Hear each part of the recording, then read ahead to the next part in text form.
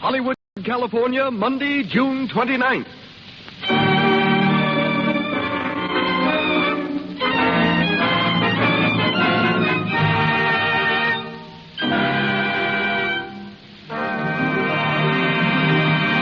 The Lux Radio Theater presents Jeanette MacDonald in Irene, a play with music.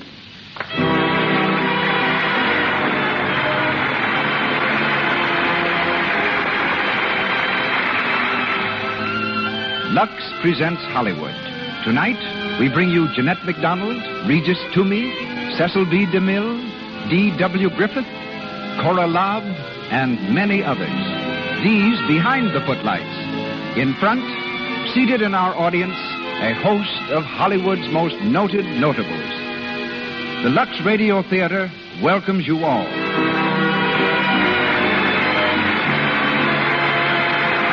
This entertainment is presented by the makers of Lux Flakes.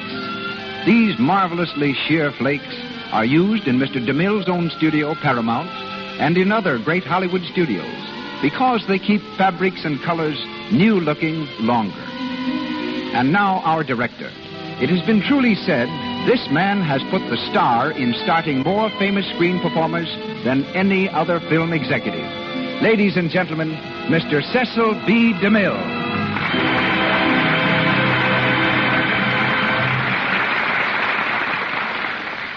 Greetings from Hollywood, ladies and gentlemen. Men make their greatest mistakes in picking women and horses. I once predicted that there would never be a horseless carriage after my roommate at college injured his hand trying to invent one. Manufacturers have made 63 million motor cars since then, and horses are found mostly on merry-go-rounds. I also misjudged Jeanette MacDonald early in her career. You would never suspect now that she was once just a Philadelphian with a purpose.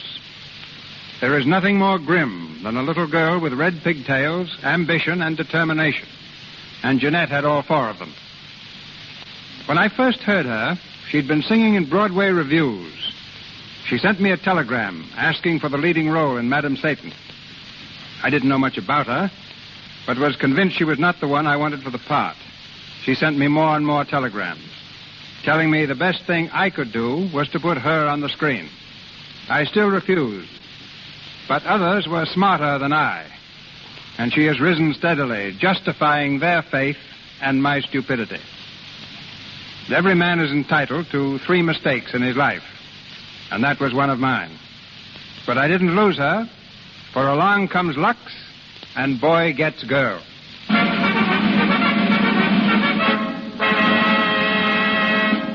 Tonight, in the Lux Radio Theater, Jeanette plays a role she had understudied on the Broadway stage, but never had a chance to play until now. So there is a special thrill in announcing Irene, starring Jeanette MacDonald.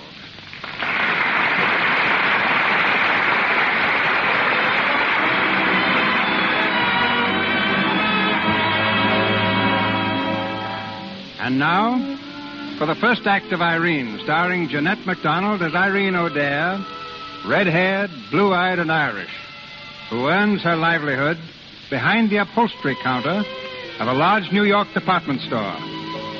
We're in the store now. On the main floor, cash goes singing by overhead, and bargain hunters are pushing through the doors, surging toward the crowded elevators. Cash, please, Miss Wilkes. Cash, please. On the second floor, madam. Is the porch furniture on this floor? No, sir. On the 6th floor, west wing. Which floor? Going up, please. This way, please. No crowding. Going up. Stand back to the door, please. Mr. Sweeney, are you ready to see Miss O'Dare? Miss O'Dare? Oh, that girl from the upholstery department, the one we had the complaint about? Yes, sir. Well, where is she?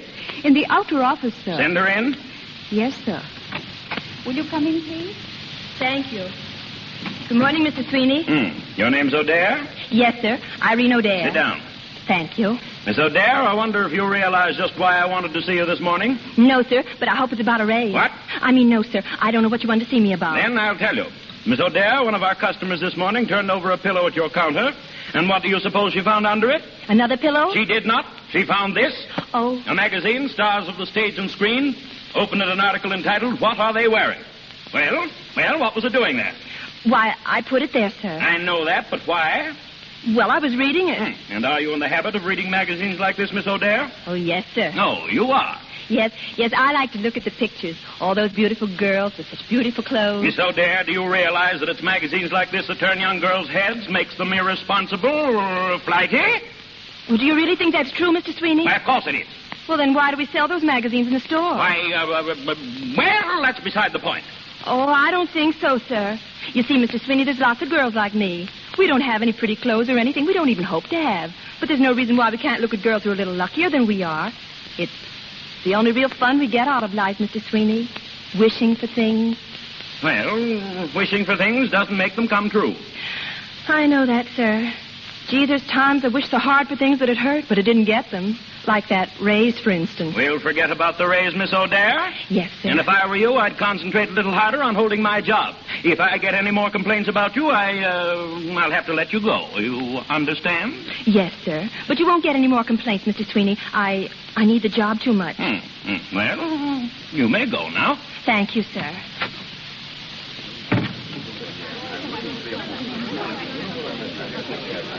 Irene, come here a minute. Oh, hello, Jane. What are you doing at the linen counter? Transferred this morning. Say, did you see the notice on the bulletin board downstairs? There's going to be another show this year. Sales Girls Review? Uh-huh. You going to try it again? I'd like to see anyone keep me away. Oh, gee, you were swell last year, Irene. Honest, if I had a voice like yours, I'd chuck this store job and get on the radio or something. Yes? And while I was looking around for a chance my mother could take in washing, I suppose. Geez, if there's old Lady Hector. So long, Jane. See you at lunch. Bye. Did you call me Miss Hector? You know very well I did. Did you sell some veranda cushions to Mrs. Henry Marshall? Well, yes, I think so, for her Long Island house. Well, she has a complaint. They're too small. Why don't you send them back? She can't. She has a big weekend party starting tomorrow, and she's giving a garden party this afternoon. She wants to explain what's wrong to somebody in the department. You'll have to go, Miss O'Dare. Me? Oh, boy, I'd love to. Remember this. Mrs. Marshall is one of our best and wealthiest customers. Please act accordingly. Oh, I will, Miss Hector. I'll be a real lady.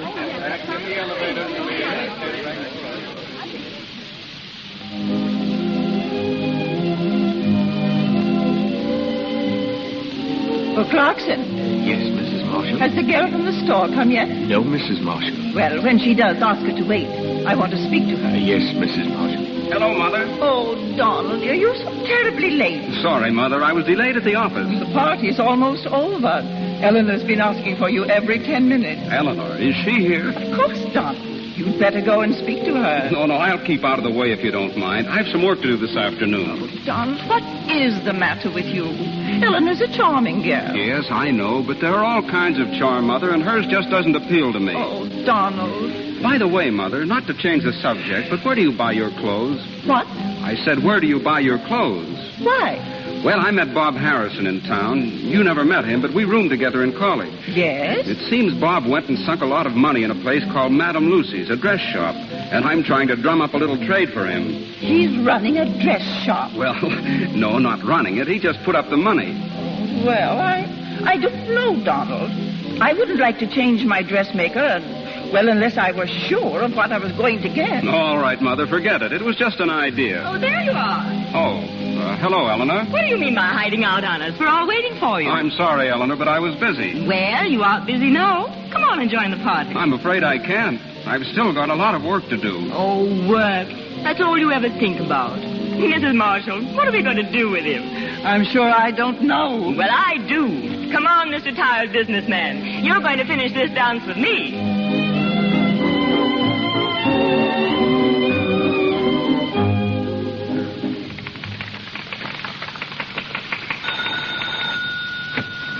Yes, miss? My name is Miss O'Dare. I'm from Barron Brothers. Oh, yes. You're here about the seat cushions. Come in, please. Thank you. If you'll wait for a moment, I'll see if I can find Mrs. Marshall. Of course. Thank you. Well, hello. Hello. What are you doing down here? You remember me, don't you? Yes, I remember you. Well, I remember you very well. You see what an impression you made on me that night in Philadelphia? How long ago was that? 2 years. 2 years. and I recognized you right away. Where in the world did you go? I looked for you the next day, and you'd completely disappeared. I had a good reason. What? Oh, never mind. What was your name? Same as it is now? What is it? Must have made a terrible hit with you. Well, you did. I just can't think of your name right now. Well, I don't remember yours either, so we're square. You're just the same little girl, though. So tell me, what are you doing here in this place? I'm in the decorating business. I decorate everything but myself. I work in the store that made these cushions. Oh, that's right. You worked in a store in Philadelphia, too, didn't you? Yes. Well, now you know you really shouldn't. You're much too pretty to be working at anything. Thanks. But I have to eat once in a while. So you don't even remember my name, eh? Nope. Well, I'll tell you. It's Larry. Larry Bradley. Oh, is it? Now, what's yours? I haven't got any. Come on, sit down here. Hey, let go. What do you take me for? Don't be unreasonable. Sit down. No, let me alone. Oh, don't be afraid. Well, I'm not afraid. I just want you to let go of me, that's all. Not even a little kiss? Did you hear what I said? Let go of me now, or else... Stop. Come on, Stop Larry, it now. Oh. Hello, Donald. What's the matter here? Nothing much? Oh, yes, there is. I came here from the store to see about the cushions, and this fellow tried to get fresh with me. It's lucky for him he didn't get something he wouldn't forget. As you see, Donald, she's a regular little spitfire. If I were you, Larry, I'd clear out. Oh, yes? All right. Good afternoon, Miss Spitfire. Fresh guy. I'm sorry this happened. He's one of my guests. Will you allow me to apologize for him? A lot of good that does. I came here all prepared to act like a perfect lady, and the first thing I run into is him. Swell society. I'll tell people what swell society's like, all right. Oh, but you mustn't judge all of us by one man. Come on now, you're all unstrung. Sit down a while until you feel better. Oh, I can't. I gotta get back to the store. Gee, that fellow was strong. I guess it's just as well you came out here when you did. I'm glad I did. Maybe that's just his way of being friendly, huh? How well do you know him? You'd have thought I knew him pretty well, wouldn't you? I just met him once, 2 years ago in Philadelphia. Oh, I see. But won't you sit down here? No, thanks. That's what he wanted me to do. All right. You sit just where you want to. Yes, sir. Now, is there anything I can do for you? No, thanks. I'll be leaving in a minute. I suppose you've had your lunch. Well, I had the usual. What's that? Bar of chocolate and a glass of milk. I got it in the station. Well, that's not very much, is it? Oh, I'm used to it now. Oh, I haven't had a thing since breakfast. I wonder if you'd join me in something. Gee, thanks, but... Well, not dressed very nice, you know. Oh, don't worry about that. Come on, we'll go inside and see if we can dig up a couple of sandwiches.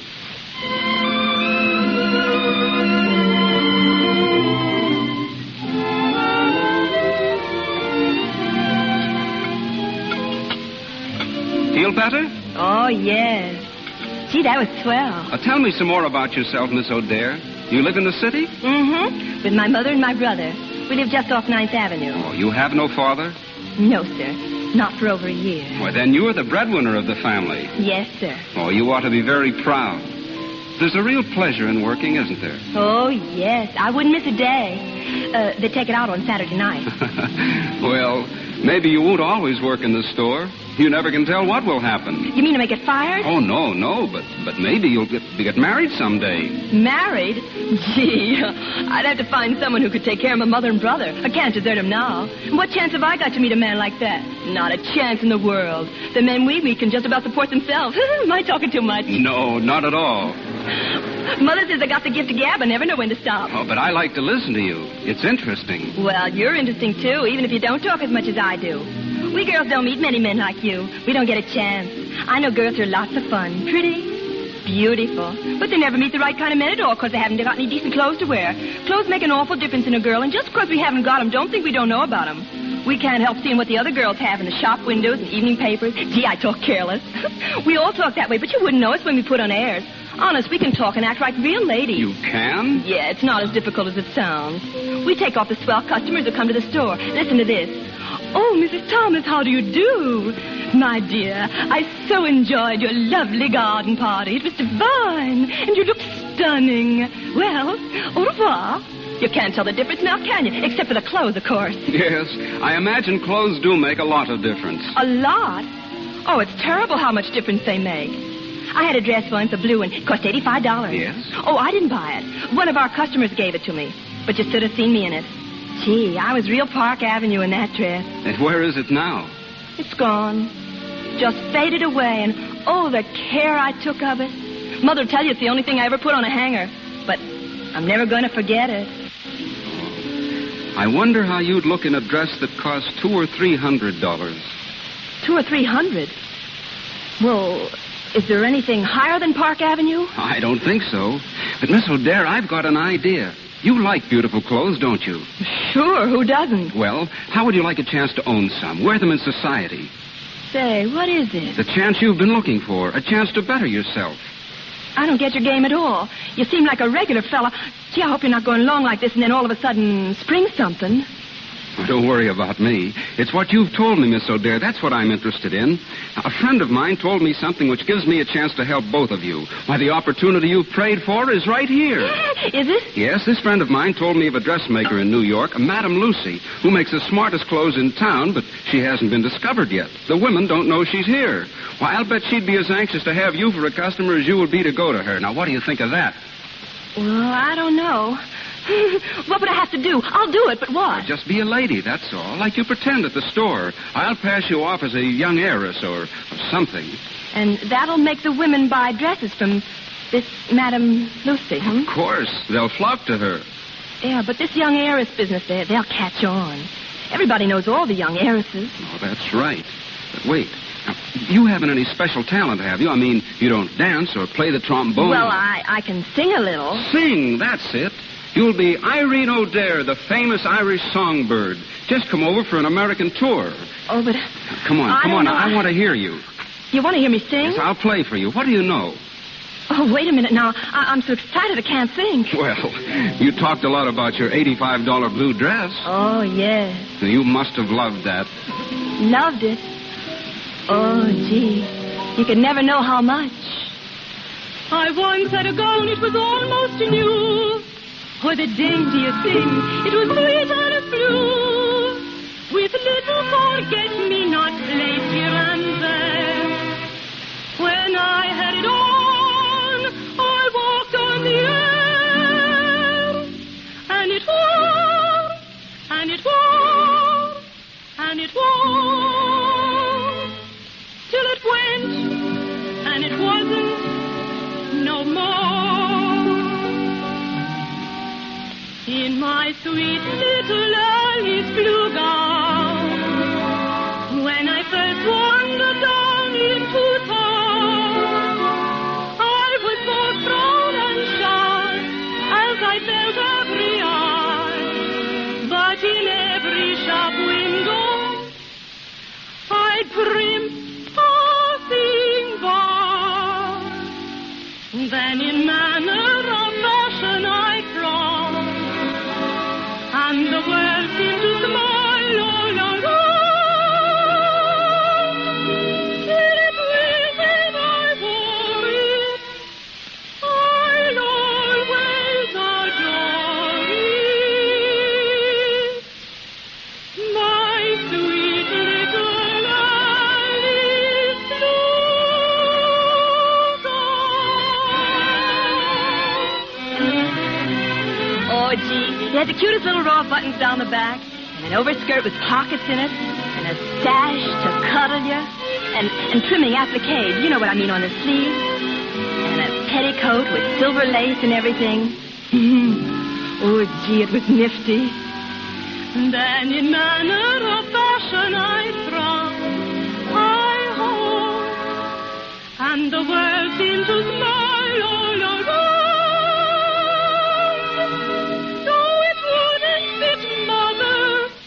It made a shirtwaist for brother,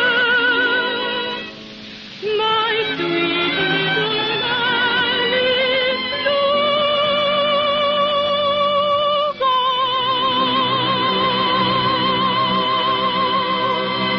Oh, that was lovely. Miss O'Dare, you're marvelous. Oh, do you think so? I'll tell you what you do. Tomorrow you give up your job at Barron Brothers. I'll take you to Madame Lucy's the day after. Oh, dear. In 2 days, she'll transform you. Oh, wait till you see. Frocks and gowns, hats and slippers, everything. She'll make you a little princess, a Cinderella. Oh, I've always wanted to be a Cinderella.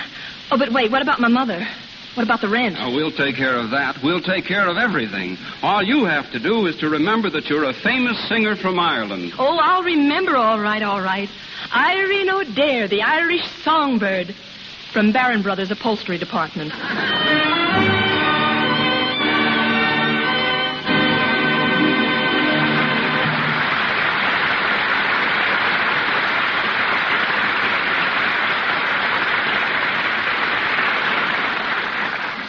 Jeanette MacDonald, playing the title role and singing the lovely music of Irene, comes to you from the Lux Radio Theater on Hollywood Boulevard.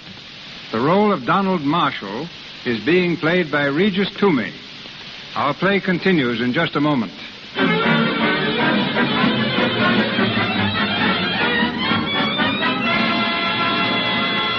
Now, our quick tour of Hollywood takes us to the Hollywood Studio Club, where extra girls who want to make good in the movies can live pleasantly but inexpensively.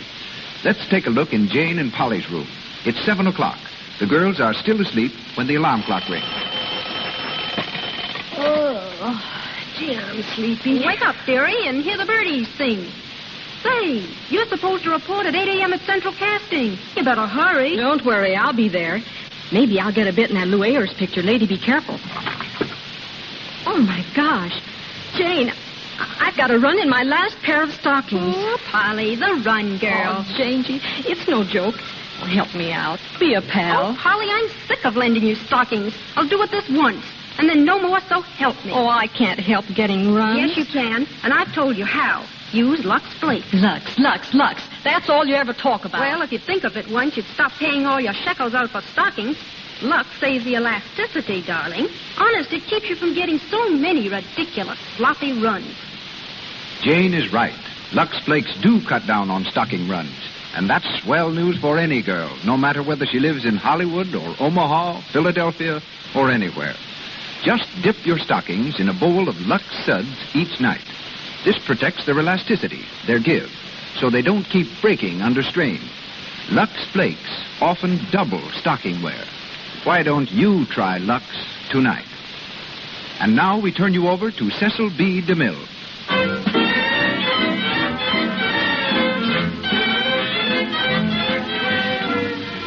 We continue the Lux Radio Theater play starring Jeanette MacDonald as Irene O'Dare. A few days have passed since Irene agreed to model gowns for Madame Lucy. In the O'Dare's tiny three-room flat near 9th Avenue, Irene's mother calls to her from the kitchen. Irene, where are you? Dear Mother, what is it? Will you look what just came for you? A box of candy. 5 pounds if it's an ounce. And a whole great big bunch of flowers. Oh, was there a card? There was not. What do you make of it?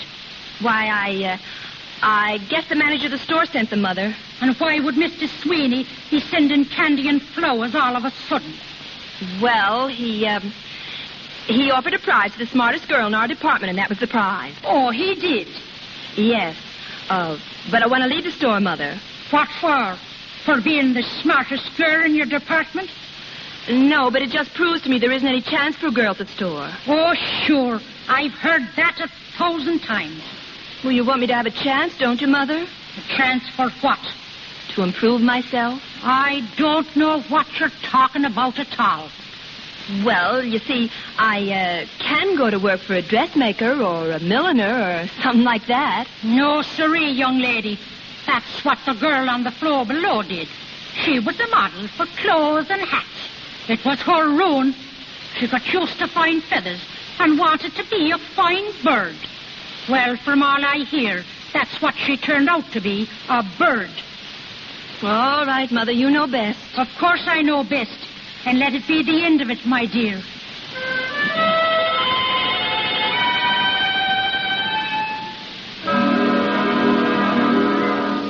Now, let's get this straight, Donald. You want to take this little shop girl, let Madame Lucy dress her up and use her as sort of a public model? Is that it? That's it. Only you see, Bob, no one will know she's a shop girl. As far as they're concerned, she's a famous singer. Well, it sounds all right to me. All right. It's marvelous. I tell you, Bob, she'll be a sensation. Is she pretty? Gorgeous. Good figure? Beautiful. You seem quite taken with her. Hey, are you sure you're doing all this for me or Miss O'Dare? Well, it's a little of both, I guess. Oh, she's a grand girl. Now, here's the plan, Bob. Mother's giving a supper and dance at our place tonight. I'm going to have Miss O'Dare there, beautifully dressed, of course, and I want you to bring Madame Lucy. Madame Lucy? What for? To show off the gown, stupid, and take some orders from the other women. Yeah, but wait. Madame Lucy can't come. He's not in town. And then we've got to... Did you say he? Yes. I thought it was Madame Lucy. Yeah, that's right, but Madame Lucy is a man. The Madame stuff is just a trade name. Madame Lucy is a man. Oh, well, live and learn, but just the same, he ought to be there. I don't see how. He's in Paris buying material. But somebody ought to come. What about... I'll tell you be Madame Lucy.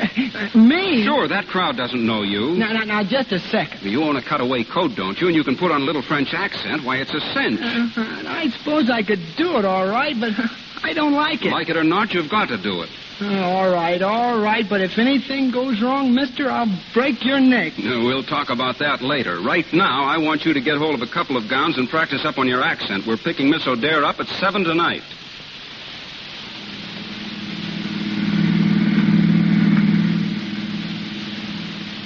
Well, Irene, this is your big night. How do you feel?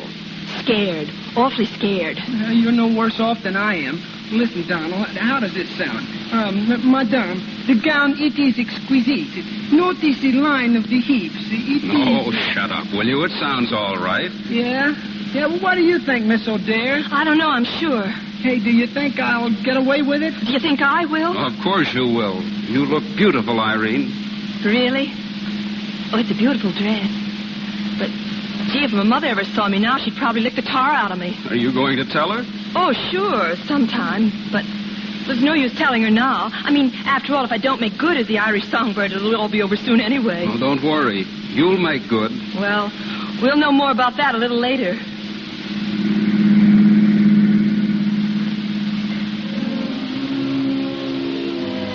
O'Dare? I never heard of her, but she does dress beautifully, I'll say that. Yes, look at that girl. Why, she's gorgeous, positively gorgeous. I wonder who makes her gowns. That man they call Madame Lucy, they say.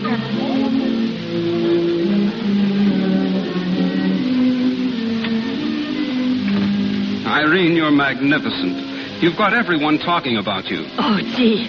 I guess I did get away with it then, didn't I? You were swell. I have 15 orders for Madame Lucy right now and more on the wing. Have you? Then suppose you get out there and make sure of them. Oh, all right. I guess I can take a hint. See you later, folks. Well, having a good time? Oh, grand. And it's all due to you.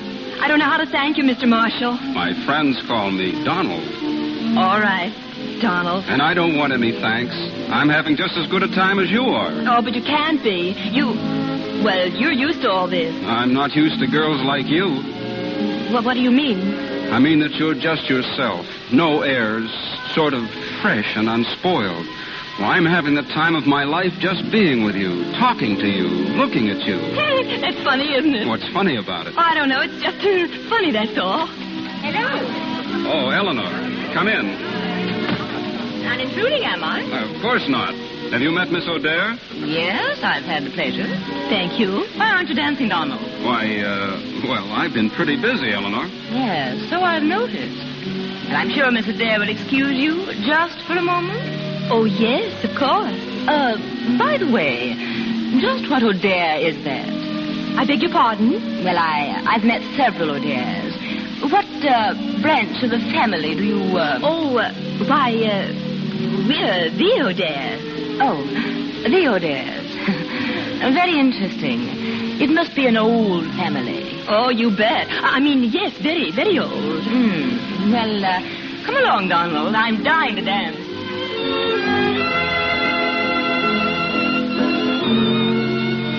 Miss O'Dare? Oh, yes? May I introduce myself? My name is Bowden, L.J. Bowden. You've probably heard of me. Oh, yes, of course, Mr. Bowden. You're a big financier, aren't you? Yes, so they tell me. Miss O'Dare, I'm getting up a weekend party for the first of the month, and may I count you in? You mean it? Why, certainly. Oh, thank you. I'd be delighted. Oh, Miss O'Dare, Donald tells me you're going to sing for us. Oh, really? I didn't know. It's getting a bit late, Mother. I think it's time I took Miss O'Dare home. Oh, just one song, Miss O'Dare, please. Oh, we're all so anxious to hear you. Very well, Mrs. Marshall. Oh, splendid. Now, you announce it, Donald. All right, Mother. Ladies and gentlemen, Miss O'Dare has graciously consented to sing for us. Thank you.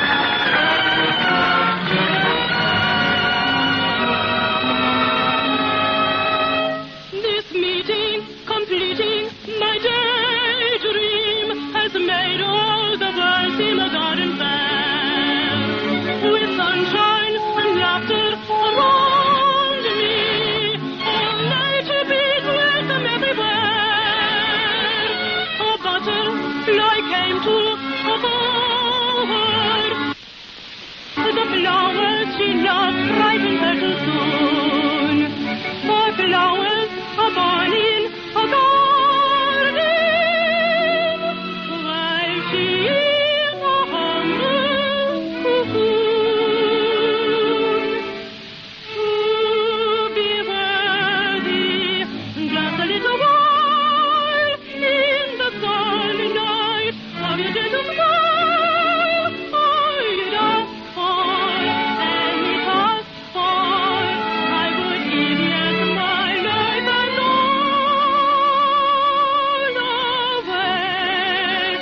But remember, little butterfly, as she fluttered in the garden, her wings brighter than a flower might change any fickle hour.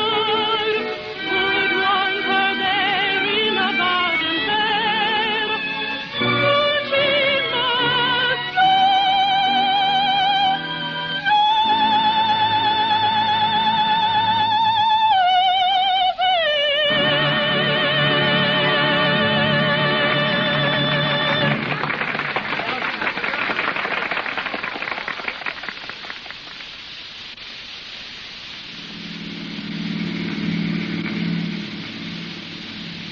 Well, Oh, what a grand night it was, Donald. have a good time? Oh, marvelous. It's just like I always dreamed it would be. I guess that's what frightens me. Why? Oh, I'm afraid that's what it is, just a beautiful dream. And I'm afraid I'll wake up soon. And the gowns and the flowers, music, they'll all be gone, and I'll just be plain Irene O'Dare again, selling pillows behind the upholstery counter. I wouldn't worry about that. Why should you? You'll never have to work there. Well, I mean, I've got a feeling that you'll never work there again either. Why do you say that? I don't know, just a hunch. Do your hunches usually come true? Invariably. Invariably. Well, if that word means what I think it means, I guess I've got nothing to worry about.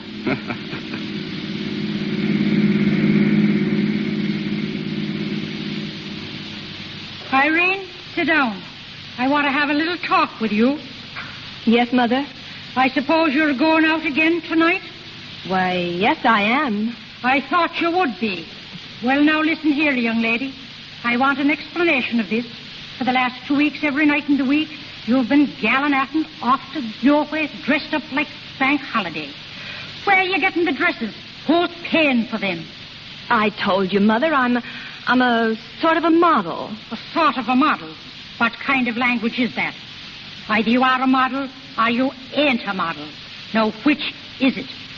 I am a model. And is it night work you're doing that you have to go out all the time? I don't like it, Irene. It's too mysterious for me. Everything was all right when you worked at the store. You mean everything was all wrong? We had to have more money, didn't we? Someone had to pay the bills. Aren't you glad my work is easier, Mother? I am, but I'd like to know what it is. Everything I'm doing for you and Johnny. And you can trust me, Mother. You know you can trust me. I hope so, Irene. For your own sake, I hope so.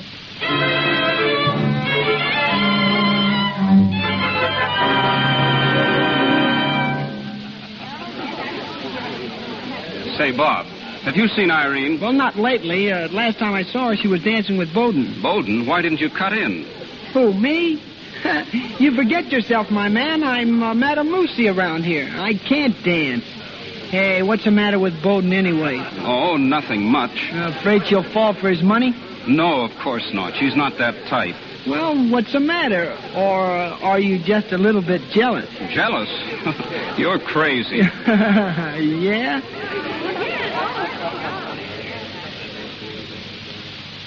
Don't you think we'd better be getting back, Mr. Bowden? Not yet, please. Oh, but they'll be missing us in there. Well, what difference does it make? Stay here a while. I still haven't said what I wanted to say. Oh. Can you guess what it is? No. Irene, I'm not exactly a young man, and there's one happiness I've always thought was not for me. The happiness of loving some woman so completely that I'm only living when I'm with her or thinking of her. I thought that I had everything I wanted, but I find I haven't anything. Unless I can give it all to you. I love you, Irene. You love me? More than I could ever tell you. I don't know what to say. I suppose every girl's planned what she'd say when a man tells her he loves her, but I wasn't prepared for this. Will you marry me, Irene? I'm afraid I... Please don't answer me now. I want you to think it over carefully. In the meantime, would you wear these, Irene? I'd like you to have them. Pearls? Oh, I couldn't. Oh, why not? Oh, because I think I know what my answer will be. But you weren't going to answer now. And even if it were no, I'd still like you to take these as a remembrance. Oh, they're beautiful. But I can't accept them. Will you at least put them on? Just for tonight. Oh, may I do just that? I want you to. Thank you. I've never worn pearls before. Never? I mean, not as beautiful as these. Irene, tell me one thing. Is there someone else? Please. Is there? Yes, there is. Are you going to marry him? There are some things that are just too impossible even to dream about. I don't understand you. I'm sorry. Shall we go in now?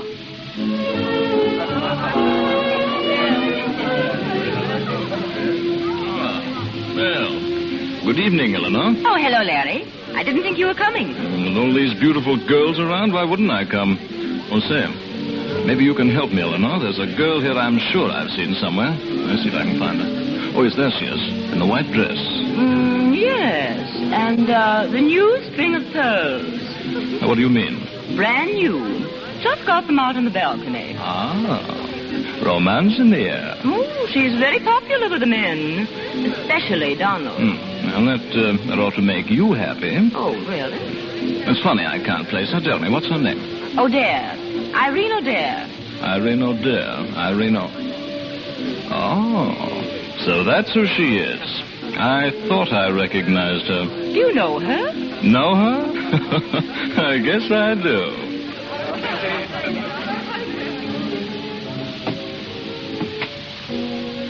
Come on, young lady. I want to speak to you. Can't we stay inside, Donald?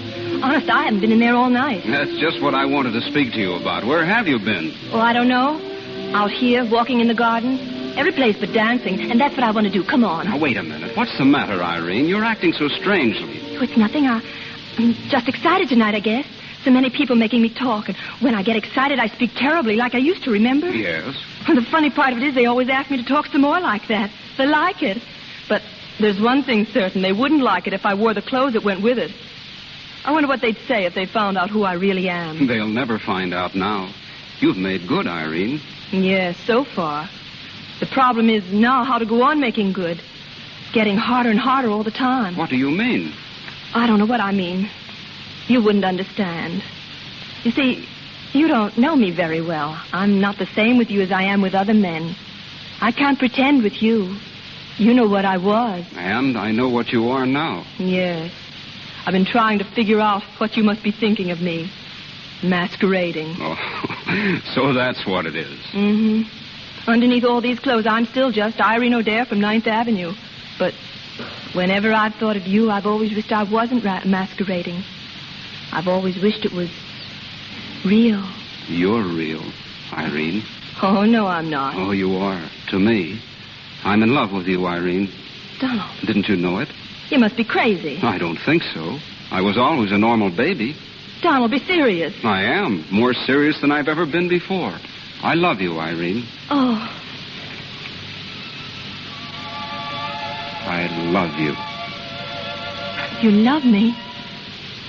Oh, gee, this is a dream. Can't be true. Oh, it's got to be a dream. But If I ever wake up now, heaven help me.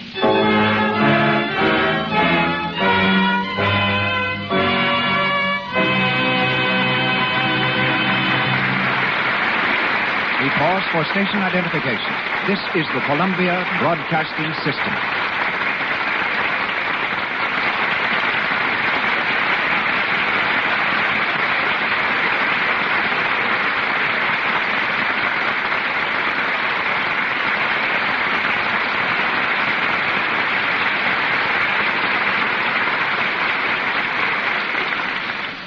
This is Cecil B. DeMille speaking to you from the stage of the Lux Radio Theater in Hollywood.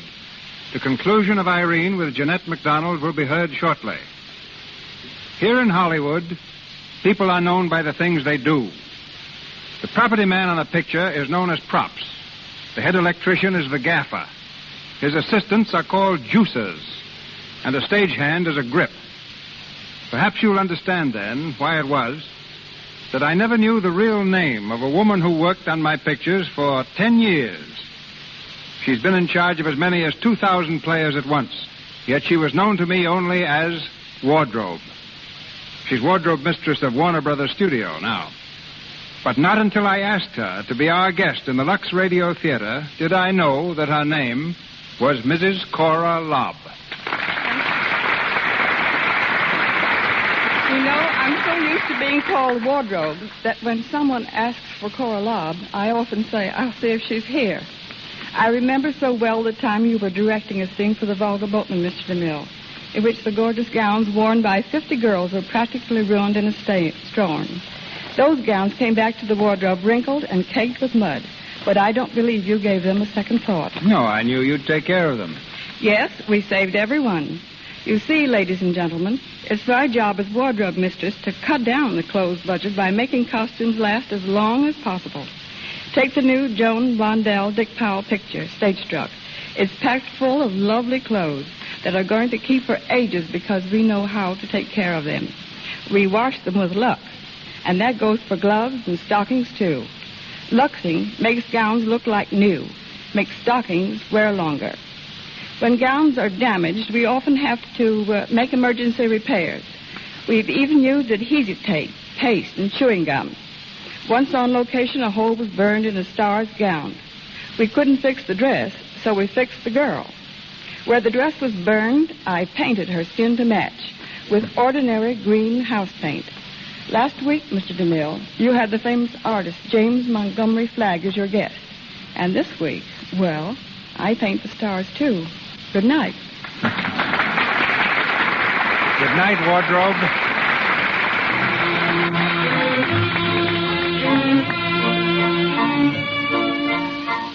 We continue the Lux Radio Theater presentation of Irene, starring Jeanette MacDonald. Irene and Donald are still on the balcony. Only a few minutes have passed, but Irene has suddenly realized that her dream is over.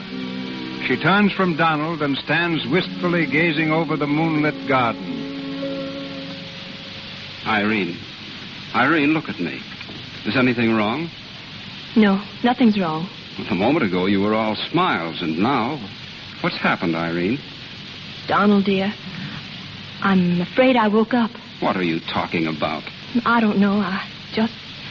Oh, Donald, take me home. Irene. I want to go home, please. Now, wait. I want to know what... Donald? Oh, yes, Eleanor. I hope you don't mind my breaking in on you like this. Of course. What is it, Eleanor? I have a little news for you. News? Well, if you'll excuse me... Don't go, Miss Adair. I'd like you to hear this. It's about you.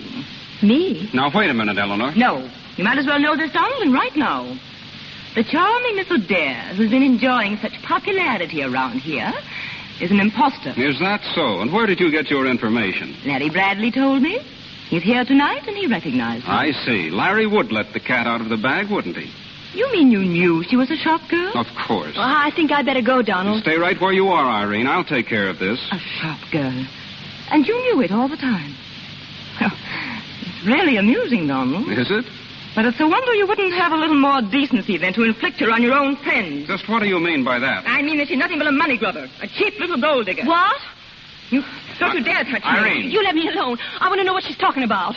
Those pearls you're wearing will answer your question, Miss Adair. You didn't have them when you came. Where did you find them? Why, Let me see them. Where did you get these, Irene? Why, Mr. Bowden... Exactly. Mr. Bowden gave them to her. Is that right? Well, yes, but let me explain. He gave them to me to wear tonight. I was going to give them back. Donald, what is this I hear about Miss O'Dare? Is it true that you're a shop girl, Miss Adair? Yes, it is. Oh, Donald, you ought to be ashamed of yourself. Mother, listen to me. I will not listen. Miss O'Dare, I want you to leave this house at once. At once, do you hear?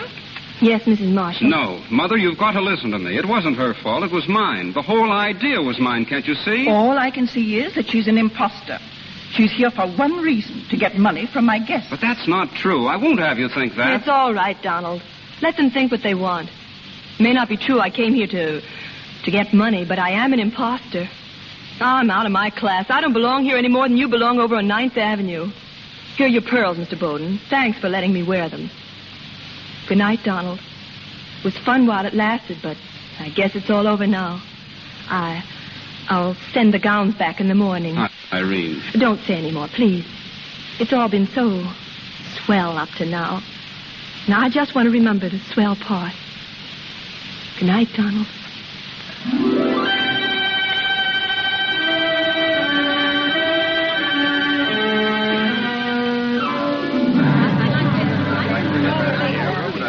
Cash, Miss Will. Cash, please. On the 8th floor, madam. Going up. Step to the rear of the car, please. Going up. So you want your job back, do you, Miss O'Dare? I'd like to have it back, Mr. Sweeney. Yeah, well, I don't know now. When a girl leaves for no good reason at all, we don't usually... Oh, please. Well, how do we know you won't walk out on us again? Oh, I won't. I haven't any place to walk to. And I do need the job, Mr. Sweeney. I haven't got anything now. And where did you go when you left us?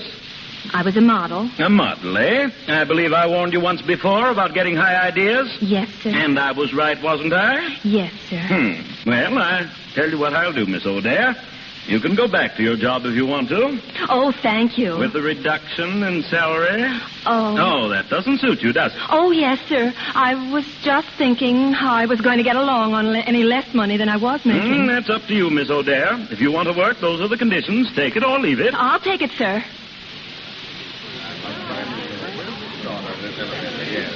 Oh, gee, my feet are killing me. How are yours? Yeah, Irene, I'm talking to you. Oh, I'm sorry, Jane. What'd you say? Oh, nothing. What's the matter with you lately, anyway? Ever since you got back, you've been mooning around like a lost calf. I know. I get to thinking, and I kind of get lost. Well, you better snap out of it. Old man Sweeney will be having you up in the carpet again. And... Say, you going to the rehearsal this afternoon? The rehearsal? Yeah, the Sales Girls Review. You've been getting along swell, only we need more singers. Oh, I'm not much interested in singing right now. Ah, come on. It'll do you good. Oh, maybe. I'll think it over. Cash, please. Cash, please, Miss Evans. Well, it's most irregular, Mr. Marshall. Most irregular. I know that. Just what is it you want to see her about? It's personal. Then why don't you try to reach her at home? I did. She has no phone. Anyway, I want to see her now. Well, if you want such a good customer, Mr. Marshall, I'd say no. Thanks. Where is she? Well, she's down in the social hall. The girls are giving a show next week, and Miss O'Dare is rehearsing. Well, may I go down there and see her? Well, I suppose so. I'll have someone show you the way.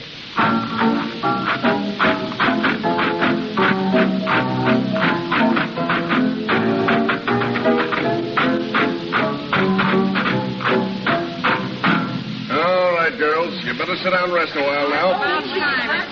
Where's Miss O'Dare? Here I am. Oh, this is spot for your song.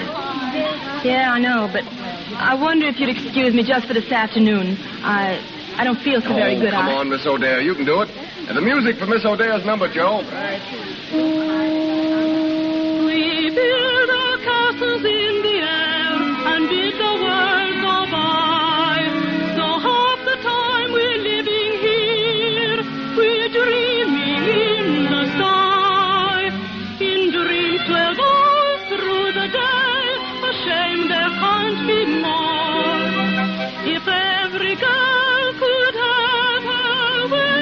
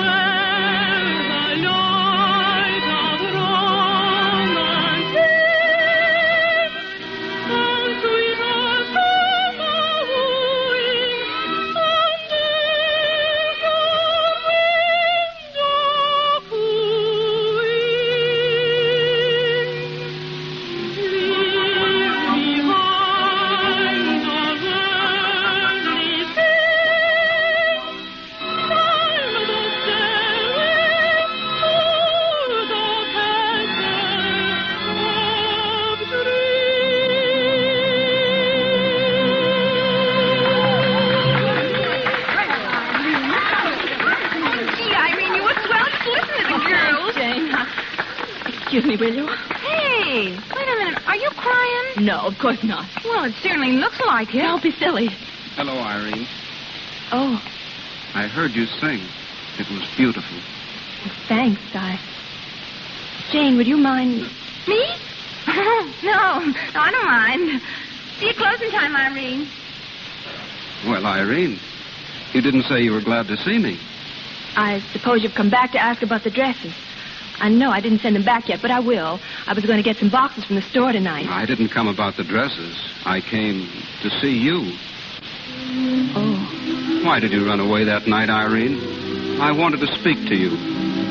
Well, I thought we said about everything there was to say. I didn't. I didn't even get started. You should have heard me after you left. Did you have an argument? Oh, a swell one.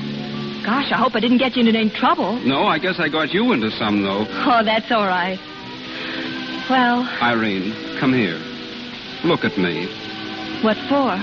That night on the balcony, remember what I said to you? Sure. I remember. But I didn't take it seriously. You were just being nice to me. No, I wasn't. I meant it, Irene. I still mean it. I love you, Irene. Oh, would you mind saying that over again? No, I'll remember it, but don't tell me any more. I'm afraid to hear the last part of anything that has such a beautiful beginning. Irene, will you marry me? Marry you? When? Tomorrow. I'll be busy tomorrow. Tonight, then. Tonight. Well, darling. Oh, Donald, the store closes at 5.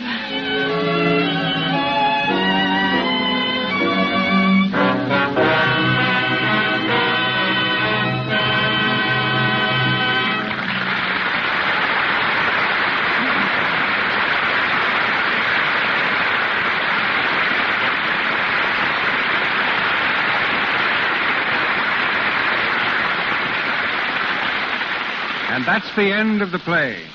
But tonight's Irene, Miss Jeanette MacDonald, will be with us again in a few moments. And now, ladies and gentlemen, we turn the spotlight of the Lux Radio Theater on the first great director of motion pictures, the man who changed motion pictures from a novelty to an art. He is the only director of his day who never used a megaphone. Pioneer and prophet, trailblazer and teacher, the greatest genius of his art, D.W. Griffith.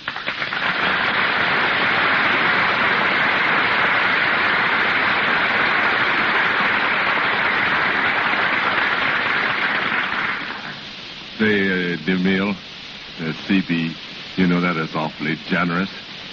But there was a reason why I seldom use megaphones.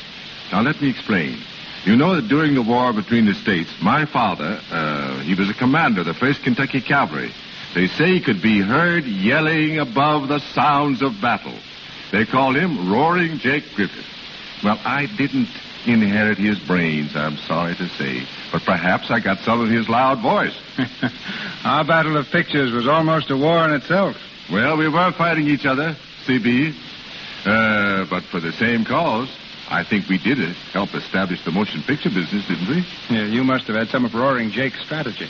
I'll never forget your picture, The Battle of Elderberry Gulch. It was only a two-reeler, but it was one of the first pictures to bear the mark of genius. Oh, thank you. Well, you met that attack easily enough with the first full-length one, The Squaw Man. Then you got out the heavy artillery with The Birth of a Nation. That was the biggest gun of the whole war. Oh, well to say. You know, I sort of remember a picture called The 10 Commandments that you made while we were throwing this stuff at each other. Yes, but while we were matching each other star for star and reel for reel, something happened. In reaching out for new weapons, you created the fade-out and the close-up. Yes, you know, people thought I'd gone crazy. I think they were about right, too. They said, what's the idea of showing people without bodies? What are they doing? Swimming? Then, just as I was filming people so the audience could get a good look at their faces, oh, we had so beautiful in those days, too, didn't we? Now, you came along with that Rembrandt lighting. And the headache. We light the face as Rembrandt did in his paintings. Often one side of the face was in darkness. One of our executives called me up in a rage. If you're only going to show half the face, he said, people will only want to pay half the price. I told him, if you haven't got sense enough to know Rembrandt lighting when you see it, it's not my fault. Oh, he replied, is that what it is, Rembrandt lighting? Oh, they'll pay double for that. And they did. Well, That's a good way to get the coin in. Said, you know, C.B., there's one thing I'm getting a little tired of. You know, a lot of people are always congratulating me on some of your productions. Oh, that I don't care for it. Especially the King of Kings. You know, at first I'd answer and say, well, that's not my picture, that King of Kings. That's DeMille's. But finally I got tired of denying it, so I just said, no. Yes. Oh, yes. Sure, that was a great picture. One of my best. You know, I worked like a dog on that King of Kings. So you've had some great productions on the screen, C.B. I don't need to tell you that. And you're doing a fine job here with this radio theater. Say, what about that new picture of yours, The Plainsman? So many people still get us confused. I'll hope you'll make it good, or I'll be disgraced. Good night. Good night. Good luck.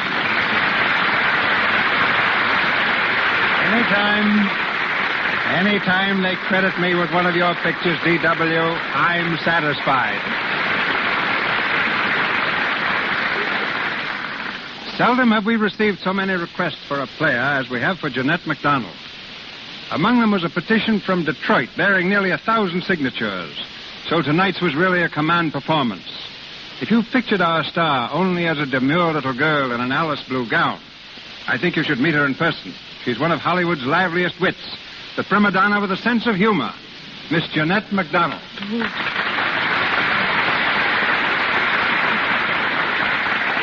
This is a little embarrassing, Mr. DeMille. I may be a little gayer than the American tragedy, but I'm not nearly as funny as Donald Duck. You quack much better. Ouch. It's very encouraging. Perhaps one day we'll hear you at the Metropolitan. Perhaps. That's just one of my unrealized ambitions. I also want to make a concert tour of the United States. And then, there's another ambition, but I'm afraid to confess what it is. All right, I won't ask you. All right, then I'll tell you.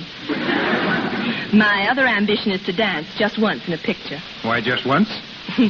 Well, because I think just once is possibly all the public will stand for. If you dance as well as you sang tonight, you can dance in a DeMille production anytime. Thanks. That's quite a concession if my memory serves me rightly. Ouch. But I do want you to know how much I enjoy your Lux Radio Theater. All of my friends in Hollywood think it's about the greatest show on the air. I never miss a performance, and rather wish I'd been home to hear it tonight. Well, the people who are home, Jeanette, are waiting to hear you sing again. So I'm going to ask you to sing Would You, from your latest MGM picture, San Francisco. Mr. Silvers, please.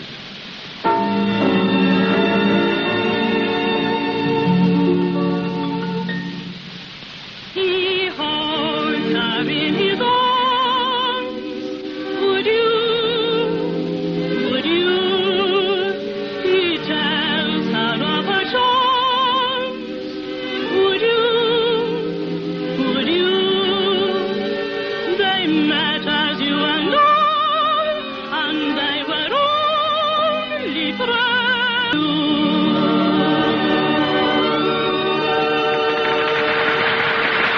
Thank you, Miss MacDonald. This is your announcer, Melville Ruick. Miss Jeanette MacDonald comes to us through the courtesy of Metro-Goldwyn-Mayer, Louis Silvers from 20th Century Fox, and Mrs. Cora Loud from Warner Brothers. And here is our producer, Mr. Cecil B. DeMille. Next week, the Lux Radio Theater presents Lionel Barrymore, the first stage actor to enter motion pictures. The eldest Barrymore's fame is founded on scores of superb portrayals, which have made him the outstanding character actor of the screen, a reputation he will more than sustain in our next production.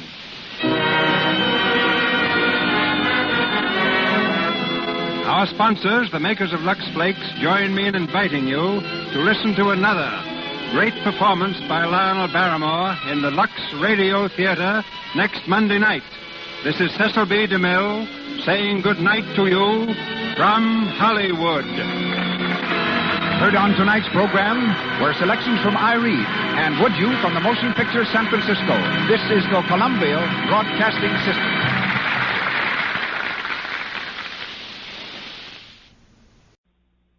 Lux presents Hollywood.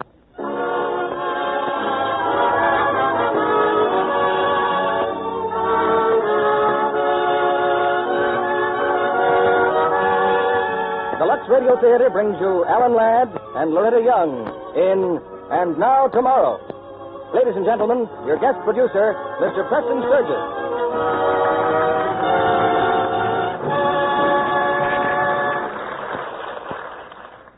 Greetings from Hollywood, ladies and gentlemen.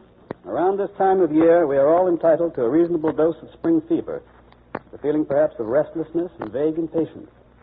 In the old days, sulfur and molasses was the customary antidote. But tonight we bring you a better combination in Loretta Young and Alan Ladd. They are starred in the Paramount hit And Now Tomorrow, based on Rachel Field's best-selling novel of the same name.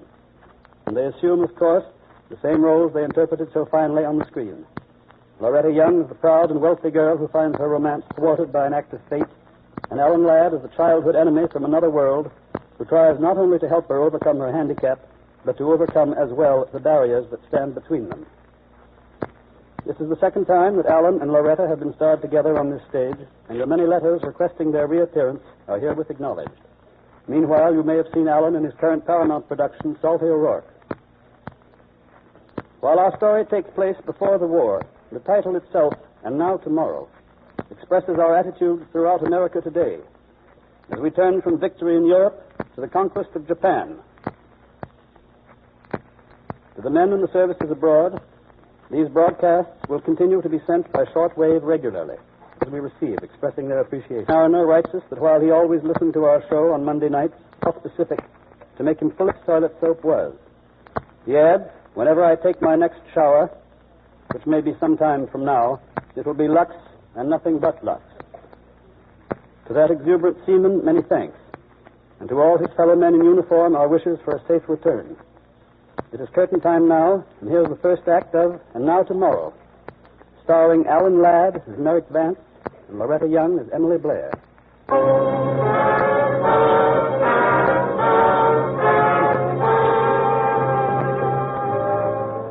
A week ago, Miss Emily Blair of Blairstown, Massachusetts, came to Chicago to see the celebrated specialist, Dr. Sloan. After days of tests and observations, he sits now in his office, watches the movements of his lips, and from them learns his discouraging verdict. What you're trying to tell me, Doctor, is that there's nothing you can do for me. I'm sorry, Miss Blair. No hope at all? I'll never hear again? There's always hope. Miss Blair, 2 years ago, in 1935, you had a severe case of meningitis. The result is marked deterioration of the auditory nerves. I know of no cure for it. I see. But I'm only one man, Miss Blair. There's Chase of Johns Hopkins, Merritt in Rochester, Caro in Montreal. I've seen them all, except Carol. I've been examined and tested by so many specialists, I just couldn't face another one right now.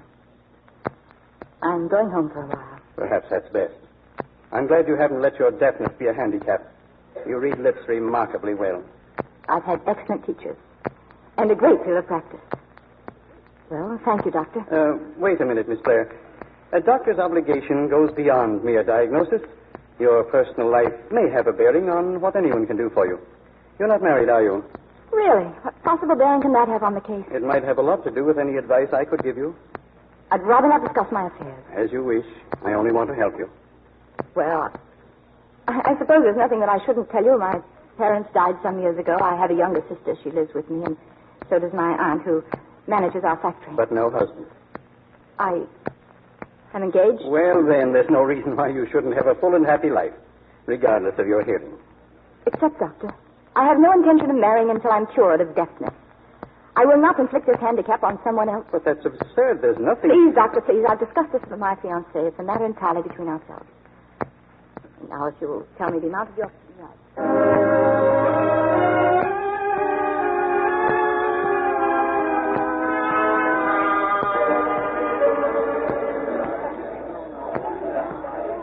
Miss, your bag's in the drawing room. You getting on now? How soon are we leaving? For 5 minutes, miss. Then I believe I'll walk down the platform here. Yes, ma'am. Gangway! Gangway! Gangway, lady! Look out! What's the matter with you? Want to get yourself killed? Oh, I'm sorry. I didn't mean to grab you, but that baggage truck was about to run you down. I didn't hear it. You see, I'm deaf. I know. Sure you're all right? It's perfectly all right. I'm getting on that train, too. Here, let me... Thank you. I'm sure I'll manage nicely by... Okay. Manage nicely by yourself.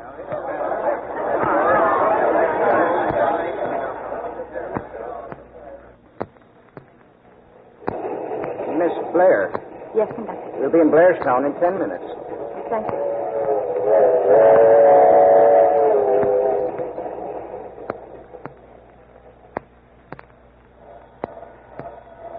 Mr. Meade? Mr. Meade? Why, hello there, Miss Emily. Dr. Cab here, Mr. Meade? Why, sure.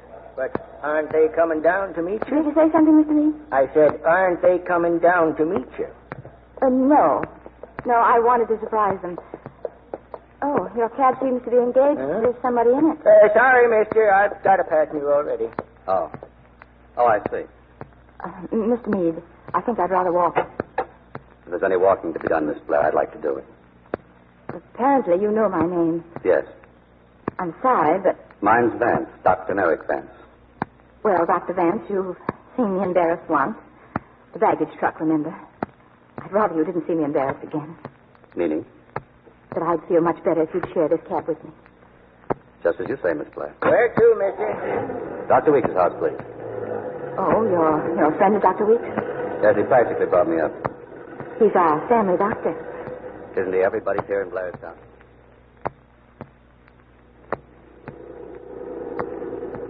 I'm sorry, Miss Blair. What for? I've been staring at you. Oh, clinical interest, Dr. Vance. You're pretty good at reading lips. I'm sorry I shoved in on you like this. But it was your cab, Dr. Vance.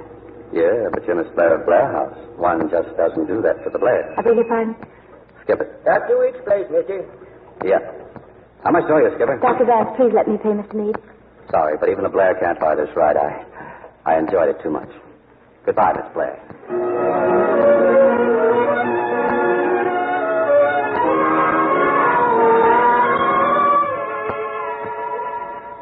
And you're home. Oh, Emily, dear, I'm so glad to see you. But, darling, why didn't you let us know? Just a surprise, Aunt Martha. Now, tell me, how is everybody? Fine. Oh. And what about you, dear? No luck. Another failure. Emily. We'll talk about it later. Where's Jeff? Still at the mill. But he'll be here for dinner. Reporting to the boss, huh? Really, dear, he's done wonders at the plant. And it's all because of you. You're all he ever talks about. Emily, dear, why don't you marry him? You'd be much happier. You know why. But, darling, I just simply couldn't stand seeing me stare at other people's lips and watching me look around before I'd take a single step. We Blairs are much too stuck up for that. Now, what about Janice? How's she? Your sister needs a talking to, my dear. She's out entirely too much, and no accounting for it. But who knows? Maybe it's romance. Well, I'd better freshen up. Hurry, dear. I'll phone Jeff right away. Oh, Dr. Will's coming to dinner, too. Oh, that's wonderful.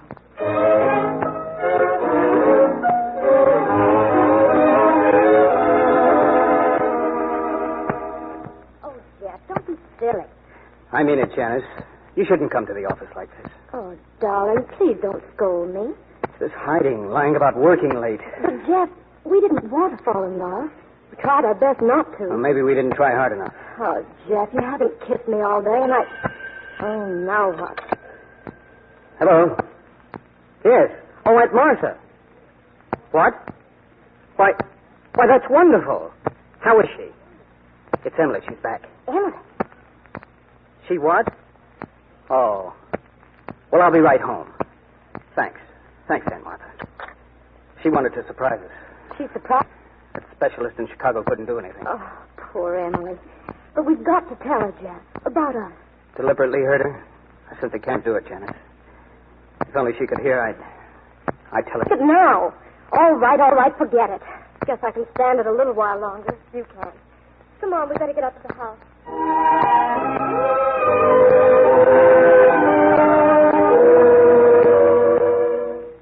And that's why you sent for me, Dr. Will? Emily Blair? That's right, Merrick. Because Sloan could do nothing for her. How did you know? She sent me a wire before she left Chicago.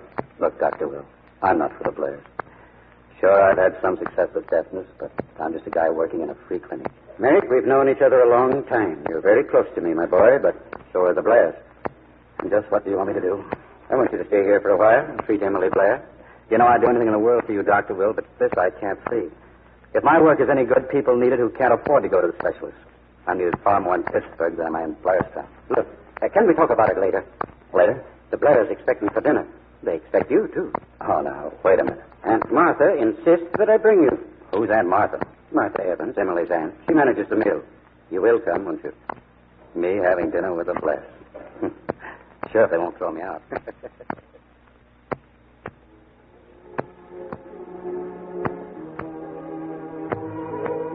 Janice and Jeff and I are having coffee in the study. Dr. Vance, won't you join us? Oh, thanks. Where's Dr. Will? Cambridge, I think. We're all leaving for the Hodges dance at 10. I hope you'll come along, too. Well, don't worry about me, Miss Blair. I hope you're not too scientific to walk, Doctor. Jeff, turn up the radio. Well, I'm afraid I've never had time to learn. Oh, well, Jeff, you come on and dance then. By all means. Emily. Emily, dear. Yes? This is the tune we danced to at our engagement party. May I? I'll try, Jeff, but remember, I can't hear the music. Cigarette, Doctor. No, thanks. Oh, I'm so sorry. Jeff stumbled. Come on. We'll start again. Poor Emily. She's trying so hard not to let her deafness be a handicap. Yes, I see. Oh, I am sorry. My fault, darling. They're playing it faster than they used to. No, really, it's no use, Jeff. It's really no fun dancing when you can't hear the music. But, Emily, what about the Hodges party? But if you don't mind, Jeff, I don't think I'll go. Why, Emily... But, darling, we promised. Yes, I know. So you go ahead without me. Without an escort? Of course not. Jeff will go with you. That's all right with you, isn't it, Jeff? Emily, there'll be lots of people there not dancing. I know, dear, but I'm tired. I'd really rather not go, honestly. Well, darling, we said we'd be there early, so yes. Yes, you'd better leave. Emily, you sure you don't mind? Of course not, darling. Have a good time. Good night, dear. Good night, Dr. Vance. Good night, Mr. Stoughton. Excuse me, I'll turn off the radio. You don't like to make compromises, do you, Miss Blair? You think that's why I'm not going to the Hodges? Business. You're very observant, aren't you? That's part of my business. Besides, I know much more about you than you realize. We've met before. We have? Yes, it was at a Christmas party at the mill. Our name wasn't Vance then, it was Vankovich. You were about 7 and I was 12. You were giving out Christmas baskets for the workers.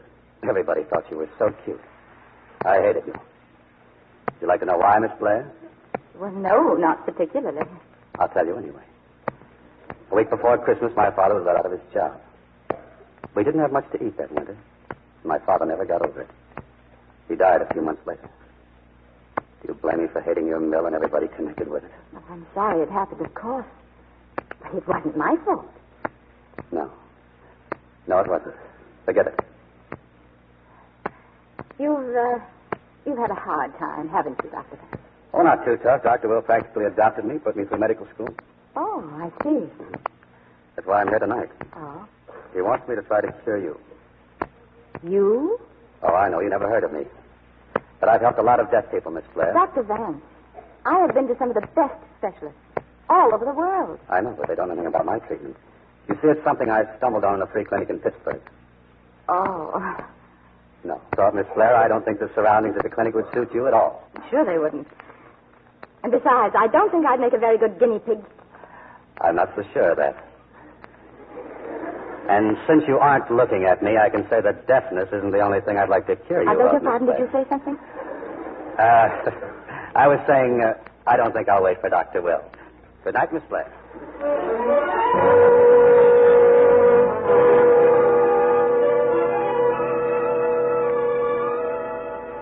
Another cup of coffee, Mary? Oh, thanks, Dr. Will. By the way, you ran out on me last night. No, not on you, on Emily Blair. What happened? Nothing. Just she still thinks of me as an immigrant kid from the wrong side of the river. Now, wait a minute, Mary. Emily's a wonderful girl. Yeah, she's a tearing beauty, all right. At least she doesn't feel sorry for herself. Do you think you could do something for her? I mean, if you had time. And she wanted me to. I might. You know, I've never had a meningitis deafness. I think I'd like to try it. My boy, I'm delighted. Oh, now, wait a minute. I'd have to be in Pittsburgh at least once a week. I'd have to fly, and that costs money. Oh, you leave that to me. I'll have my old office fixed into a nice little laboratory for you. We'll wire for everything you need, and I'll have Emily Blair here on Monday. All right. But remember, I'm doing this for you and you alone. I understand, my boy. Perfectly.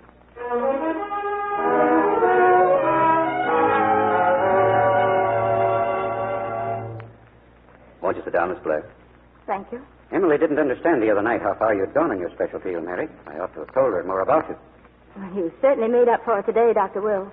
She's here because I believe if anyone can help her, you can. And, Mary, if Emily decides to take your treatment, we'd like to keep it a little secret. But why? Well, for one thing, Dr. Vance, my aunt wants me to go to see Caro in Montreal, and I don't want to. I want to stay home for a while. If your treatment should be successful, it will be a happy surprise for all of us. And if it isn't, well, it will save the others another disappointment. I'm very hopeful. Very hopeful. Oh, there's one thing, Miss Blair, before we go any further. If we start this, I want to be sure you'll see it through. Just what does that mean? The treatments involve injections twice a week. Special serum that I've developed. How long will it last? I haven't any idea. Well, I mean about how long? How long did it take with your other patients? Well, that's no indication. None of them had meningitis, and not all of them were cured. Oh. You haven't much faith yourself, have you? No. And you're not going to like the treatment. You're going to feel pretty sick after some of the injections. That's why I want your promise to stay with it until something's proved. Would you tell me at once if you knew it was useless? Well, of course. My time has a certain value, too, Miss Blair. Very well, I promise. And Dr. Will seems to have enough faith for both of us anyway. You know, it seems as though we're both doing this for Dr. Will. You know, it's a lucky break for us that deafness isn't one of those ailments where you have to like the doctor to be helped. Or the doctor has to like his patient. Yes. You can roll up your sleeve, Miss Blair.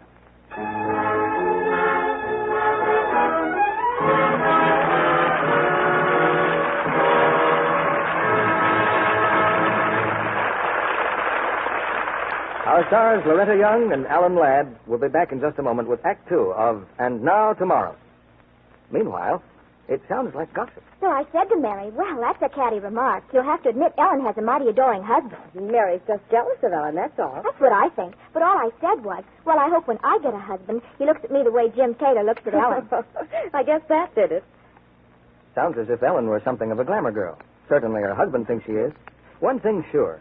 Ellen's a girl who realizes the compelling charm of smooth, radiant skin. Yes, Ellen's a Lux girl. A girl who never takes chances with complexion loveliness. Here's her daily beauty care. My Lux Soap facials are easy and quick. I cover my face generously with the creamy, active lather and work it well in. Then I rinse with warm water, splash on cold, and pat my face dry with a soft towel. This beauty care works for screen stars, and it works for me, too. Active lather facials with Lux toilet soap really do make skin softer, smoother. No wonder this fine soap is the chosen beauty soap of 9 out of 10 famous screen stars. Lovely women everywhere. They'll tell you the extra creamy lather is like a caress on the skin. You'll agree it feels like smoothing beauty in. Recent tests showed actually 3 out of 4 complexions improved in a short time with this gentle daily care. Why don't you get some of this fine white complexion soap tomorrow? Here's Preston Sturgis and our stars. Act Two of And Now Tomorrow, starring Loretta Young as Emily Blair and Alan Ladd as Merrick Vance.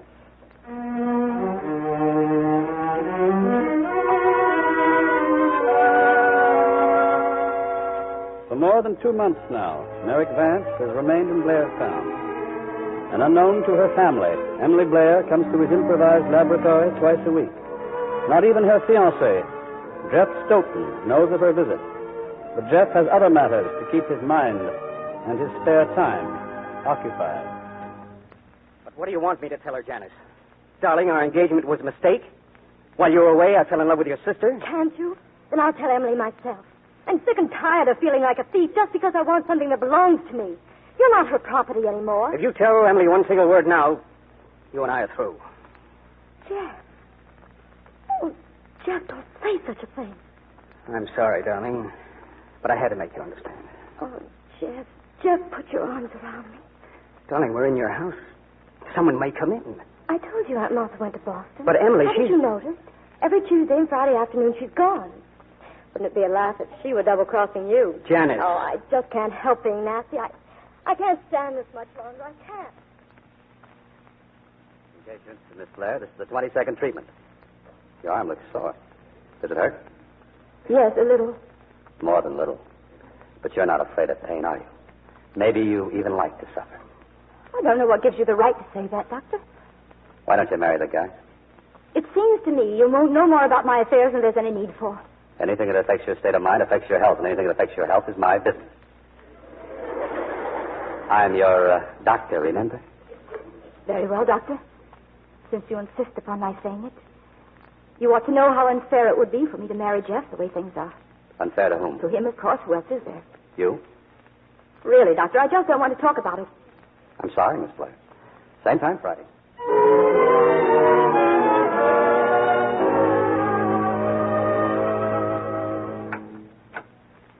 Well, Miss Blair, only a half hour late. You're improving. Last time it was 40 minutes. Oh, I'm sorry. I must have walked too slowly. Oh, that's all right. Just make yourself comfortable. I'll be back in a half hour. You're going now? Yes, just sit down and read a magazine. That is, if you care to wait. You're not very polite this afternoon, are you? About average for me, Miss Blair. About average.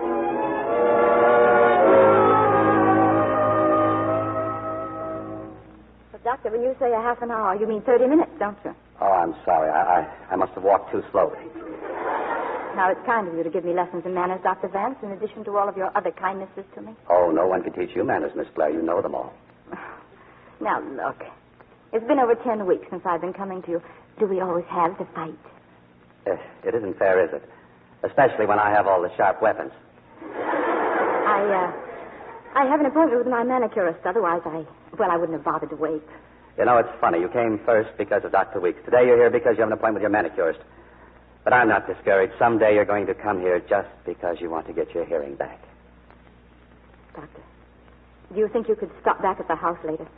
Frankly, Miss Blair, I doubt it. I wouldn't think of bothering you if Dr. Weeks were here, but Carrie, our cook, has a terrible cold, and Aunt Martha suggested... You can tell your Aunt Martha I'll be over after dinner. Now, if you'll step into the lavatory, we can...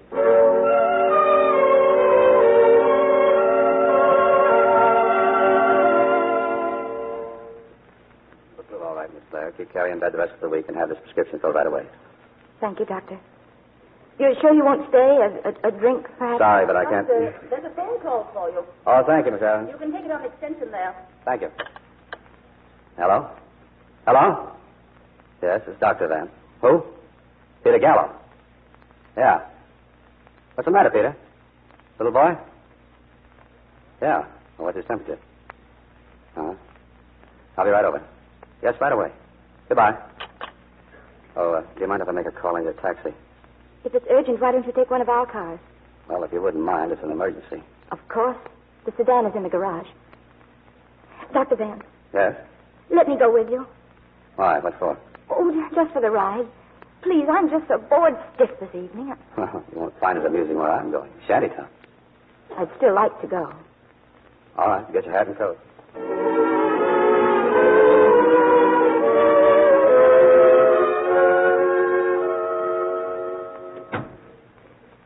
How is he, Mrs. Gallup? What does the doctor say? He isn't sure yet. He told me to wait out here. You're Angeletta, aren't you? I'm Emily Blair. Don't you remember me? We went to school together. You think I don't remember you? I remember you all right. Well, if you'd rather, I'll wait outside in the car. No, it doesn't matter. Angeletta. Yes. He says it's mastoid. Peter. Oh, no. I haven't any choice, Angeletta. He's too far gone to risk taking him to a hospital. I'm going to operate here. I told him, do what he thinks best. I'll need all the hot water I can get, boiling hot. I'll get it, Doctor. Is there anything I can do? Yes, plenty. I'll have to count on you to get the anesthetic. Think you can, Miss Blair? I think I can. If you start feeling faint, be sure to tell me. Don't wait too long. No, I won't. All right, then take that red stuff off your fingernails and start scrubbing your hands.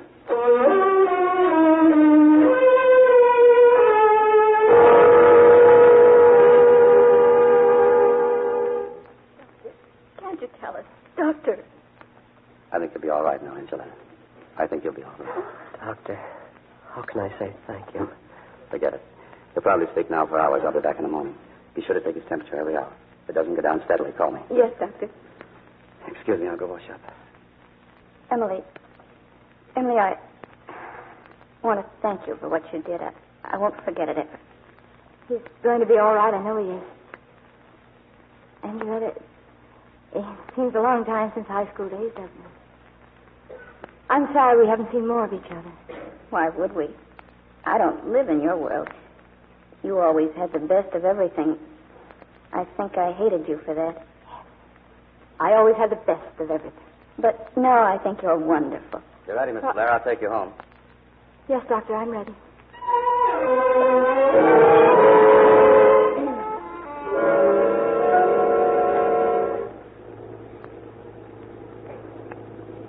Do you mind if I keep the light on in the car? Light?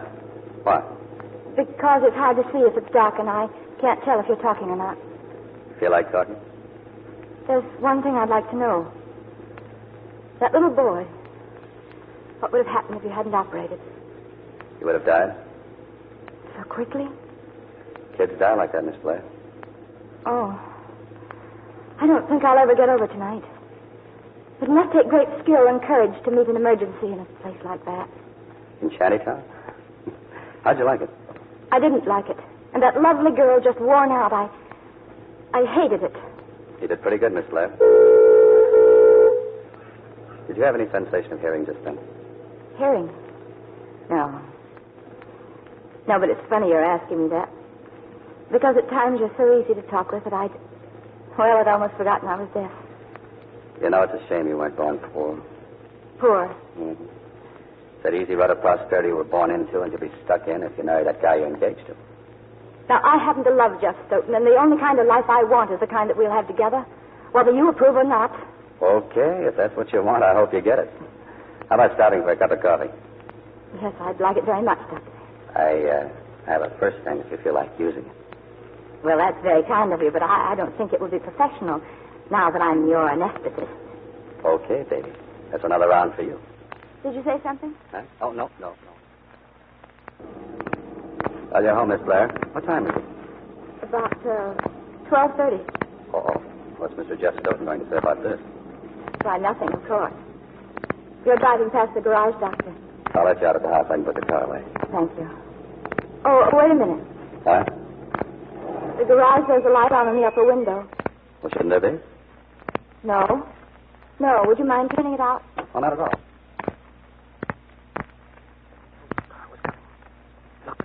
Down there in the drive. Emily and Dr. Van. Oh, we were fools to come up here at all. There's nothing wrong. There has to be someplace where we can talk alone. Oh, look, Keep quiet. Jeff, he's coming up the stairs. For Pete's sake. Oh.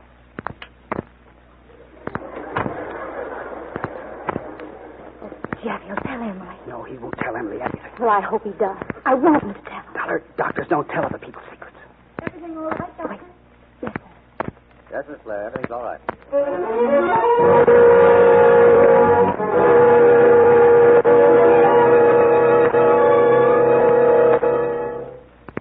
Ever leave this laboratory, Merrick? Hello, Dr. Will. What have you got there? The auditory nerve of a rabbit. Come on, take a look. Looks like regenerating tissue to me. It is. 3 weeks ago, I started injections of serum. The rabbit had been stone deaf. The same serum you've been using? No, something new I'm working on. But I haven't got it yet. The rabbit died. I see. You cured the disease, but killed the rabbit. Mary, what about Emily? Do I really have to go to the place for dinner?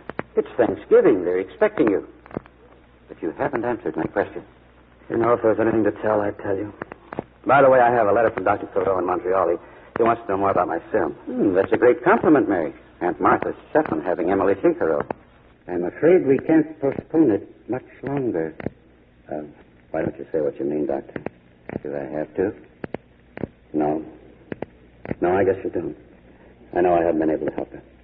Dinner at the Blairs at 4 o'clock, you said. I'll meet you. Oh, good afternoon, Dr. Vance. Am I too early? No, the others are having cocktails in our house. Shall we go in?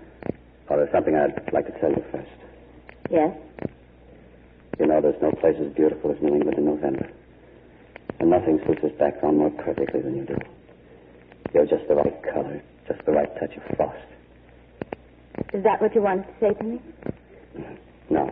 It's been almost 5 months since we started this treatment. And you made a promise then to stay with it until something was proved. It wasn't too difficult. I made a promise, too. Yes. Yes, you promised to tell me if you knew the treatment wouldn't help me. Do you consider 5 months very long? Very long, Doctor, when you count every day of them and wait and hope. You know, at first I didn't have any faith in you. I didn't even like you. And then after that night when you operated on the Gallo child, What is it you're trying to tell me, Doctor? Another failure? I don't want to give up. But you have a perfect right to know the prospects aren't too bright. Oh, I guess I should have suspected it. Well, there's always Dr. Carroll in Montreal. No, there isn't. Did you say something? I said no, there isn't. No, there isn't what? Dr. Carroll regards the meningitis deafness as incurable. I wrote and asked him. But I could have told you a month ago that I wasn't getting anywhere. That wasn't any too honest, was it? No, not if you were sure. There's no such word as sure. I didn't tell you because, well, I just didn't want to go back to Pittsburgh. I thought you liked Pittsburgh. There's no Emily Blair there. What did you say? I said there's no Emily Blair in Pittsburgh. Oh, I see. You can't cure me, so by way of compensation, you're willing to make love to me. Who are you that a man can't make love to? It's an ivory house or something? Good taste, Doctor, to keep it to yourself. Well, I never learned your kind of good taste, so I can finish what I was going to say. You're engaged to a man named Jeff Stoughton, but you won't marry him. Why? Because you're dead? Wouldn't make any difference to me. You think it does to him? Well, whether it does or not, he won't go on waiting forever, even though he is a Pennsylvania Stoughton. No one in my entire life has ever dared to speak to me like this, Doctor. No. Why don't you try acting like a human being for a change? Pride isn't enough for even you to live on. Have you quite finished, Doctor? Yes. Maybe I've said it all wrong, but at least I've said it. Then perhaps we'd better go into the house. Well, here they are. From there. Oh, hello. Just in time for a drink. Cocktail, Emily? No, thank you. Doctor? Thank you. Jeff, there's something I want to say to you. To everyone, I have a confession to make. A confession, dear? I'm serious, Aunt Martha. For the past 5 months, Dr. Vance has been trying to cure me with a special serum that he discovered. That's why I've avoided going to Montreal. Emily, at least you might have told me. I didn't want to tell anyone. And anyway, it doesn't make any difference because Dr. Vance's treatment didn't work. I'm responsible for the whole thing. Mary didn't want to do it. Emily... That's the funniest thing I ever heard. Fancy Emily going to this handsome young doctor on the fly. Janice, behave. Please, I haven't finished. Dr. Carroll can't cure me either. Dr. Vance had a letter from him. Now, apparently, no one can kill me. Jeff, I'm going to be deaf all the rest of my life. Oh, Emily, no. For the past 2 years, I've been indulging myself in a very selfish attitude. I've been asking you to wait and not giving you any idea of how long you'd have to wait. Well, too proud or something to see it for myself. Jeff, if you still want it that way, I'll marry you just as soon as you like. I've always wanted it just that way, Emily. Oh, Jeff. I hope you'd say that. Then we'll have our Christmas wedding after all. Even if I can't hear the wedding.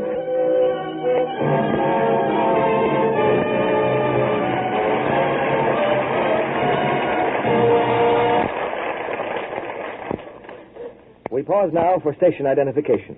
This is CBS, the Columbia Broadcasting System.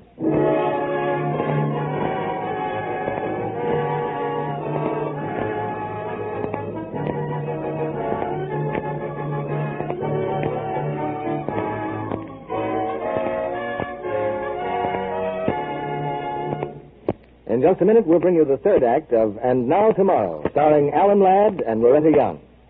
And now, a dance for some homecoming soldiers.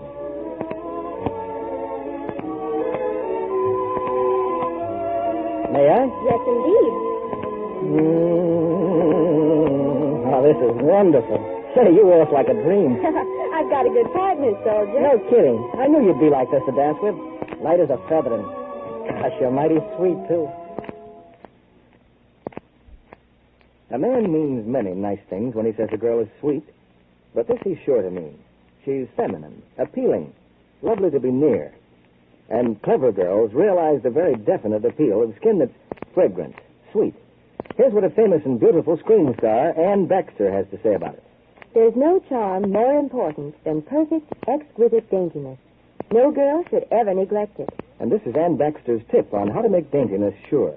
A daily beauty bath with my complexion soap, Lux Toilet Soap, leaves skin really fresh and sweet. And I love the delicate fragrance the Lux Soap Bath leaves on my skin. Why not use Lux Toilet Soap as your daily bath soap, too? It's luxurious, yet very inexpensive. Each smooth white cake is hard-milled. You'll find Lux Toilet Soap doesn't get mushy or soft. Can be used to the last thin sliver. Get some of this fragrant white beauty soap tomorrow. Here's Preston Sturgis, our guest producer. After this final act, our stars have an important message for you. Now our curtain rises on the third act of And Now Tomorrow, starring Alan Ladd as Merrick Vance and Loretta Young as Emily Blair.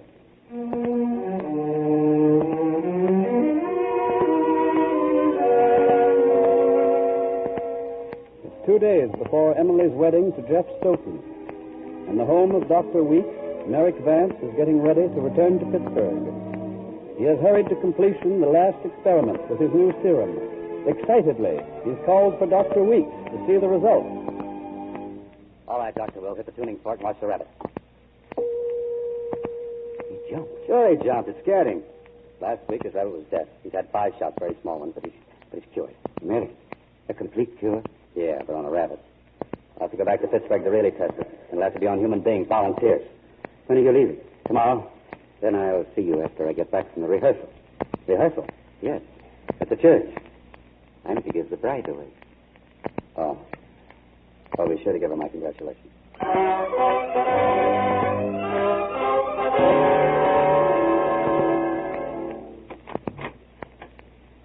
Thanks for the lift home, Dr. Will. Tell me, how did rehearsal really go? Was the music right? My dear, everything was perfect. Doctor, did you notice Janice? She seemed, upset. I think moved would be the better word. By the way, where is she? She and Jeff should be along any minute. Now, what's the mystery? You said you wanted to see me alone. Yes. It's about Merrick Vance. He's developed a new serum. He's been treating a rabbit deaf from birth. Yes? Good day, it could hear. Merrick's going back to Pittsburgh tomorrow. More tests and then experiments on human patients. That'll take a long time, won't it? A long time. Can't fool around with serums, you know. No, of course not. Now, you run along to bed. Good night, Emily. Good night, Dr. Will.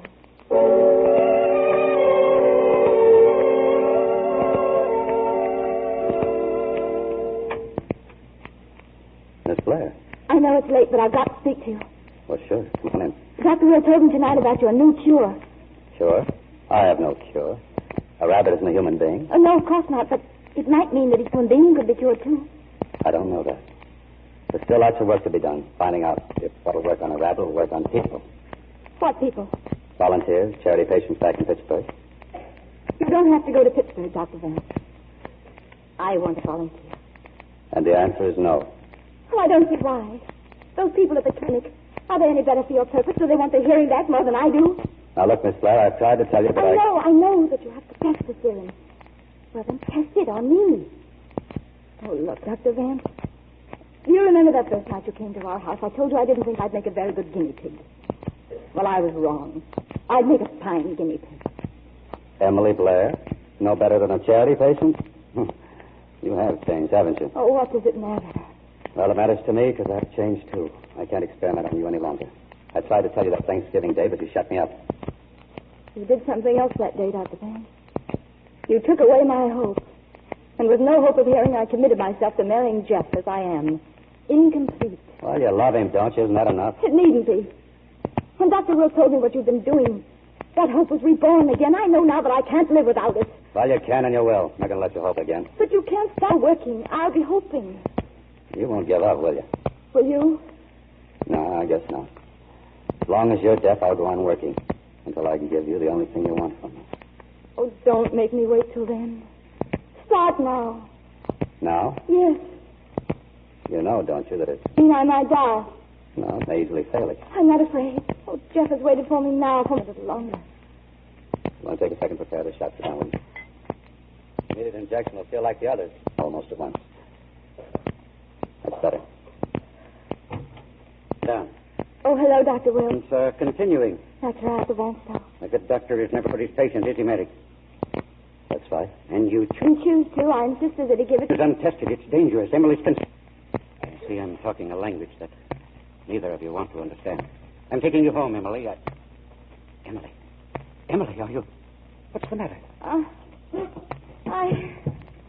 Dr. Will. You fool. Help me get her to the couch, then get my car.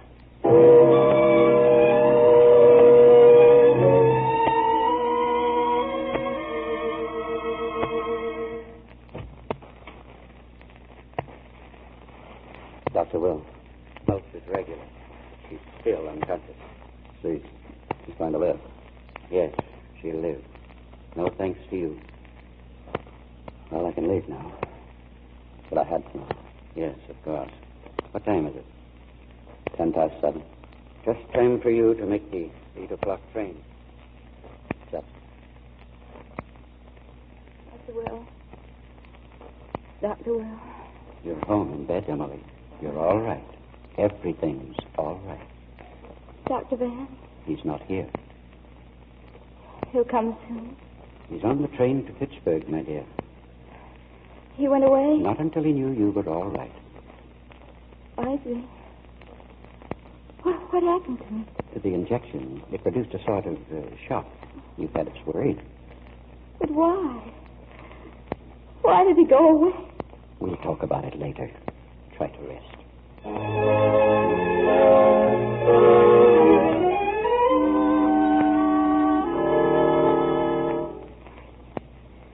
Nurse, what time is it? Oh, good morning, Miss Blair. It's 8 o'clock. I was about to get you some breakfast. And then Dr. Weeks wants to see you. It's so gloomy in here. I'll pull the drape. Won't matter much, though. A real nasty day. Rained all night, and now it's turned to sleet. Fine day to be sick. Well, I started a fire in the fireplace. That should cheer you up. Anything you want before I bring your tray? No. No, thank you. I'll be back in a few minutes.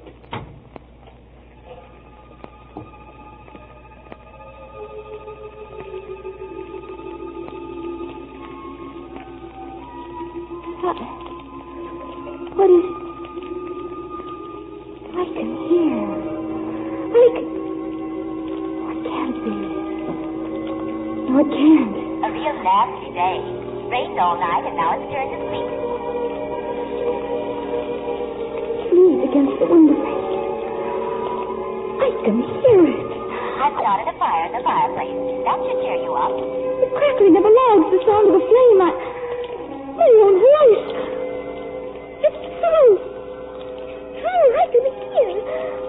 No! Emily, dear, what is it? Dr. Will. You were calling? Dr. Will. Say something to me. But you'll have to look at me, Emily. But you'll have to look at me, Emily. Why, you... I can hardly believe it. Go on, say something else.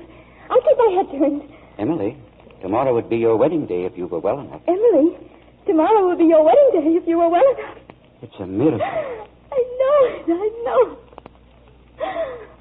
Oh, to be able to hear again.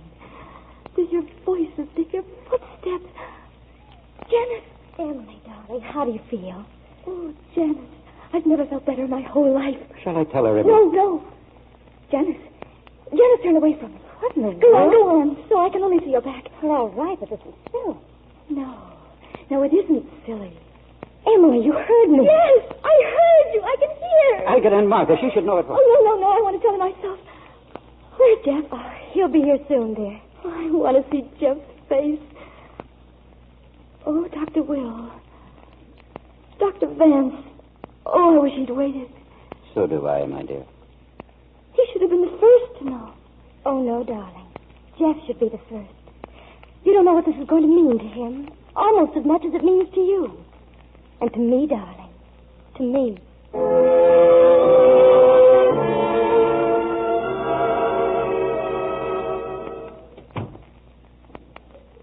Hello, Janet. How's Emily? She's waiting for you, Jeff. In her room? Yes, I'll go on up with you. How is she, Janet? She's fine. Never better. What? She's better than she's been for years. Look, that's so we won't have to postpone the wedding. Are you really going through with it, Jeff? Of course I am. What else can I do? A man of honor, aren't you? Keep your promise. That's the way things are. You'll have to accept them just as I have. I see. She's dead, so you can't let her die. That's the way I feel. Here's the door. We might as well go in. Jeff, before we go in, I want to be sure of one thing. Yes, Janice? You do love me, don't you, Jeff? Janice, please. You aren't afraid that she can hear you, are you? After all, she can only hear you when she's looking at you. Yes, of course. Then say it. Do you love me? You know I do, Janice. Thanks, Jeff. You'd better go in now. Emily has something to say to you. Aren't you coming in? I think now she'd rather see you alone. Janet, please. Come in. Hello, Emily. You're looking wonderful. Oh, dear. So you love Janet? What do you mean? I think it's simple enough. I heard you. You heard me? Yes. You can hear? She can hear, Jeff. There's no reason now why you shouldn't tell her. Yes, I think you'd better tell me, Jeff. Emily, I'd rather do anything than hurt you. Even marry me? Emily. Now, look, Jeff. Will it help you if I tell you I'm not going to ask you to choose between Janice and me? I have no apologies, Emily. You were away a great deal, and we fell in love with each other. Janice, what about you? Do you love Jeff? Yes, Emily. I love him. Oh, I see. Janice, sit down. Jeff, you sit down, too, both of you. Oh, poor Jeff. You haven't been happy, have you, you and Janice? No, we haven't. Meeting out in country roads and cars over the garage. Over the garage? Yes, it was the only place we could talk alone. Why, that's strange. One night I came home with Dr. Vance and I saw a light in the window. You went upstairs to turn it out. We were there. Janice and I. He saw us. He saw you. Yes. Well, that's funny. He didn't even mention it. And then on the terrace on Thanksgiving Day, he practically challenged me to marry you, Jeff. I wonder why he thought that was such a good idea. I think I'll have to ask him the next time I see him.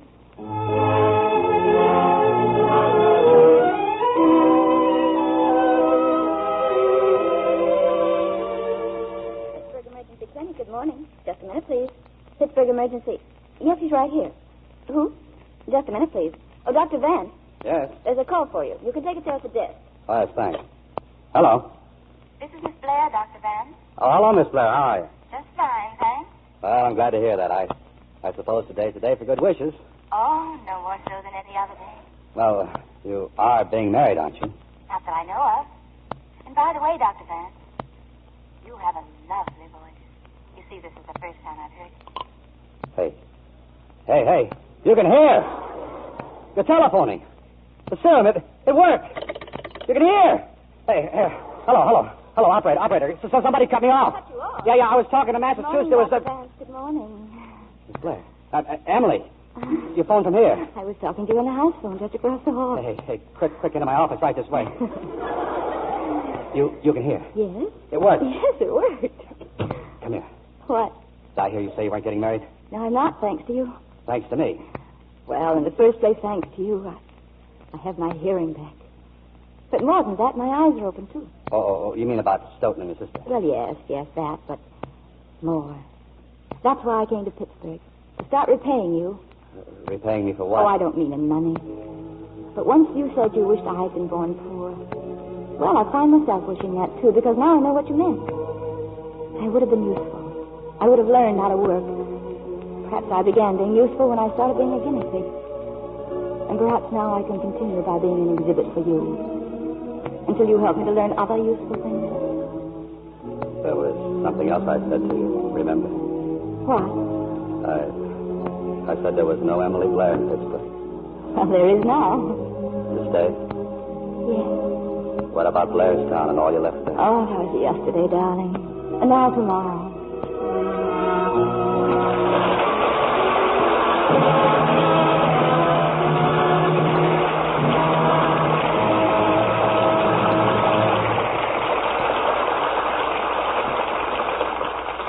Well-earned applause for tonight's stars, Loretta Young and Alan Ladd, who come to the footlights to receive our thanks. Oh, and thank you, Preston. It was a pleasure to be back here again with Alan and to work with such a fine cast. I'd better warn you both that the autograph hounds are lined up at our stage door. Oh. Well, Preston, we've been collecting autographs ourselves these last few days. You and Loretta collecting autographs? What kind? Well, the kind that make you feel humble when you read their names. Will Rogers, for example. Wallace Reed. And Carol Lombard. Where do you pick up autographs like theirs? Oh, a few blocks from here. At a booth outside of Paramount Studios. They cut the signatures off canceled paychecks that the studios saved from years back. And you can take your pick with every war bond that you buy. And that's one way of adding attraction to the best investment in the world. Well, that's right, Preston. But you don't really need premiums to urge you to buy war bonds. Where can you do better than $4 for 3? I can understand why you two have a personal interest in this 7th War Loan. Alan having served in uniform and you, Loretta, with a husband in the Army. Oh, I don't think Alan and I have any more vital interest in this drive than every other American person. It's just hard sometimes, I think, for any one individual to realize what his purchase means. Right, Alan. So let's look at it this way. If everyone in our Lux audience, for instance, bought just one $25 bond, it would come to a total of $750 million. And that's a lot of hay in any language, especially in Japanese. Right. And if our audience were to buy a $100 bond apiece, we'd have a fighting total of $3 billion good American dollars, enough to build 40 aircraft carriers and send them against the Japs with 4,000 planes aboard. That's quite a challenge to your audience, Preston. I hope they'll have acted on it before we meet again next week. What play do you have for next week, Press? Next Monday night, we take you to the bluegrass country with a story of romance and racing from the 20th Century Fox success, Kentucky. And our stars are Lorraine Day, Walter Brennan, and Tom Drake. A family feud that clashes with a warm and moving love.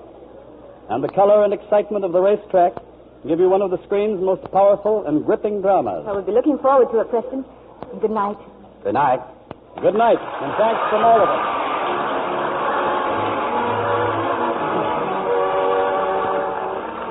Our sponsors, the makers of Lux Toilet Soap, join me in inviting you to be with us again next Monday night when the Lux Radio Theater presents Lorraine Day, Walter Brennan, and Tom Drake in Kentucky. This is Preston Sturgis saying good night from Hollywood.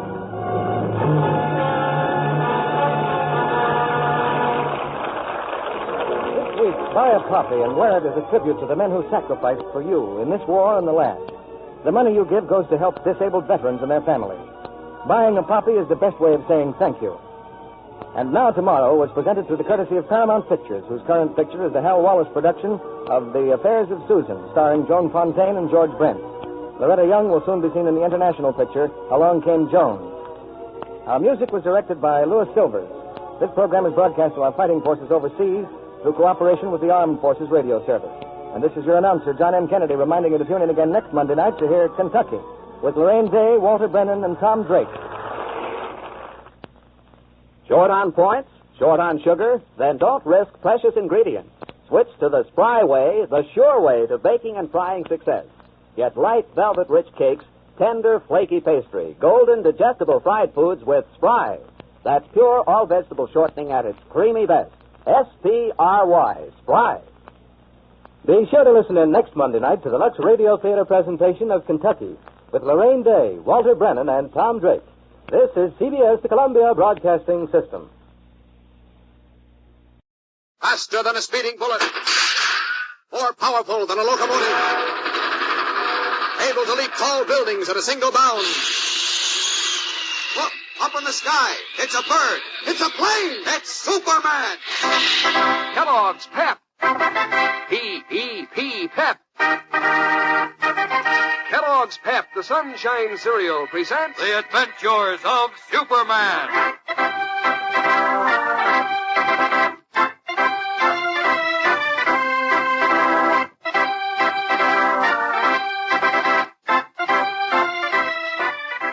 Today, Clark Kent, continuing to relate the story of his strangest experience as Superman, tells how the amused skepticism of Jim Olsen led the Man of Steel into adventures in space.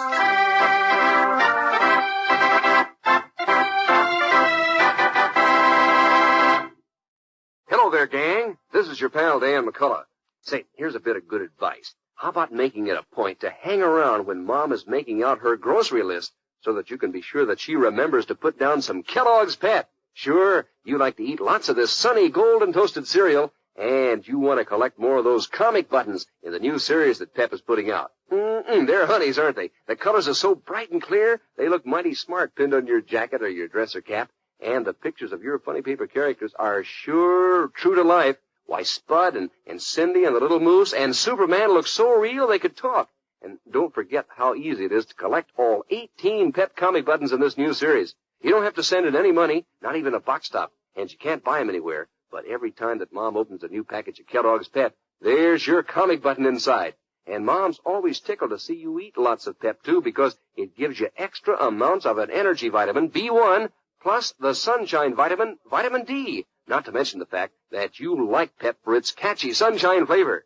Yes, sir, Pep's the prize when it comes to crisp, fresh, flavory eating at breakfast. So ask Mom to get P-E-P, the sunshine cereal, Kellogg's Pep. And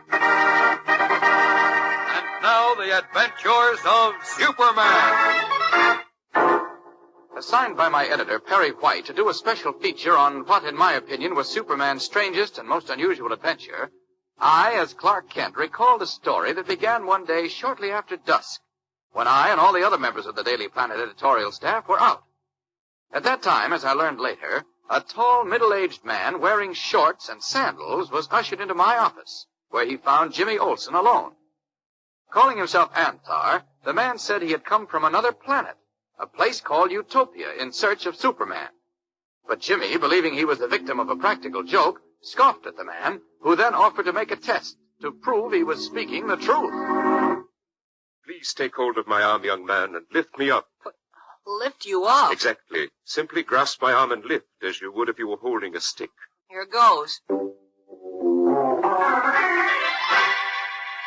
Warily approaching the stranger, Jim grasped him firmly by the arm and lifted.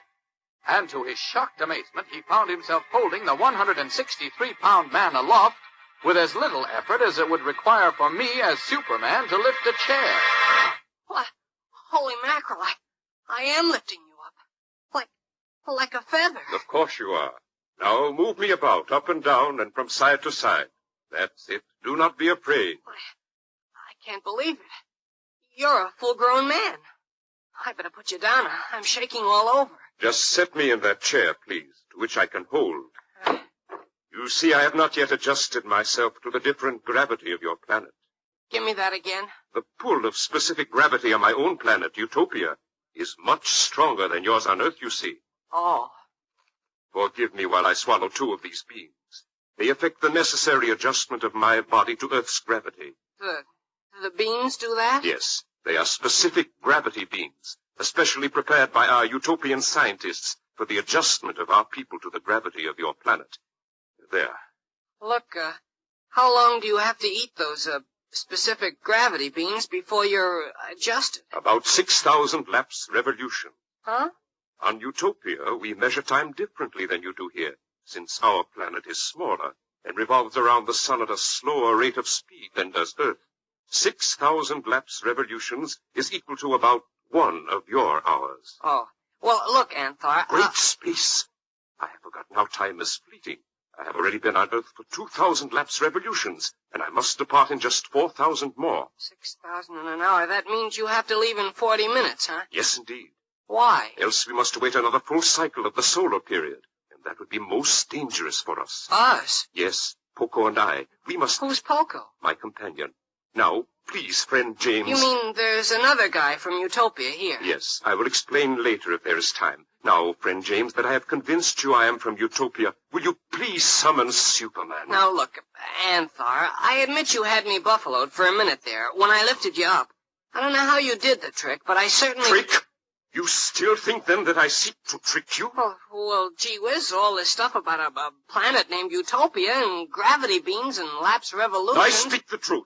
I have told you that your world is in terrible danger, and yet you dare to waste the precious fleeting strokes of time doubting me. Well, golly... Do you dare to accept the responsibility for making a decision, of choosing to do nothing, while the means for the enslavement of your world are being prepared? The enslavement of the whole world? Exactly. And unless you heed me now... that enslavement is not far off. Oh, now quit your kidding. Hitler had ideas like that, and where to get him? Compared to Saddam, my young friend, Hitler was only a blustering madman. Compared to whom? Saddam, the cruel and vicious one who has risen to great power as regent of Utopia by playing upon the panic of our people. And again I warn you that unless you heed me, Saddam will be regent of your entire world before long. Excuse me for laughing, but that's really funny. And still you mock me, foolish friend.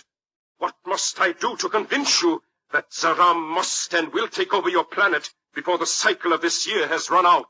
Tell me why Saddam has to attack and take us over before the end of the year. Because at the end of this cycle year, there will be no more planet Utopia. What? Yes, For the last 700 years, at approximately each turn of a century, a fragment of utopia has been ripped away into space. And from a planet once almost half the size of Earth, we have been reduced to a territory not much larger than your own state of Vermont. Gee whiz. You must find it kind of crowded. Indeed we do. And what is much more serious is that another disaster, and our final one, is due to occur within a day or two of the 25th of next month. At that time, our scientists assure us the last remaining fragment of utopia will be torn from its orbit and shattered to pieces in space. Uh-oh.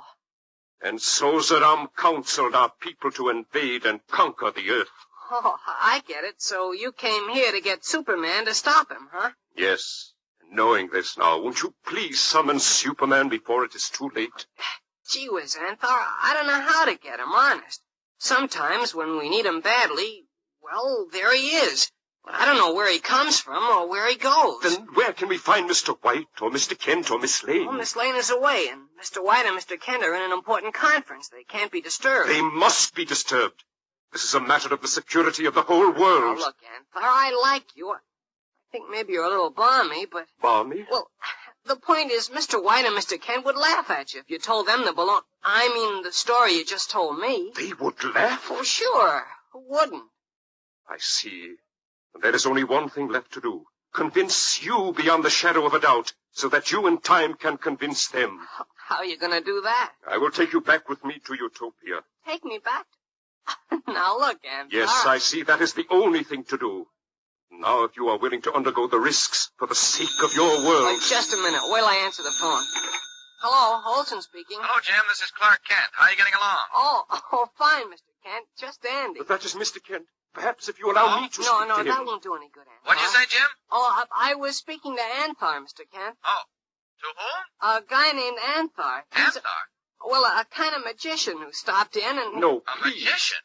Yeah, and can he do a swell trick? Oh, Jim. He let me lift him up in the air as if he were a feather. Cut the raving, Jim. I only have a minute. I'm not raving. Honest, you ought to see this guy. All right. And hear him. What? Can he tell him? Tell him? Oh, well, that's fine. But look, the chief and I are going to be tied up with Inspector Henderson for a while yet, so you better go on home. Okay. Unless I go to Utopia first. All right, well, go... Where? Utopia. That's another planet. And Anthar wants me to have a look at it so I can tell you and Mr. White and Superman about it. Oh, I wish you'd grow up, Jim. I told you I only had a minute, and you sit there kidding. But I'm not kidding. No, I know. All right, you're knitting. Go on home. I'll see you tomorrow. Good night. Good night, Mr. Kent. Okay, Anthar. I'm ready to go to Utopia with you now. Splendid. Let us go, my friend.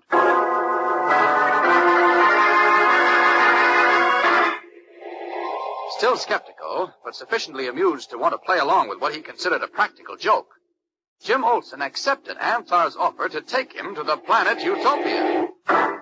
What will happen now? Is Jim Olson really committing himself to be hurtled through space toward a strange and unknown planet? We'll know more in a moment when we return to the suspenseful climax of today's episode. So stand by. You know, gang, there's never a dull moment when you're collecting comic buttons in that nifty new series from packages of Kellogg's Pep. For one thing, there are all kinds of comic strip characters. You know, I sort of counted them up, and here's what I found out. There are 4 women, you know, like Tess Trueheart and Cindy, 9 men like Vitamin Flintheart and Superman, and 5 young fellows and girls like Judy and Corky. That's pretty good total, isn't it? 18 different comic strip characters. Boy, is it a thrill to get a new button every time Mom opens a new package of Pep.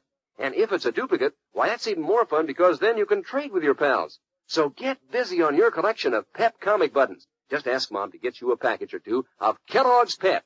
Now, you don't have to send in any money, not even a box top. And you can't buy these comic buttons anywhere, but you'll find one in every package of Kellogg's Pep you open. And you'll find yourself in for some doggone good eating at breakfast, too, believe me. Why, Pep is called the Sunshine Cereal. It's loaded with that catchy sunshine flavor that keeps your spoon digging in again and again for more. These toasted whole wheat flakes are always crisp, too, fresh as can be. So, gang, remind Mom to get you some P. The Sunshine Cereal, Kellogg's Pep. Now, back to Clark Kent's story of Superman's most unusual adventure. Jokingly agreeing to accompany Anthar on a trip back to Utopia, Jim Olson played along with what he thinks is a huge practical joke. But Anthar, his face grimly serious, admonishes him. Friend James, I must warn you that if we are discovered on Utopia by Zaram, you may never return to Earth. Oh, boy, this gets better and better. Well, how do we go? By rocket ship? I have a space shell which Poco guards now upon the roof of this very building. Oh, swell. Then all we have to do is go up to the roof and... Yes, but we must leave at once, please. You see, there is only a certain lapse revolution during each 6 of your hours in which we can travel between Earth and Utopia. A moment too soon or too late, we will miss our destination and be lost forever in eternal space. Okay, I'll take that chance. This way, Anthar. Let's go.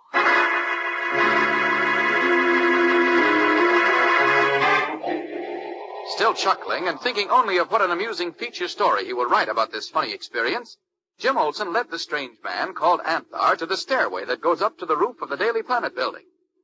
But Jim was in for the surprise of his life, and many more exciting experiences than he bargained for. Clark Kent isn't fooling when he says that Jim Olsen let himself in for some amazing experiences. So don't fail to be with us again tomorrow, when Kent continues his story of Superman's strange adventure on the Lost Planet. Yes, be sure to tune in again tomorrow. Same time, same station. And remember, for breakfast, it's Kellogg's Pep. For excitement, the adventures of Superman.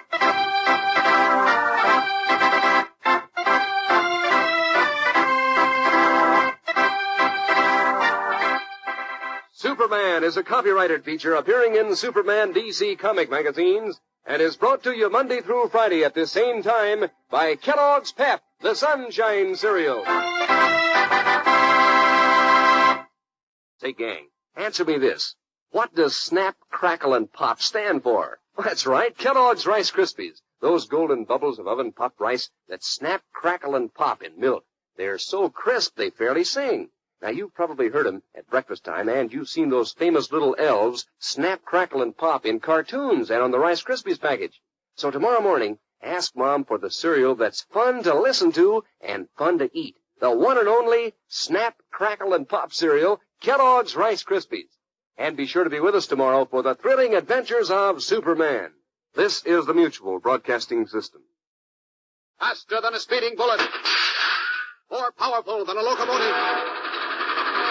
Able to leap tall buildings at a single bound. Look, up in the sky. It's a bird. It's a plane. It's Superman. Kellogg's Pep. P-E-P, Pep.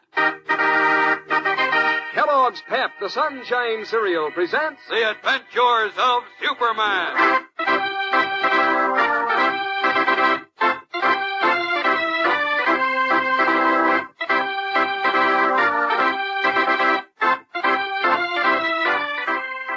Today, as Clark Kent recounts another episode in Superman's strange adventure on a lost planet, he reveals how Jimmy Olsen learned that Anthar's tale of Utopia was not just a joke.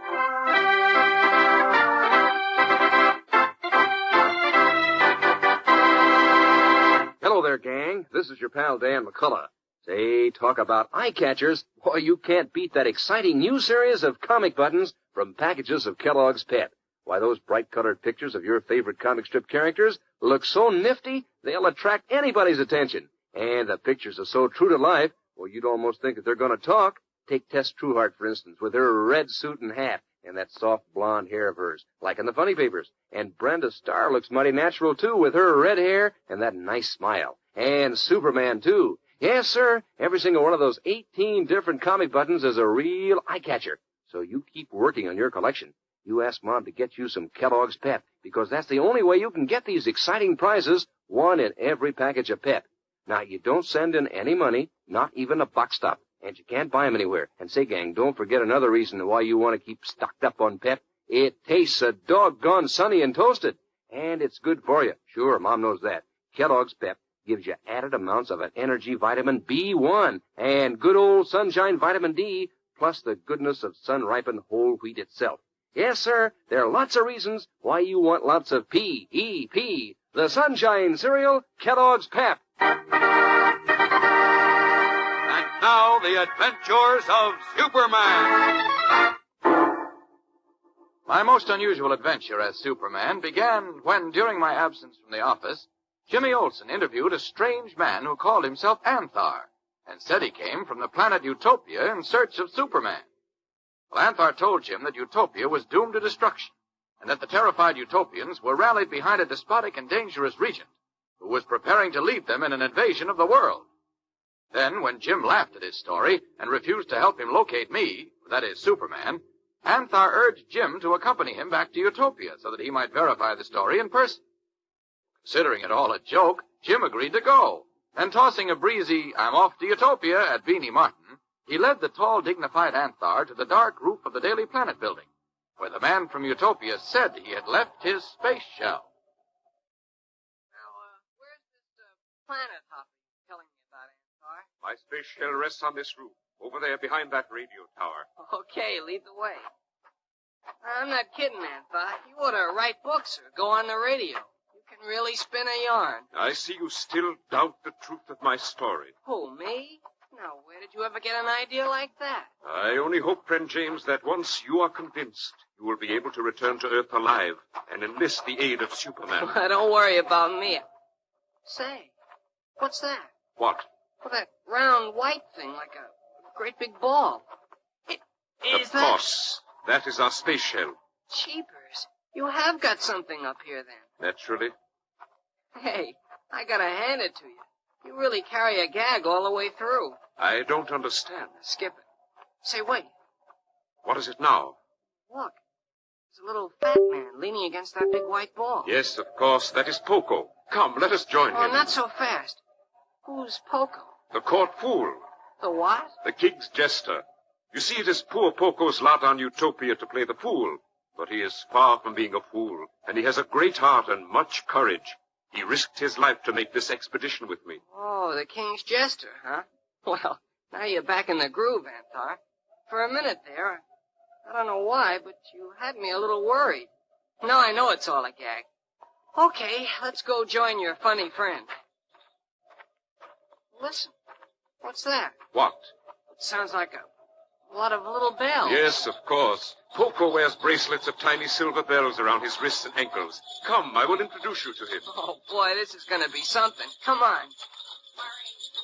Hurry. Anthar, the solar clock races. We must go places. Say, what kind of talk is that? Poco speaks in rhyme. Yes, Poco, we are leaving now. This is James Olsen, who returns to Utopia with us. Oh, glad to meet you, Mr. Poco. To meet you is a pleasure that is far beyond measure. Oh, thanks. Tell me, Anthar, if you can, is this youngster Superman? Me, Superman? Well, that's a hot one. No, Poco. It is necessary that we convince this young man first of Zaram's plot against Earth, before he will enlist the aid of Superman, for he thinks we jest. I do not see how this can be.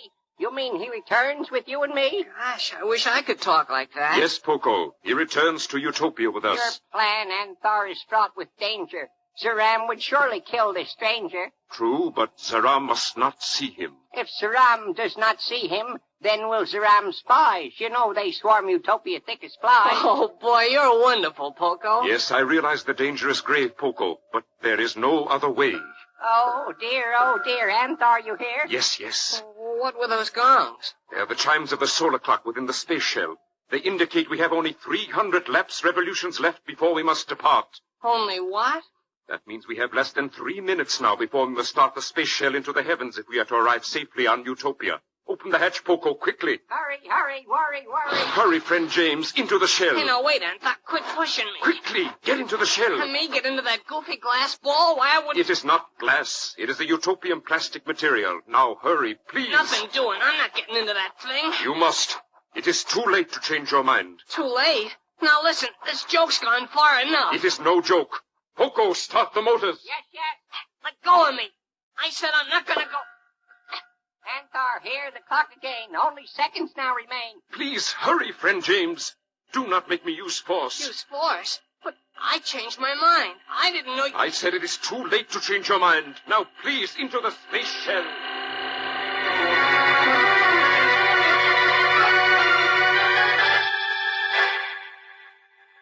Frightened now and struggling frantically in the powerful grip of Anthar, Jimmy is carried toward the large, gleaming plastic ball, which throbs with a hum of powerful motors. And at this tense moment, 3 floors below the roof, Editor Perry White and I were just entering the city room of the Daily Planet. going to do now, Kent?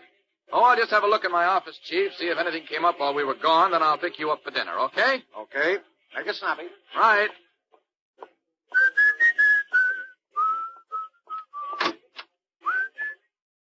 Matter, you lose something, Beanie? No, I was just looking to see if that guy dropped any of his pills.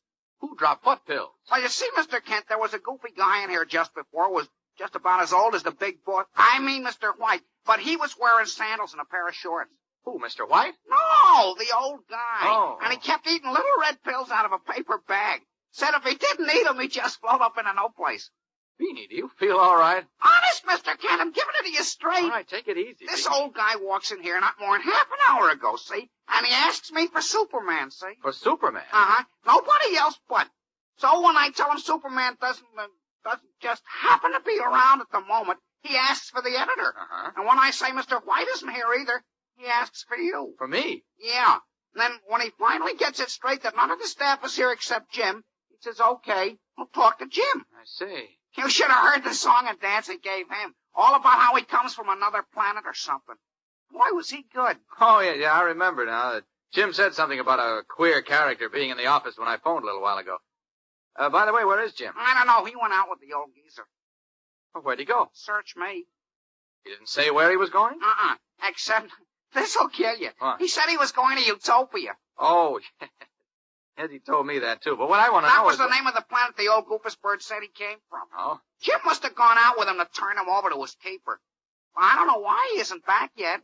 Man, sounds like a really queer character. Oh, you ain't kidding, brother. I mean, Mr. Kent, he looked sore when he went out with Jim, too. No?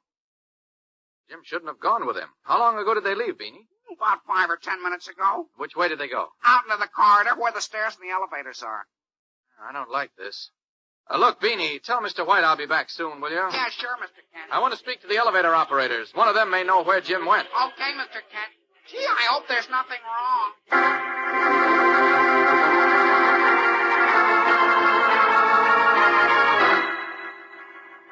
As I hurried out to question the elevator operators, I was completely unaware of a strange scene involving Jimmy Olsen that was taking place on the roof overhead. A development that, had I witnessed it, would have sent me hurtling into action as Superman.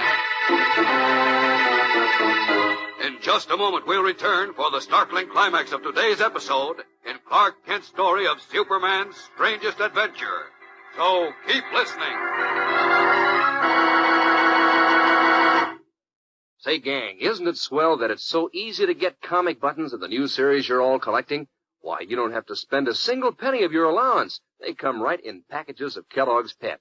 And they're so doggone smart-looking, you're mighty proud to wear 'em pinned on your jacket or your dress or cap. Done up in full comic strip colors, you know, bright red and blue and black and yellow on white enameled metal buttons that you'll have for a long, long time. And each picture is so true to life. Goofy and Beezy and Superman look just the way they do in the funny papers. And here are some of the other funny paper characters in this new series, too. There's Brenda Starr and Cindy and Spud and the Little Moose. 18 of them in all, gang, so you better hop to it. Remind Mom to get you some more Kellogg's Pep. That's right. You don't buy these Pep comic buttons, but you get one in every package of Pep you open as an exclusive prize. And you get a load of good eating, too, when you open up a package of Kellogg's Pep, believe me. Fresh, crisp, delicious eating. Sunny, golden, toasted, super delicious eating. These whole wheat flakes are always fresh and crisp and good. So start your day off with P-E-P, the Sunshine Cereal, Kellogg's Pep. As I said before, I was completely unaware that as I left to question the elevator operators about Jimmy Olsen, on the roof above me rested a large plastic ball. Inside it, seated before an elaborate instrument panel, was Poco, the little rhyming jester. And behind him sat Anthar, his arms locked about Jimmy, who was struggling to escape. Let me go, I tell you. Let me out of here. That is impossible now, friend James. In 50 laps revolutions, exactly 1/2 of a minute, we must depart. But gee whiz, look, I don't want to go. The clock has struck. We soon depart. I, for one, with a worried heart. You'll be a lot more worried unless you let me out of here, you goons. Now, let me out of here. Please stop struggling, friend James. I tell you it is useless. The morning shines. This is the time. Good. Take off, Poco. No. Stop. Let me out of here.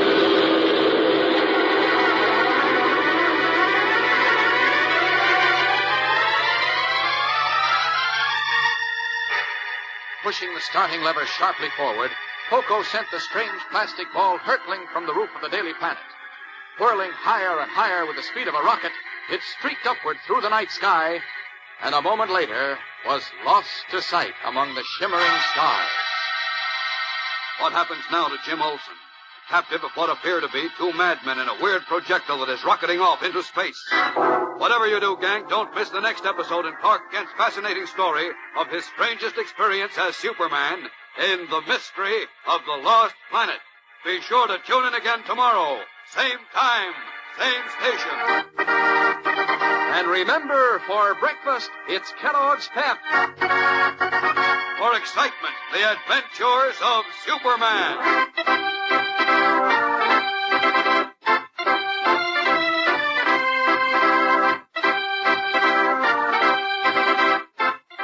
Superman is a copyrighted feature appearing in Superman DC comic magazines and is brought to you Monday through Friday at this same time by Kellogg's Pep, the Sunshine Cereal. Say, gang, you know what it means when Kellogg's Rice Krispies go snap, crackle, and pop in milk? Why, it means they're crisp. Crisp as crisp can be. Sure, Kellogg's Rice Krispies are the only cereal so crisp, they snap, crackle, and pop. That's why you see so much of those three famous little elves, Snap, Crackle, and Pop, in cartoons and on the Rice Krispies package. They stand for the crispiness of Kellogg's golden bubbles of oven-puffed rice. The one and only Snap, Crackle, and Pop cereal, Kellogg's Rice Krispies. And be sure to be with us tomorrow for the thrilling adventures of Superman. This is the Mutual Broadcasting System. Faster than a speeding bullet. More powerful than a locomotive. Able to leap tall buildings at a single bound.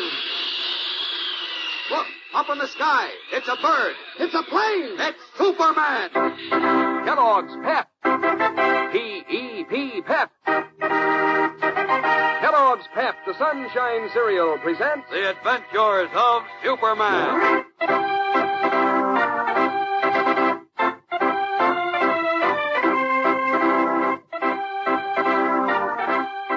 Today, in his story of Superman's most unusual adventure, Clark Kent reveals how he learned that Jimmy Olsen had hurtled off into space with Anthar, the man from Utopia.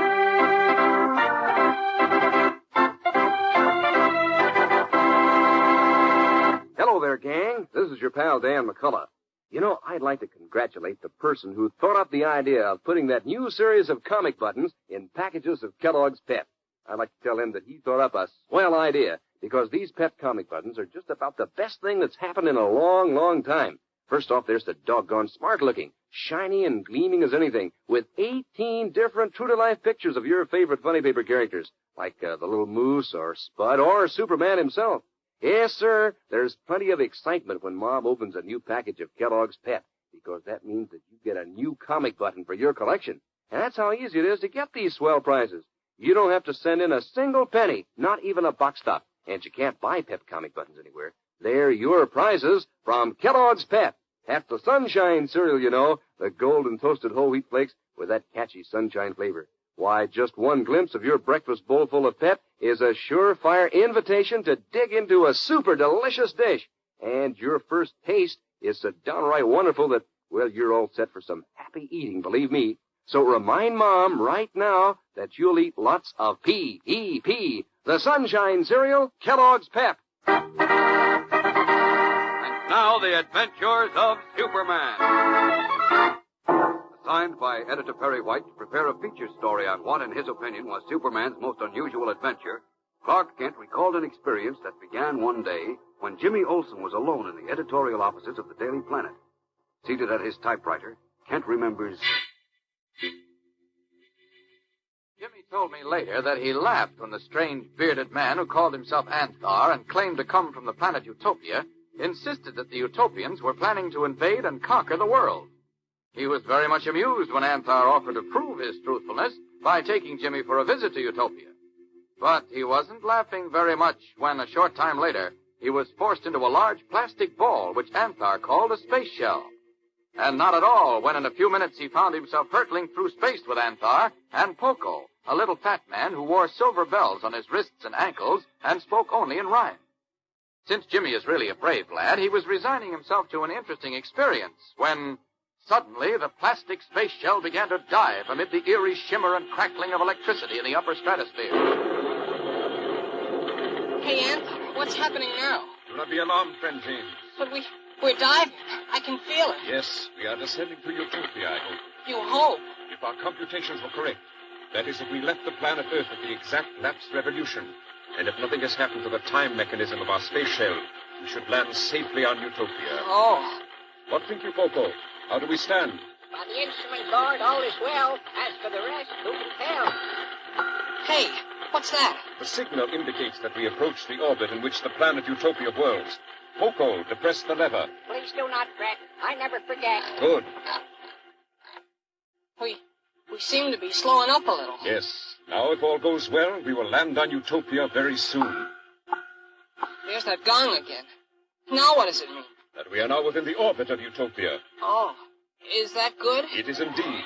Now, if... Oh, please don't say if again. It gives me the willies. Very well. Say, the last time that gong rang, Poco pulled a lever. Shouldn't he do it again? No. Once within the orbit of Utopia, the space shell controls itself automatically. I see. Listen, what's that? Now we descend, James, my friend. Jeepers, sounds as if we're breaking apart. Do not be alarmed. We are preparing to land. Land? Oh, yeah. I see some yellow lights. Oh, bless our shell. Now all is well. Does Poco mean we're okay now, Anthar? He does, friend James. In a brief lapse revolution or two, you will hear the landing gong. There. Oh, hear the ground. Blessed ground. Yes. Poco, turn off the motors. Quickly, before someone hears it. Oh, bless my eyes. I forgot the spies. What'd he say about spies, Anthar? Zeram's spies are all about, so we must be very careful. Open the hatch, Poco, carefully. I'll be very quiet to avoid a riot. Zeram is the bad guy who runs this place, isn't he? Yes, he is indeed a bad man who has risen to seize the position of regent by playing upon my people's fears. Come, let us leave the shell while all is yet well. Yes, Poco. Step out, friend James, but quietly, please. Oh, okay.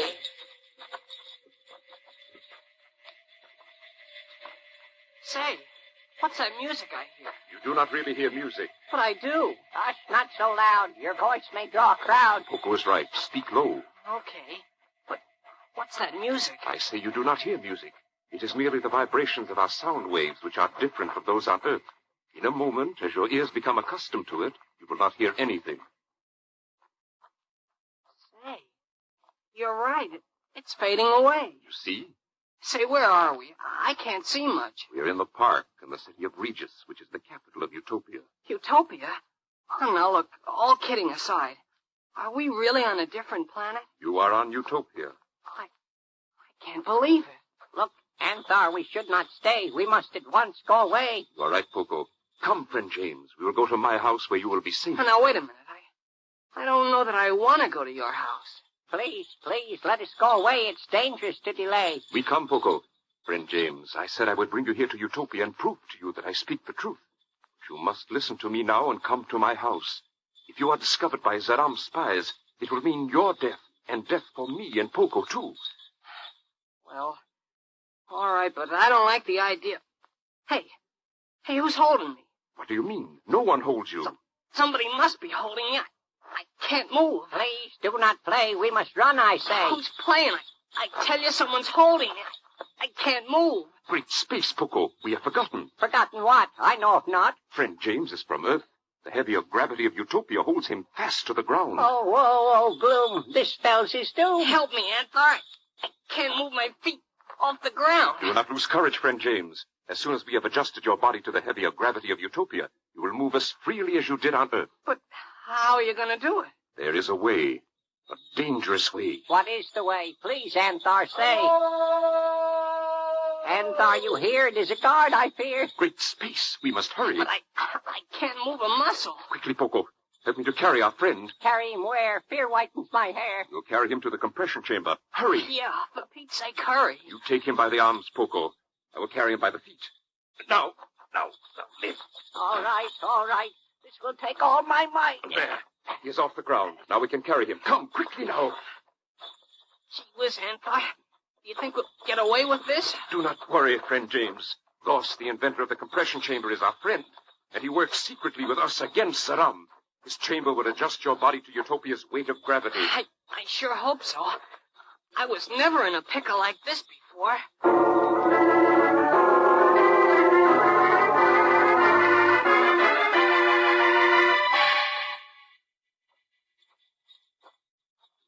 Courage, friend James.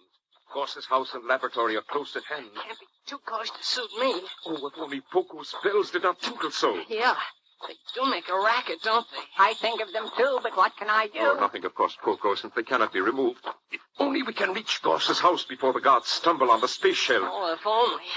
Boy, you guys sure got me in a swell mess. It is for the sake of your own. Come quickly! Who's that? The guards. They must have discovered the space shell. Holy smokes. Oh, Anthar, my friend, this is truly the end.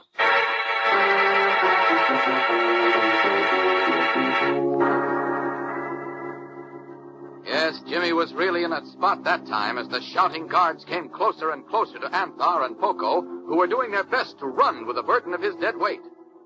And all the time here on Earth, I was completely unaware of Jimmy's predicament. In just a moment, we'll return for the exciting climax in today's episode of Clark Kent's story. So keep listening. You know, it's hard to figure out what's the most fun about collecting comic buttons in that new series from packages of Kellogg's Pep. There's the fun in adding to your collection every time Mom opens a new package of Pep. You know, when you've collected 3 comic buttons while you're looking forward to getting the 4th. And when you've got 4, you're wanting that 5th. And on up until someday, you're ready for your 18th. And, of course, if you should get a duplicate, why, that's even more fun because then you can trade with your friends and then you can still add to your collection. And believe me, gang, you're going to want all 18 of these snappy Pep comic buttons. Goofy and Beezy and the Little Moose and Superman and all the rest. So you better hop to it. Ask Mom to get you some Kellogg's Pep because that's the only way you can get these exclusive prizes. You don't send in any money, not even a box top, and you can't buy them anywhere. But you'll find a bright-colored comic button inside every package of Pep you open. And boy, does Kellogg's Pep help to pep up breakfast. Why, those toasted flakes of good old wheat taste so sunny and crisp, you practically can't resist them. Sure, it's that famous sunshine flavor that does the trick. So remind Mom to get you some P-E-P, the Sunshine Cereal, Kellogg's Pep. At about the same time that Anthar, Poco, and Jimmy were trying to evade Saram's guards on Utopia, here on Earth, Editor Perry White and I were just stepping out on the roof of the Daily Planet building in search of our young friend. What's the idea of dragging me up here, Kent? Because the elevator operator said he brought Jim and that madman to the roof a few minutes ago. Oh, nonsense. What would they come up here for? I don't know. Certainly wish I did. He must have been mistaken. See, no one's up here. Oh. Well, then where did Jim go, Chief? Probably went out for a malted milk or something. You know he's always hungry. No, I don't think he went out to eat. Not with that old character, anyhow. Now, look, Kent. This is probably one of Jim's stupid practical jokes. Oh. Chances are he's back in the office right now, waiting to give us the horse laugh. No, he's not in the office. How do you know he isn't? What? Why, uh-oh. Well, now what? There's someone over there by the radio tower. Come on. Oh, where? Can't tell who it is yet. Lying on the roof. Is it Jim? No. What? Why, it's Tom Carlson. Who? Tom Carlson, the news announcer in our radio studio. Oh. Tom, wake up, fella. Oh, what's the matter with him? I don't know. Oh, wait a minute. He's coming to. What happened? Well, that's what I want to know. What are you doing up here, Carlson? What happened to you, Tom? Jim, listen. Yes? Jim. What about Jim? Speak up, Carlson. Speak up. Tom. Uh-oh, he passed out. Great Caesar. Tom, what happened to Jim?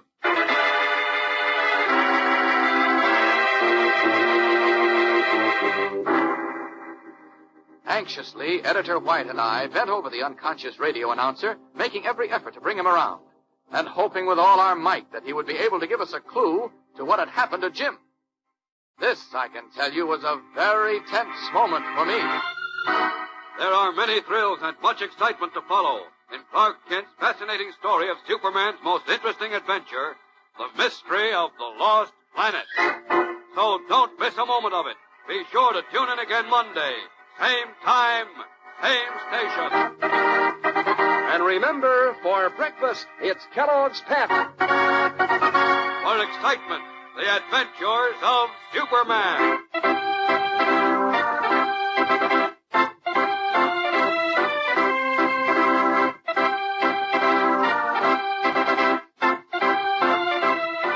Superman is a copyrighted feature appearing in Superman DC comic magazines and is brought to you Monday through Friday at this same time by Kellogg's Pep, the Sunshine Cereal. Say, gang, do you know how crisp Kellogg's Rice Krispies are? Why, they're so crisp they snap, crackle, and pop in milk. Sure, that's their song of crispiness. It means that these golden bubbles of oven-popped rice are crisp as crisp can be. And whenever you see those famous little elves snap, crackle, and pop in cartoons or on the Rice Krispies package, you think of how light and delicate and crisp this grand breakfast dish is. So tomorrow morning, ask Mom for the one and only Snap, Crackle, and Pop cereal, Kellogg's Rice Krispies. And be sure to be with us on Monday for the thrilling adventures of Superman. This is the Mutual Broadcasting System. Faster than a speeding bullet. More powerful than a locomotive. Able to leap tall buildings at a single bound. Look, up in the sky. It's a bird. It's a plane. It's Superman. Kellogg's Pep. P-E-P, Pep. Kellogg's Pep, the Sunshine Cereal, presents The Adventures of Superman.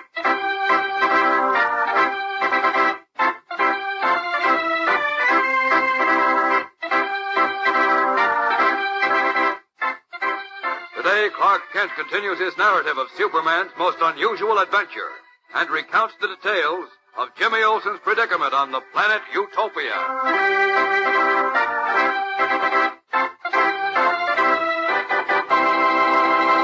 Hello there, gang. This is your pal Dan McCullough. You know, even if you'd never read a comic strip in the funny papers, you'd still want to collect all 18 comic buttons in that new series Kellogg's Pep is putting out. Because the colors are so bright and clear, those buttons really show up when you wear them pinned on your jacket or your dress or cap. But since you know all the characters and follow their adventures all the time, why, it's even more fun. Yes, and they look true to life, too, so real they could speak. Take the little moose, for instance, with his arms folded on his chest and that feather in his black hair. Or Vitamin Flintheart, derby hat and long hair and fur coat and all. Or Superman himself, complete with flying red cape and Superman insignia. Yes, sir, these Pep comic buttons are mighty nifty, and they're so easy to get. You don't send in any money, not even a box top, and you can't buy them anywhere. The only way that you can get them is to ask Mom to get you some Kellogg's Pep and look for your comic button inside every package you open. And look for some doggone good eating, too, because Pep's a ringer when it comes to crispness and flavor.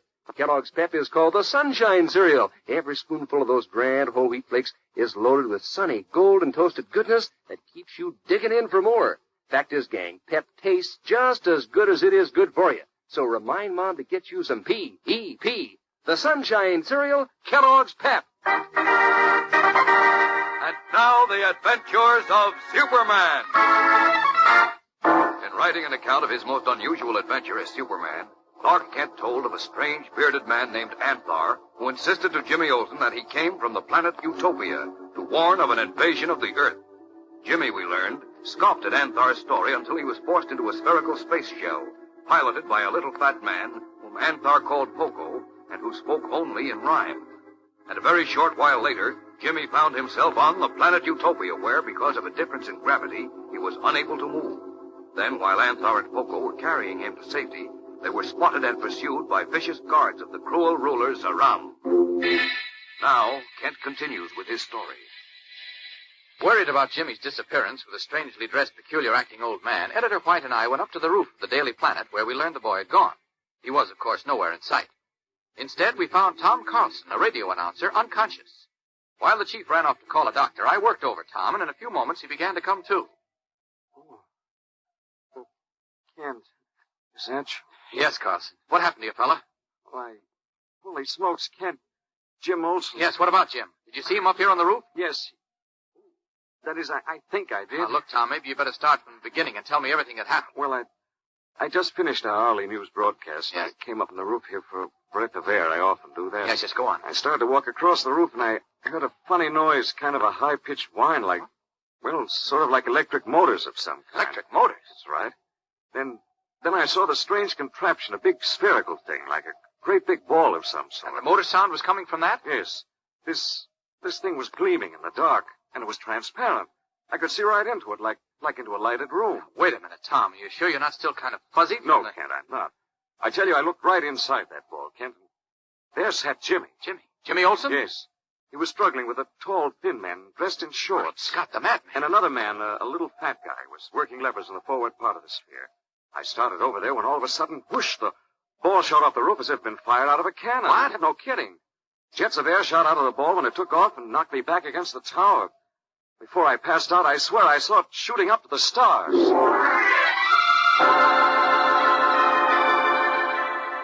Utterly and completely shocked by Tom Carlson's story, I just stood there and stared at him, for the moment unable to believe what I'd heard. And at that time, I learned later from Jimmy, he was thousands of miles away on the planet Utopia. There, he and Anthar, surrounded by armed guards dressed in gleaming tunics of woven metal, were marching down a long, high-vaulted corridor.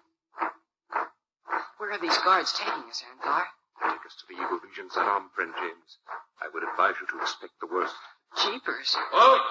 Golly. Now what? The council room behind these tall doors. Uh-oh. Then this is it, huh? Shh. Let's be quiet. Inform His Excellency that I bring the prisoners. Anthar, how come Poco isn't here with us? He was taken away by the guards while you were in the compression chamber. Taken away? To where? I do not know. Gee whiz, you don't suppose they did something to poor Poco, do you? I do not know. Anthar, look. Be silent now. You may bring in the prisoners. Very well. Prisoners, march! Come, friend James. Boy, what a room. Big as a house. This was formerly the king's own council room. The stained glass windows and the paintings and rugs. The prisoners will advance. Come, walk with me, friend James. That guy up there on the high throne. Is yes, that is Saddam. Huh.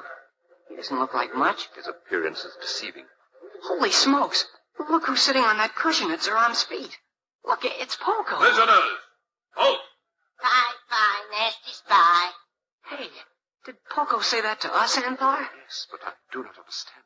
Anthar's a spy, and soon he will die. What? And you Earthling, too. Your end is due. Well, how do you like that look, Poco? Silence, Earthling! You, Anthar. You call the Earthling friend?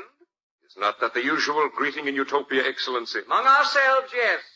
Not to our enemies. The boy is not an enemy. No, of course I'm not. Is he not from the Earth? Yes, And but are not they of the Earth our future foes? I trust not, sire. I have attempted to convince you that you make a dreadful mistake in your plan to invade the Earth. You attempt to convince me. Who are you to dare to challenge your regent? I do not challenge.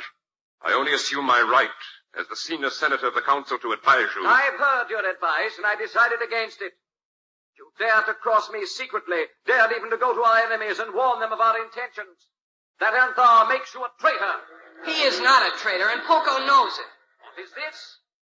Poco knows what? Well, Poco was... Quiet, Anthar, Poco's saying... Silence, Earthling! Well, Poco, it appears that the Earthling gives the lie to your story. He seeks to imply that you know more of Anthar's trip to Earth than you told me. It is a lie. A lie what he seeks to imply. It's just as I said. I was asleep in my bed. If that is so, I'm reminded to ask how came you in the park when the guard captured Anthar and the Earthling? Yeah, let's hear you answer that. James, please. Answer, fool! How came you in the park? Well, there was a pain in my head. So I rose from my bed and strolled in the park to hear the song of the lark. Then down came the space shell, close where I stood. Oh, so startled was I, my legs turned to wood. But when I saw them step out, they aroused my ire, for I knew they meant ill, to use Aram, sire. And so swift I gave chase, and when the guards came, I held fast the two villains. And now, me you dare to blame. Well, how do you like that? Do not deny him, friend James. But Anthar... Please, you, Anthar! Does the fool speak the truth? Yes, sire, he does. What say you to that, Earthling? Why, I guess that's the way it was. Good. I did not think the fool could dare be treacherous to me. No, I could not be, sire. For you, I love and admire. Enough! Antha, you admit then that you went to the earth to warn our enemies? That you brought this young one back to spy upon us? No, Zaram. I admit nothing. Naturally. What say you, Earthling? You deny coming here to spy on us? My name isn't Earthling. It's Jim Olsen. And I didn't come here to spy. I've heard enough to convince me that you both lie. Therefore, I, Zaram, Regent of Utopia, sentence you both, you, Antar, and you, Earthling, to be placed within a sealed space shell, to be thus hurled out into great space itself, where you shall perish.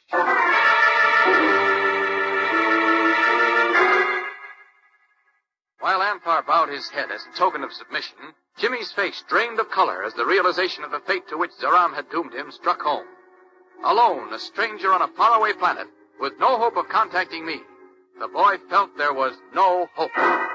In just a moment, we'll return for the climax of today's episode of Clark Kent's fascinating story.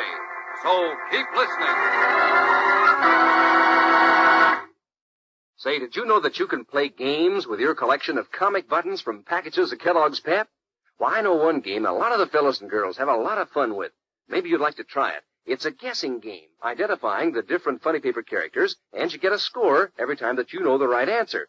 Someone would ask, who wears a policeman's hat? And the answer would be Chief Brandon. Or, who wears a feather for a hat? And that would be the little moose. Or maybe, who never wears a hat? And that would be Superman, of course. Yes, sir, there's no end to the fun you can have with these pet comic buttons. Just collecting all 18 of them in this new series is fun in itself. And you know the best part is, they're so easy to get. You don't send in any money, not even a box top. And you can't buy them anywhere. But there's a comic button, an exclusive prize for you inside every package of Kellogg's Pep you open.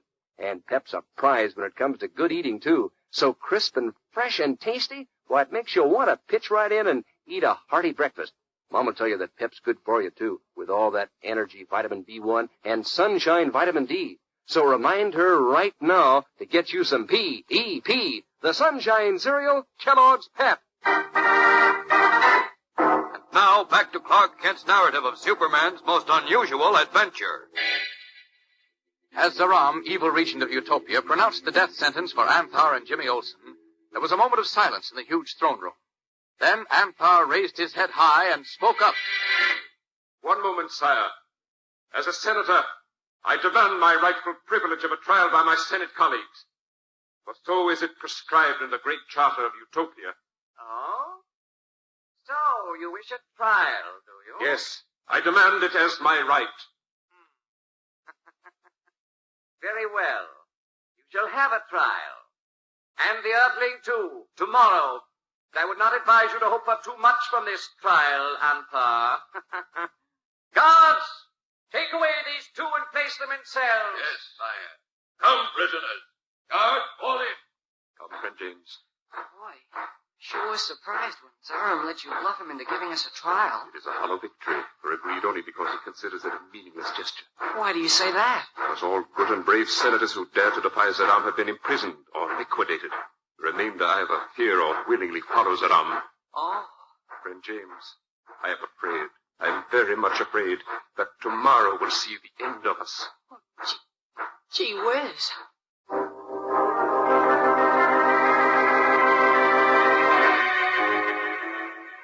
His face grown pale again, Jimmy walked with a sad-faced Anthar among the menacing men of Zaram.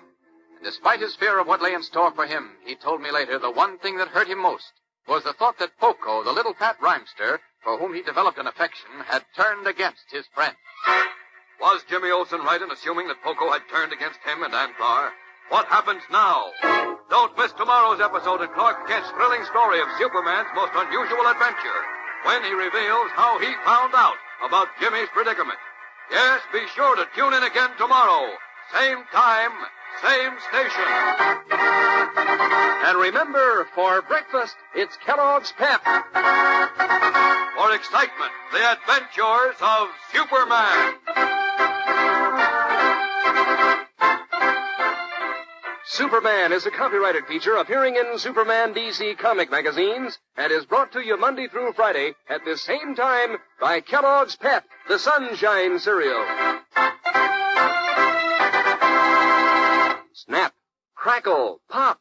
That's a swell song to hear at the breakfast table, isn't it, gang? It means that your bowl of Kellogg's Rice Krispies is crisp as crisp can be. Means doggone good eating. Why, these golden bubbles of oven-popped rice are so fresh and crisp, they snap, crackle, and pop when you pour on milk. That's why those famous little elves named Snap, Crackle, and Pop are around so much these days in cartoons and on the Rice Krispies package to remind you to ask Mom for the one and only Snap, Crackle, and Pop cereal, Kellogg's Rice Krispies.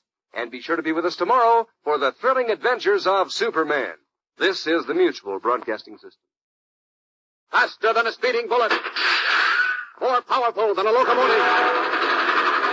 Able to leap tall buildings at a single bound. Look, up in the sky. It's a bird. It's a plane. It's Superman. Kellogg's Pep. P-E-P, Pep. Kellogg's Pep, the Sunshine Cereal, presents The Adventures of Superman.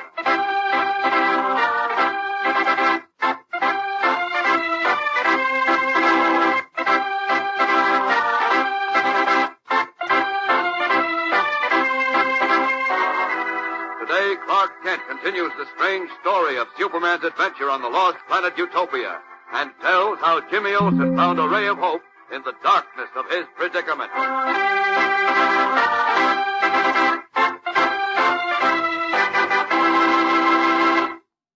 Hello there, gang. This is your pal Dan McCullough. You know, it's only once in a blue moon that someone comes along with such exciting prizes as those comic buttons Kellogg's Pep's been putting out. And now that you've got a series of 18 new buttons to collect, boy, that multiplies your fun over and over.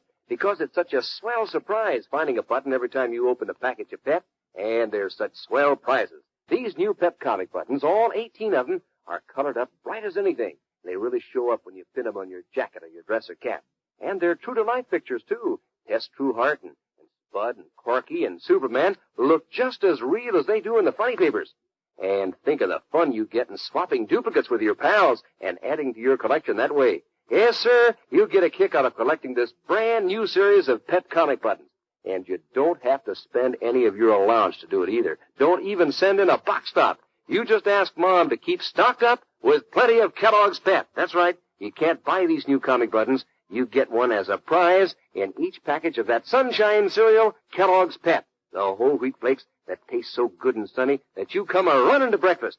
Be sure to remind Mom to get you some P-E-P. The Sunshine Cereal, Kellogg's Pep. And now, the adventures of Superman. Assigned by editor Perry White to write a feature story on Superman's most unusual and exciting adventure, Clark Kent chose to recount his experiences on the lost planet Utopia. Listen now as Kent continues. Taken to the planet Utopia in a space shell by Anthar and Poco, two Utopians determined to prove to him that their people were planning an invasion of the Earth. Jimmy Olsen was captured by brutal guards of Zaram, the evil regent. Anthar was captured with him, and they were both clapped in prison to await a trial. Jimmy was accused of spying for Earth, Anthar of treason. Both were given reason to believe that they would be condemned to death.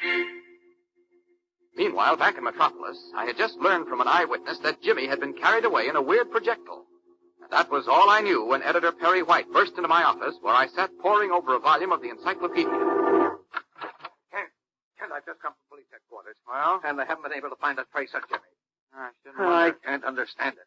When he left here this evening with that crackpot, Jim told Beanie he'd be back in a few minutes. But he's been gone, let's see, over 5 hours. Uh-huh. Hey, he didn't go home. He didn't come back here. Where in tarnation could he have gone? I don't know. Kent! Huh? You call me, Chief? Did I call you? Say, what's the matter with you? Who, me? Yes, you.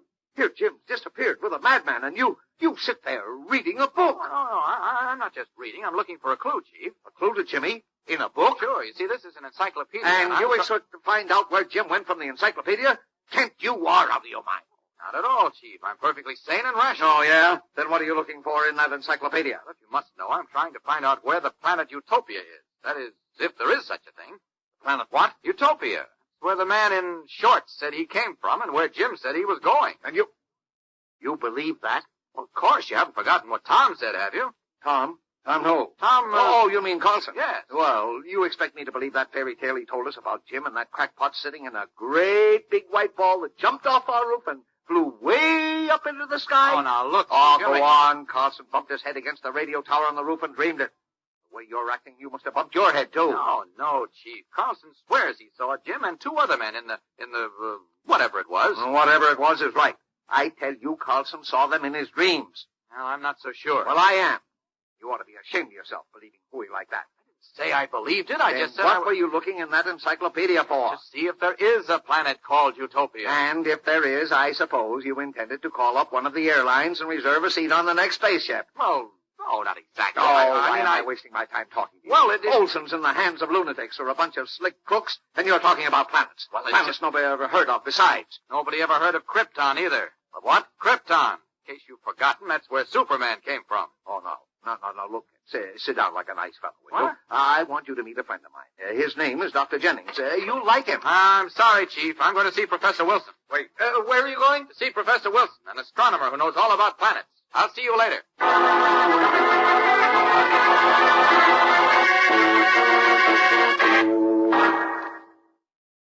Never heard of the planet Utopia, Professor Wilson? There is no such major planet, Mr. Kent. No, I know that, Professor, but aren't there quite a few minor planets? Yes, there are a host of small bodies which are known as minor planets or asteroids, such as Ceres, Ares, and Hidalgo, for example.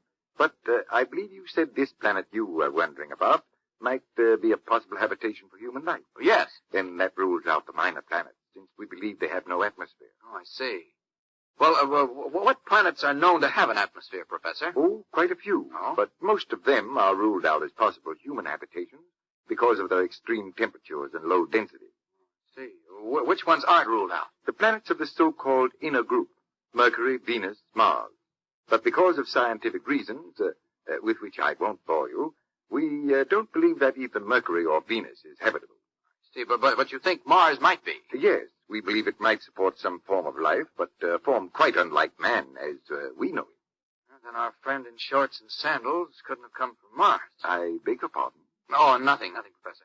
You're certain there is no planet you scientists know of which might just possibly be inhabited by men like ourselves? No, Mr. Kent. It's a fascinating idea to play with, and I'm not saying there might not be such a planet. You're not? No. I just say that we scientists have never been able to discover such a planet, and frankly, we do not think one exists. Well, thanks very much, Professor. If my newspaper can ever do anything for you, I hope you'll give us the chance. Well, thank you. Don't look so disappointed, Mr. Kent. Well, if you're interested in the subject, well, who knows? Maybe you will discover a planet on which men like us live. I just want to discover it if Jimmy's there. Looks now as if Tom Carlson was dreaming, or else that Jim was taken away in some newfangled plane, which means that somebody ought to find him. I'm afraid I don't quite follow you, Mr. Kent. I'm sorry, Professor. I was just talking to myself. Well, thanks again, Professor, and I'll be seeing you.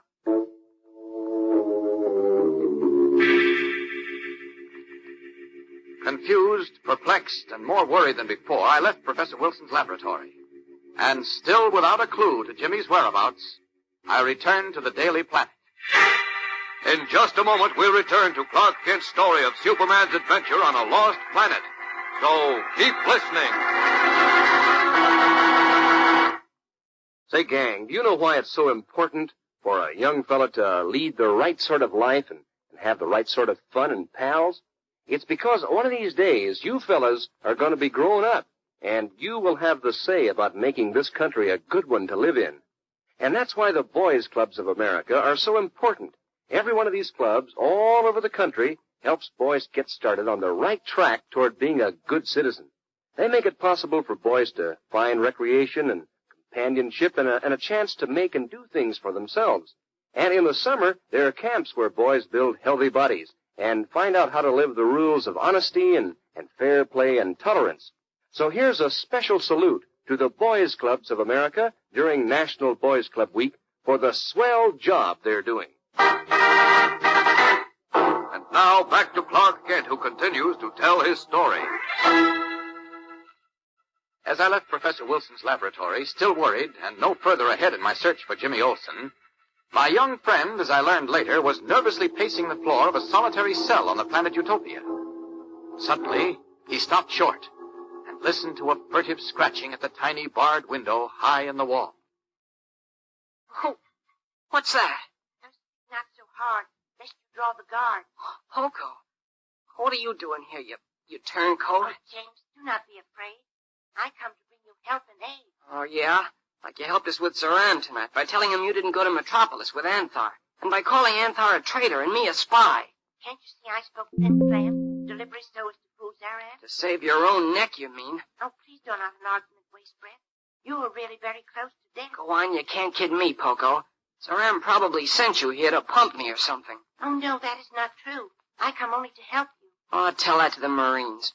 Where's Anthar? Oh, he's in another cell, where for the moment he's not well. Oh, what do you mean, for the moment? Oh, come the trial tomorrow and then... Oh, sorrow, sorrow. Oh, boy, this Utopia sure is a nice place. Just like Germany during Hitler's time. Oh, please, James. The moments are few if I'm to be of help to Anthar and you. You mean you really do want to help us? Why else do you think I risk my head when I could be lying safely abed? Well, okay. What's your plan? First, you must tell me, if you can, where can I locate Superman? Superman? Yes, my friend, for I see how only he can save you now. But, gosh, I don't know where he is. Oh, think high, think low. James, you must know. But I don't, I tell you. Maybe, well, just maybe, Mr. Kent or Mr. White could get in touch with him by radio. Oh, Mr. Kent or Mr. White? Will they try with all their might? I sure will. They knew what's happening to me.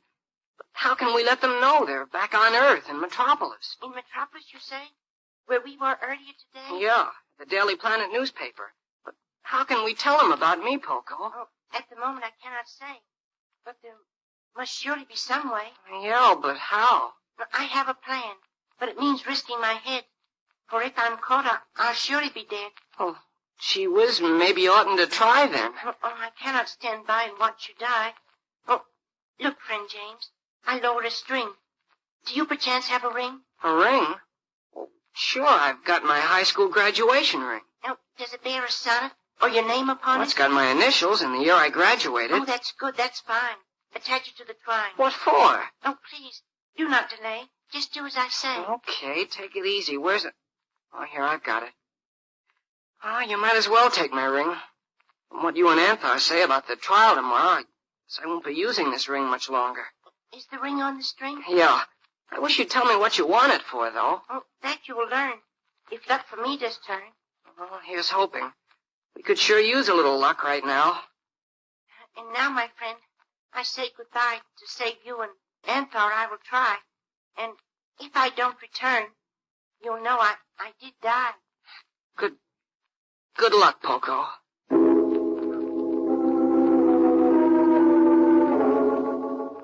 Swiftly drawing the cord on which Jimmy's ring is attached up through the tiny barred window, Poco melted silently into the darkness, bound on a dangerous mission. Left alone in the blackness of his cell, Jimmy, as he later confessed, prayed harder than ever before in his life that the little rhyming jester would succeed in contacting me. Tomorrow, Clark Kent reveals the details of Poco's daring plan and tells how the little round rhymester manages to contact Superman. So don't miss it. Yes, don't miss a single thrilling moment in Clark Kent's fascinating story of Superman's most unusual adventure, The Mystery of the Lost Planet. Be sure to tune in again tomorrow, same time, same station. And remember, for breakfast, it's Kellogg's Pep. For excitement, the adventures of Superman.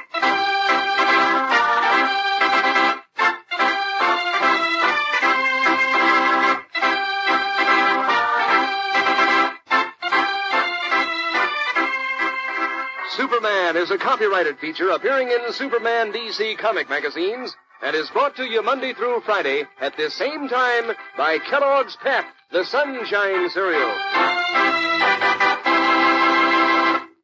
Say, gang, let me tell you about a breakfast cereal that's fun to listen to and fun to eat. It's Kellogg's Rice Krispies, the Snap, Crackle, and Pop cereal. Sure, you've seen those famous little elves snap, crackle, and pop around in cartoons and on the Rice Krispies package. And you know how they can dish out the crispiness of those golden bubbles of oven-popped rice. So freshly crisp, they snap, crackle, and pop when you pour on milk. So remind Mom to get you the one and only Snap, Crackle, and Pop cereal, Kellogg's Rice Krispies. And be sure to be with us tomorrow for the thrilling adventures of Superman. This is the Mutual Broadcasting System. Faster than a speeding bullet. More powerful than a locomotive. Able to leap tall buildings at a single bound. Look, up in the sky. It's a bird. It's a plane. It's Superman. Kellogg's Pep. P-E-P, Pep. Kellogg's Pep, the Sunshine Cereal, presents The Adventures of Superman.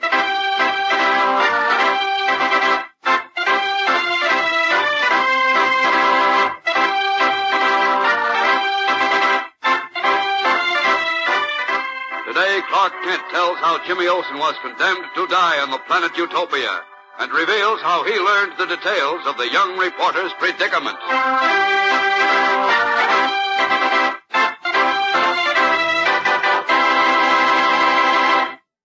Hello there, gang. This is your pal, Dan McCullough. You know, for a hobby that's just as much fun as taking snapshots of your friends, I nominate collecting those nifty comic buttons in the new series from packages of Kellogg's Pep. Because every one of those buttons has a picture of one of your comic strip friends. Characters that you've known and liked for a long, long time. 18 of them in all, like Brenda Starr and Cindy and Spud and the Little Moose, Beezy and Goofy and Superman, of course. And they're done up in full bright colors, too, so that they show up like anything when you pin them on your jacket or your dress or cap. Boy, is it fun collecting these Pep comic buttons. And there's that exciting moment every time that Mom opens a new package of Pep to see which button's inside. And if it happens to be a duplicate, well, that's even more fun because then you can trade with your pals. So hop to it, gang. Get busy on your collection. Ask Mom to get you a package or two of Kellogg's Pep. Now, you don't send in any money, not even a box top. And you can't buy these comic buttons. You just look for one inside your package of Pep. That's Kellogg's Pep, you know, the Sunshine Cereal, loaded with sunny, golden toasted flavor. These crisp, fresh whole wheat flakes sure do hit the spot for breakfast and in between snacks. So ask Mom to get you some P-E-P, the Sunshine Cereal, Kellogg's Pep. And now, the Adventures of Superman. Assigned by editor Perry White to write a feature story on Superman's most unusual adventure, Clark Kent gave it much thought. Then he selected an experience that began one day when Jimmy Olsen was taken to the planet Utopia by Anthar and Poco, two Utopians who wanted to convince the young reporter that their people planned to invade and conquer Earth. Now, Kent continues with his story. Immediately upon arrival on Utopia, Jimmy and Anthar were thrown into jail by order of the vicious regent to await trial and a predetermined death sentence. But Poco, the fat little rhymester, managed to talk with Jimmy and learned from him that Editor White might be able to contact me, that is, Superman. So Poco, taking his life in his hands, set out on an attempt to reach Perry White. Meanwhile, Jimmy and Anthar were brought from their cells to an anteroom of Utopia's huge Senate chamber, where they waited for the senators to assemble for their hearing. We have a chance for a fair trial? I fear not, friend James. Why? Because of the 100 senators who will sit in judgment upon us. All but a scant few are Zeram's men, personally chosen by him to do his bidding. Well, how come? Don't you have elections up here in Utopia? We always did before Zeram seized control of the government. Now Zeram, and he alone, says who shall and who shall not hold office. Oh, I know his kind. There are still a few of them left on Earth, too. But when our United Nations really get swinging, there won't be any more like that at all. That is as it should be. Amen. That doesn't solve our problem right now. Indeed it does not. I feel now that nothing can save us from Zeram's wrath. Unless Poco manages to go through with what he told me last night. What? You saw Poco last night? Uh-huh. Somehow or other he managed to get to the window of my cell. Tell me, what did he say? Well, he said he was convinced that only Superman could get us out of this mess. And he asked me how to locate him. Yes. I couldn't tell him any more than I told you. That is that I don't know. Except that maybe if he could manage to contact Mr. Kent or Mr. White, maybe they could help. So he said That he would attempt another trip to Earth? That's right. That is just what I feared he might do. What do you mean you fear? That's our only chance. Yes, but poor Poco knows little of interplanetary navigation. Without help, he may be lost in space. Oh, no. Poor Poco. It was his lot in life to play the fool and as a fool he will die.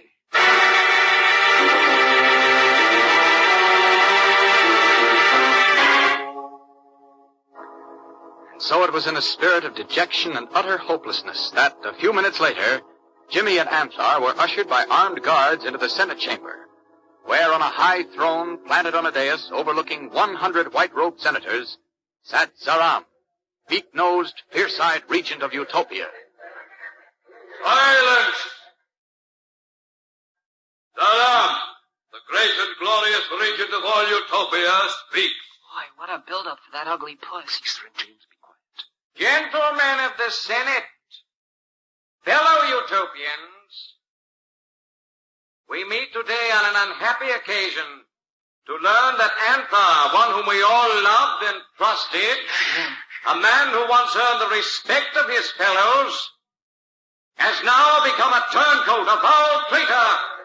Hey, what kind of a trial is this? Zaram asking or telling them? I warned you not to expect a fair trial. What cared Anthar, the man our people trusted, that our planet is doomed to be shattered in space within a few weeks?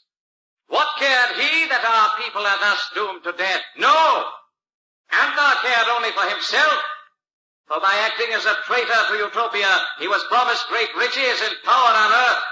If we are destroyed... He's sure getting this bunch worked up with the old rabble-rouser technique. And now, gentlemen, this same Anthar, a base traitor, dares us that we grant a fair trial to him and his fellow conspirator, the spy, James Olsen. However, keeping in mind that Utopia is, after all, a democracy, it is our duty to listen to Anthar, even though we know beforehand what our vote will be. You hear that? Chesterton told them they're going to vote us guilty. Courage, friend James. I will do my utmost to change their minds. Fellow Utopians and fellow members of the Senate. You may call me traitor, but I will be heard. It is true I flew through space yesterday to Earth. But I went there for but one reason, to speak with only one person whom I was sure could help us. And unfortunately, I failed to find him. However, gentlemen, hear me when I say that we not only commit a great moral wrong by planning to invade the Earth, but it will mean our destruction. I have heard enough. Gentlemen of the Senate, shall we waste time in debate here? Shall we wait and risk defeat? Or shall we strike now while the people of Earth are off guard, and so secure a new homeland for our people? Wait! Senators, wait!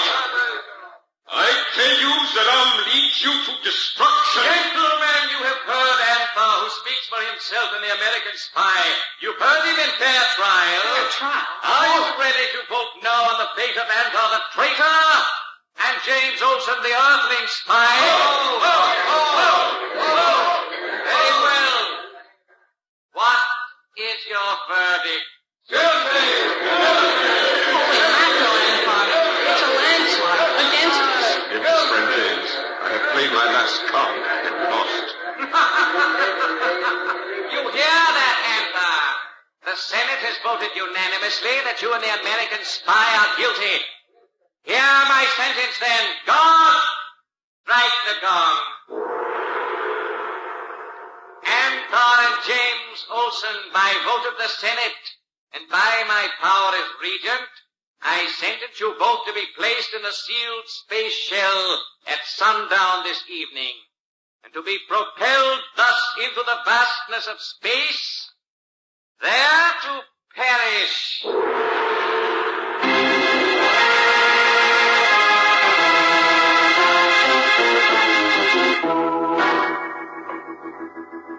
As Jimmy later told me, the pronouncement of his and Anthar's doom by the cruel regent Zaram made him feel certain at that time that all was lost, that now not even Superman could save him.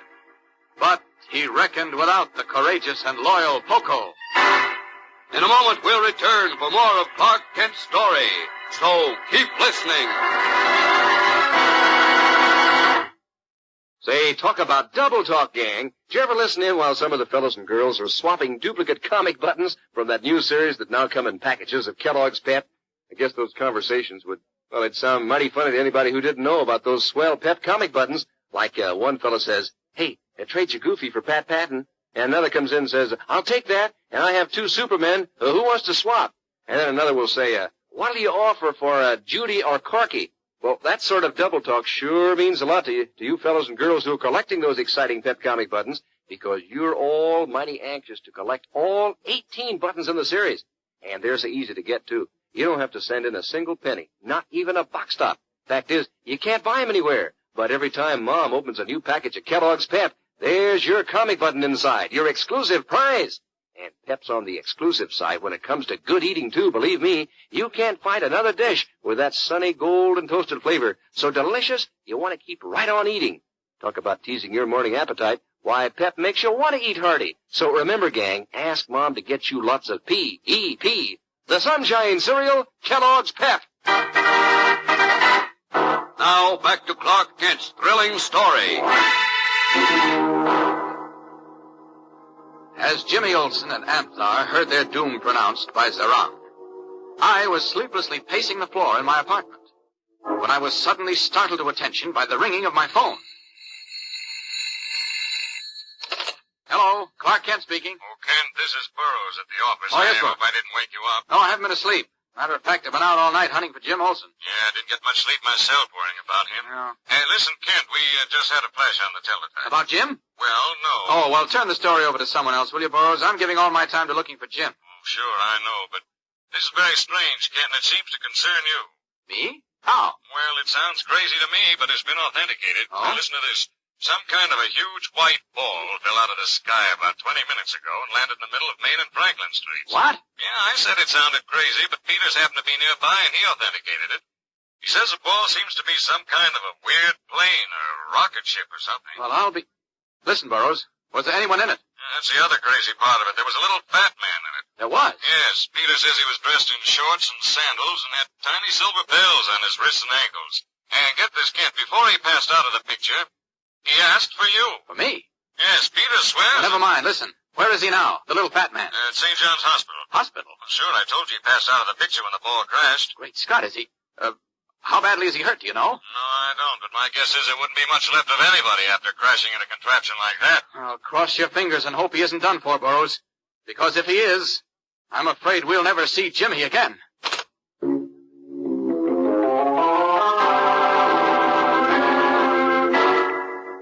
Hoping against hope that the little man might yet be alive to tell me something about Jimmy, I stripped off my street clothes and, as Superman, rocketed out of my window toward St. John's Hospital. Tomorrow, gang, Clark Kent reveals the condition in which he found Poco and what the little rhymester was able to tell him. And from there on begins the most exciting part of Superman's most unusual adventure, the mystery of the lost planet. So don't miss a minute of it. Be sure to tune in again tomorrow. Same time, same station. And remember, for breakfast, it's Kellogg's Pep. For excitement, the adventures of Superman.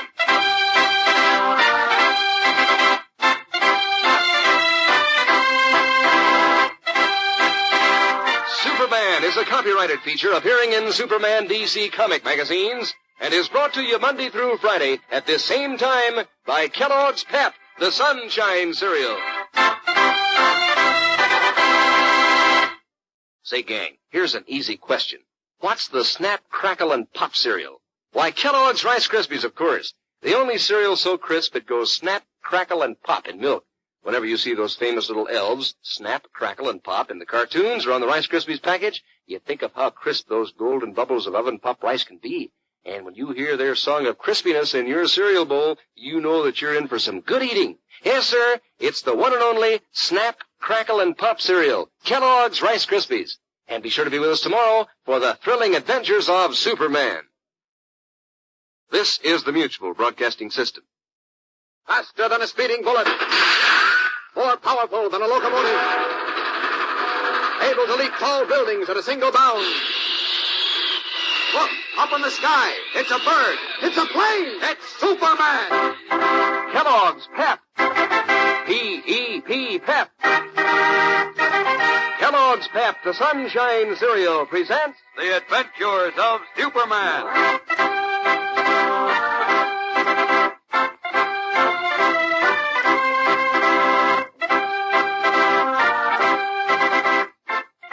Today, in recounting the story of Superman's most unusual adventure, Clark Kent reveals how he was finally contacted by the faithful Poco and started off on the trail of the missing Jimmy Olsen.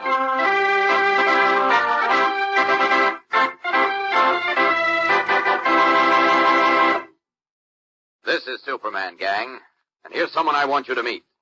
Rear Admiral Reginald R. Belknap, USN, retired. Good afternoon, boys and girls, and thank you, Superman. I am the chairman of the Laymen's National Committee, a non-sectarian religious organization that tries to make sure that children of all races and creeds get the wonderful advantages offered by our churches. This is National Sunday School Week, a very good time to recognize all the good the Superman show does to promote the principles of right living. Superman shows us all how to live the golden rule, how to help and protect those who need it. And so, I now present the Layman National Committee's citation to the Superman program as the best children's program of the year. Thank you, Admiral Belknap. The whole Superman staff is very grateful for this honor. Yes, and I want to add the thanks of the Kellogg Company, makers of Kellogg's Pep. Naturally, Kellogg is proud of the Superman show and its contribution to our good American way of life. And Pep is part of that good, wholesome way of life, a good cereal that's good, wholesome eating for growing boys and girls. That's Kellogg's Pep, the Sunshine Cereal. Now, the adventures of Superman. In recounting the story of Superman's most unusual experience, Clark Kent told how Jimmy Olsen was taken to the planet Utopia by Anthar and Poco, two men of the little-known planet, and how, upon their arrival, Jimmy and Anthar were captured and sentenced to death by Zaram, the cruel regent. Now, Kent continues with his story. Meanwhile, here in Metropolis, I received a news report of a huge white plastic ball that had fallen out of the skies into the heart of the city. What's more, its sole occupant, a little fat man wearing strange clothes and silver bells on his wrists and ankles, was reported to have called for me several times before he lost consciousness. As soon as I heard that, I rushed over to the hospital where I was surprised to find my editor, Perry White, waiting for me. The office told me you were on your way over. Oh? And while I was waiting, I found out where he is. You mean the funny little guy they took out of that flying ball? That's right. He's on the third floor. Good. Hope he's still alive and that he can tell us where to find Jim. Are you kidding? No. Come on upstairs to his room.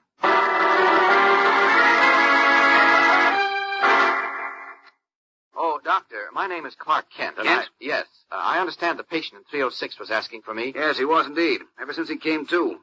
I'm glad you've come. Well, may we see him now? Yes, but before I take you to him, I want to warn you that he's a little strange. Speaks only in a sort of odd rhymed double talk, I suppose you might call it. Poor fellow. Suffered a concussion, eh? No, surprisingly enough, we don't find him suffering from anything more serious than a sprained ankle. Now, if you'll follow me, please, I'll take you to him.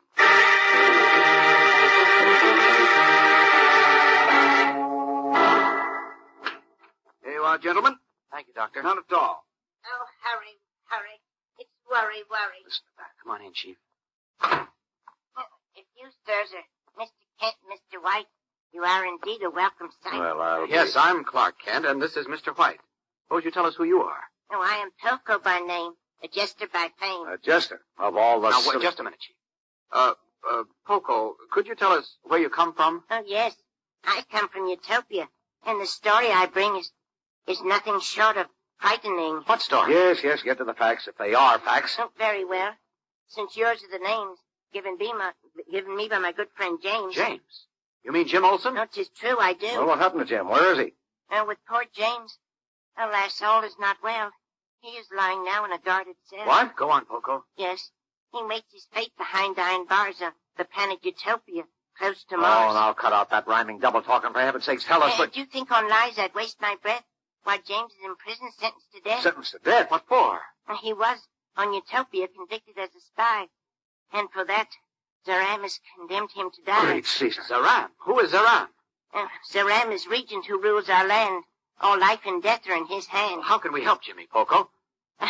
By telling me quickly, if you can, where can I contact Superman? What do you want with Superman? To save poor James and Anthar, too, from death at the hand of Zeram's crew. Now, look, Poco. I can't hold everything. What? Come here. I want to talk to you. Excuse me, Poco. Oh, worry. Hurry. What's eating you, Chief? I think this character's giving us a phony story. Oh, now, What's look. more, I think he's part of a gang that kidnapped Jimmy, and now they're trying to... Wait a minute. How can you say that when this man's description, the projectile he arrived in, and his story about coming from Utopia all jibe with what an eyewitness to Jimmy's disappearance told us? You believe all that? I have no reason to disbelieve it yet. And I say you're as wacky as he seems to be. Gentlemen, I beg you do not delay. Each moment we waste speeds James' life away. Let's see, Chief. Tell me, Poco, for the sake of some who may be doubtful, have you any way of proving that... Oh, yes, Mr. Kent, Mr. White. I can prove that I am right. Yeah, how? Oh, look. From around my neck, I take a string. And from this string, I take a ring. Let's see that. Chief, that's Jimmy's high school ring. Yes, it is. But how do we know he didn't steal it from Jim? Oh, I swear I did not steal the ring. Oh, why do you question everything? When, unless you help me, Mr. White, well, James, your friend, will die tonight. I've heard enough. Kent, I think this is a job for Inspector Henderson. No, wait, Chief. Nothing doing. I'm going to call Be him right reasonable, now. Chief. How are the police going to help Jim when he's on another planet? I don't believe he is on another planet. Well, that he is, I swear upon my pelf. I took him there with Anthar myself. Oh, you did, eh? Why? We took James with us so he'd understand the danger that threatens your native land. What are you saying, Poco? Oh, it's true. Believe me, it's true. Oh, cut it out. What's true? That Zeram is set to come with armies, the earth to invade. Oh, no. And the way is all clear. His plans are all made. You took Jimmy along with you to prove that to him? Yes. And Zeram caught James and Anthar, too. And tonight, alas, their end is due. Oh, for Pete's sake, stop saying that. Oh, then call for Superman, I implore. Lord, shortly James will be no more. Great Jupiter. Tell me, Poco, is the time on Utopia the same as it is here? No, it's 4 hours late. And when it's 4 o'clock here, there it is 8. And we have only 2 hours before sunset on Utopia, the time set for the execution. Look, Poco, do you know how to get back to Utopia? Now, wait a minute. The path is clear through the stratosphere with the aid of this solar compass here. Kent, for heaven's sake. That little box, Poco, is that what you call a solar compass? Yes. And that is what to use I plan to chart the course for Superman. Okay, I'll take you up on that, Poco. You'll take him up. I mean Superman will. Superman? Where are you going to find him? You're going to find him, Chief. I am? Yes. Remember the last time we had to find Superman, you broadcast for him over the Daily Planet radio when he showed up? Yes, but... Well, you're going to do it again. Oh, I am I? Now, you listen Don't here. argue, Chief. We've got less than 2 hours to save Jim's life, so get over to the radio studio and start broadcasting for him right away. No, this is crazy. It's ridiculous. Don't waste time arguing. Will you get going? Hurry. Whew. I'd never get rid of him. Now, back here behind this screen where Poco can't see me, and out of these clothes, quickly.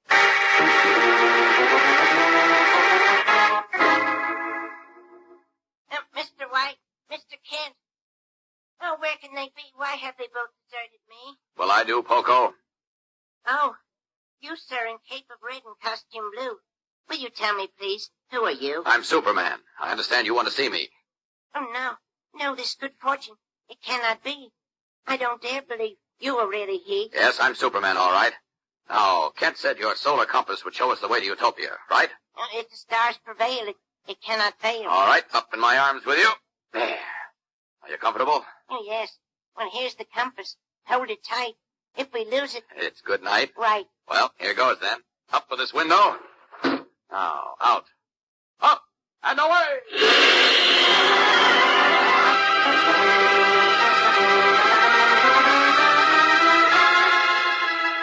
Leaping out the window with Poco under my arm, I rocketed straight up into the sky, bound for Utopia and what was perhaps the strangest adventure of my career since arriving on Earth from Krypton. But if I had anticipated an easy trip to Utopia, I was doomed to disappointment, for I soon learned differently. In just a moment, we'll return for the thrilling climax of today's episode in Clark Kent's exciting story. So keep listening. Say, you know how it is, gang. You get a real kick out of meeting up with one of your friends unexpectedly. Well, there's that same sort of thrill for you when Mom opens a new package of Kellogg's Pep. Because, first off, you're glad that there's more of that super delicious cereal to eat. And when you get one of those exciting comic buttons in the Pep package, you're meeting up with an old funny sheet friend. Yes, sir. Every single one of those comic strip characters is someone that you've known in the funny papers. 18 of them in all, like Pat Patton and Tess Trueheart and Chief Brandon and Vitamin Flintheart, Judy Corky, and Superman himself. And each one is a humdinger for looks. So how about asking Mom right now to get you some more Kellogg's Pep? That's how easy it is to get these comic buttons. You don't send in any money, not even a buck stop, and you can't buy them anywhere. You just look inside the Pep package for your prize and get a glimpse of those gold and toasted whole wheat flakes, too. And your appetite will sit right up and take notice right away. Pep looks so crisp and inviting, and it tastes so doggone delicious that, well, you practically won't be able to resist it. So have yourself a bowl of Pep for breakfast tomorrow. Just make sure that Mom gets P-E-P, the Sunshine Cereal, Kellogg's Pep. Now we return to Clark Kent's story of Superman's most unusual adventure. With Poco clinging tightly to me, I shot up into the sky like a rocket, and soon we had gone beyond the stratosphere into the vast empty reaches of space, where the crackling natural electricity and lack of what we know as atmosphere made the going extremely difficult. Hold up here, Poco. Better stay under my cape. No, but it feels good to fly. Up higher than the sky. What's that? Solar compass? Oh, dear. Oh, Superman, oh, dear. That means we are lost up here. Lost? What do you mean? Oh, this means we left Earth too soon. We should have waited till the clock struck noon. Why? What difference does that make? Oh, can't you see? It's because the compass is set at a certain place. And when we left too soon, we became lost in space. Uh-oh, that's bad. Pretty rugged up here, even for me. Getting worse all the time. Oh, the fault is mine. I'm a stupid fool. I should have remembered the solar rule. Too late for that now, Poco. Just hang on and hope for the best.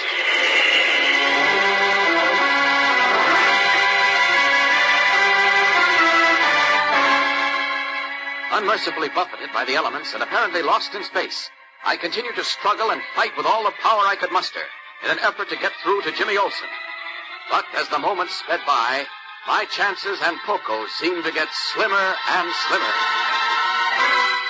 How did Superman manage to fight his way through space in time to save Jimmy Olsen from execution on Utopia? Well, all we can tell you now is that the Man of Steel's great powers were tested like never before, and that both he and Jimmy were nearly destroyed on Utopia until this experience was over. So don't miss tomorrow's episode in Clark Kent's thrilling story of The Mystery of the Lost Planet, Superman's most unusual adventure. Be sure to tune in again tomorrow, same time, same station.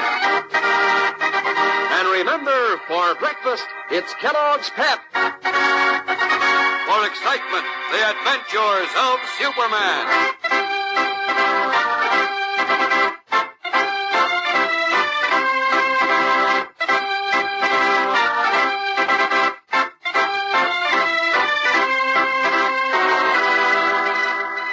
Superman is a copyrighted feature appearing in Superman DC comic magazines and is brought to you Monday through Friday at the same time by Kellogg's Pep, the Sunshine Cereal. Snap, crackle, pop. What's that, gang? Why, it's the one and only Snap, Crackle, and Pop cereal, Kellogg's Rice Krispies. Sure, you've seen those famous little elves and cartoons and on the Rice Krispies package. And you know how they dish out those golden bubbles of oven-popped rice. So crisp, they snap, crackle, and pop when you pour on milk. That's their song of crispiness. Yes, sir, Kellogg's Rice Krispies are fun to listen to and fun to eat. So ask Mom to get you the one and only Snap, Crackle, and Pop cereal, Kellogg's Rice Krispies. And be sure to be with us tomorrow for the thrilling adventures of Superman. This is the Mutual Broadcasting System.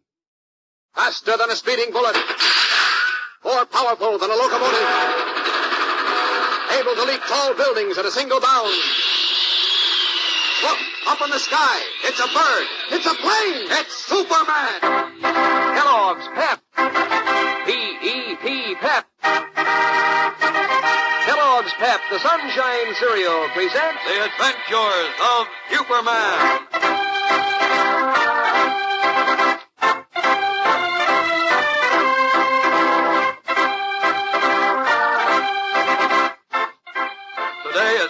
Kent writes another chapter in his story of Superman's most unusual adventure. He tells how he struggled with the elements in space and nearly lost out in his titanic effort to save Jimmy Olsen's life.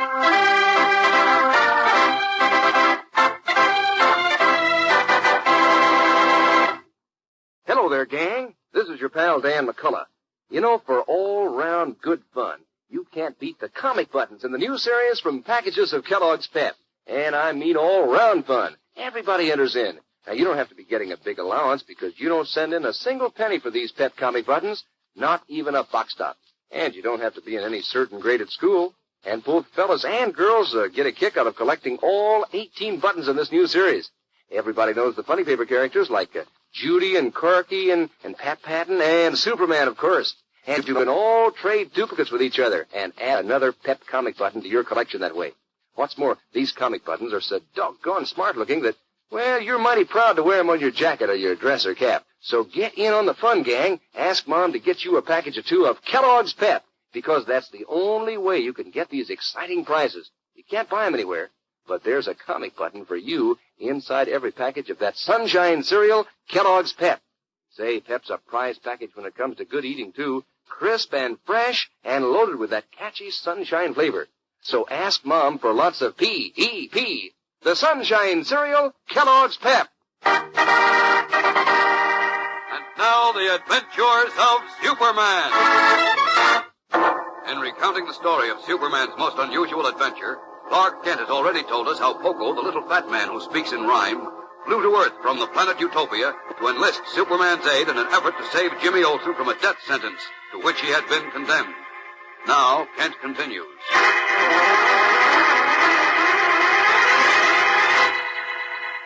As Superman, I rocketed into the sky with Poco under my arm, and soon we were in space, far beyond the atmosphere.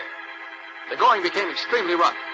Then, calling on all the power at my command, I struggled and fought onward, managed to make very little headway against the terrific natural electricity and other elements in space, which buffeted and tossed us around like corks on a raging sea. Oh, dear. It's useless, Superman. Please save yourself if you can. Now, don't talk like that, Poco. Oh, but we are lost and in the sky. Save yourself and let me die. Nonsense. We're not licked yet. What a space shell can do, I can do. Oh, I wish to heaven what you say were true. But we're out of the channel we should be traveling through. Channel? What do you mean? Well, only once every 6 hours there's a channel through space in which one can rocket from place to place. Well, that's it. Well, we'll just have to... Great Scott. Get out of my Poco. Here comes a comet or something. Oh, grief, oh, gloom. Oh, this spells our doom. Under my coat, I said.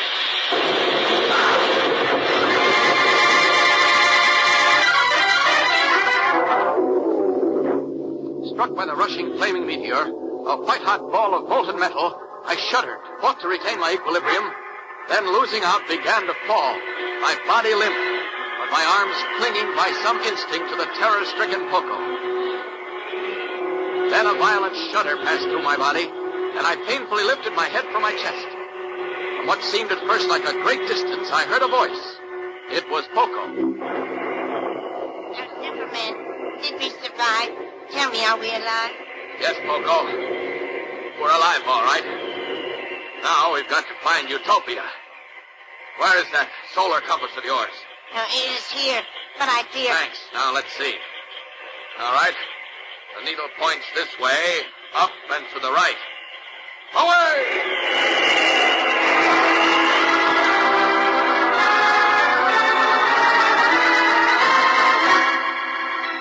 Struggling, battling as I had never battled before, throwing my strangely weakened body again and again at the raging, pitiless elements, I fought for survival and for the lives of my friends.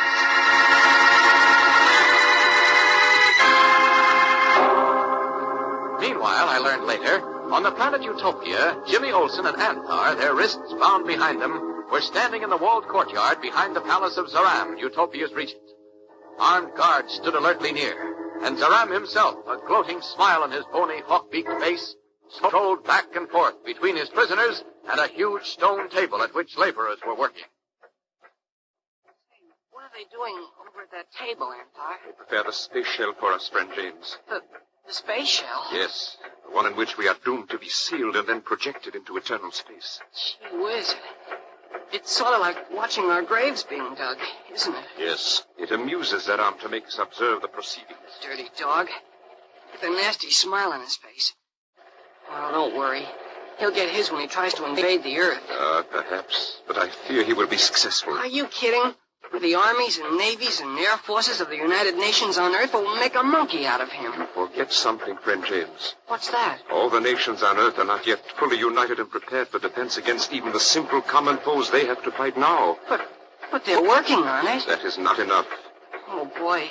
If you're right, Anthar, I deserve what Zeram's going to do to me. Why do you say that? Because you told me all this in Metropolis. You begged me to try to find Superman.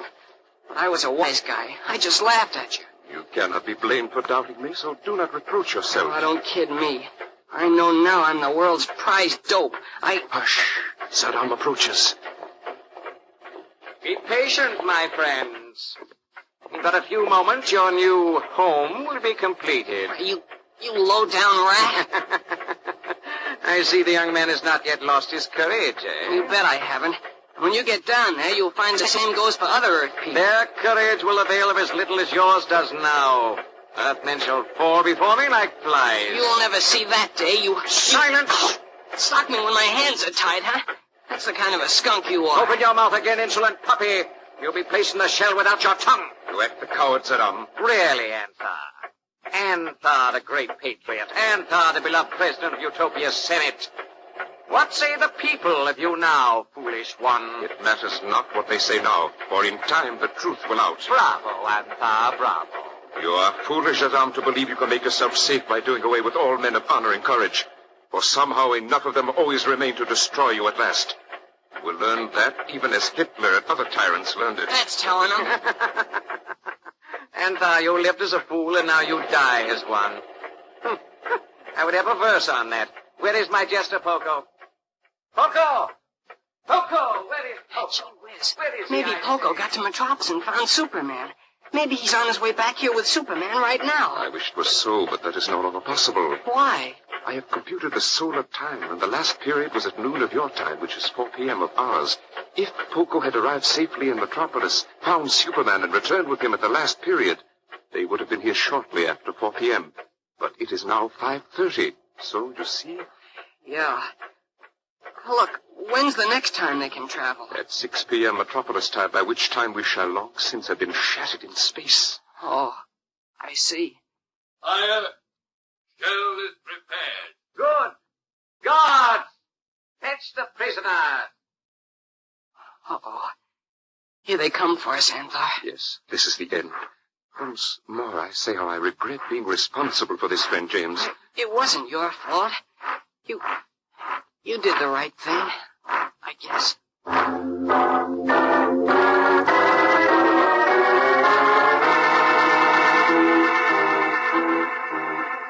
Grasped roughly by Zeram's guards, Jimmy and Anthar were marched toward a spherical shell, near which workmen stood by, ready to seal it as soon as the prisoners had been let down through an open hatch. And at that time, Poco and I were just approaching the orbit of Utopia. In just a moment, we'll return for the startling climax in today's episode of Clark Kent's story. So keep listening.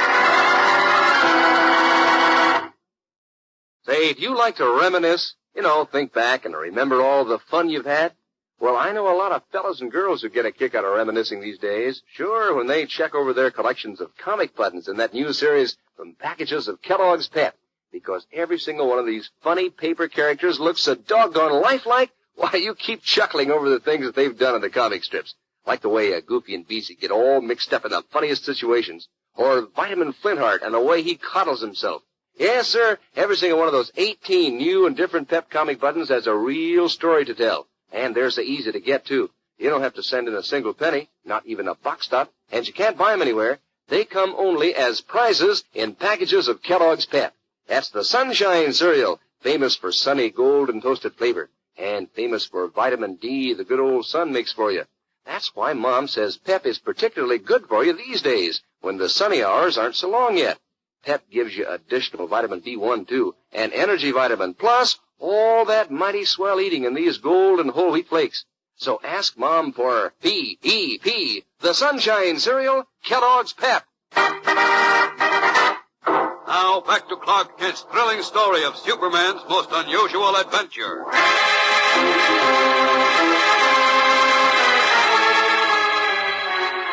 As Jimmy Olsen and Antar were being led to the space shell into which they were to be sealed and hurtled off into space, Poco and I emerged into the orbit of Utopia. Spent from my great struggle with the elements, I was grateful for the gravitational pull which had begun to pull me down to a planet that was barely visible through the mists and vapors. Well, I see land far below, Poco. And if this compass is right, it should be Utopia. Oh, hooray and praise the day.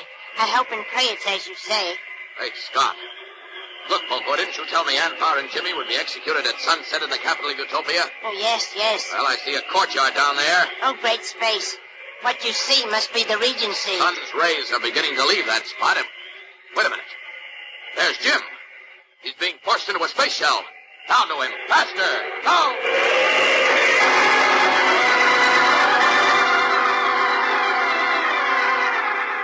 At the sight of what was happening to Jimmy, I caught my second wind and zoomed down toward Utopia like a projectile shot from a rocket gun.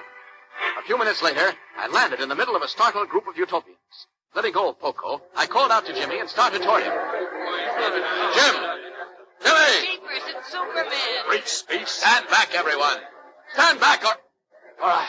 Superman. Oh. What's the matter? I don't know, Jim. I can't move.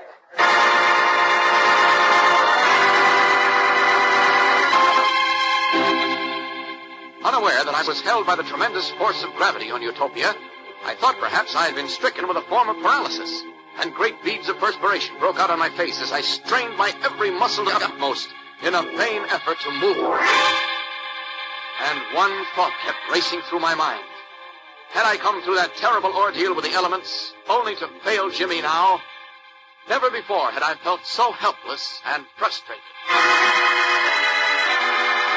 And this, gang, is only the beginning of a strange series of things that happened to the Man of Steel on Utopia, as Clark Kent will reveal in Monday's episode of his story of Superman's most unusual adventure, the mystery of the lost planet. So don't fail to be with us again Monday. Same time, same station. And remember, for breakfast, it's Kellogg's Pep. For excitement, the adventures of Superman.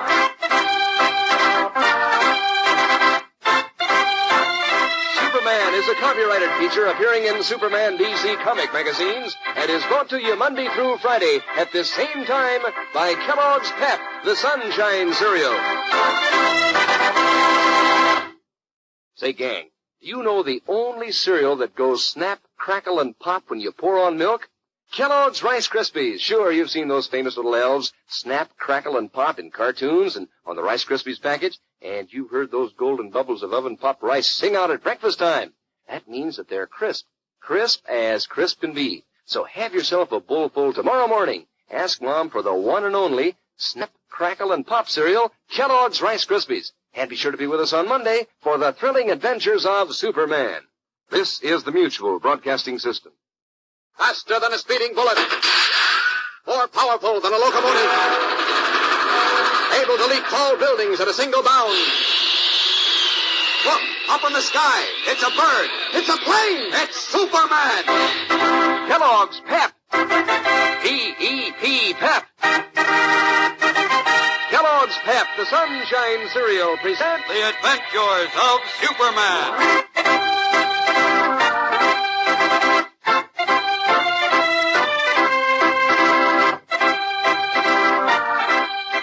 Today, in recounting the story of Superman's most unusual adventure, Clark Kent tells how the Man of Steel, for the first time in his life, was rendered completely helpless, unable to move.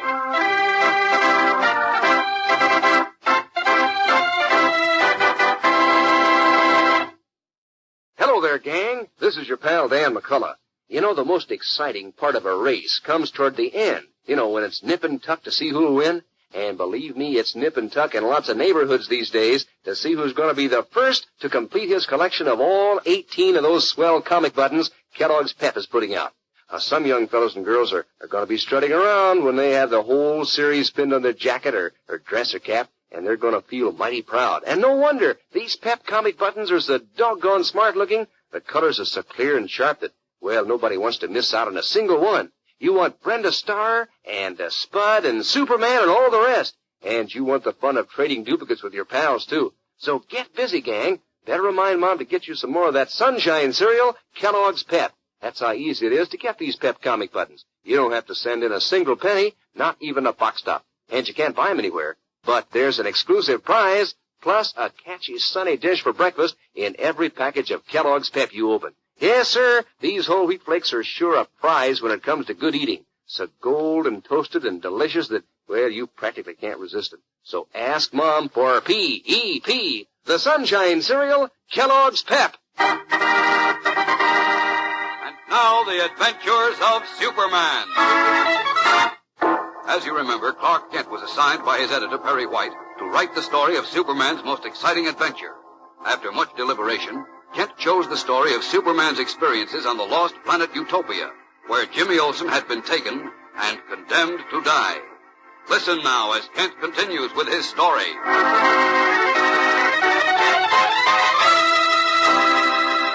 After a terrific battle with the elements in space, I managed to struggle through to Utopia with Poco, the little jester who had come to warn me of Jimmy's impending doom. We arrived in the palace courtyard, where at the command of Zaram, evil regent of Utopia, Jimmy and his friend Anthar were about to be placed in a space shell and sent to their deaths. Calling out to Jimmy, I started forward to free him from his bonds when, to my utter dismay, I found myself unable to move. I was held firmly to the ground by the heavy gravitational pull of Utopia, which made me completely helpless.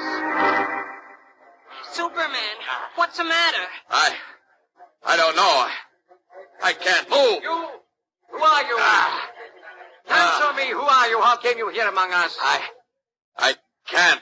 Answer me, I say. It is I, Zaram, regent of Utopia, who command you to speak. If I can just move, I'll answer you all right. Speak, I say, or I'll lash you within an inch of your life. Go ahead and lash. As soon as I get my strength back, Very well, take this. Speak. Who are you? I can't stand this. Stop it. You come from? You can whip till your arm drops off.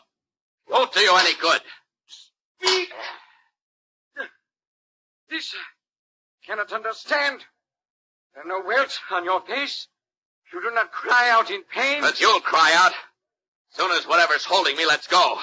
Do not realize you're doomed by the gravity of our planet, which holds you fast? So, that's what it is. Yes, and only I can save you, and I will if you tell me what I ask. I'll tell you nothing. I think you will, as you feel your life ebbing from you. Number 2 guard detail. Carry the stranger to the cell in my palace. Bid the guard there summon me when the stranger is ready to speak. That'll be a long time, Zaram. I think it'll be a short time. Take him away. Now, you earthling spy. You called to him in the red cape. Do you know him? You bet I do. Who is he? Why, he's Don't tell him anything, Jim. Huh? Don't tell him. Okay, I won't. Answer me, spy. Who is he? I don't know. You're lying? No, I thought he was somebody I knew, but I guess I made a mistake. I see. You must be persuaded. Very well, I shall attend to that. Boss. Yes, sire. Take Anthar to the dark dungeon. But, sire, the space shell is prepared, and Anthar and the Earthling were to be dispatched in it at sundown. Be dispatched later. I must learn first the identity of him in the red cape. Must learn how he dropped from the skies with Poco and how my lash could neither welt nor pain him. It is indeed strange, sire. Since the Earthling knows him, he must have come from Earth. Since we invade the Earth on the day after tomorrow... Day after tomorrow? Must learn first that there be more of such men in red capes who drop from the sky and are impervious to pain. Take Anthar away. Yes, sire. Come, Anthar. Very well. Farewell, friend James. So long, Anthar. Come with me to my council chamber, Olsen. There we shall see if you're as stubborn as your friend.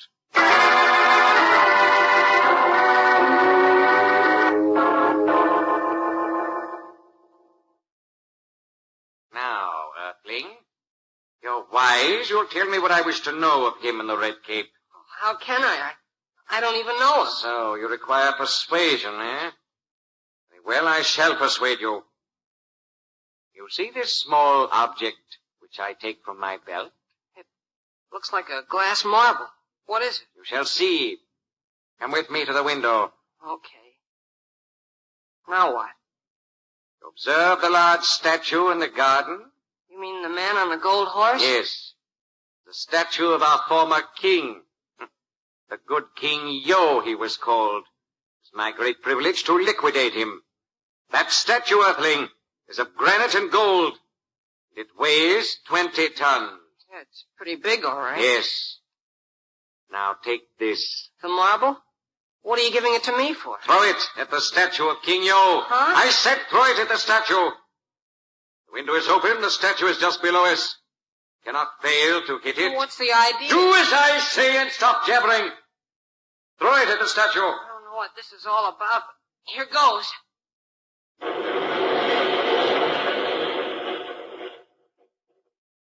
Holy mackerel. The statue. It's gone. Yes. Heap of broken stone and gold are all that remain of it. What did it? Just seen a demonstration of but one of my secret weapons, Earthling. Only one of the weapons which I shall use to conquer the earth. Golly, I can't believe it. Now, here I have another missile such as the one you just used to destroy the statue. Hey, don't wave it around like that. Put it away. Oh, no. You see, I'm considering throwing it at you. At me? Oh, no, wait Unless a minute. you tell me what I wish to know about the man in the red cape. No, don't. And speak quickly, all right? Wait, okay, I'll tell you. Very well. Speak. Who is he? He's Superman. Superman? Yes. How came he here to Utopia? He can fly, and he's so powerful that he can smash through steel as though it were paper, and, well, he can't be hurt. Lies? Smashes steel. Pervious to hurt. Yeah. If it weren't for this heavy gravity on your planet, you wouldn't be sitting here talking about invading the Earth and holding Anthar and me prisoners. I'm beginning to understand. This morning at the trial, Anthar said he'd gone to Earth to see one person, but had not seen him. Anthar, although I tell my people differently, would not lie. So the person he went to see must have been this Superman. That's right. Anthar and Poco came to find Superman to warn him of your dirty scheme to invade us. Only I was too dumb to believe Anthar, so he brought me back here to see... Oh, why can't I learn to keep my big mouth shut? You have been very helpful, friend James. Therefore I shall reward you handsomely. What? You mean you're gonna let me go? Oh, no. I mean I'm going to permit you to choose your manner of, departure from this planet. I don't get it. It's very simple. Do you prefer to be sealed in the space shell as we started to do earlier this evening and projected into eternal space? Hey, wait a minute. Or do you prefer to be eliminated quickly by this little, what you called marble? So that's it, huh? Yes. Now make up your mind. I'll allow you 100 lapse revolutions, 1 minute of your time, in which to select the manner in which you will die.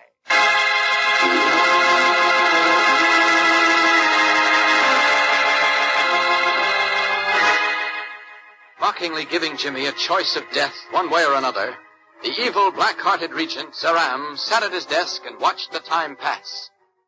And meanwhile, in a dark, moldy dungeon dug deeply into the bowels of Utopia, I lay on the floor, struggling to overcome the gravitational pull that held me helpless, as in a vice.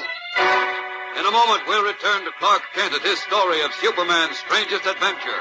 So keep listening. You know, gang, when there are both boys and girls in a family, there's pretty sure to be a lot of good-natured rivalry. And that's just what's happening with collections of comic buttons from packages of Kellogg's Pep. Brothers and sisters are racing like anything, trying to be the first to complete their collections. And there's a lot of excitement every time Mom opens a new package of Pep.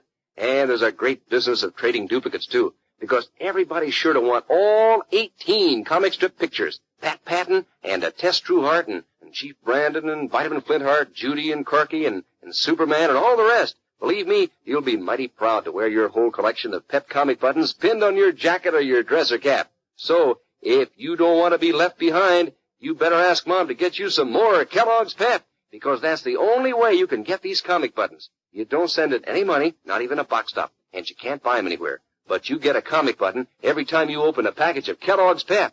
You know, that's the crisp flakes of good whole wheat that are loaded with catchy, sunny flavor. Good for you, too, with extra vitamin B1 and energy vitamin and good old sunshine vitamin D. So tell Mom that you want lots of P-E-P. The Sunshine Cereal, Kellogg's Pep. Now we return to Clark Kent's thrilling story of Superman's most unusual adventure.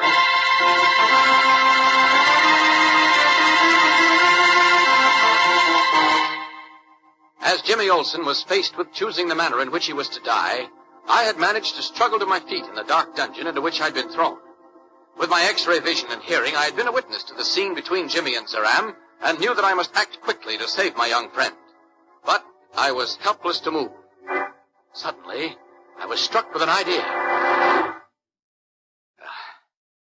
This is dangerous, but it's our only chance. Must work.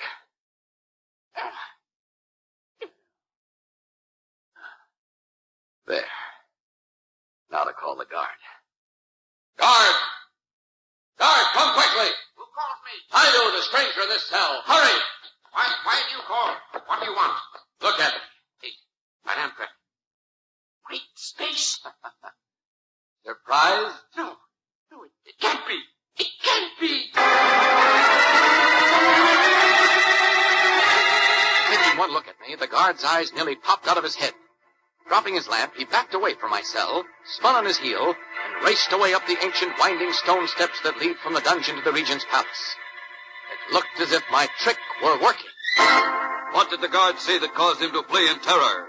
Will Superman's trick work to save Jimmy's life? Clark Kent tells more tomorrow in the next episode of his story of Superman's most unusual adventure, The Mystery of the Lost Planet.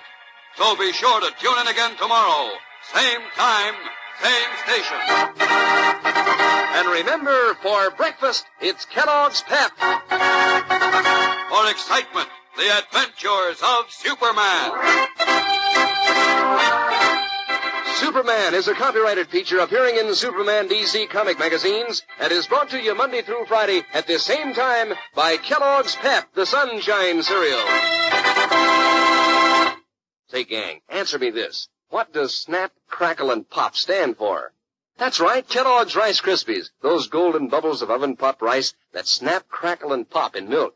They're so crisp they fairly sing. You've probably heard them at breakfast time, and you've seen those famous little elves snap, crackle, and pop in cartoons and on the Rice Krispies package.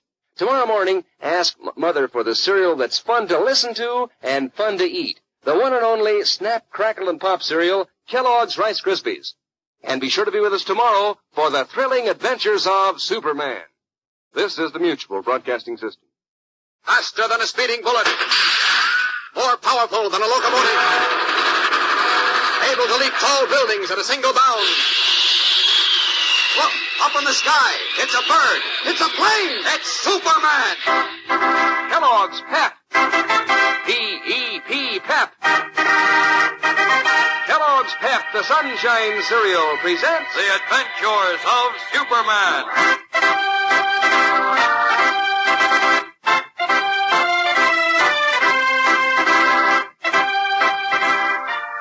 Today, Clark Kent continues to tell his fascinating story of Superman's most unusual adventure, in which he tells how he tricked the evil Regent Zeram, and then was in turn the victim of a trick.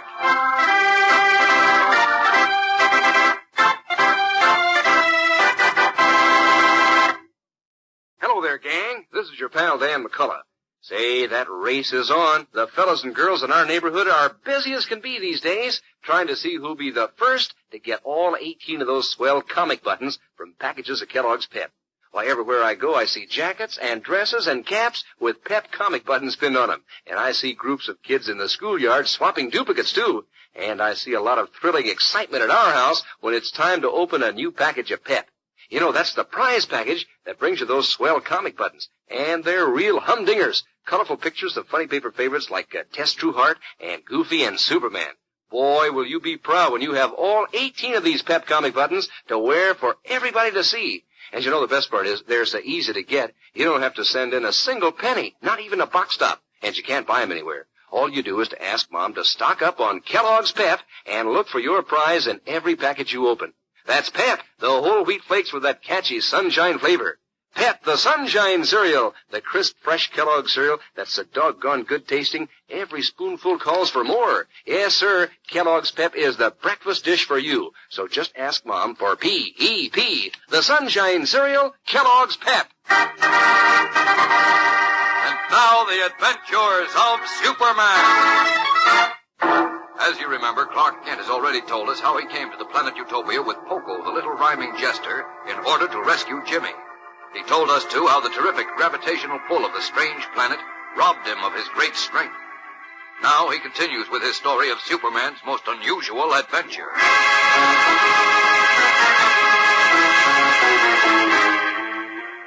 Helpless, unable to move, I was thrown into a dark, moldy dungeon under Saram's palace, where, with the aid of my extraordinary hearing, I overheard the cruel regent give Jimmy 1 minute to decide how he was to die, by means of an amazing missile that would disintegrate him, or to be hurled into space. Suddenly, an idea struck me. I called to the guard. When he came to my cell, he took one look at me, dropped his lantern, and with his eyes popping, raced to the council room. Bursting in, he called out to Saram. Your Highness, come quickly, sire, quickly. What? How dare you enter the regent's presence without permission? But it is important, sire, vastly important. The man in the red cape, our prisoner. Well, what of him? He is gone, sire. Gone? Yes, sire. A moment ago he called loudly to me. Then, when I came to his cell, he was gone. And another man was there. Keep and listen. You must be mad, guard. No, sire, no. With my own eyes I saw it. Oh, boy, Superman's done it again. Silence, Earthling. It's impossible. This cannot be. I saw myself how the gravity of Utopia held Superman as in heavy chains. Was unable to move a step. How could he? But still he got away. I told you he would. Now let's see you try to invade the Earth, wise guy. Be quiet. Come with me, guard. We'll lock the Earthling here in the council room to wait for my return. Hurry!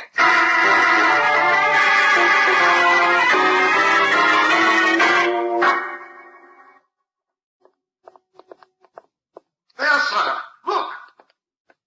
Good evening, gentlemen. Great space. It is another man. You see, sire? Did I not speak right? There's something wrong, gentlemen. You, stranger.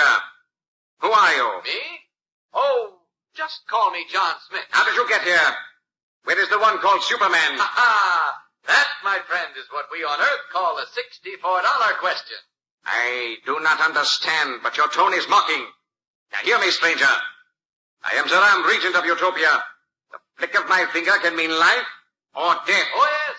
Yes, I've heard all about you, Zeram. And you know my power, so you'd best answer me. Where is he of the red cape, the one called Superman? Why don't you ask your guard? Guard, did you search the palace? How can he be in the palace, sire? You see for yourself, the cell door is still locked, and I did not unlock it. I see, Stonehead. But I see, too, that our prisoner is not in the cell. Now go raise the palace guard. Have a search made of every room, the grounds, the whole city. Then bring the Earthling, James Olsen, to me. Now go, hurry. There's, I go, sire. Ave Zeram. Heil Hitler. Well, you and the Austrian paper hanger seem to have a lot in common. Silence! You see this weapon in my hand? Oh, now we're going to get tough, eh? It's a weapon such as you have never seen before. One of your secret weapons? One of them. The missile fired from this weapon strikes its target. It explodes, completely shattering the victim. My. Would you mind demonstrating it by putting it against your head and pulling the trigger? Insolent fool. I'll place it against your head unless you speak, and speak quickly. Now, look, I aim it now between your eyes. Now, speak. Tell me where is Superman or I'll... It's a good bluff, buddy, but it won't work. I know you won't do anything to me until you've found Superman. Really? And just between you and me, you're not going to find him until he wants you to. He must be here somewhere, and I will find him. I think he seeks to play a trick on me. Make me delay my invasion of the Earth, a trick he plays with your assistance. My assistance? Yes, you too are an Earthling. One whom Superman undoubtedly brought with him today when he came from Earth with my traitorous fool Poco. Wait a minute. Who said I'm from the Earth? I say so. You wear the same clothing as the other Earthling. The young one who came with Anton and Poco. Tell me, know you the Earthling called James Olsen? Olsen? See, I know a man named Olsen, about 50 years old, red hair. And I know a Mrs. Olsen. She keeps a little store, sells candy, newspapers, stuff like that. She the one you mean? I said James Olsen, Earthling. James Olsen. Well, I think you deliberately avoid a direct answer. Why should I? I think you know that, too. A moment. I shall prove it.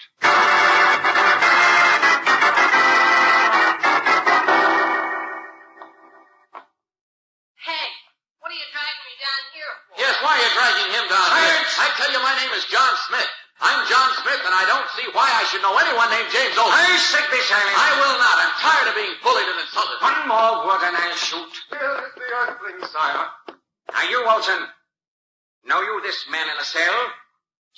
Gee whiz. Why do you expect him? Silence! Earthling Olson, who is this man in the cell? Him? I never saw him before. Good boy, Jim. Do not seek to fool me. I say you do know him. No, I don't, Sir Ron. Perhaps I'm mistaken, but it does not matter. I shall find Superman. Then both of you and he shall die together. Lanthar and Poco as well. Guard, put Olson in the cell with the other earthling. Yes, sire. Stay within sight of the cell so there can be no more escapes, or I'll have your head. Yes, sire. In with you, earthling. Hey, quit pushing. You two will hear from me later.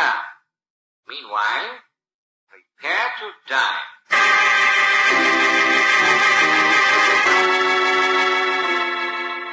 Turning on his heel, the vicious Zeram strode off, leaving Jimmy in the cell with me under the puzzled but zealous surveillance of the guard. Jimmy could hardly wait to engage me in conversation, but I cautioned him to restrain his curiosity until the guard moved away or relaxed. I knew that we were yet far from being safe. In just a moment, we'll return for the startling climax of today's episode of Clark Kent's thrilling story. So keep listening. Say, think of the thrill, gang, someday soon when you have all 18 comic buttons from packages of Kellogg's Pep collected and pinned on your jacket or your dress or your cap for everybody to see. Boy, will that be a day. You'll really feel like strutting your stuff because these Pep comic buttons are just about the best-looking things you ever saw. Real, true-to-life pictures of your favorite funny paper characters done up in bright red and blue and yellow and black on a gleaming white background. Mighty snappy-looking. So you better hop to it, gang. Check over your collection tonight and see how close you are to getting the whole series, all 18 of them, including Brenda Starr and Cindy and Spud and the Little Moose, Goofy and Beezy, and Superman, of course. Then get busy and remind Mom to get you some more Kellogg's Pep so that you can complete your collection. That's the only way you can get these Pep comic buttons, you know. You don't send in any money, not even a box top, and you can't buy them anywhere. But you get a comic button inside every package of Kellogg's Pep you open. Say, here's something else you get in a package of those super delicious whole wheat flakes. Doggone good eating. Yes, sir, a bowl of Pep for breakfast means a head start toward a happy day because your appetite really takes to that catchy sunshine flavor. So ask Mom for lots of P-E-P, the Sunshine Cereal, Kellogg's Pep. Now back to Clark Kent's fascinating narrative of Superman's most unusual adventure. After leaving the excited Jimmy Olsen in a dungeon cell with me, Zeram hurried up to his council chamber, where a moment later he engaged a captain of his guards in conversation. Well, what do you say to me, Captain Teller? As yet, we have not found the one called Superman, sire. Why not? He must be somewhere near. I cannot understand it, sire. It would be impossible for him of the Red Cape to escape my secret police unless... Unless what? Well, you see, sire, I have made a search of Anthar's house. There I found some strange documents. What sort of documents? Relating to the one called Superman. They say how he can fly through the air swift as light, how he can demolish great mountains. I know all that. How his eyes can see through steel. Such a fabulous one might well have escaped us by taking to the sky and flying through space. No, I say Superman plays some trick on us. A trick, sire? Yes. Somehow he conspired with the other earthling who calls himself John Smith and perchance with James Olsen, too. But I have hopes I shall discover their trick. How, sire? I've had the earthling Olsen placed in the same cell with the one called John Smith. Then I instructed the guard to leave them alone at the end of 1,000 lapsed revolutions. I'm convinced they know each other. They may reveal the secret of Superman's disappearance to me. But if the guard is not there to overhear them... Stupid one! In the cell below this council room in which an instrument is concealed in the stone ceiling. 1,000 lapsed revolutions have passed. Now the guard will leave their cell. Merely turn their switch. There. Now listen. There goes the guard down the hall, Mr. Kent. Now, tell me how you got here and where Superman went. Wait a minute, Jim. Wait till he's further away. You hear, Captain Teller? Did I not say the two Earthlings knew each other? You are wonderfully clever, sire. He told me his name was Smith, but Olson called him Kent. He can't hear us now. No, he's too far away. Jeepers. When I came down here and heard your voice, I almost passed out. Tell me... Your head, though, Jim. I was proud of you. I wasn't sure you'd catch on, but I didn't want you to recognize me. How could I miss it the way you were yelling? Say, do you suppose Zeram caught on, too? I don't know. I think he's pretty clever. You're not kidding. But look, tell me how you got here on this planet, and where Superman is. I'm so dizzy, I don't know if I'm coming or going. Well, you see, Jim, it's like this. Go on. I'm listening. And so are we listening, sire? We are indeed, Captain Teller. We are indeed.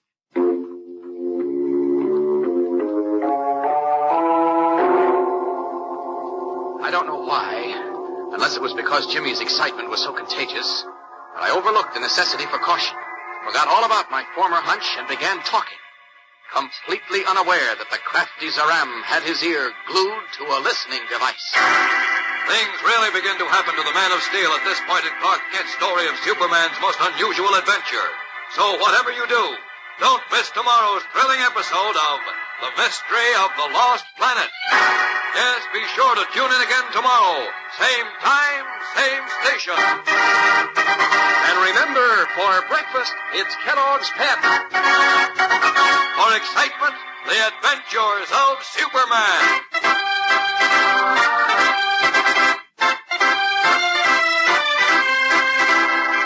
Superman is a copyrighted feature appearing in Superman DC comic magazines and is brought to you Monday through Friday at this same time by Kellogg's Pep, the Sunshine Cereal. Say, gang, do you know what it means when Kellogg's Rice Krispies go snap, crackle, and pop in milk? Why, it means they're crisp. Crisp as crisp can be. Sure, Kellogg's Rice Krispies are the only cereal so crisp they snap, crackle, and pop. That's why you see so much of those three famous little elves, Snap, Crackle, and Pop, in cartoons and on the Rice Krispies package. They stand for the crispiness of Kellogg's Golden Bubbles of Oven-Popped Rice. The one and only Snap, Crackle, and Pop cereal, Kellogg's Rice Krispies. And be sure to be with us tomorrow for the thrilling adventures of Superman. This is the Mutual Broadcasting System. Faster than a speeding bullet. More powerful than a locomotive. Able to leap tall buildings at a single bound. Look, up in the sky. It's a bird. It's a plane. It's Superman. Kellogg's Pep. P-E-P, Pep. Kellogg's Pep, the Sunshine Cereal, presents The Adventures of Superman.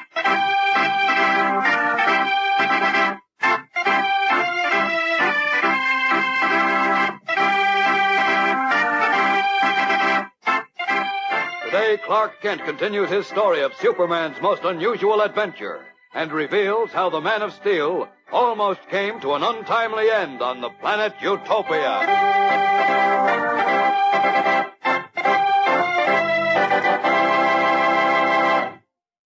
Hello there, gang. This is your pal, Dan McCullough. Say, around our neighborhood, the kids are really turning on the steam these days. Sure, they're racing like anything to see who'll be the first to collect all 18 comic buttons. You know, the swell prizes all the gang's collecting from packages of Kellogg's Pep. Of course, I don't know yet who that fellow or girl will be, but I do know that somebody's going to be mighty proud to sport all those Pep comic buttons on his jacket or dress or cap. They're so doggone smart-looking, real true-to-life pictures of your favorite comic strip characters like, Chief Brandon and the Little Moose and Superman, too. And think of the fun you'll have rounding out your collection. And say, there'll be lots more fun, too, because I'm going to have some exciting news for you pretty soon. So don't miss out. Remind Mom to get you plenty of Kellogg's Pep. Now, look, you don't send in any money, not even a box top, and you can't buy them anywhere. But there's an exciting prize every time you open a package of Kellogg's Pep. And there's good eating, too, because these are the whole wheat flakes with a sunny golden toasted flavor. Why, Mom's glad to see you polish off your breakfast bowl of Pep, because you get energy vitamin B1 plus good old sunshine vitamin D. So ask Mom to get you some P-E-P, the Sunshine Cereal, Kellogg's Pep. And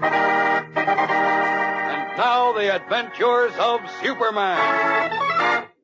In writing a feature story on Superman's most unusual adventure, Clark Kent recalled how the tremendous force of gravity on the planet Utopia held him fast to the ground when he went to Utopia to rescue Jimmy Olsen. Now, Kent continues with his story. Listen.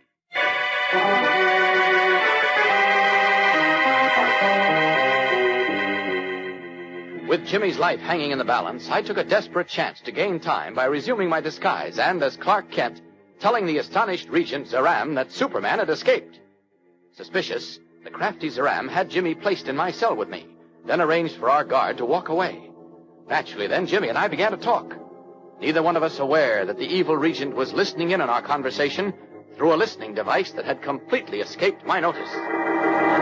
My compliments, sire. Setting up this listening device was exceedingly clever of you. I agree, Captain Teller.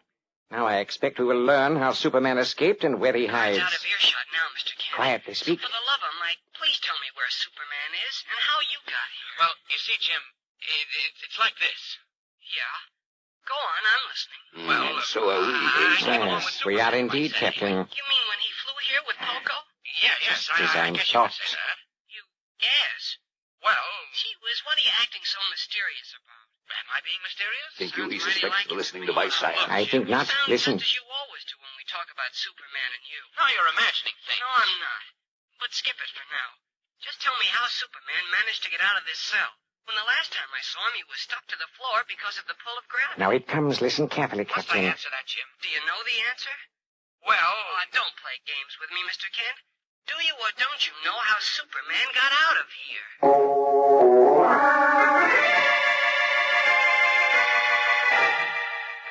Peering at me with suspicion growing in his eyes, Jimmy had backed me into a very uncomfortable spot. I couldn't tell a deliberate lie. Yet the truth might prove embarrassing, even damaging to the secret of my true identity. So, still unaware that Zeram and the captain of his guards were listening in, I had to continue being evasive. Look, Mr. Kent, I'm just worried about our chances of getting off this planet. So, well, I want to know if Superman is still here, or did he go back to Earth? That's all. Answer him, stubborn earthling. I'll tell you This this I too must know. Superman is still on Utopia. He is? You hear that, Teller? Yes, Don't let sire. anyone find that out. Of course not. Where is he? Well, that I can't tell you, except that he's not far from where we are right now. Just what I wanted to know. Has he let this force of gravity on Utopia? That's Not good to yet. know. But I think he will soon now. He's gotta lick it soon. Because I happen to know Zeram's planning to invade the Earth day after tomorrow. You hear? Quiet, you fool. How do you know? He told me. Superman's gotta stop him. He's got some terrific secret weapons. Really? Yeah. He showed me one of them. What? A little glass ball, no bigger than a marble, with some secret explosive inside it. He made me throw it at a big statue, and the statue broke into 1,000,000 pieces. It did? Uh-huh. Gosh, Mr. Kent, we've got to do something. I'm not kidding. We've got to think fast and keep Zeram worried until Superman's strength comes back. Zeram will not worry, my friend. I'm sure of it. It's coming back very slowly now. How are we going to keep Zeram worried? About what? About Superman, of course. We've got to make him believe Superman returned to Earth. While he thinks that, he won't dare try an invasion. Great Scott! What's the matter? Don't say a word, Jim. But what? Quiet, I said. There's a dictograph in this cell. Sire, he's discovered the listening device. Where? Matters not now, Teller. I need it no more since I have learned what it is important for me to know. But how could he possibly see it when it is embedded so deeply in the stone ceiling? I believe I know. Yes, I'm quite sure I know. He is clever, the earthling called Kent. Not clever enough to fool Zeram. Of course not, sire. Captain Teller, I think I know where Superman is. You know? Yes, I believe I do. Have your men carry the earthling Kent into the courtyard. I wish to conduct an experiment. A most interesting experiment.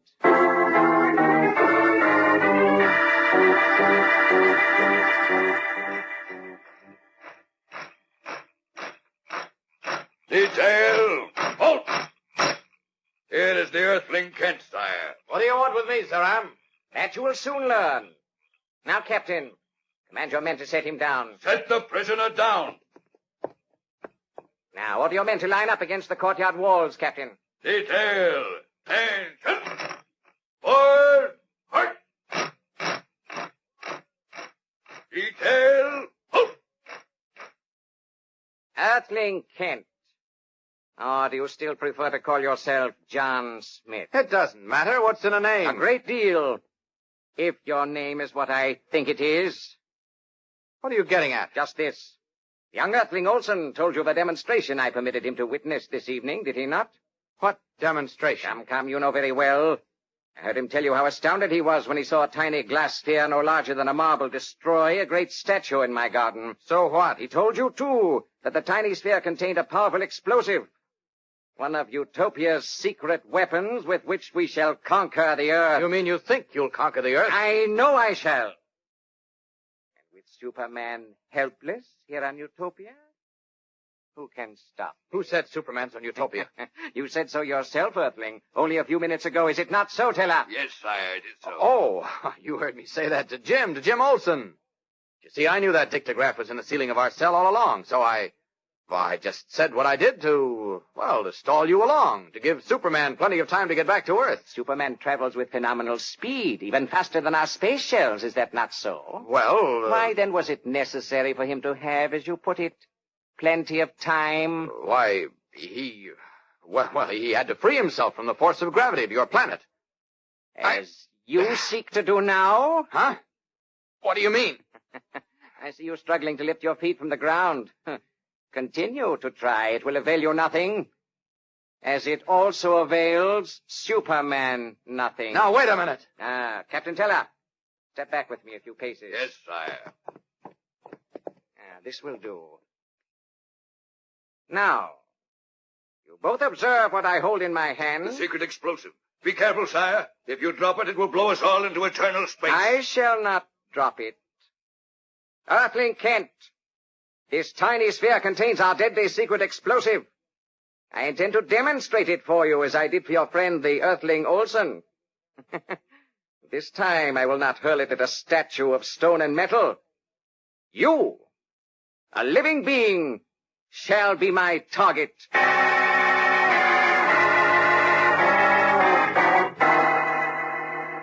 With his face twisted into a hideous grimace, the evil Zaram held a deadly missile poised, ready to hurl at me, as I stood helplessly rooted to the ground by the terrific force of Utopia's gravity. If he threw it, and I was left unharmed, the secret of my true identity, which he suspected, would at last be revealed. What was I to do? In just a moment, we'll return for the amazing climax in today's episode of Clark Kent's fascinating story. So keep listening. You know, gang, when you think of all the exciting fun you've had completing your collection of comic buttons from packages of Kellogg's Pep, and when you think that there'll be lots more exciting fun and some thrilling news pretty soon, well, isn't it swell that you get such a kick out of eating Pep? Because you wouldn't want to miss out on a single one of these 18 buttons. You want Judy and Clarky and Tess Trueheart and Superman and all the rest. And boy, will you feel like strutting around when you have all these Pep comic buttons pinned on your jacket or your dress or cap for everybody to see. And you wouldn't want to miss that thrill, no, sir. So how's about asking Mom to get you another package or two of Kellogg's Pep? Because that's the only way you can finish off your collection of comic buttons. You don't send in any money, not even a box top. And you can't buy them anywhere. But there's a comic button inside every package of Pep you open. And there's some mighty good eating for you, too. Why, Pep is called the Sunshine Cereal. It's loaded with catchy, sunny toasted flavor, crisp and fresh as can be. So doggone delicious, in fact, that, well, your spoon just naturally keeps digging in again and again for more. So tell Mom that you want Pep for breakfast every day. And get your prizes from P.E.P., the Sunshine Cereal, Kellogg's Pep. Now back to Clark Kent's narrative of Superman's most unusual adventure. Obviously enjoying the show he was staging, Zaram, cruel regent of Utopia, held the deadly explosive missile poised to hurl at me as he called out, Now then, I shall proceed with my experiment. Observe the Earthling well, Captain. Wait! Don't throw that! Silence! It's too late to stop now, Earthling Kent. Now then... Oh, sire! What is that? It's thunder, of course. Come out of my way. Wait! That's not thunder! The sound comes from below. Great space it does indeed, sire. The ground shakes beneath our feet. You are right. What can it be? You hear that, sire? Yes. It's like a gigantic cracking. What means this? I fear it means our planet is at last being shattered into eternal space, sire. No, it cannot be. According to our scientists' reckoning, the day for that is not yet here. He's right, Zaram. He's right. Yes, it has come. The rumbling and the cracking. Utopia's breaking apart, sire. We're doomed.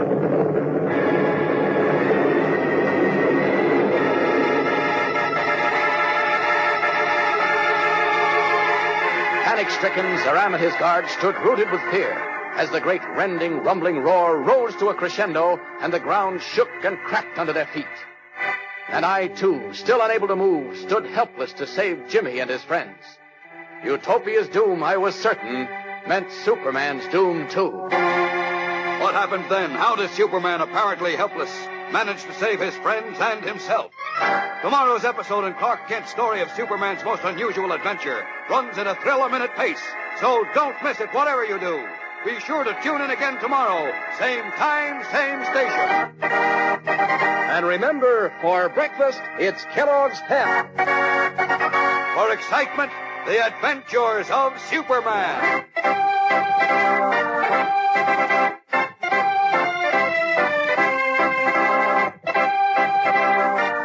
Superman is a copyrighted feature appearing in Superman DC comic magazines and is brought to you Monday through Friday at this same time by Kellogg's Pep, the Sunshine Cereal. Say, gang, do you know how crisp Kellogg's Rice Krispies are? So crisp they snap, crackle, and pop in milk. Sure, that's their song of crispiness. Means that these golden bubbles of oven-popped rice are crisp as crisp can be. Whenever you see those famous little elves snap, crackle, and pop in cartoons or on the Rice Krispies package, think of how light and delicate and crisp this grand breakfast dish is. Tomorrow morning, ask Mom for the one and only Snap, Crackle, and Pop cereal, Kellogg's Rice Krispies. And be sure to be with us tomorrow for the thrilling adventures of Superman. This is the Mutual Broadcasting System. Faster than a speeding bullet. More powerful than a locomotive. Able to leap tall buildings at a single bound. Look, up in the sky. It's a bird. It's a plane. It's Superman. Kellogg's Pep. P-E-P, Pep. Kellogg's Pep, the Sunshine Cereal, presents The Adventures of Superman.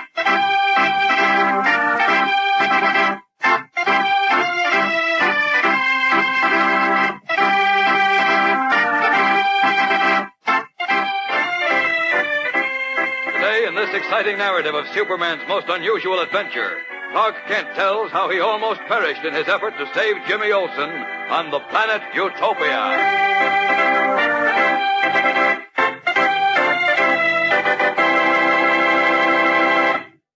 Hello there, gang. This is your pal Dan McCullough.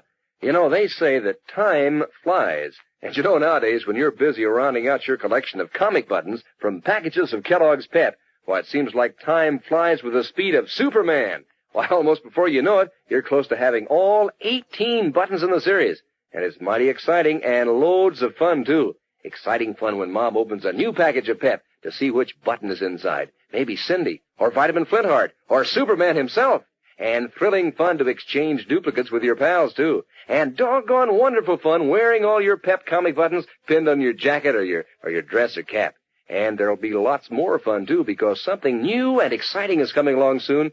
So you better get busy on your collection, gang. Finish it off. Better remind Mom right now that you're in the market for plenty of Kellogg's Pep. That's how easy it is, you know. You don't send in any money, not even a box top. And you can't buy these prizes anywhere. But you get a comic button in every package of Pep you open.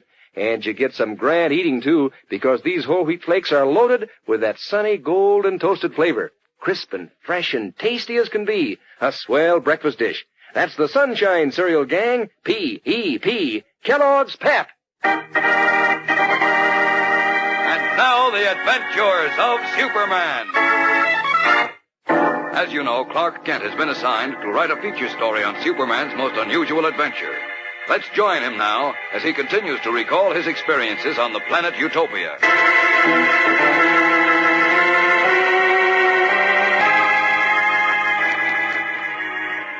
Unable to free myself from the terrific force of gravity on Utopia, I tried to stall Jimmy's execution by assuming the guise and garb of Clark Kent.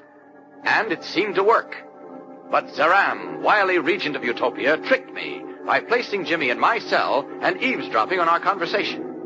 Apparently, Zeram heard enough to make him suspect that Kent and Superman were one and the same, and to prove his theory, had me brought out into the palace courtyard. There, he was about to hurl a powerful explosive at me, when suddenly a deep rumbling sound rose and swelled as the ground trembled underfoot. Alarmed, Zeram's captain of the guards called out, You hear that, sire? Gigantic cracking. What means this? I fear, sire. Yes, speak. I fear our planet is beginning to shatter and fall into eternal space. It cannot be. My astrologer, my scientists, they said it would not happen until 5 days hence. Well, here it is, like it or not. What shall we do, sire? What shall we do? Wait. The rumbling is diminishing. The ground shakes less. No, but will grow worse again shortly, sire. Then I must see my astrologer at once. I go to my council room. Fetch me my astrologer. But what of this earthling Kent, sire? Leave him here. Hurry! My astrologer!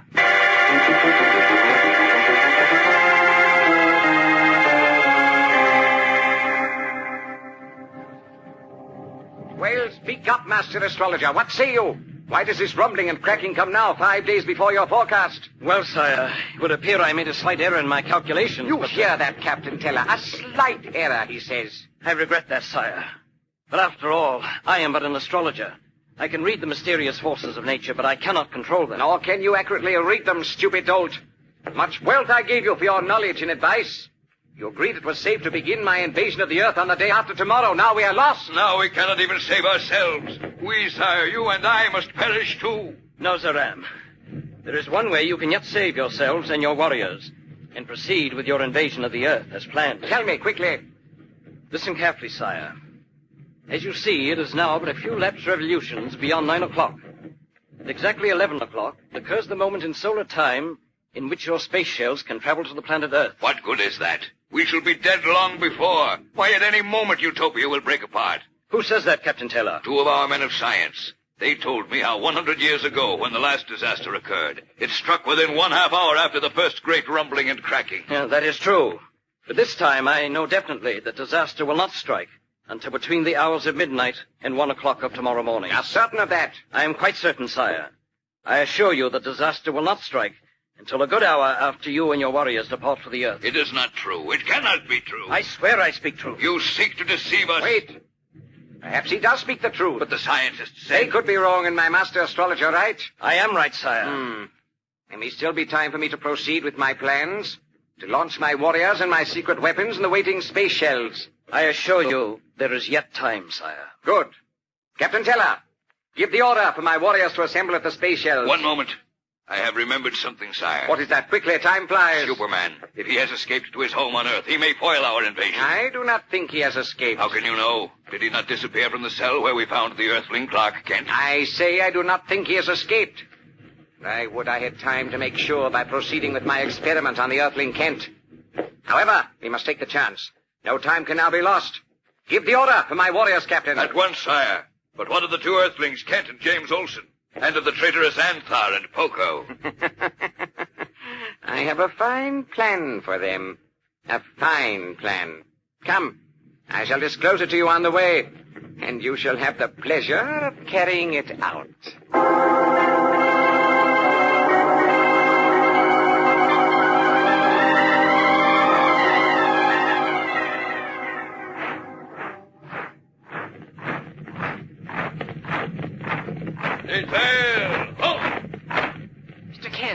Mr. Kent! Easy, Jim. Prisoners Anthar, Poco, James Olsen.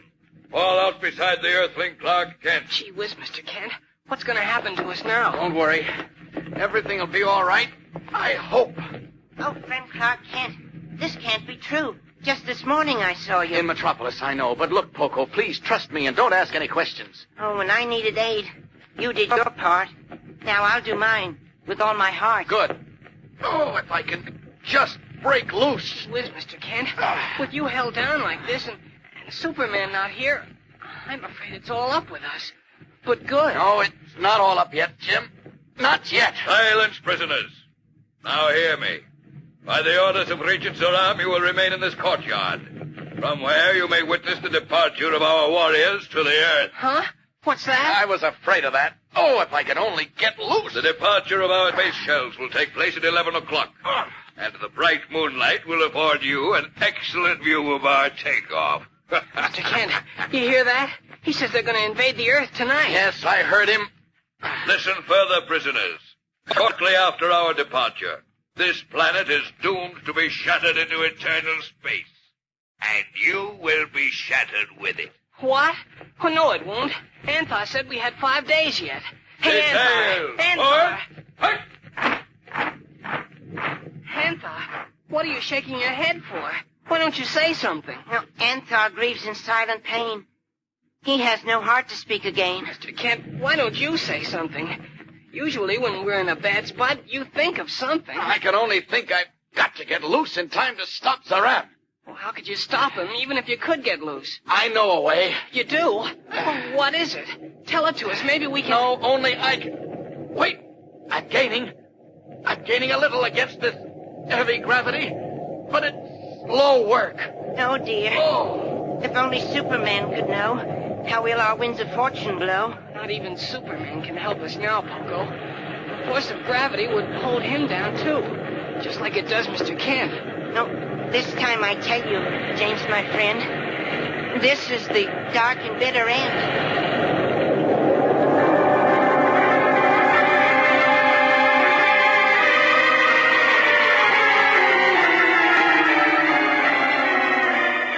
As the rumblings and grinding noises that signified Utopia's doom increased in intensity, I continued to strain and struggle against the force that held me rooted, helpless, almost willing to admit that this was indeed the end for Jimmy and for Superman. In a moment, we'll return for a startling climax in today's episode of Clark Kent's story. So keep listening.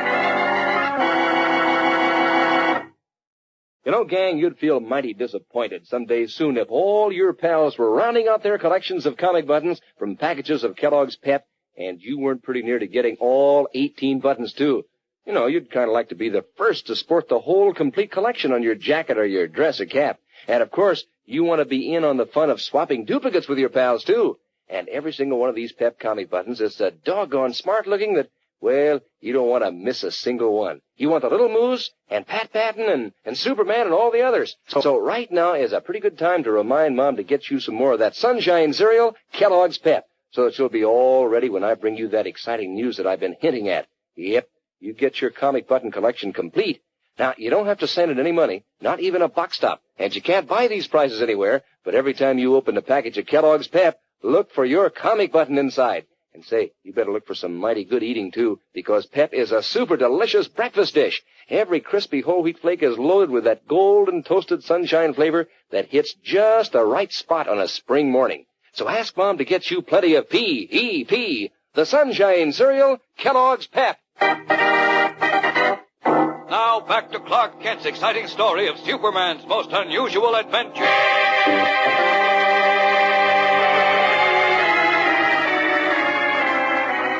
Buildings toppled and mountains crumbled as the planet Utopia continued to disintegrate. And still the terrific force of gravity held me in its vice-like grip, while time grew shorter and shorter. Suddenly, the sound of a gong was heard from a point nearby, cutting clearly through the noise of destruction. Poco, what do those gongs mean? No, the time grows short. The hours have gone by. Within a few minutes, we shall die. A few minutes? Yes. Oh, endless sorrow. Oh, boundless woe. Our lives have but a few minutes to go. Mr. Kent, what'll we do? What'll we do? Oh, I'm afraid it's no use, Jim. Oh, no. I can't budge. Mr. Kent, look. A big crack's opening in the ground near us. Mr. Kent. Mr. Kent. Poco, what happened to Mr. Kent? No, one moment he was here. But then there was no trace. Well, I fear he's vanished into space. Oh, no! Mr. Kent! Mr. Kent! This is the end.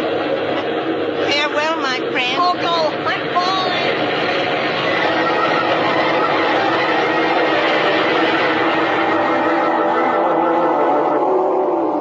Faster and faster, with great grinding, shattering rumbles, the huge gash in Utopia's surface widened further and still further. Then as I hurtled into space, the bulk of the planet tore completely away, bearing Jimmy Olsen, Poco, and the now unconscious Anthar with it.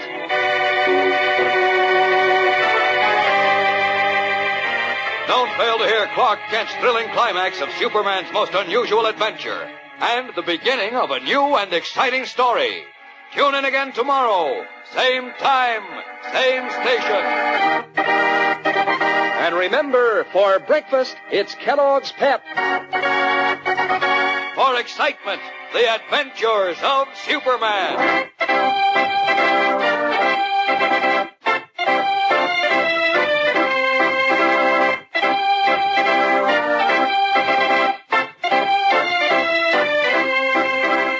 Superman is a copyrighted feature appearing in Superman DC comic magazines and is brought to you Monday through Friday at the same time by Kellogg's Pep, the Sunshine Cereal.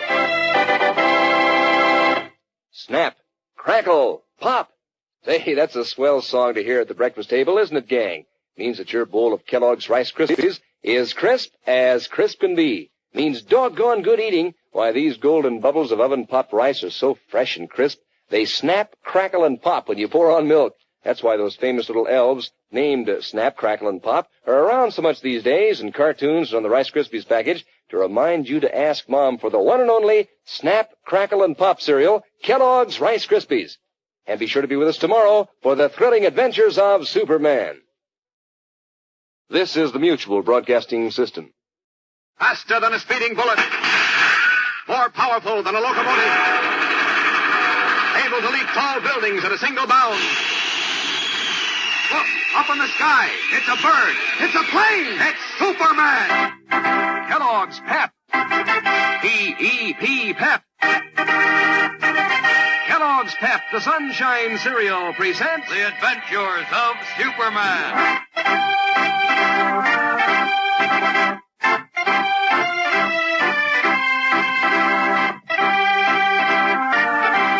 Today, Clark Kent completes his story of Superman's most unusual adventure and turns it in for publication, unaware that Lois Lane is foolishly walking into a mystery that will lead him into another dangerous adventure.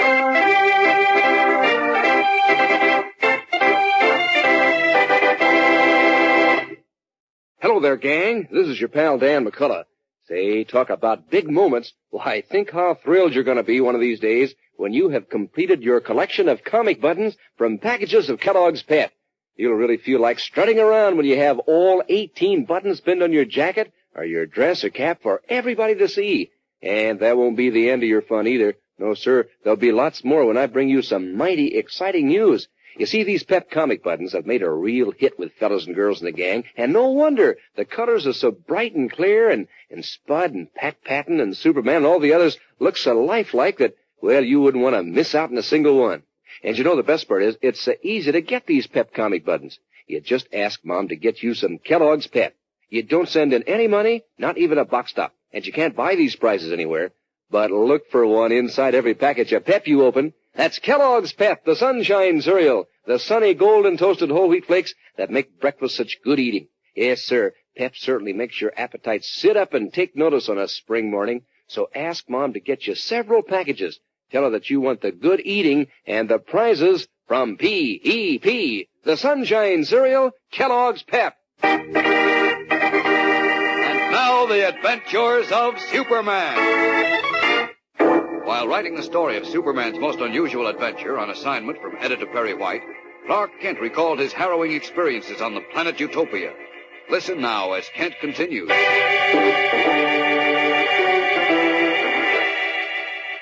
In all my life, no one ever came so close to discovering the secret of my true identity as did Zaram, cruel regent of Utopia.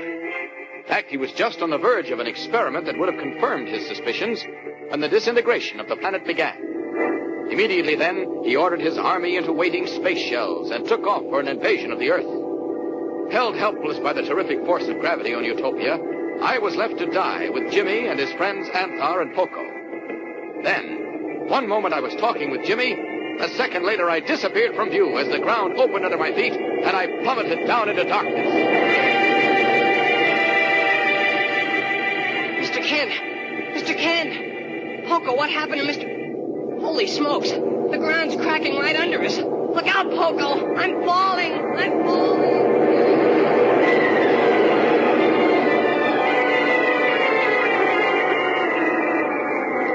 As Jimmy and Poco fell into a yawning chasm, Utopia leaped clear of its orbit in the firmament, and like the finale of a holiday fireworks display, exploded into 1,000 pieces that zoomed through the heavens as if they were fireballs flung from a gigantic Roman cannon.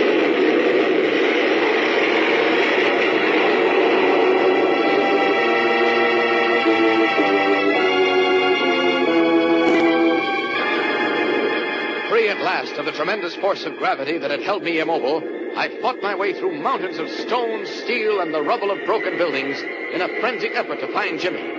Then, just as I was about ready to give up, I saw the tiny figures of Jimmy and Poco hurtling toward me. Blasting my way toward them through tons of flying debris, I gathered up their unconscious forms and, covering them with my cape, rocketed through into clear space.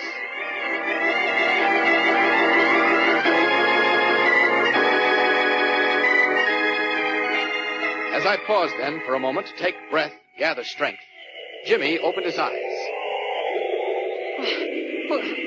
Where am I? You're safe with me, Jim. Superman! That's right. Oh, boy, am I glad. Holy smokes. What's the matter, Jim? Poco. Poor Poco. Poco will be okay. He's unconscious, but safe enough. Here, under my other arm. Oh, jeepers, that's swell. I was Oh, golly. Now what? What happened to Mr. Kent and Anthar? Don't worry about Kent. He's all right. Gee whiz, how do you know? Just take my word for it. Now, about Anthar, well... He's gone? I'm afraid so. Poor guy. It is a pity, Jim. But I'm sure he would have wanted to go that way, with his people. I guess so. Now, we've got to get back to Metropolis. Yeah, but can you find your way back? Maybe, but I'm not going to just trust my own sense of direction. I'm going to let Zaram show me the way home. Zaram? Right. He's leading his army in a fleet of space shells for what he thinks will be an invasion of Earth. Well, we'll let him lead us through space to the orbit of our planet. Then I'll take care of his boys before they get a chance to do any damage. Now, watch how fast we catch up with them. Away!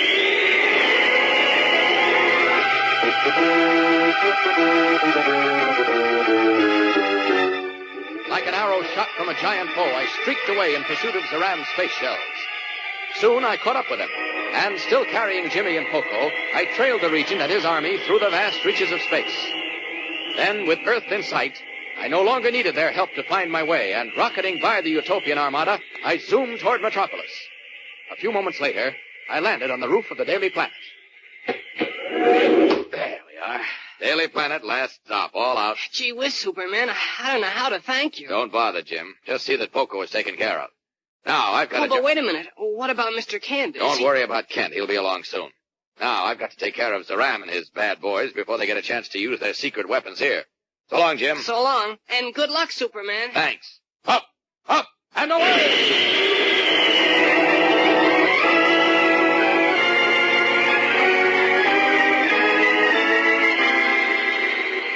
Hurtling back up into the sky, I met Zaram's army just as his space fleet was entering the Earth's stratosphere. Gathering speed, I crashed into the spearhead of the V formation. The force of my impact causing the powerful explosives inside the lead space shell to shatter it into 1,000 pieces. As the others fell out of formation, I picked them off one by one, chasing them through the heavens until all 7 of the tremendous space shells bearing Zaram and his fighting force were wiped out of existence. Then, plenty tired, even for Superman, I returned to the Daily Planet, and resuming my guise and garb of Clark Kent, returned to write the story of of Superman's adventure.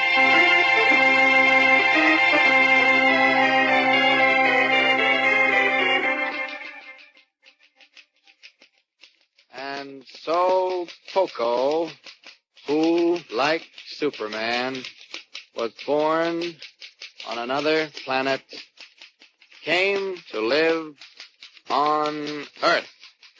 There, that does it. Hiya, Mr. Kent. Oh, hello, Beanie. Come on in. Thanks. I'm sorry to interrupt you, Mr. Kent. Well, that's all right. I was just going to yell for you anyhow. You were? Uh-huh. I want you to take the last pages of this story to the city room. Gee whiz, what a coincidence. Coincidence? Yeah, that's what I'm here for. Oh. I mean, Mr. Burroughs sent me to see if you have any more copy because he's making up the Sunday magazine section and... I see. Well, run along to Burroughs with this. Okay. I'll go in and tell the chief I've finished. Oh, gee whiz. I wouldn't go into Mr. White's office if I were you. Why? What's up? I don't know, except he's hitting the ceiling. Something about Miss Lane. Lois? What'd she do now? Search me. Well, I'll find out right now. Disregarding Beanie's admonition, Clark Kent strides toward Perry White's office to find out why the editor is so furious with Lois Lane, unaware that what he is about to learn will lead him into a new and dangerous adventure as Superman. We'll be back in a moment for the suspenseful climax of today's episode, so keep listening. Say, you fellows know how often the girls win out in spelling bees or reading contests? Well, don't you let the girls get ahead of you and finish off their collections of Kellogg's Pep comic buttons before you do. No, sir, you want to be in there pitching. Sure, you'd like to complete your collection before the girls do. And besides, I'm going to have something new and exciting to tell you one day soon, so get busy and round out your whole series of comic buttons. Hey, you'll get a kick out of those true-to-life pictures of funny paper characters, like the little moose with his funny face and feather in his hair, and fat, slap-happy Beezy. And Superman himself, complete with bright blue jersey and flying red cape and Superman insignia. Yes, sir, these Pep comic buttons look terrific when you wear them pinned on your jacket or your dress or cap. So, fellas, don't you let the girls get ahead of you. And girls, don't you let the fellas get ahead of you either. Everybody pitch in. It's easy, you know. You don't send in any money, not even a box stop. And you can't buy these comic buttons anywhere. But every time you open a package of Kellogg's Pep, there's your snappy prize. And there's some mighty snappy eating, too, because Pep is a whiz of a breakfast cereal. Tastes so crisp and sunny and golden toasted you practically can't resist it. So ask Mom to get P-E-P, the Sunshine Cereal, Kellogg's Pep. As we continue now, Clark Kent has just entered Perry White's office in time to hear the gray-haired editor shout into his telephone. Miss Backrack, you call Wilson on the Morning Blade and tell him he can stop trying to steal my reporters. Tell him he can have Lois Lane on his payroll as of now because I'm through with her. What? You heard me. She's fired. What's the matter with you, Chief? That'll teach her not to disregard orders. What happened? When I say no, I mean no. I'm the boss around here. Chief, and I don't want to leave followed up. It's because my superior experience tells me it's a phony. Sure, Chief, sure. And neither Lois Lane nor you nor any other reporter working for me can disregard my orders and get away with it. Do you understand? Oh, for the love of Mike, Chief, will you please calm down long enough to tell me what's going on? What order did Lois disregard? Where is she? She's up in Canada, the North Fishing Banks. Against my explicit orders to the contrary. What in heaven's name is she doing up there? Chasing a wild goose, that's what. What do you mean? Well, here's the story. You remember that crackpot correspondent we've got in Squeen Run? Squeen Run? Oh, you mean Horatio F. for French Horn? Yes, Horatio F. for Phooey Horn would be better. Or F for fish in this case. Well, what about it? Well, a few days ago he came to see me. All steamed up over what he thinks is a terrific yarn that's brewing up there in that fishing territory. A cock and bull story that began stewing in his bird brain when a very rich man who lives in Squeen Run stopped getting his regular weekly shipments of a rare fish that he relishes for breakfast. Shipments that used to be flown in for him from the North Banks and then suddenly stopped. What? Because the fishermen have stopped going out on their regular runs, and Horn thinks it's all tied up to something mysterious. Well, maybe it is. What? Great Caesar, don't tell me that you go for that, too. I didn't say that, Chief. I only said maybe it is. Chief, I be Mr. Yes, White. what do you want? Miss Backrack told me to give you this telegram. It's from Miss Lane, and she From thought... Lois? Yeah, Mr. Kent. Miss Backrack... Never mind what she thought. Go on, beat it. Yes, sir, Mr. White. Well, how do you like this for nerve? What does she say, Chief? Now, listen to this for sheer gall. What? Convinced Horatio Horn right again. Looks like real big story brewing here. I'm taking long chance to dig it up. What does she mean by a long chance, I wonder? Why, nothing. She's just being cute. Now, listen. If you don't hear from me within 24 hours, suggest you contact Superman. Contact Superman? Yes. How do you like that? I don't like it at all, Chief.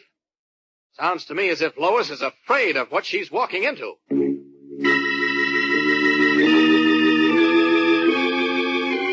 Clark Kent is right. Lois Lane doesn't know what she and the eccentric correspondent Horatio Horn are walking into. If she did, she'd be more than tempted to stop her investigation before she really begins. One day we begin a new Superman adventure that deals with deep mystery born of dark superstition on the stormy, fog-bound shores of the North Atlantic. So be sure not to miss a minute of it. And remember, if your community observes daylight time, starting next week, this program will be heard at the same hour. If you remain on standard time, it may be heard at a different hour. For exact broadcast time in your area, consult your local newspaper or mutual station. And remember, for breakfast, it's Kellogg's Pep. For excitement, the adventures of Superman.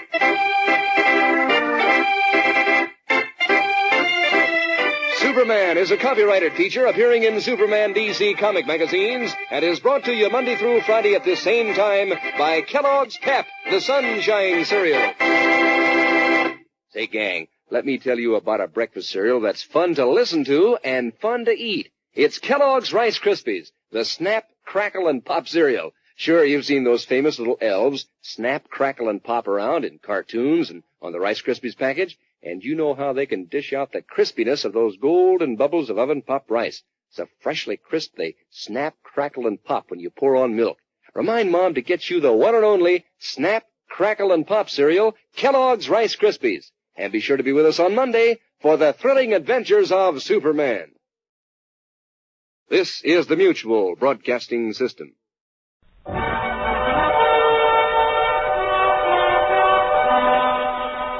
Welcome to Hollywood.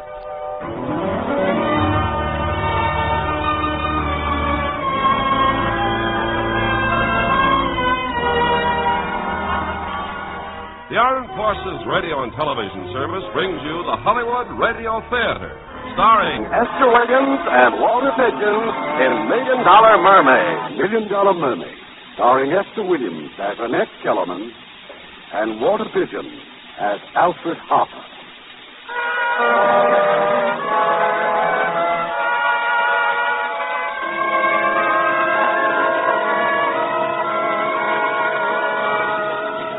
This is the story of Annette Kellerman.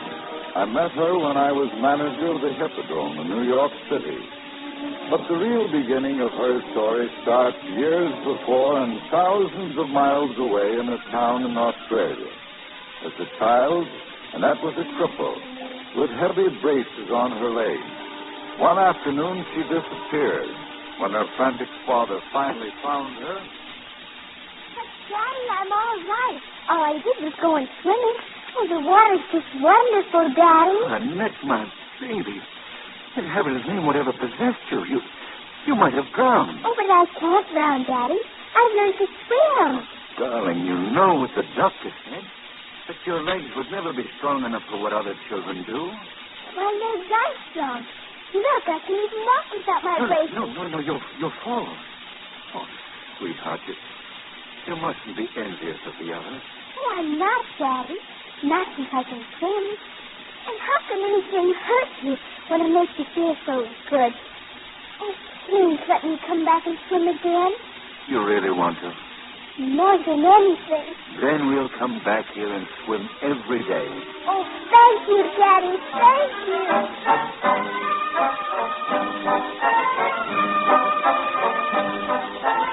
As the years hurried by, the iron braces were discarded and forgotten.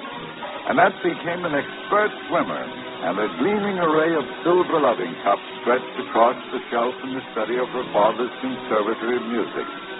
And then, as a young woman, she won the most cherished award of all. Amateur Champion of New South Wales. Why, it's wonderful, darling. I'm very proud of you. Only why does it always have to be a cup? What we really need is a new tea service. And if you're wondering why I wasn't there to watch you this afternoon, I've been going over some business matters. Oh, times are bad for everyone, Daddy. The few pupils we have left hardly pay expenses. I've decided to close the conservatory. Hey. No. We're not charity cases yet. I've heard from Mr. Crocker. Mr. Crocker from London? He's offered me a post as his assistant. I think I should accept. Well, Dad, if it's just a question of money, well, I could keep swimming or turn professional. No, forget it, my dear. Swimming has given you back your health, and for that I'm eternally grateful. But as a career, no. Your music comes first.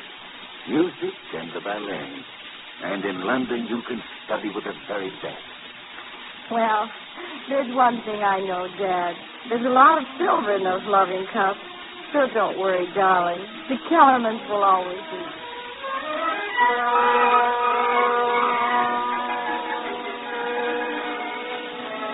Among the passengers on the long voyage to England was a young fellow named Sidney. Sidney was a kangaroo. And I'm not going to warn you again, Mr. Sullivan. If you let that kangaroo out of the old dust once more, I'll put him off at the next port and you with him. Well, I'm terribly sorry, Percy, but, well, Sidney isn't just a kangaroo. He's a boxer, a prize fighter, greatest left hook in the business. I don't question that. Now, look at my door. Hey, Doc, let Sidney down to a hole. He'll have to forget his road work and put on the gloves, all to give him some exercise. Come on, champ. Let's go. I hope we didn't scare you too much. Oh, no, we're very fond of kangaroos. Good. You're bound for London, too? Yes. My daughter's going to study the ballet. Well, you must be my guest at Sydney's opening. I'll be at the tennis carnival. Well, that's very kind of you. Yeah, just ask for Jimmy Sullivan. Sullivan's Wonder Show. My name is Kellerman. My daughter, Annette. Annette Kellerman, a swimmer? Well, I've read about you in the newspapers. Yes. My daughter just won the Amateur Freestyle Championship of New South Wales. There's a new record, too. Oh, yeah. Yeah, but you did. Well, swimming's very popular in Australia. Yes, I can understand why. Well, I hope Sydney's a big success, Mr. Sullivan. Come along, dear.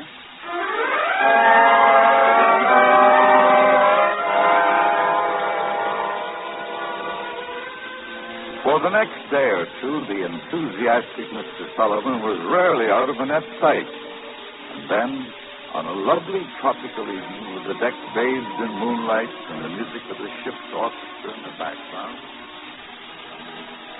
I can't figure it out, Annette, how a girl as pretty as you are can break swimming records and how a girl who breaks swimming records can insist on ballet dancing as a career.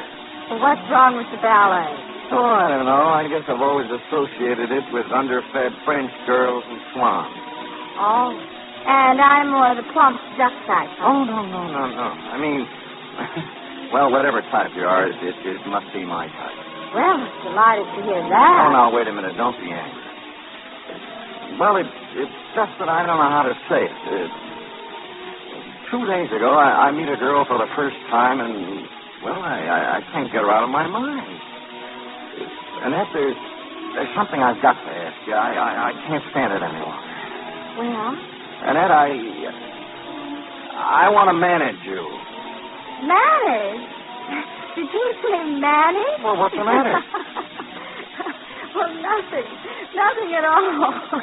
Oh, I'm sorry. Look, I know it when I see you. When you're a wonderful swimmer, you're a beautiful girl. They'll come to see you in London by the tens of thousands. And they'll pay for the privilege. Pay to see me swim? That's where I come in. Ideas, new effects. Zip, I can see you now. Annette Kellerman, the Australian mermaid. She's half woman, half fish. How nice. Shall we shake fins on it? Oh, now you don't believe me. I'll build you a little tank. Make you up to look like a real mermaid. Scaly tail and all. You'll be a bigger draw than a kangaroo. I doubt it, Mr. Sullivan. Good evening, Mr. Kellerman. Mr. Sullivan, my daughter is not half woman, half fish. She is, I assure you, all woman. Well, I couldn't agree with you more. Nor is she interested in wearing a mermaid's tail. Well, Mr. Kellerman, I only... We don't wish to discuss it any further. But it's the greatest idea... Yes, I know. Since Sydney the kangaroo. Come along, Dad. But you get an A for effort, Mr. Sullivan.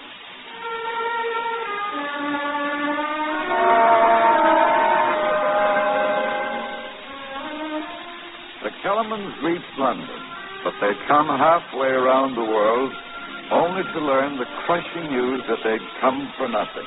The Crocker Conservatory music was closed. But surely there was some message for you, Dad. Someone must have been there.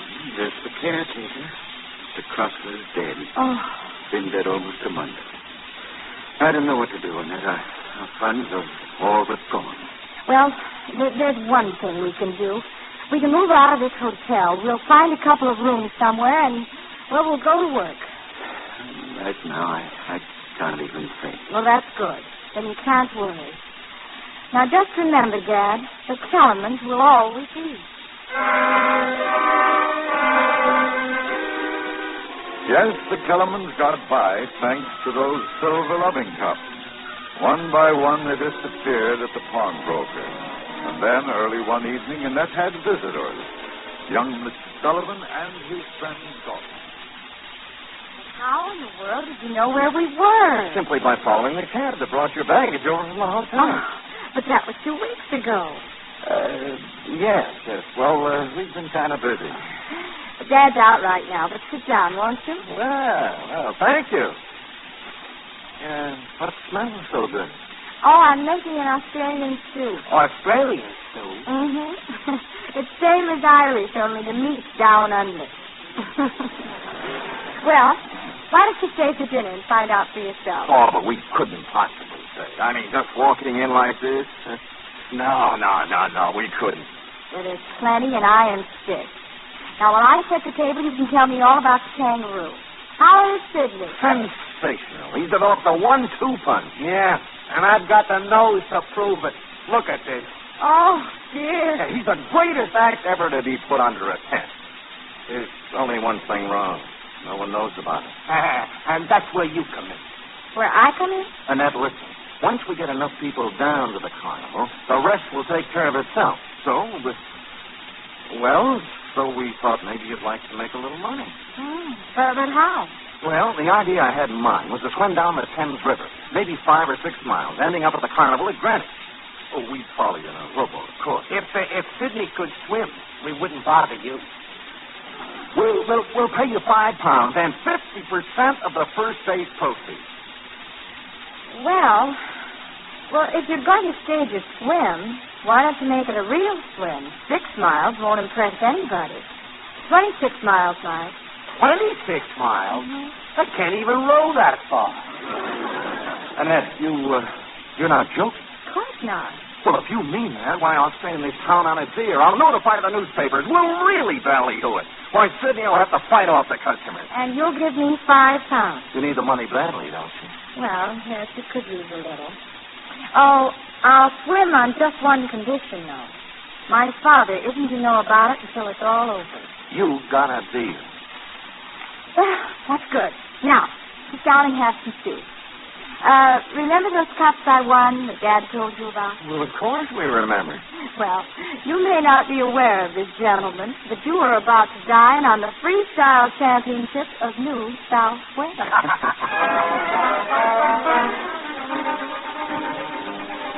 Annette started her swim at dawn the next morning, but the crowd Jane Sullivan had counted on somehow wasn't there. No one was there. It was a cold morning, thick with fog. But Annette needed that £5, so she kept swimming. Slowly, gradually, the news got around. Clusters of people gathered on the bridges, some joked, some cheered. But as the hours dragged by, Doc and Jimmy knew she'd never make it. What's the matter with you, Doc? Pull those oars. I'm doing the best I can. The tide. It's a mill race. It's like a war. The fog's getting worse, too. Oh, well, we'll still get publicity. Swing alongside of her, Doc. We'll pull her in. Yeah. This is it, huh? Yeah, I know when we're licked. I can't let her kill herself for £5. Look, maybe if I said if we're going to pull her in. This is it, honey. Come on aboard. No, I'll make it. Stop these foolish. There's always another time. No, Jimmy, please. But you'll kill yourself fighting this tide. I can't give up now. I just can't. How much farther do I have to go? I wish I could tell you. With a fog like this, I can't see the landmark. I think it's starting to lift. It doesn't matter. We'll get you ashore. No, not yet. Jimmy, Jimmy, look. Straight ahead. It's Greenwich. It's Greenwich. How far?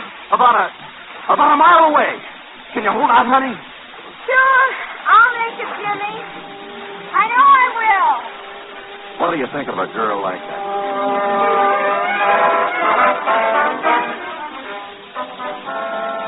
Annette's phenomenal swim brought Londoners by the droves down to Sullivan's Carnival. But it wasn't Sydney, the boxing kangaroo, that they wanted to see. Oh, it's no use, Jimmy. We're selling tickets for the wrong attraction. Yeah, poor Sydney. Looks like you swam him right out of his career. This just doesn't make sense. The whole idea was for Sydney. Annette, you made this swim without consulting me. Oh, well, Dad... I'm not complaining about that. I'm very proud of you. But if you think you've rested enough, I suggest we go home. Oh, just one thing, Professor, and you might as well face it now. Your daughter is now a celebrity. Yes, I've seen the newspapers. She's already had a dozen offers. Offers? What kind? Every kind. Personal appearances, swimming events, diving exhibitions. Why, the Crystal Palace wants to know if you can sing. And there's a newspaper that wants to sponsor a series of swims at beach resorts. They offered £8 a week. Well, you didn't let them get away, did you? You accepted. No. Well, what offers did you accept? None. And what do you propose, Mr. Sullivan? I propose to stage a show, our own show, a water carnival. A water carnival? Well, why not? It's something brand new. I'll even give you the ballet, a water ballet, set to music. Just a moment. Where could you stage such an event? Where could you find a tank big enough for all this? The tank's already built and waiting for it. Did you ever hear of the Hippodrome?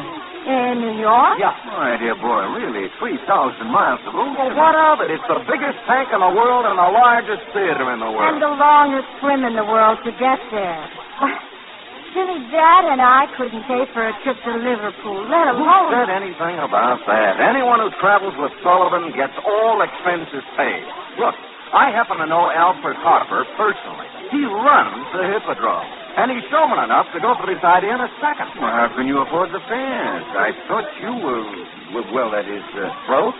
Perhaps, but I've got such confidence in this that I'm willing to sacrifice my entire asset. What asset? Sydney, the kangaroo. Oh, Jimmy, no. There's a circus in town. I've already got an offer for him. Hi, you ready, old pal? Hey, see? Even Sydney approved. Get a sleep, Doc. Oh, come on. Now, don't take it too hard, Sydney. It's just part of show business, that's all. 1 minute you're up, 1 minute you're... Ooh! Flat on the floor. Not a boy, Sydney. That's showing them. Get him out of here. We'll meet you at the steamship office at 12 o'clock.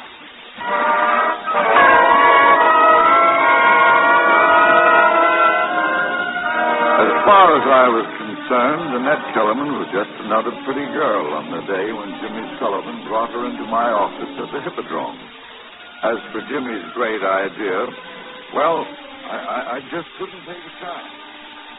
Well, what chance are you taking, Mr. Harper? You admit the idea is good? A large part of our success is big names, Jimmy. You saw the billboards out there, Houdini, Marceline the Crown, Pavlova. But you want me to star an unknown girl. Mr. Harper's right, Jimmy. Nobody knows you here. Well, they know you in England. They know you in Australia. Look at these press clippings, Mr. Harper. Headlines, columns. Yes, they're very impressive, but I can't build a show around a swimmer. And that isn't just a swimmer. Well, and this water carnival idea is tailor-made for the Hippodrome. Look, Jimmy, we stage spectacles here, of course. But everyone has a plot, a story. It isn't that I don't like the idea, but Miss Kellerman, can you do anything besides swim?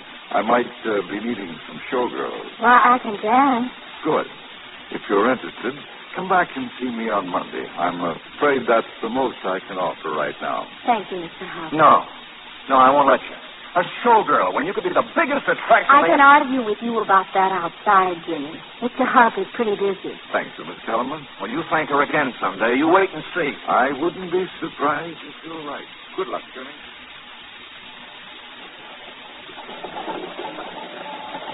Well, that's that, I guess.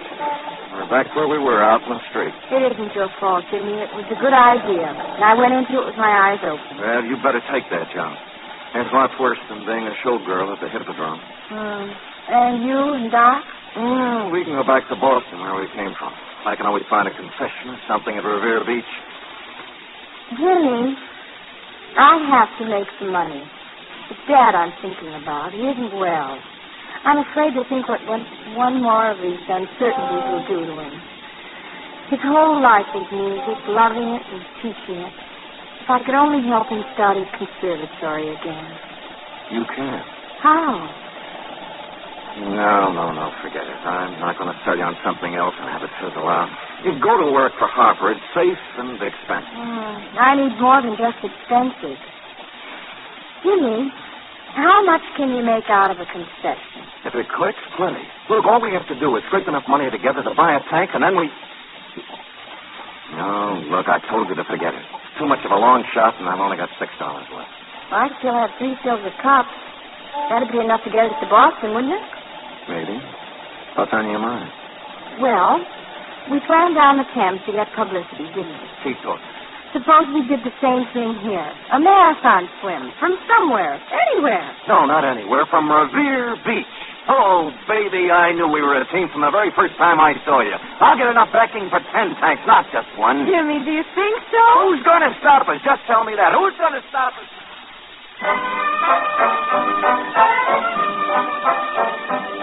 Who's going to stop them? Well, they were stopped by nothing less than the stoppingest institution in the land, the law. Annette had planned a 20-mile swim starting at Revere Beach. But as she walked down to the water, the crowd on the beach stared speechless and goggle-eyed. Annette was wearing a one-piece bathing suit. Well, they weren't speechless for long. Mommy, look at she's wearing. Oh, this is ridiculous, Jimmy. Please, can't I start now? There's a photographer I'm expecting as soon as he gets here. Now, look, don't let them bother you, honey. These same people will be cheering when you come back. Jimmy, let me start. Well, all right, go ahead. And don't worry about anything. Just a minute. What do you think you're doing? Officer, this is Annette Kellerman, the famous Australian swimmer. She's about to embark on a 20-mile swim. Not in that outfit. Why, this is disgraceful. Officer, I'm going to try to swim 20 miles. How can I swim in what those women are wearing? I'd drown in an outfit like that. Just cover yourself, miss, and hurry up about it. Come on, Jimmy, let's get out of here. Not on your life. You've done nothing wrong, and I won't let anyone intimidate you. Well, just for that, you're under arrest. You're both under arrest.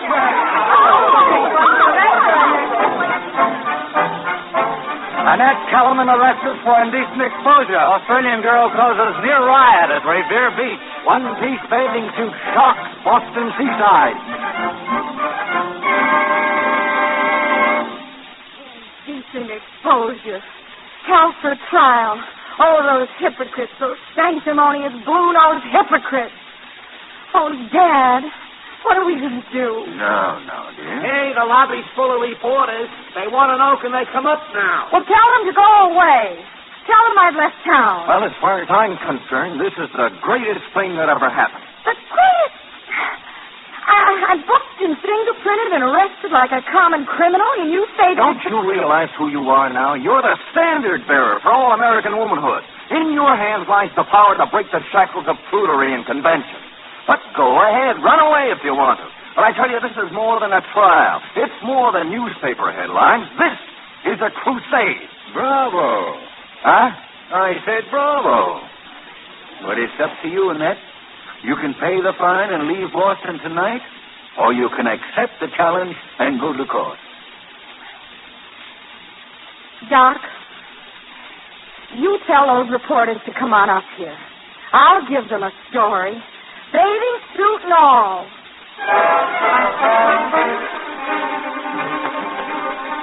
I suppose the entire country knew about Annette Kellerman and her one-piece bathing suit by the time she appeared on that court in Boston. The prosecutor's job was fairly easy. After all, Annette admitted everything. Has brazenly flaunted every statute of decency. Your Honor, her guilt is incontestable. She admits she wore the garment in question. I admit no such thing. What's that? You deny you appeared before several hundred men, women, and children on Revere Beach clad in a flimsy piece of material that barely covered... I admit I wore a one-piece bathing suit. I do not admit it was indecent. And what would you call it? Your arms and shoulders completely exposed. Not to mention your calves and legs. Also my ankles, my toes, my knees, and my fingers. Your Honor, this flagrant disrespect is nothing... I object, Your Honor. Are you the attorney for the defense? No.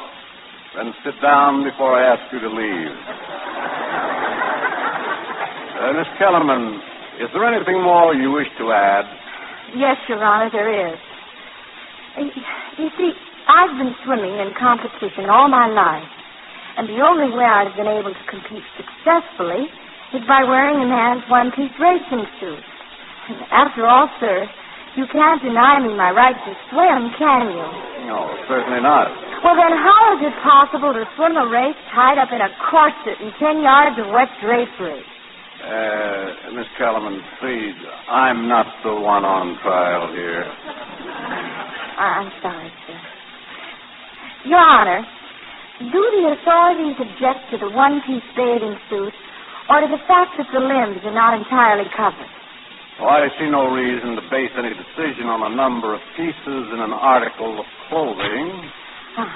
Well, then perhaps I can suggest a compromise. Now, here in this box is the original racing suit. There, you see? The same suit? Except that I've sewn some stockings on the bottom and a jersey on the top.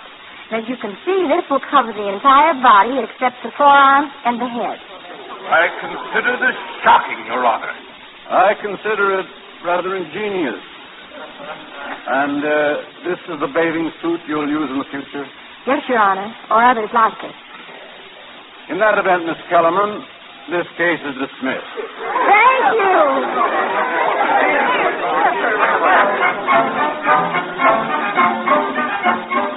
Once again, Annette's name was all over the newspapers, and the crowds poured in to see her perform at Jimmy Sullivan's confession at Revere Beach.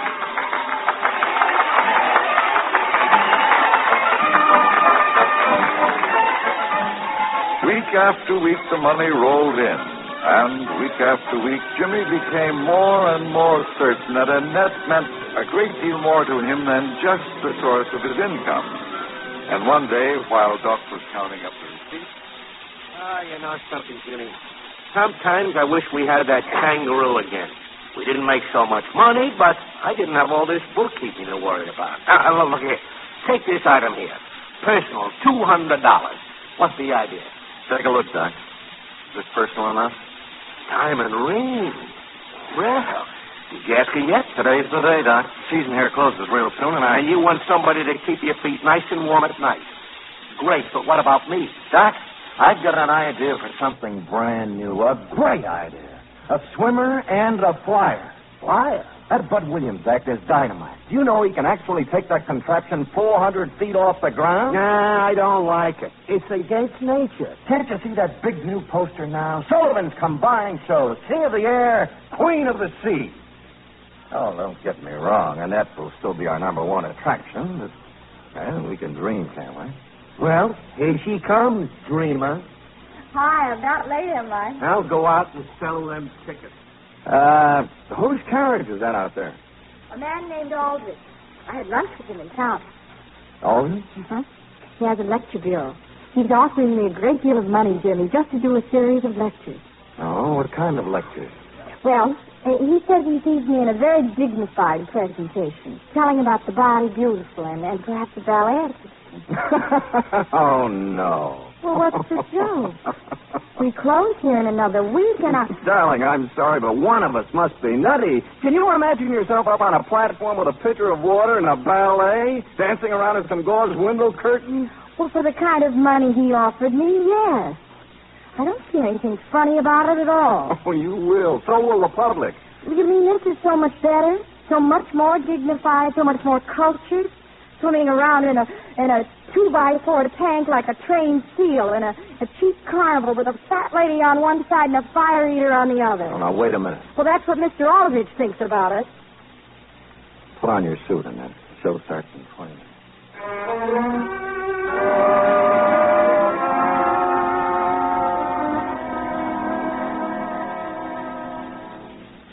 Jimmy, come on in. Well, you were great just now, as usual. But we turned away 200 people. Is that what you came to tell me? No, I came to tell you I'm sorry. Big mouth of mine. Oh, Jimmy, we shouldn't quarrel. Not about this lecture business, anyway. But it must be important to you, Rosa. Look, we came here for one reason only. Money. Anything that offers us more money is more important. Darling, it's $500 a week for 10 weeks. I see. And it puts me that much closer to the Kellerman Conservatory. You're doing this for your father, isn't it? Well, in a way, yes. And it isn't as though we were splitting up. I'll talk to Aldrich. I'm sure there'll be an important job for you. Yeah, like filling the water pitcher? Jimmy. Or putting up the drapes, or maybe I could come out first and give a short talk on how high class we are. Look, baby, somewhere along the line we got our signals crossed. You got it in your head that you're Joan of Arc or something. Well, get it out fast. You're a swimmer doing a tank act in Sullivan's Water Carnival, and it's not a bad show either. And how long can it last? After all we're doing is capitalizing on a lot of cheap bathing suit publicity. Well, what's Aldrich got in mind that's any different? He's cashing in on the same dodge, a ballyhoo that I arranged. You arranged? Well, who do you think got that cop to arrest you in the first place? Oh, no, Jimmy. You didn't. Didn't I? How can you stand there? What about all the talk about a crusade and how I was... Bunk, who cares what a lot of females wear on the beach as long as I can keep you in a one-piece bathing suit? Baby, you're a swimmer. You belong in the water. Wet, you're terrific. Dry, you're just a nice girl who ought to settle down and get married. Well, thank you. I'm very grateful for the advice. But if and when I do get married, it will never be to a cheap, stubborn flea circus proprietor. This flea circus does all right for the fleas in it, except when they jump out of their cages. You want to be a toe dancer? Okay, honey, be a toe dancer and see what happens.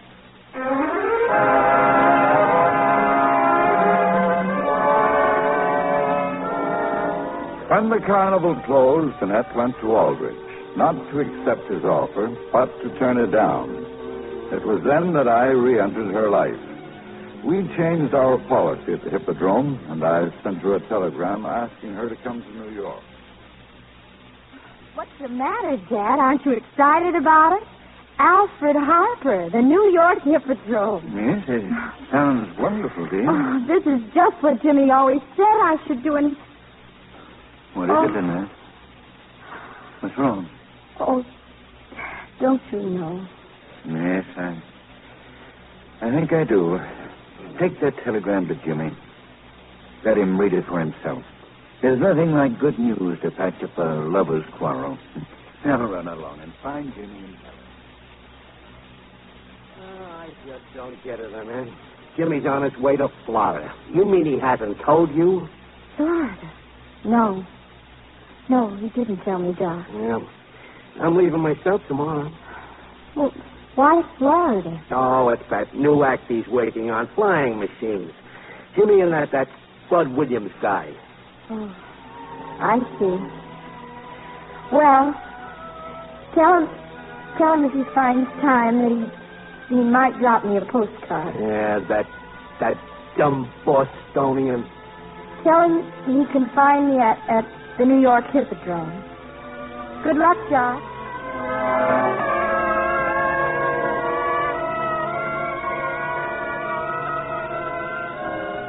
Annette Kellerman, performing in the huge tank on the stage of the Hippodrome, was a spectacular success. My one hope was that she'd stay with us. I don't have to read the new contract, Alfred. If you think I should sign, just give me a pen. I'd work at the Hippodrome for almost nothing. Well, I assure you won't be working for nothing, Annette. You've been wonderful. Thank you, Alfred. I'm giving a little supper party for Pavlova Saturday night after the show. Can you come? Well, may I let you know later? Well, that means no, doesn't it? Annette, don't you ever go out? Never. Oh, hello, Dad. I'll be ready in a moment. I'm trying to persuade your elusive daughter to come to a party, Mr. Kellerman. Of course you'll go. It'll do you good, darling. Besides, orders are orders. Mr. Harper is now my boss, too. Your boss?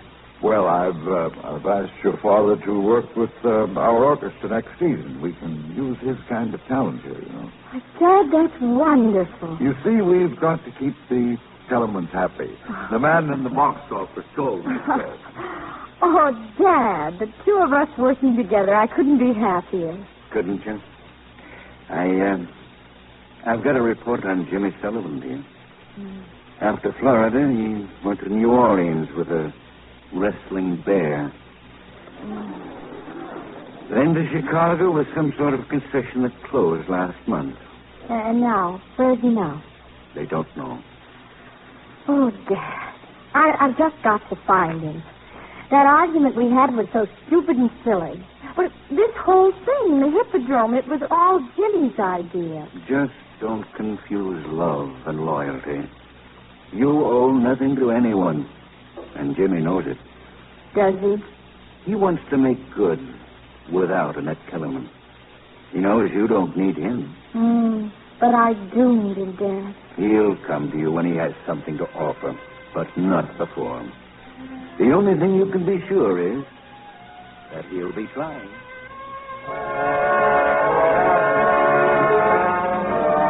I came to know Annette well as the months went by. It was so easy to fall in love with her. But I never knew for sure just where I really stood, if she'd forgotten Jimmy Sullivan or not. It was about at this time that a great sorrow came into Annette's life, the sudden death of her father. It's right here, Jimmy, here in the newspaper. Says he died while he was conducting the orchestra at the Hippodrome. He was a wonderful man, Doc. He never did get his conservatory. Look, why don't you go and see it? No, and I don't want to talk about it. Okay.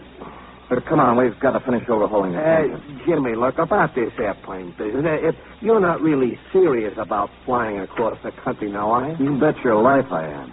If I ever get this egg crate off the ground, we're going to hit pay dirt. I hope that's all we hit. Yeah. Now, hand me the wrench.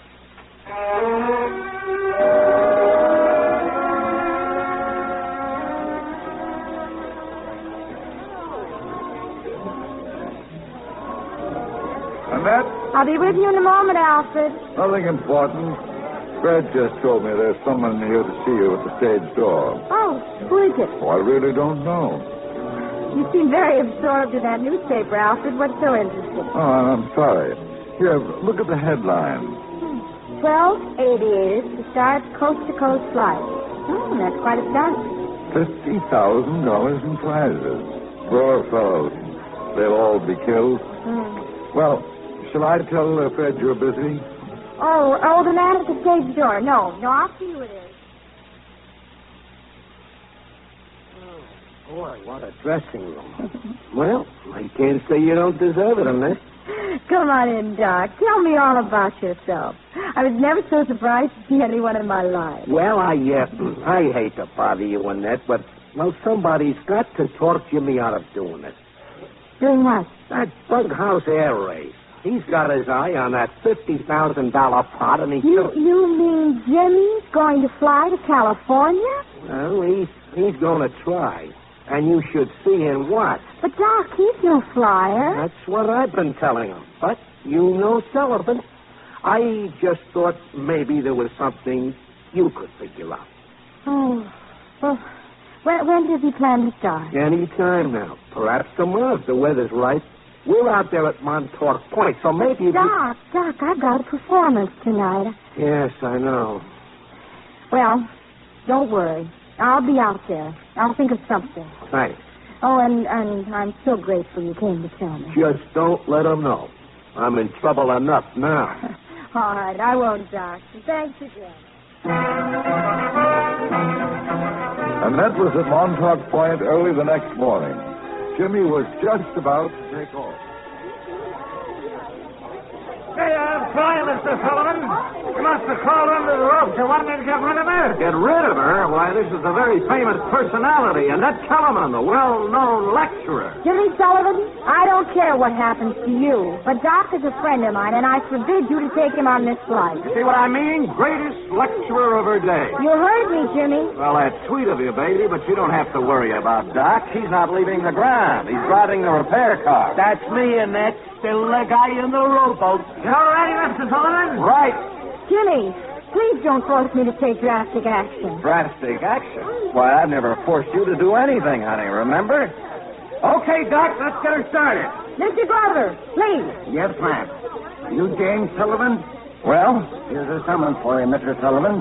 Your flying machine has been attacked. Look, go away. Sorry, it's a court order. Court order for what? Non-payment of money owed to Annette Kellerman. That's right. And don't look so surprised. I had an accounting of all the books when you ran the concession at Revere Beach. There's a personal item marked $200. and you can explain it in court. Oh, that. Well, I'm sorry, honey. Here's the item in question. It's a diamond ring. You can sell it somewhere.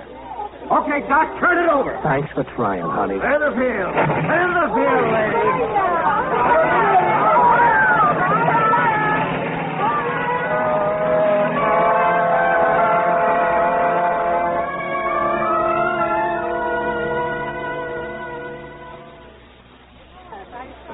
You're on stage in 5 minutes, dear. Yes, I know.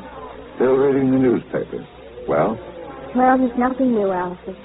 I'll say one thing for this air race. It certainly captured the attention of the country, to say nothing of yours. I'm sorry. You want very much for him to win, don't you? Well, of course, I mean. You figure he'll have $50,000. He can come to you, carry you off in a white Charger. All very simple. The American success story. Darling, I know how importantly this man looms in your life, but do allow me the privilege of criticizing my competition. Maybe he will win. I hope he does. But it still won't work. You're a big league, and Sullivan, he's a will-o'-the-wisp. Looking for that fast dollar, the big ballyhoo that'll make him a 7-day wonder. It probably isn't news to you that I love you very much. What's important is that I think I can make you happy. Will you marry me, Annette? Alfred, believe it or not, this is the very first marriage proposal I've ever had. It's a little overpowering. Too overpowering to give me a quick yes, huh? Well, can I wait until after the show? You can wait as long as you want to, darling. I'll be around when you're ready to tell me. All right, then, dear. Tonight.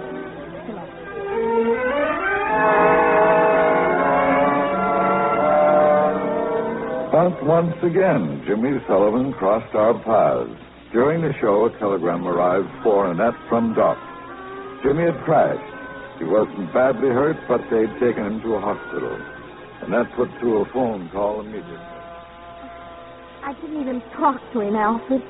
He'd already left the hospital. Really? They patched up his arm and he left. But where did he go? Well, they don't know.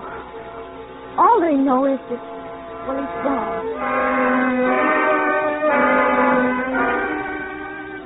I suppose Annette forgot all about my proposal and the answer I was waiting for. In a way, I couldn't blame her. Some months later, shortly before Christmas, a friend of mine from Hollywood dropped by, a movie producer named Garvey. It's a great talent, Harper, and a wonderful new medium. If you could only persuade her to come out there. Well, haven't you talked to Annette about it? Well, no, I thought you were handling her affair. Well, don't let that fool you. I advised her, but she's the lady who makes up her own mind. Hollywood. Might be a good idea for her. Might even be a good change for me. For you? No, sorry. I was just thinking out loud. Well, suppose I ask her now. She's here? Yes, she's giving a little Christmas party this morning. Kids from the Children's Hospital. Come on, we'll both ask her. Well, I wish I could, but I'm supposed to meet my wife. Let me know what she says, will you? I'll call your hotel.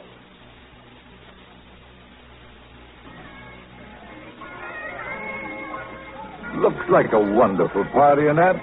Oh, hello, Alfred. Only I'm a little jealous. Everybody seems to get a Christmas present but me. Poor Alfred. Well, what would you like? Most of all, I'd like an answer to a question I asked you last June. Oh. Well, it's yes, darling. The answer is yes.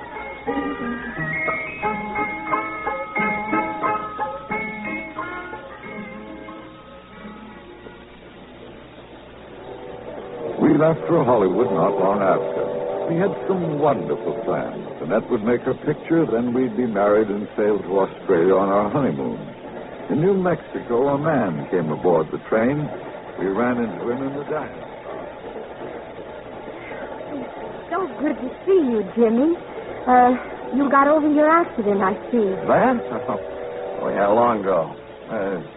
Doc and I, we've been out west. Oh, and everything's all right, huh? Well, naturally. Everything's fine. I read where you two are going to be married. Congratulations. Thank you, Jimmy. Yeah, it's a great idea. About time you started raising a family of little swimmers. We're not taking the big jump until Annette finishes her picture. Oh, you're making a picture, huh? Uh-huh. Well, as a matter of fact, I'm going to Hollywood, too. Well, if we can be of any help now... thanks. But I've got a few contacts myself. Well, will they see my new star? Well, nice seeing you. Lots of luck to you both. Thank you, Jimmy.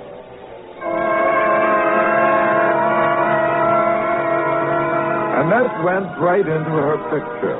There was no word from Jimmy, and I quite forgot about him. One morning at the studio... Well, Harper, with any luck, we'll finish the picture today. You know, Annette's been wonderful. Now, if I could only persuade you two to postpone getting married, there's another picture I've... No. We're leaving here tonight. I can't say that I blame you. Annette in her dressing room? You ready for her? Well, if you don't mind telling her, we'll be all set in about 10 minutes. This is the big moment, eh? The scene in the tank? Oh, greatest scene in the whole picture? I'll tell her. She'll be ready when you want her. Thank you. How about it, Frank? Thanks, Mr. Garvey. Everything's ready. Well, just keep that water pouring in. It's holding 50,000 gallons now. Well, can't we raise the level? Well, it's glass, you know. Pretty solid, but why take chances? I guess you're right. Well, let's get those cameras set up. Well, this is it, sweetheart. Garvey says you'll be finished right after this scene. You've been very patient, Alfie. It's just a pose. I've never been more impatient in my life. What are you looking for? Did you lose something? Well, I must have dropped it on the floor here. What is it? Oh, it's just sort of a good luck charm. It's a ring that I... Oh, this ring? Oh, yes. Thank you, darling. It's more like an engagement ring. Well, I've been wearing it whenever I perform. It's silly, isn't it? No, not if it makes you feel any better. Ready, Miss Kellerman. I'll be right there, Frank.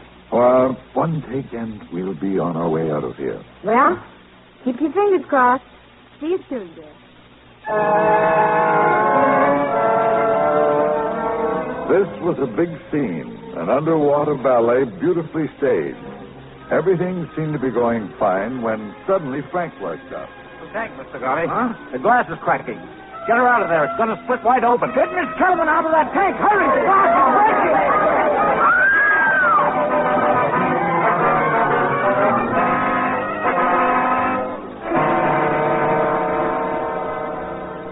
But they had no time to get her out. The water roared out of the shattered tank, and Annette was catapulted through the broken glass.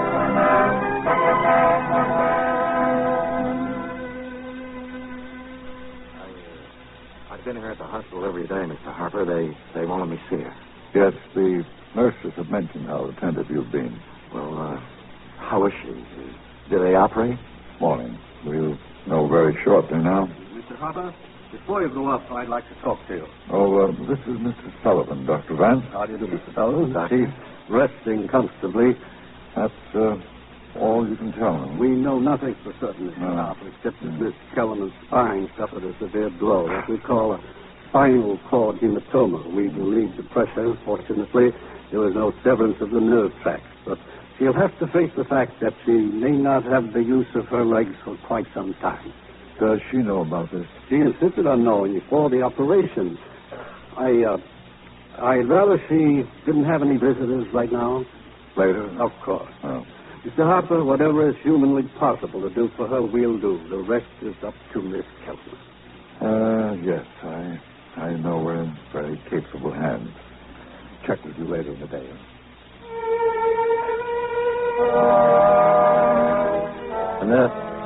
Annette. Jimmy. Oh, maybe I shouldn't be here, honey. The nurse told me you were asleep. Oh, Jimmy. I'm so glad to see you. You're looking swell. Oh. I'll be up and around in no time at all. Oh, that's great. It's just a sprain or some such thing. How's your picture coming along? Oh, it's all finished. They're taking a print to New York tonight. Oh, I've been hearing about it. I hear it's just wonderful. Imagine starring a dog. What's his name? Rin Tin Tin. What a funny name. Is it Chinese? French. Oh, dearie. Annette, darling, please. Oh, baby, don't let it catch you, please. The doctor, he may know medicine, but there are a lot of things about people he doesn't know. He doesn't know about a little girl with braces back there in Australia. They told her the same thing, too. He doesn't know how she hobbled every day to the water learning to swim before she could walk. How she became the greatest swimming star in the whole world. Oh, there are a lot of things that doctors don't know, honey, including what I once told you. Wet, you're terrific. Dry, you ought to marry some guy and settle down. Well, I just wanted to tell you that you're going to beat this thing. You and Harper together. He's a terrific guy, honey. Unlucky is a better word. Alfred. Jimmy's right, darling. You'll beat this thing, sure. The way you've beaten everything else. And as for you... I know I shouldn't be here, but I had to see it. That's not what I was going to say. I don't know why you should get this kind of a break. You don't rate it. You struck gold once, and you never had the sense to stake a claim. You're a crazy, vagabond Irishman with both feet firmly planted in midair. But you're what the doctor ordered. Just you see that you make her happy, that's all. Alfred. Goodbye, darling. You'll be up and around soon and rehearsing a new act. And when you do, remember, I'm holding you to your contract with the Hippodrome. Oh, Jimmy, this ring, they were keeping it downstairs in the hospital safe. Thank you. Well, I'll see you at the Hippodrome.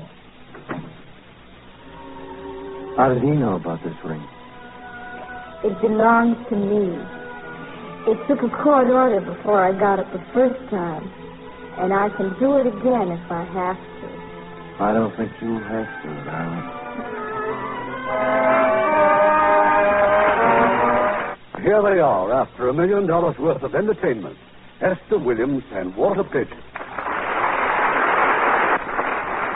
$1 million worth? That is now my contract for tonight, Reed. How about James Sullivan, William Johnstone as Mr. Kellerman, Eddie Mars, Doc, Joe Kearns as Garvey, Barney Phillips as the prosecutor, Will Wright as the judge, Herb Butterfield as the doctor, and Fred Mackay, Robert Griffin, Issa Ashdown, James Nestor, and Ken Christie.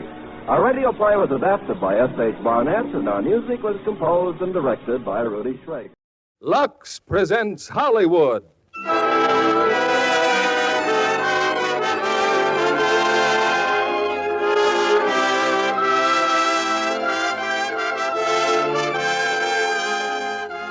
The Lux Radio Theater brings you Betty Davis and Gregory Peck in Now Voyager.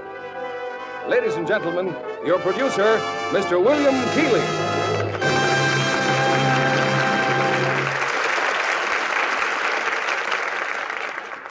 Greetings from Hollywood, ladies and gentlemen. The title of tonight's play comes from 2 lines by Walt Whitman, suggesting that to find life's riches, one must often have the courage to search far afield. To little Betty Davis, when I first knew her in New York, Hollywood must have seemed a distant and unlikely destination. But Betty had spunk as well as talent. She came, she saw, she conquered. And in Warner Brothers' great dramatic hit, Now Voyager, she conquered not only Hollywood, but the hearts of all America.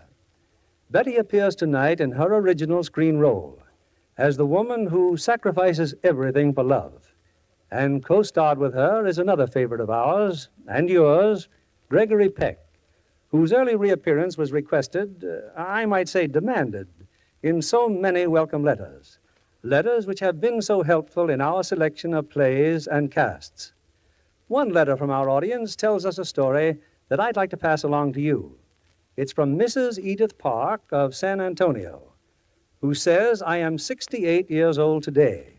And 54 years ago, I started crocheting an Afghan. I worked on it off and on and finally finished it, and it was in constant use for years. When it finally stretched out of shape, I couldn't bear to destroy it. So I unraveled the yarn, wound it on skeins, and washed it in Lux Flakes. It came out soft and beautiful, so nice you'd almost think I bought it today. I'm so delighted, I wanted to let everybody know about it. Thanks so much for Lux Flakes. Thanks so much to you, Mrs. Park. And may I offer our belated but happiest birthday wishes. The lights of our theater are dimmed, and here's the first act of Now Voyager, starring Betty Davis as Charlotte Vale and Gregory Peck as Jerry Durrance, with Joseph Kearns as Dr. Jackwith and Janet Scott as Mrs. Vale.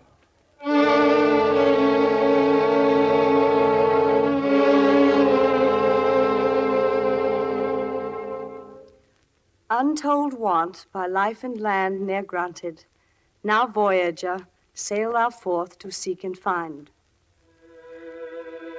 I heard those words for the first time over a year ago from Dr. Jackwith in my room at his sanitarium. I knew what he meant. I had been there 3 months, and now I was ready to leave. I seemed to be well again, but how could he be sure? How could I be sure?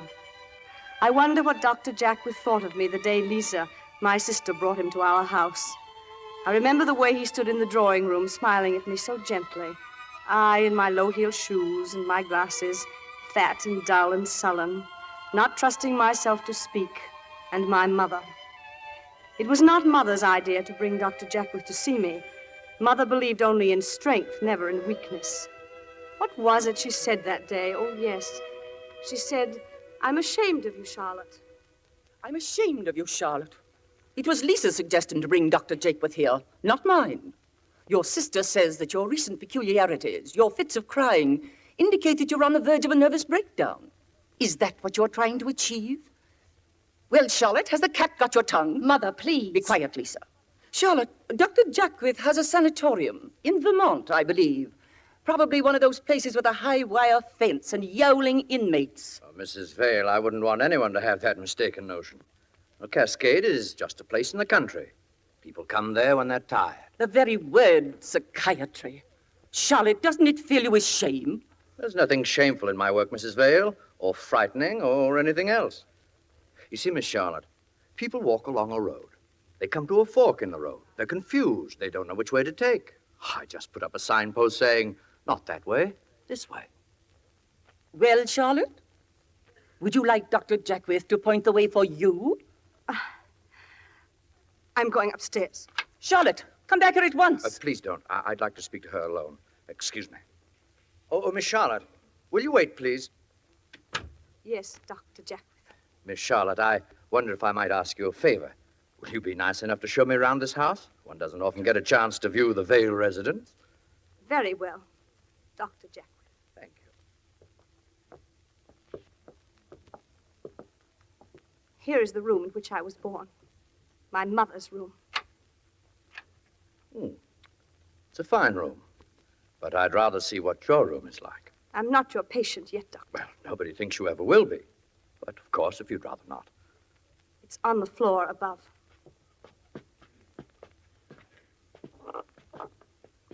When I was 17, I stayed out once until after midnight. That creaky step hasn't been fixed since. I'm not sure I know what you mean. My mother heard it. This way, Doctor.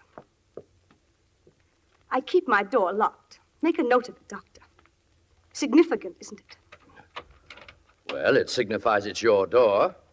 I've never heard it said that a woman's home is not her castle. My castle, Doctor. Well, you're comfortable here, aren't you? I try to be. I'm here a good part of the time. Hello, what's this over here? Work table? Yes. Ivory carving. Did you make this cigarette box? Why shouldn't I? The point is how you could. I have a very real admiration for people who are clever with their hands. I was always very clumsy with my own. I would say that you're one of the least clumsy persons I've ever known. Oh, you wouldn't happen to have a cigarette hidden away someplace, would you? Do you think I hide cigarettes in my room? Oh, no. I meant... Where do I hide them, Doctor? On the shelves behind the books? Cigarettes and medicated sherry and novels my mother would never allow me to read. Oh, please, it was only the box that reminded me. Oh, how very perceiving you are. How very right you are. You see, I was about to hide this album. You really should look at it, though. It wouldn't do for you to come all the way up here and miss your amusement. Look at it, Doctor. The intimate journal of Miss Charlotte Vale, spinster. Oh, dear. Won't anything convince you that I don't wish to pry? Oh, but you must pry. I insist that you do. Here's the record of my last trip abroad with my mother. You wouldn't have known me then. I was 20 then, and I was in love. Oh, Miss Vale. Oh, don't be embarrassed. I'm not. Here's his picture. I'd never met a man like Leslie before. I'd hardly ever met a man. Mother saw to that. Leslie loved me. He wanted to marry me. But he wasn't suitable, my mother said. What man is suitable, Doctor? She's never found one. What man would ever say to me, I want you? Look at me. I'm fat. My mother disapproves of the foul derousals of diet. Look at my shoes. My mother approves of sensible shoes. Look at my glasses. You'll never get another pair of eyes, my mother says. Look at the books on my shelves. My mother approves of good, solid books. I am my mother's well-loved daughter. I am my mother's companion. I am my mother's servant. My mother says, my mother, my mother, my mother. Yeah, now. Look up here. You'll never get another pair of eyes, as your mother says, if you spoil them with tears. Oh, Dr. Jackwith, when you were talking downstairs, when you talked about the fork in the road, there are other forks further along the road. So many. Yes. Put away your book and come downstairs. I'll go ahead. It's just as I said, isn't it? Just nonsense. Mrs. Vale. Charlotte's no more ill than a molting canary. Of course, she's my youngest, you know. The child of my age. My ugly duckling. I suppose it's true that all late children are mocked. Often such children are not wanted. That can mock them. Dr. Jackwith, are you telling I've me been that trying to tell you that your daughter is seriously ill, thanks to you. Thanks to me? If you had deliberately and maliciously planned to destroy your daughter's life, you couldn't have done it more completely. How? By having exercised a mother's rights. Oh, a mother's rights, twaddle. A child has rights. To discover her own mistakes, to make her own way, to grow and blossom in her own particular soil. Are you getting into botany, Doctor? Are we flowers? I'm trying to help your daughter. I suggest a few weeks at Cascade.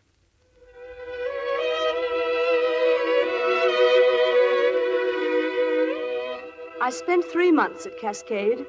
Outwardly, Dr. Jackwith worked a miracle. I had lost weight. I was looking better. My hands were steady. Inwardly, I didn't know. And then came that morning when Dr. Jackwith told me I could leave. Well, the time has come for you to get out of the nest, Charlotte. Try your own wings. You mean go home? No. Go out and take a good look at the world. On your own. Forget you're a hidebound New Englander. Meet people. Talk to them. I'd be afraid. Charlotte, the other day I referred to a quotation. Do you remember? Yes. You said it was from Walt Whitman. That's right. Well, I've had it looked up. He's put into words what I'd like to say to you, and far better than I could ever express it. He says, "Untold want by life and land ne'er granted. Now, voyager, sail thou forth to seek and find."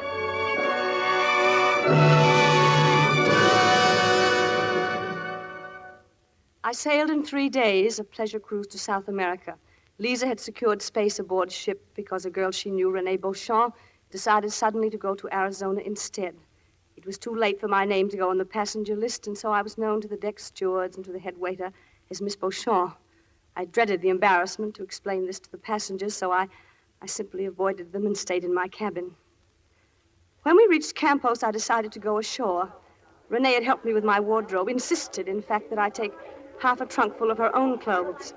As I came down the steps to the tender, I knew people were looking at me. I was panic-stricken. My plucked eyebrows, my new hairdo, the lipstick I wore, my borrowed clothes. At the bottom of the ladder, a man was smiling at me. Excuse me, Miss Beauchamp. My name's Jerry Durrance. It seems you've got the only shore carriage left, and the steward suggested that you might be willing to share it with someone. Well, really... I know it's an inconvenience. If it's too much, just say so. Well, if you can stand it, I should be able to. Oh, thank you.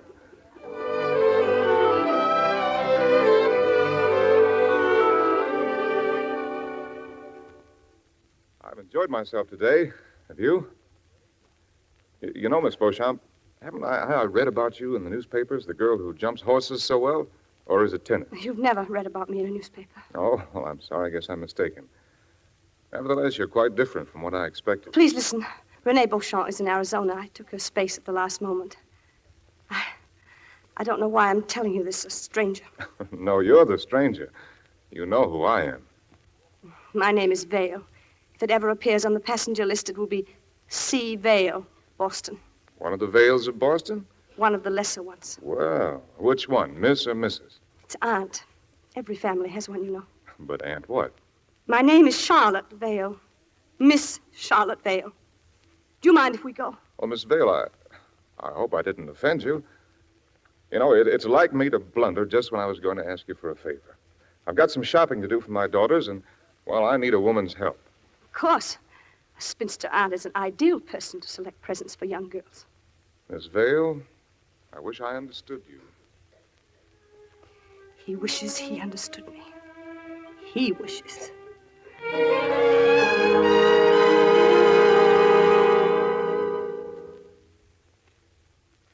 You know, I think we did very well. The jewelry's just right for Beatrice and the sweater for Tina. How old is Tina? Here, I've got a picture.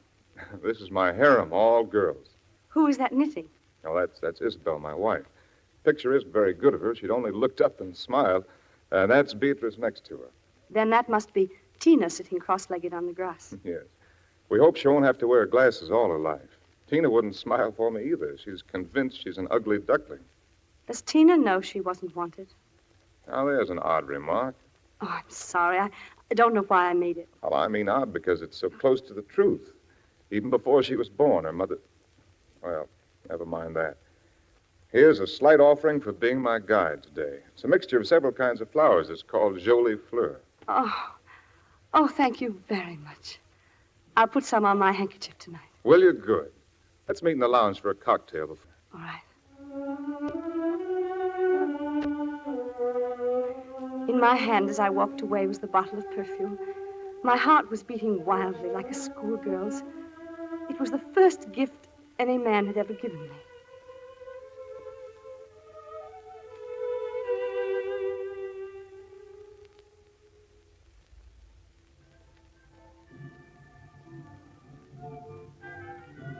Hello. Hello. Sit down, Miss Vale. You know, you made a striking impression over there as you stood in the doorway looking for me. Probably put on too much lipstick. No, not that I noticed. I did notice that wrap at once. What's that? What's what? There's something on your wrap. Pinned on. It's a note. Well, somebody's playing a joke on you, I guess. Unpin it and read it. This cape always makes an impression. I hope it'll do the same for you. What's it mean? It means that this cape belongs to Renee Beauchamp. She lent it to me. Oh, I see. Your wings are borrowed. Well, they suit you just the same. No, they don't. They don't suit me at all. In fact, they're perfectly ridiculous. You're quite right. Someone is playing a joke on me. Only it's far funnier than you realize. You aren't going, are you? Yes, please. Well, Jerry. Mac and Deb, too. Well, how are you? Hi, Jerry. We're joining your ship. Oh, wonderful. Oh, these are my old friends, Deb McIntyre and Frank. And my new friend, Miss, Beauchamp. How do you do? Is this Renee Beauchamp? No, another one altogether. This is, Camille Beauchamp. Excuse me, please. Good night. Good night. Oh, wait, Miss Beauchamp. I'll see you later, Deb. Oh, sure.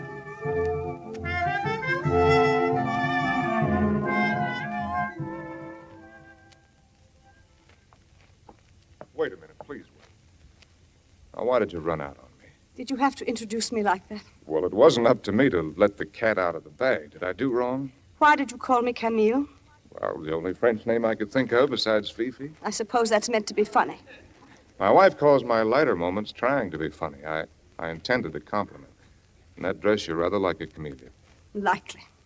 You haven't a very high opinion of yourself, have you? Perhaps this will help you know why. You showed me a photograph. Now I'll show you one. A picture of my family. Family is right. Who's this, your grandmother? No, my mother. Oh, a very strong character, I'd say.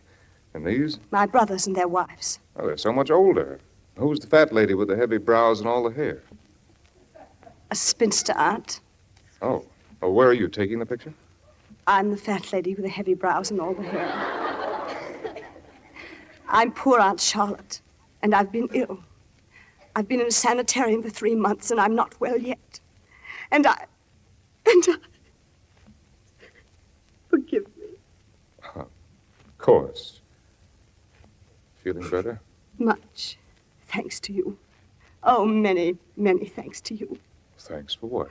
Oh, for sharing my carriage today, and for walking my legs off sightseeing, and for helping me feel that there were a few moments when I almost felt alive. Thank you. Thank you, who? Thank you, Jerry. Good night. Good night, Camille. Sleep well.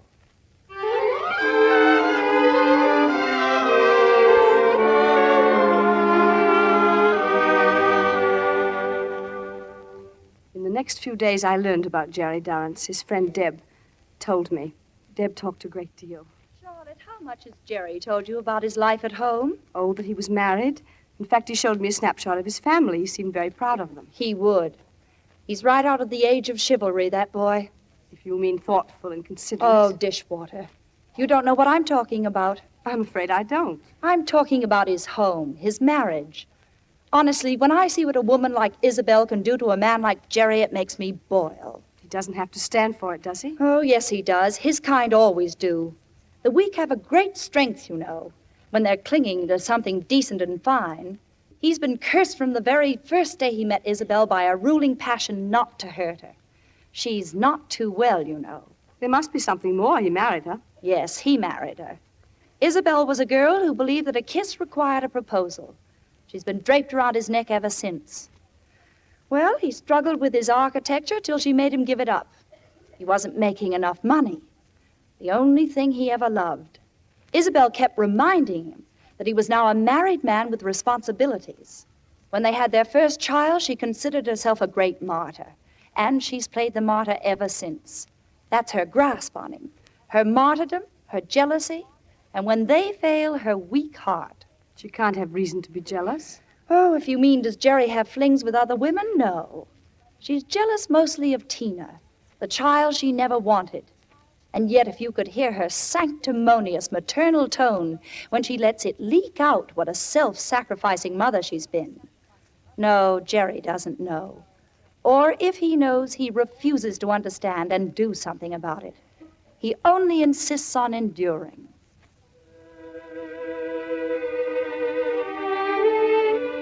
And so I found out that Jerry was unhappy, too. Then one evening in Rio, our car broke down on the mountainside. We talked all night, Jerry and I. Toward dawn, I lay down beside the fire he had built. And when he thought I was sleeping, he leaned over quietly and kissed my cheek. My boat sailed without me. The next night, back at the hotel, we stood on the balcony looking over the harbor.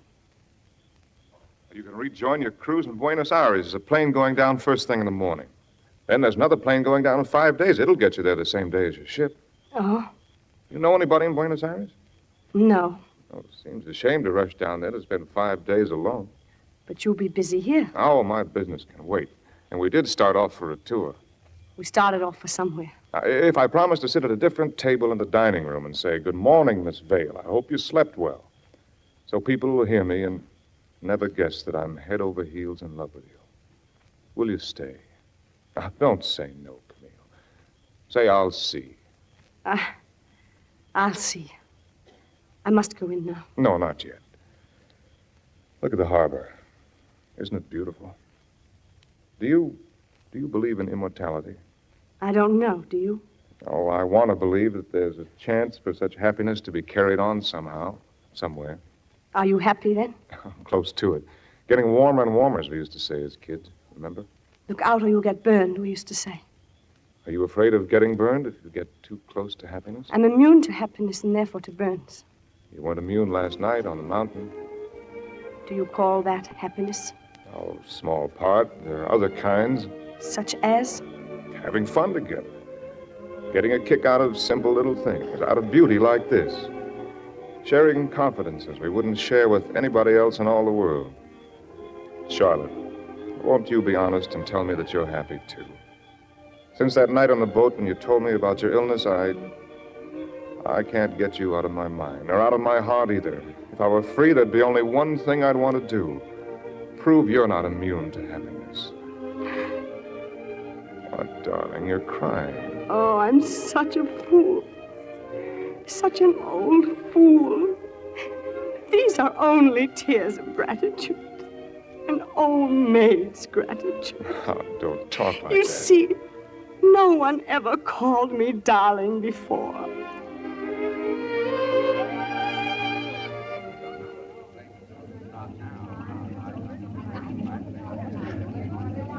Depressa, senores. Depressa, senores. Well, there's my plane.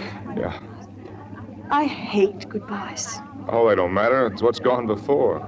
No, it's what can't go after. But we'll see each other sometime. No, we promised we're both to go home. Will it help you to know I'll miss you every moment? So will I, Jerry. So will I. Depressa, senores. Depressa, senores. Goodbye, darling. Darling. Goodbye. Goodbye, Jerry.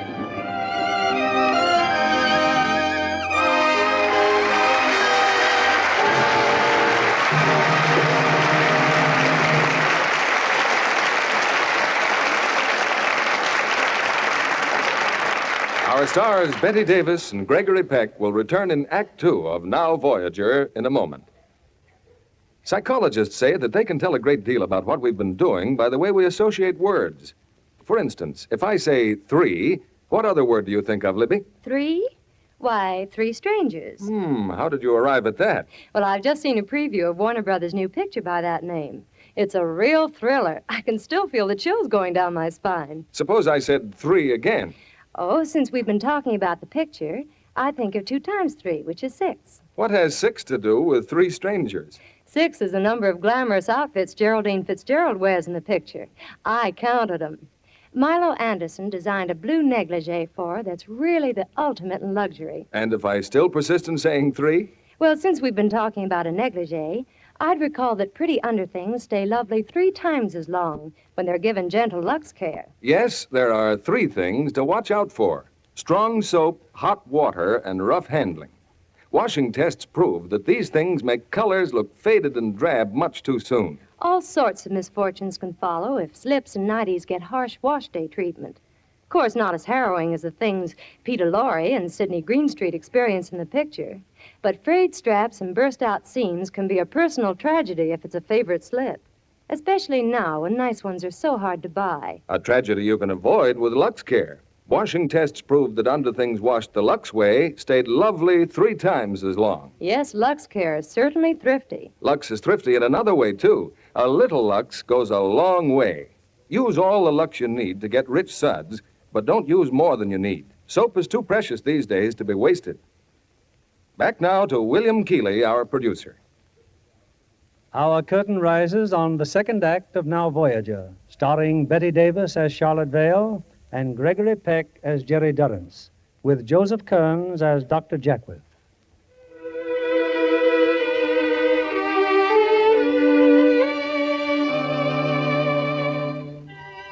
Early in May, I returned to New York and went at once to see Dr. Jackworth. He was delighted with the change he saw in me, but even he didn't know how much I had changed or why.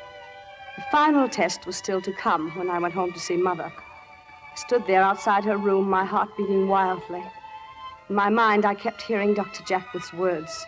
Just remember that honoring one's parents is still a pretty good idea. You're going to be a shock to her. I advise you to soften the blow. Give her time to get used to you. Give her time. Hello, Mother. So, you've decided to come back? You're looking very well, Mother. Lisa told me you'd been ill. Lisa knows nothing about me. Step over there where I can see you. Now turn around. It's worse than Lisa led me to suppose. Much worse.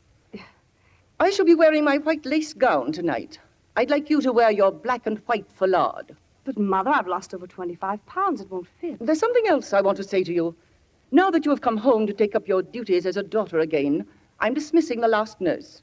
After having a room occupied on the same floor with me, and in view of my heart, I agree it's a wise precaution. You will occupy your father's room from now on. I had William move down all your things yesterday. Mother, you had no right to move my things. No right in my own house to move what I see fit? Mother. I think if you wear your glasses tonight, you'll be less of a shock to the others. And take off whatever you've got on your face. As to your hair and eyebrows, you can say that often after a severe illness one loses one's hair, but you're letting yours grow as quickly as possible. Mother, if you will excuse me, I'll go to my room.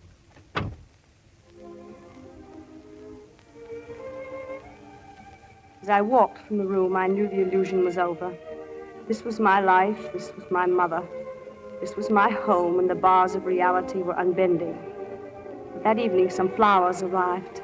His flowers, a box of camellias, and with them, a renewal of my courage.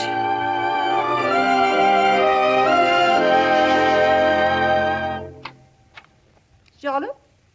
Yes, Mother. What are you doing in your old room? I had my things moved back. I'm going to sleep here. Didn't you understand I wished someone to sleep in the room next to mine? We can get one of the maids, Mother, perhaps Hilda. As long as I pay the bills, I'm running this house. Please remember you're a guest, Charlotte. Well, if I am one, then please treat me like one, Mother. Your guest prefers to sleep in this room, if you don't mind. This is no time for humor. Where did those flowers come from? From New York. Who sent them? I've forgotten the name of the florist. In other words, you don't intend to tell me. Mother, I don't want to be disagreeable or unkind. I've come home to live with you again here in the same house, but it can't be in the same way. I've been living my own life, making my own decisions for a long while now. It's impossible to go back to being treated like a child again. Where did you get that dress? I bought it in New York today. It's outrageous.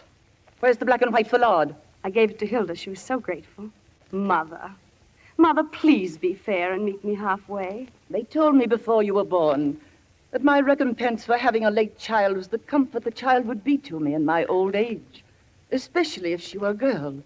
And on your first day home after 6 months' absence, you behave like this. Mother, wait for me. I'll go downstairs with you. Thank you. I prefer to go alone. Mother, please. You know you're not supposed to. Mother!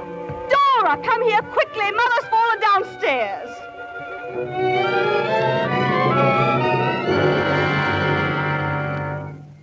She was not badly hurt, a torn ligament in her ankle, but it was enough to keep her in her bed during the party. I was a great surprise to the family that night, and as they left, one of the guests stayed on to speak to me at the door, Elliot Livingston. Well, Miss Vale? Well, Mr. Livingston? You know, I still can't get over our not having met. Well, as a matter of fact, we have. Once and almost twice. Oh, I'm mystified. Well, the once was when we were children. You were the only boy who danced with me at dancing school. And the almost is when you were supposed to usher at my coming out party and didn't show up. I'm covered with shame. I shouldn't have told you it wasn't nice. Well, I hope you're going to allow me to make up for my past rudeness. May I telephone you sometime? Of course, any time. Good night. Good night.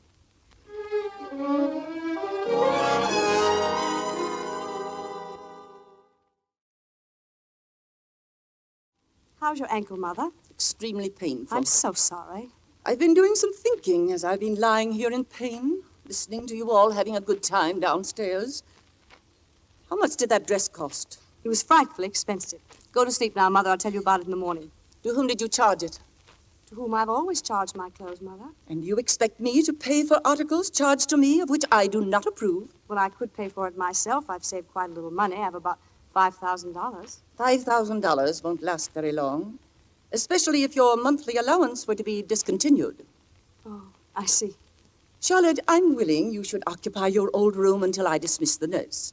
That will give you a chance to think over what I've said.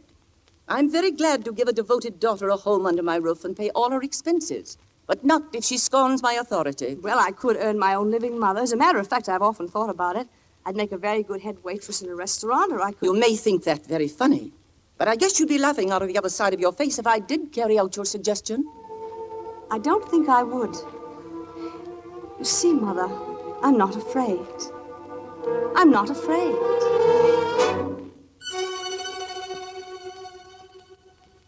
Summer, winter, and then spring again. Between Mother and me, there was a sort of armed truce. In her own way, I think she respected me for what she called my stubbornness. And then there was the matter of Elliot Livingston. Why haven't you accepted Elliot? Do you imagine there's a Livingston waiting for you on every corner? I've been waiting to see how you feel about it, Mother. You know well as I do. Makes no difference to you how I feel about it. You always do exactly as you please. I think you're pleased. I'm nothing of the kind. I'm only so astonished that you, of all the family, should bring such a feather to the family cap. Then if you really do approve, Mother, dear, why... Keep all that soft talk for Elliot. Mother, there's no one like you.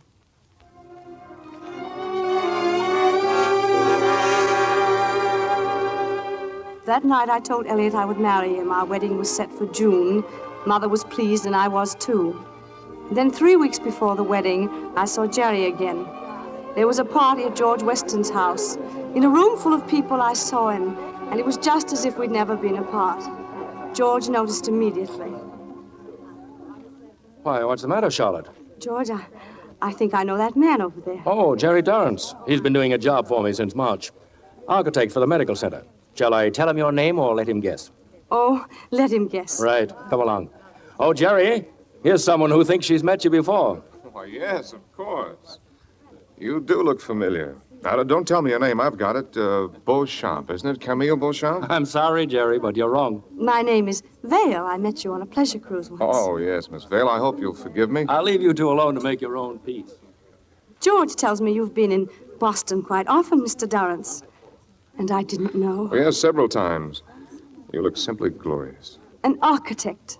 Oh, Jerry, I could cry with pride. I wanted horribly to call you up. I walked by your house on Marlborough Street. Once I almost rang the bell. Oh, why didn't you? Tell me about Deb and Mac. You introduced me to them on the pleasure cruise, remember? Oh, they're all fine. And how is Tina? Well, Tina, we're having quite a bad time with Tina. Tell me about it. I'm afraid we've got to send her away somewhere. Doctor thinks she shouldn't be with her mother. I took her to see Dr. Jackwith. He was highly recommended to me by this Camille Beauchamp I mistook for you. Charlotte, I've got to see you. May I come to your house tonight? I won't stay but 10 minutes. I must talk to you. Yes, I'll be waiting.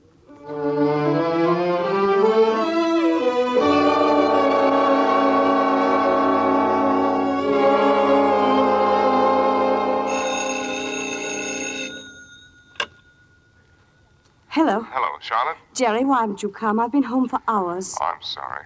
I'm leaving tonight on the midnight. But why? Well, I've got to get back on business. I heard the news. You're going to marry Elliot Livingston. Oh, I wanted to tell you. I just wanted to say I think he's a fine person. And Jerry, where are you now? I've got to see you. Charlotte, I think it's best that we don't. Are you at the station? Goodbye. Jerry.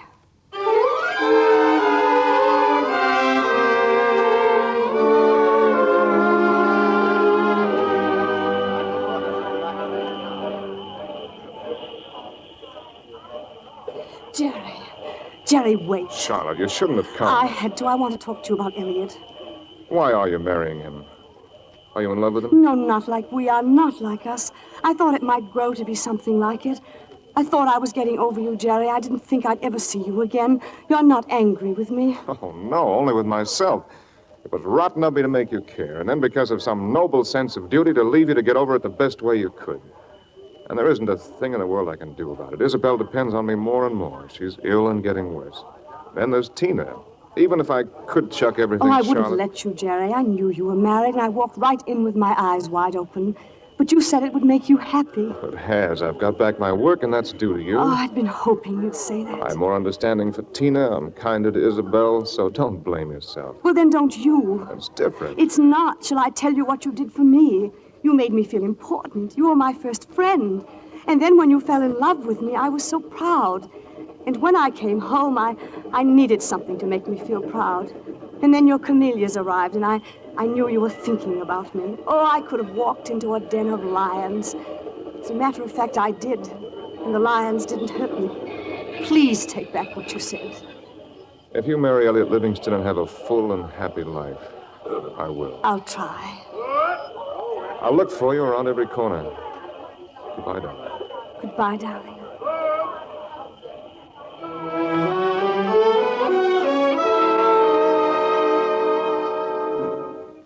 I did try. I wanted to marry Elliot, but it was of no use. We broke it off by mutual consent. And I knew then I would never have a home of my own, or a man of my own, or a child of my own.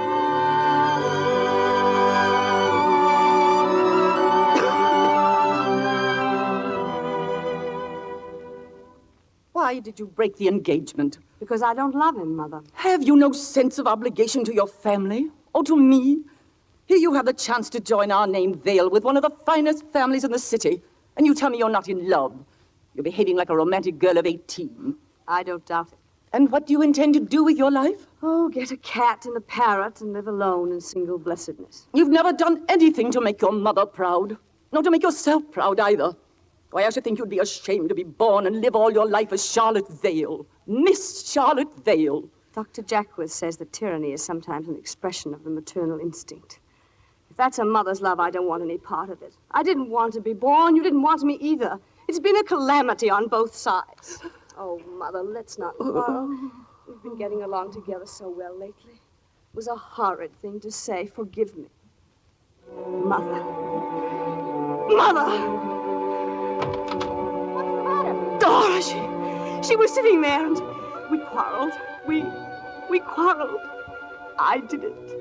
I did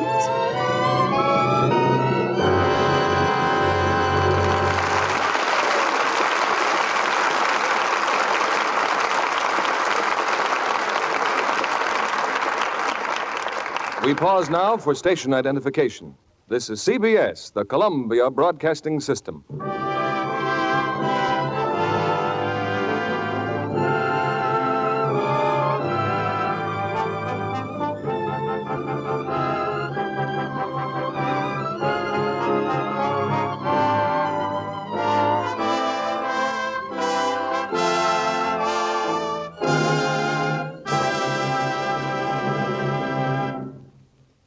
Act 3 of Now Voyager, starring Betty Davis and Gregory Peck, will follow in a moment. Meanwhile, I want to introduce our guest of the evening, the #1 smoother of wheels at the David O. Selznick Studio, Miss Lydia Schiller, who bears the title of scenario assistant. Reading scripts is one of your chores, isn't it, Miss Schiller? Yes, and I work on scenarios, too. I sit in on story conferences and then follow through on production details. What are you working on now, Lydia? Duel in the Sun. It has over 1,000 people in the cast. And stars, I understand, Jennifer Jones, Joseph Cotton, Gregory Peck, and a host of others. That's right, Mr. Keeley. It was 2 years in preparation, 1 year shooting, and cost over $5 million. With a Technicolor picture of that scope, you must have had many problems. We certainly did, Mr. Keeley. Now take the costumes, for example. Mr. Kennedy will be interested in how we kept them looking so lovely and fresh. How was that, Miss Schiller? We used Lux, naturally. We luxed all the blouses, lingerie, washable gowns, and, of course, stockings. That helped keep down stocking bills, didn't it? You're perfectly right, Mr. Kennedy. We had very little run trouble because stockings were luxed after every day's shooting. You found out by experience what has been proved by actual test. Strain tests made by a famous laboratory proved Lux cuts down runs amazingly. A strong soap and rubbing with cake soap made runs come quickly. Stockings actually lasted twice as long with Lux. Yes, we're luckier than the girls who lived in the days of Duel in the Sun. It takes place in the 80s, you know, in Texas. Before Lux was invented. And a wonderful invention it was, Mr. Kennedy. Thank you, Miss Schiller. And now, a suggestion. Don't get discouraged if you don't find Lux the first time you try. Your dealer will have more soon, and Lux is worth waiting for. Here's your producer, Mr. William Keeley. We continue with the third act of Now Voyager, after which I hope you'll come backstage with us to meet tonight's stars. Betty Davis appearing now as Charlotte, and Gregory Peck as Jerry Durrance, with Joseph Kearns as Dr. Jaquith.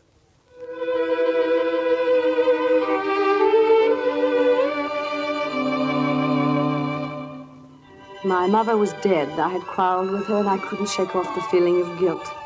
It grew worse and worse until at last I had to get away.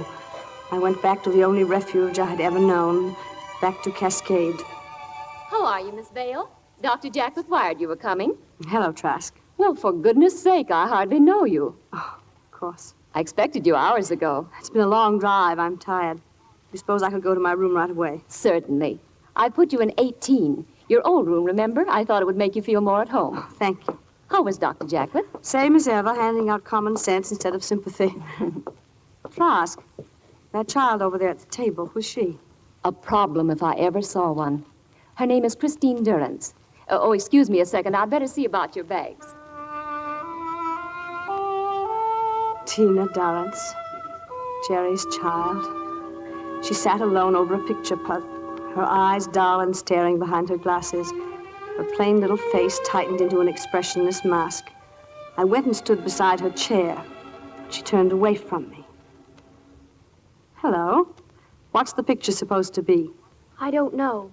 Do you mind if I join you? I'll collect all of the pink pieces. I know who you are. You do? You're my new nurse. No, I'm not. You can't fool me. And I know why you've come here. To make sure I don't run away from this place again. Oh, did you run away from here once? I didn't know. What's your name? You know my name. That's why you stood there and stared at me. Oh, that was very rude of me. But you see, you reminded me of somebody. Who? Well, if you must know, myself. Of course, at your age. Oh, Christine, your schedule calls for you to spend the evening with the young people next door. They don't want me. Oh, nonsense. Of course they want you. I've got a fine ping-pong game all fixed up for you. Barbara and Betty against you and Bob. But he's the best player here. And I'll be the worst one. I'll die. I'll just die. Now you'll do nothing of the sort. Please, please, please, don't make me. Don't make me. Oh, don't make me. Now, Christine. Don't make her trust. But the doctor wants Christine to have exercise in the evening. I'll see that she has some exercise. I have to take my car down to the town and leave it at the garage to be washed. Christine could go with me. Oh, yes. I'm sorry, Christine, but... Please let me go with this lady. I'll drink all my cocoa tonight if you will. For goodness sake, Christine, don't carry on. Go get your coat. Thank you, thank you. I'm sorry, Trask. I couldn't help it. I thought you were too tired to do anything but just crawl into bed. I suppose Cascade has performed another miracle on me.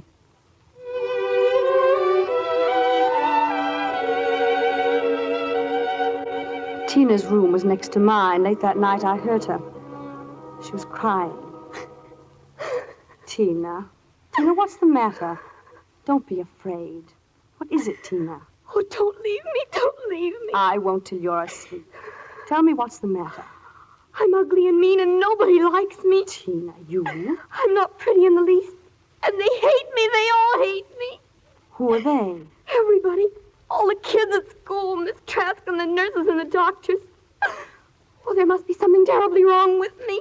Do you like them, Tina? Oh, no, I hate them. That's the trouble. If you want people to like you, you've got to like people. I bet you're only fooling me. You try it and see. And in the meantime, if it'll help you any, I like you.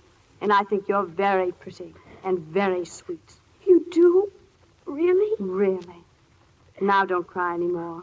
Oh, why are you so good to me? Because somebody was good to me once when I needed somebody. Now, come on, go to sleep. Close your eyes and let your muscles go all limp. There, that's better. Much better.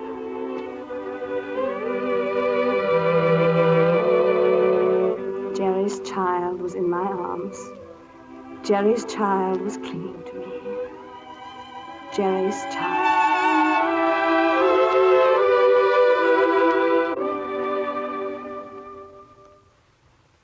Well, Charles, I hear you're running Cascade now, giving orders to Miss Trask, to my doctor. You mean about that child? Don't try to appear innocent. But I didn't give any orders. I only requested. I thought you came up here to have a nervous breakdown. Well, I've decided not to have one, if it's all the same to you. Well, go on. I just think Tina is so unhappy here. I haven't anything to do with my time. Mightn't I be the nurse instead? I promise not to do anything again without first asking your permission. If only... Well, just go ahead and tell me what you do. I'd stay with her, pay attention to her, make her feel wanted and important. I'd take her camping in the woods. She adores camping. Sounds like a wonderful break for her. Of course, I couldn't do it without her parents' permission. I wouldn't. What would her mother say, do you suppose? Oh, she'd accept any plan that would relieve her of the child who's always been a thorn in her side, though the lady would loudly protest if she heard me say so. And her father, what would his attitude be? Sympathetic and protective, possibly too protective for Christine's good. Result, resentment felt by the mother. See, the child's absence from home became desirable for all concerned, so I brought her here. I was highly recommended to the father by a friend of his, but he placed her in my care, not yours. I suppose I'd better ask you something. How much do you remember about my trip to South America? Well, you sent some beautiful postcards. No, that's not what I mean. About an automobile trip I made and the man who was with me. I never knew the gentleman's name. You never told me. I'd better tell you now. It was Tina's father. Tina's father? Mm-hmm. Does that alter the situation? Of course it does. I don't know anything about your relationship with Dorrance. I don't know how emotionally involved you are with him. I can't work in the dark. Well, I'll tell you everything. It's over.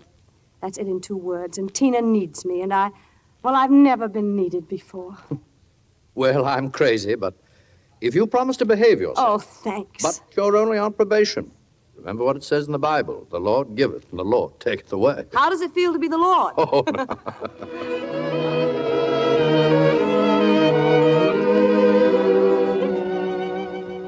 Jerry had to be told, of course, and though we never saw him, he sent a message through Tina. He asked her to thank me.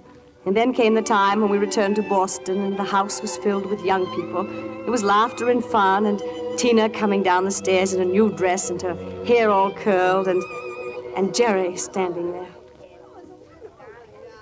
Tina. Daddy, oh, Daddy. Well, can this be Tina? Do I look nice? It's my first party dress. You look lovely. Do you really like me? Oh, I love you, darling. Tina, don't you think it'd be nice to show your father your room and your studio and everything? Would you like to see my room, Daddy? Oh, very much, if Miss Vale will pardon us. How long are you going to call her Miss Vale? What should I call her? I don't know. Would it sound too funny if you called her my name for her? Now, what name is that? We decided it on the camping trip. I call her Camille. Camille. I think it would sound very nice indeed.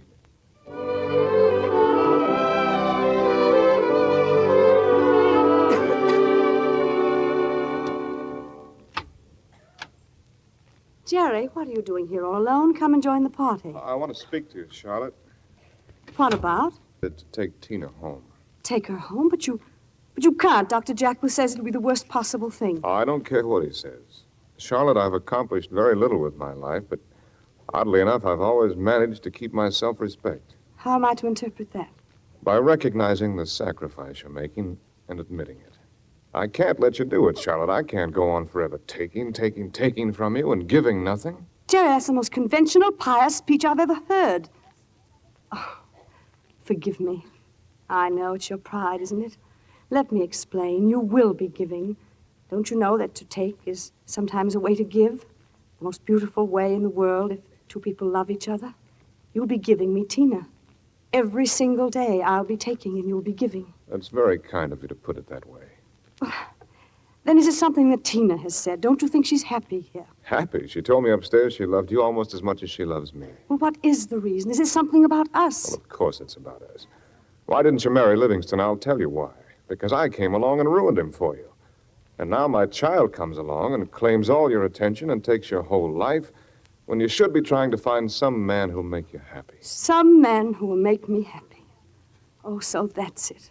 Here I've been laboring under the illusion that you and I were so in sympathy, so one, that you'd know without being asked what would make me happy.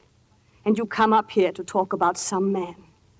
Jerry, you haven't the slightest conception of what torture it is to love a man and be shut out, to be always an outsider and an extra. Charlotte. When Tina said she'd come and stay with me, it was like a miracle, like having my own child, a part of you. I thought you'd understand, but evidently you don't. Again, I've been just a sentimental fool. It's a tendency I have. Oh, wait a minute. I thought... I was afraid you were keeping Tina out of pity. Pity? But there wasn't any pity in your voice just now. I feel very small, Charlotte, and very much ashamed. I'll never doubt you again. Thank you. Come here. Come here, Charlotte. No, Jerry, please. Let me go. Listen, darling, Dr. Jackwith knows about us.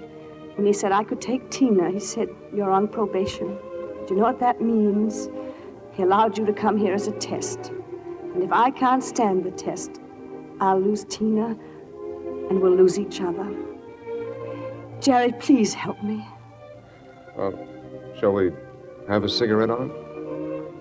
Yes, please. May I sometimes come here? Oh, whenever you like. There are people here who love you. And it won't be for this time only. That is, if you'll help me keep what we have.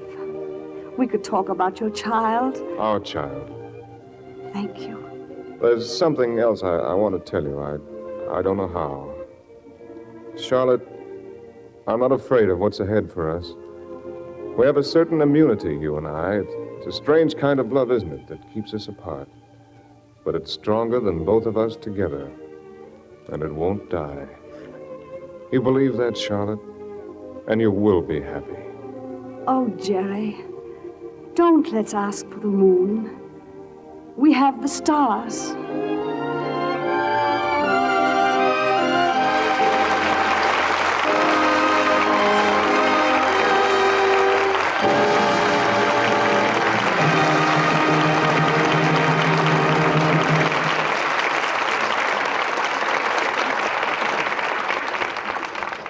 Betty Davis and Gregory Peck will return for a curtain call in just a moment. I read the other day that a neighbor of ours was getting married. So when I met her younger sister, I asked about Mary. Susie gave me a withering look. She gives me a pain. What now? Well, the airs Mary puts on. She came into the kitchen last night while Mom and I were doing the dishes. And, of course, she hasn't touched a dishcloth since she's been dating Fred. Here was Mom, up to her elbows in suds. What do you suppose Mary said? From your look, it wasn't good.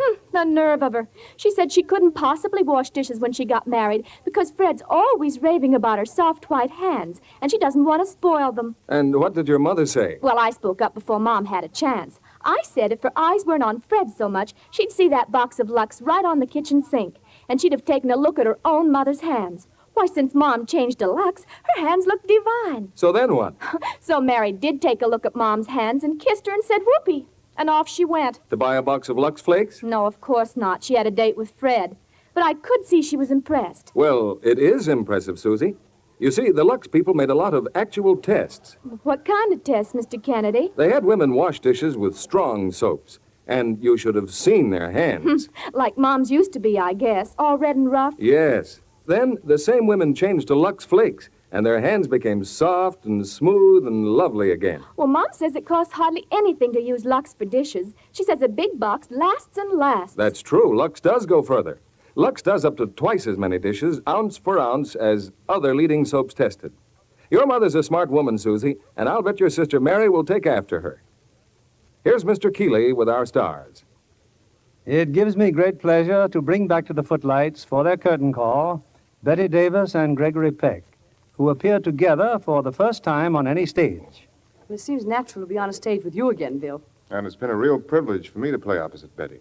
Betty, I want you to know how proud we all are of the honor accorded you in Mexico as the first American screen star to be included on their roll of honor. What was the occasion, Betty? Well, it was a screening of The Corn is Green in connection with the opening of a campaign to educate all Mexicans to read and write.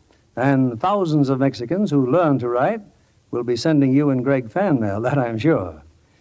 Greg, I'm happy to see that your boss, David O. Selznick, won the December Box Office Blue Ribbon Award for Spellbound. Yes, I feel mighty lucky to have been in that picture, Bill. Oh, I don't think it was luck. I think for both of you, success was predetermined. It's a very nice thought, Bill. What do you mean? Well, you may not know it, but you were both born on the same day in April. And from ancient law, you know how the stars affect our lives. Well, I know how stars like Betty Davis affect mine. Well, I'm talking about the celestial stars. Well, I'm afraid that subject's a little over my head, Bill. Well, perhaps we'd better gravitate to the stars we're having in this theater next week. That's better, Bill. Who are they? They represent two generations of fine acting, Lionel Barrymore and Margaret O'Brien. In the 20th century, Fox hit Captain January. Captain January is a story of a bluff and salty lighthouse keeper and the light of his life, a little girl named Star. A story of how they face an often hostile world together, bound to each other by tenderness and understanding. They should be wonderful together in that play, Bill. Good night. Good night. Good night. You took us on a very pleasant voyage.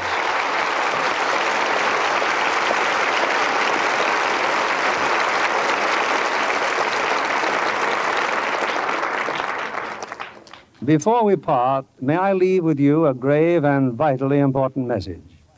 In the recent war, we learned what loss of life and limb can mean in terms of human anguish. And yet in America today, there is a shocking toll of lives and human injuries through carelessness. Carelessness that since Pearl Harbor has killed more Americans at home than lost their lives in battle. Yes, it doesn't seem possible, but it's true. Most accidents are preventable if each of us will assume responsibility. Especially on public highways, drive with care. Observe all speed and traffic regulations. Be ready for unforeseen emergencies. Help stop the growing scourge of accidents throughout America.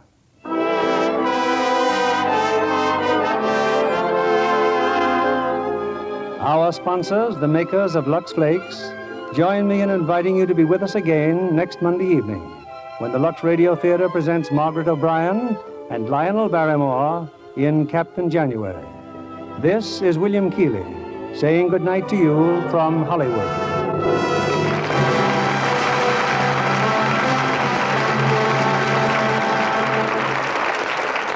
In reviewing the wartime record of the motion picture studios, their stars, executives, and personnel, America can be proud that its great entertainment industry, mobilized for victory, received the commendations of 2 presidents of the United States.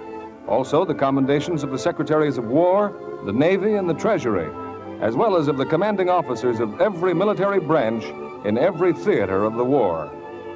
For its unstinted service in the cause of victory, the motion picture industry has earned the gratitude of all America. Betty Davis will soon be seen in the Warner Brothers picture, A Stolen Life. This program is broadcast to our men and women overseas through cooperation with the Armed Forces Radio Service. Our music was directed by Louis Silvers. Our Lux Radio Theater production of Now Voyager, starring Betty Davis and Gregory Peck, has come to you with the good wishes of the makers of Lux Flakes, the safe, gentle flakes smart women everywhere use for all nice washables.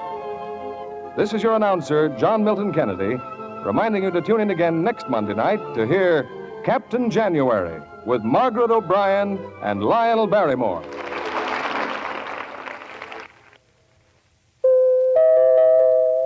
The Spry Treat of the Week. Tender golden Spry pancakes to put you in high on brisk winter mornings. Taste the delicate flavor difference in pancakes made with Spry, the pure all-vegetable shortening that gives all your cooking a boost for the better. Rely on Spry. Next week's Lux Radio Theater presentation, Captain January, is based on a novel by Laura E. Richards, published and copyrighted by L.C. Page & Company. Be sure to listen. And why not tune in a half hour early to hear Joan Davis over most of these stations? This is CBS, the Columbia Broadcasting System.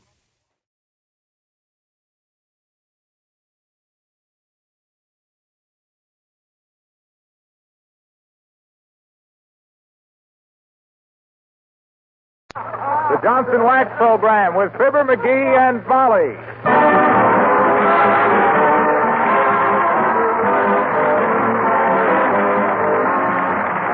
The makers of Johnson's Wax and Johnson's Self-Polishing Glow Coats present Fibber, McGee, and Folly, written by Don Quinn, with songs by the King's Men and music by Billy Mills. The show opens with Free for All.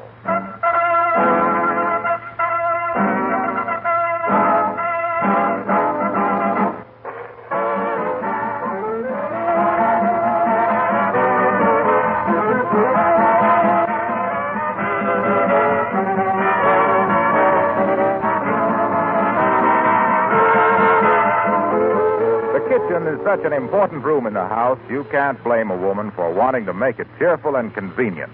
In the first place, it's her workroom, where she spends a good many hours. Also, it's a room where both neighbors and family like to visit. Why shouldn't it be a pleasant room with colorful curtains, convenient cabinets, and a beautiful, easy-to-keep clean floor? That, of course, is where Johnson's Glow Coat comes in. A floor that's kept sparkling with Glow Coat does wonders for your kitchen. Keeps it clean and bright with a minimum of work. And don't forget that the regular use of Johnson's Self-Polishing Glow Coat makes your linoleum last from 5 to 10 times longer. Now, you know, of course, that Glow Coat needs no rubbing or buffing. It's self-polishing. Glow Coat gives a floor lasting luster, has a flexible film that wears evenly and smoothly without chipping. And Glow Coat is economical because a little goes a long way. But for real Glow Coat results, don't be satisfied with anything but the original Johnson Self-Polishing Glow Coat with the familiar red and yellow label. Buy some tomorrow.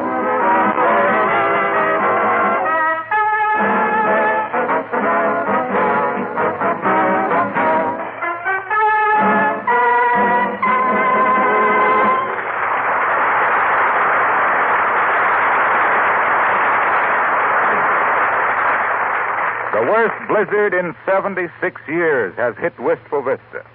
Snow has drifted up to the second-floor windows in some places, And this is one of the places, the home of Fibber McGee and Molly.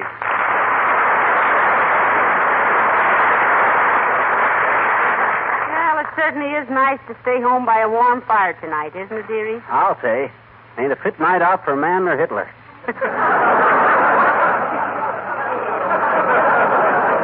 I tell you, it must be terribly cold out. Cold? Why, when I come home tonight, that snowman in front of Toops's was blowing on his fingers. Say, what's the exact temperature? Stick your head out the door and see what the thermometer on the porch says. Oh, no.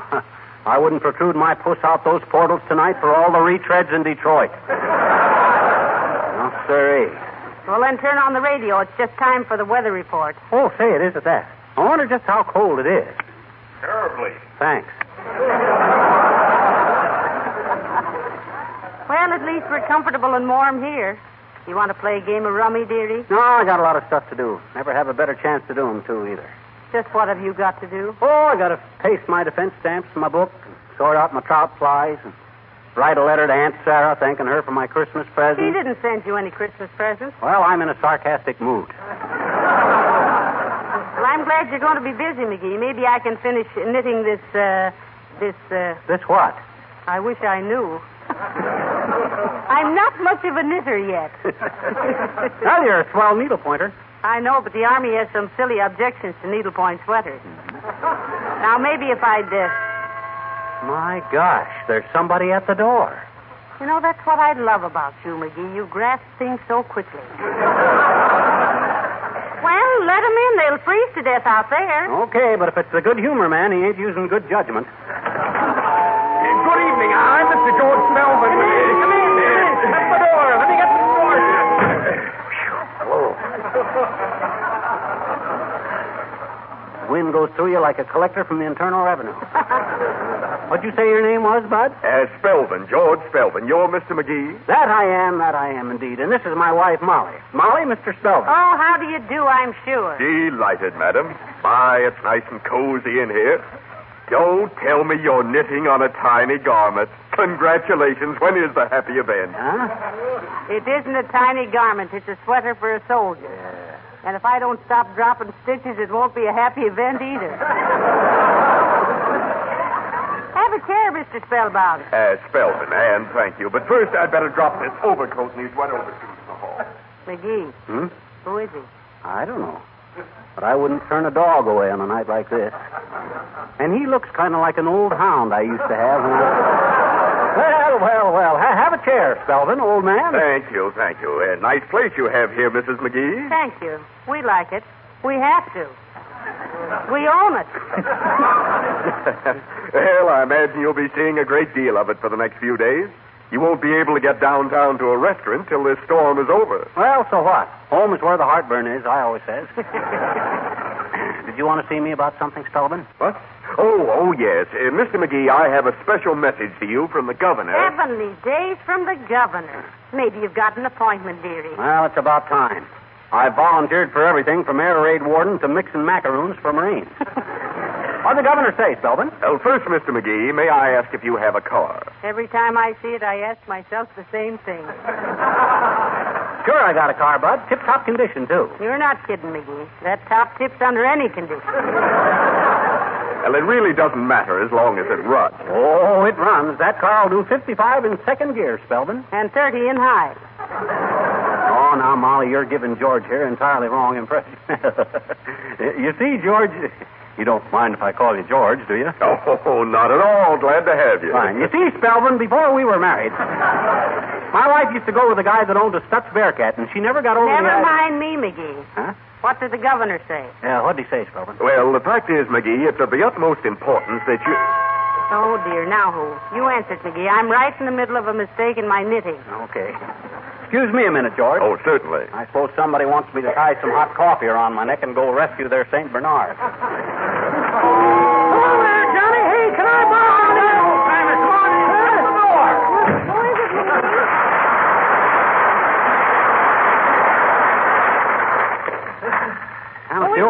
The old timer, Molly. Okay, Johnny. Just for a minute. Hello there, daughter. What you doing? Knitting for Britain or crocheting for the Malayan? We We can't stand that applause, can we? Oh, good evening, Mr. Oldtimer. May I introduce you to Mr. Spelvin? Mr. Spelvin, this is Mr.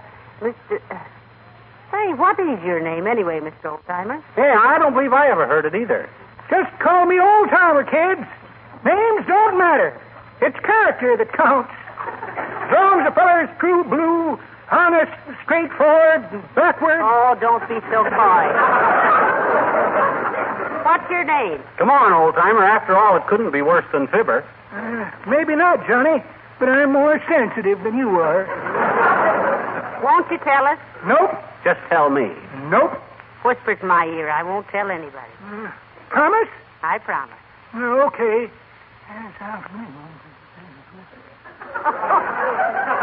Oh, heavenly days, it couldn't be. It's his, though. Can you imagine? Mr. Spelvin, this is the old-timer. How do you do, sir? Well, hello, son. Sorry to butt in like this, kids. Just wanted to know if I could borrow a hot poker. A hot poker? No, I'm sorry, old-timer. Our poker's busted. What on earth did you want that for? Oh, me and my girlfriend. Your girlfriend? No, my girlfriend, Frances. Oh. We were playing in the snow along the street here, diving into snowdrifts. And all of a sudden, I missed Fran. Must have knocked yourself out in a fire hydrant or something. Anyway, she's under a drift someplace along here, and I was going to jab around with a hot poker. Oh, well, guess I can use a sharp stick. See you later, kids. Good night, Mr. Tailspin.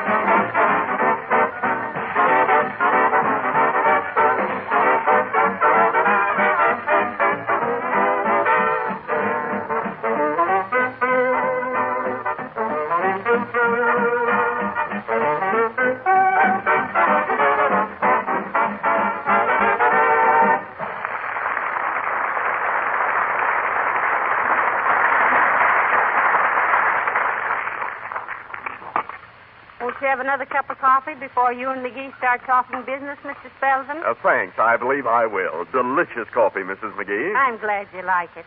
I make it from a recipe I got from McGee's half-sister, Beth. What do you mean, half-sister? She's my sister.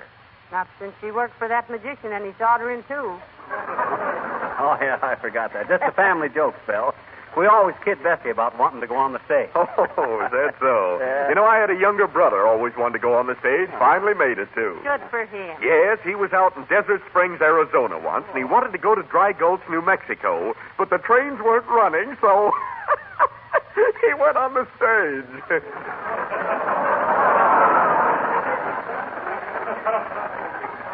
Well, let's get down to business, Spelvin. As long as you represent the governor, suppose you tell me just exactly what he wants me to... Well, for goodness sakes, more orphans of the storm. See who it is, McGee. Okay, excuse me a minute, Spelvin, while I see what no good this ill wind is blowing us. Oh, good. Shut the door! Quick! Hey, Molly, Uppy's here. Come on in, Uppy. Oh, how do you do, Abigail? May I present Mr. Spelvin, Mrs. Uppington? Oh, how do you do? Not the Mrs. Uppington through whose window someone threw a rock. The very same, Spelvin, the very same. Will you have a cup of coffee, Abigail? You look awfully cold. Oh, thank you, I will, my dear, and I am cold. In fact, I'm quite numb. That's what I was telling Molly just this morning, Uppy. I says that Uppington trail is just about the... McGee. He said numb. Hey, what are you doing out on a night like this, Uppy? This kind of weather's only good for one thing. To keep the Germans rushing back from the Russian front.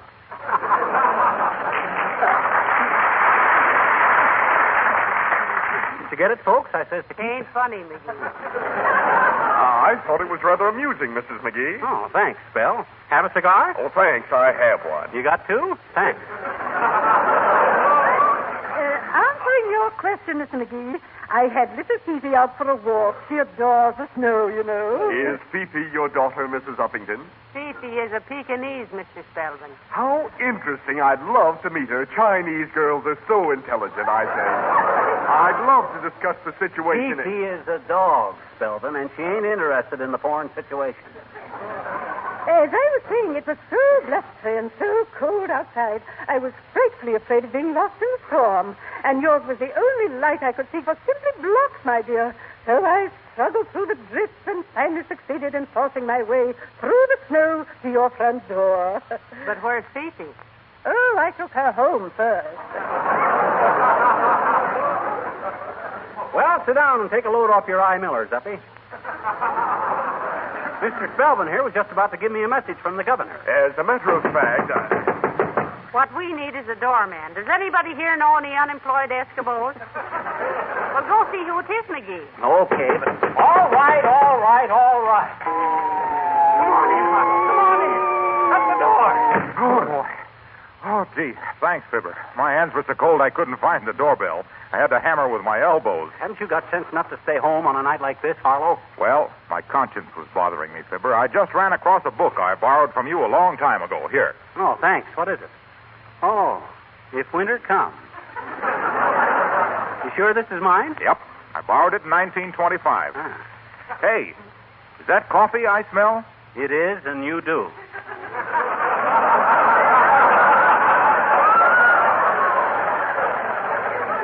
Come on in, Harlow, and defrost your eyebrows. Hello, Mr. Wilcox. How do you do, Mr. Wilcox? Hello, Mrs. Uppington. Harlow, this is Mr. George Spelvin.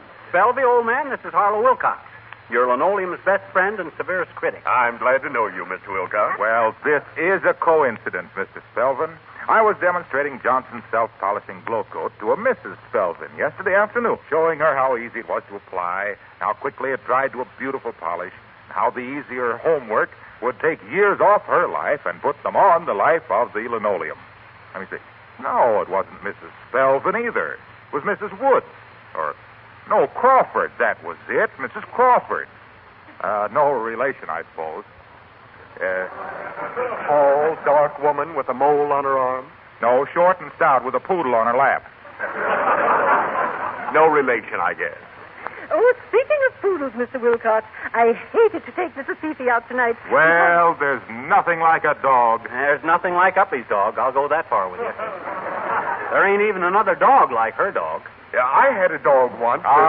Man's best friend, I always say. Just like Johnson's glow coat is a woman's best friend because it saves so much time and effort. Heavenly days, Mr. Wilcox. Can't you forget Johnson's glow coat for 1 minute? I don't know. I've never tried. As I was saying, I had a dog once. I did, too. Part Springer Spaniel on his mother's side and the smartest dog I ever knew on his father's side. Smarter than a human being. Oh, now, McGee. Well, he was. Every Sunday morning, he'd go out on the porch and look both ways up and down the street. Then he'd kind of shake his little head and come back in the house. Every Sunday morning for 11 years he did that. Well, what was he looking for? We never knew.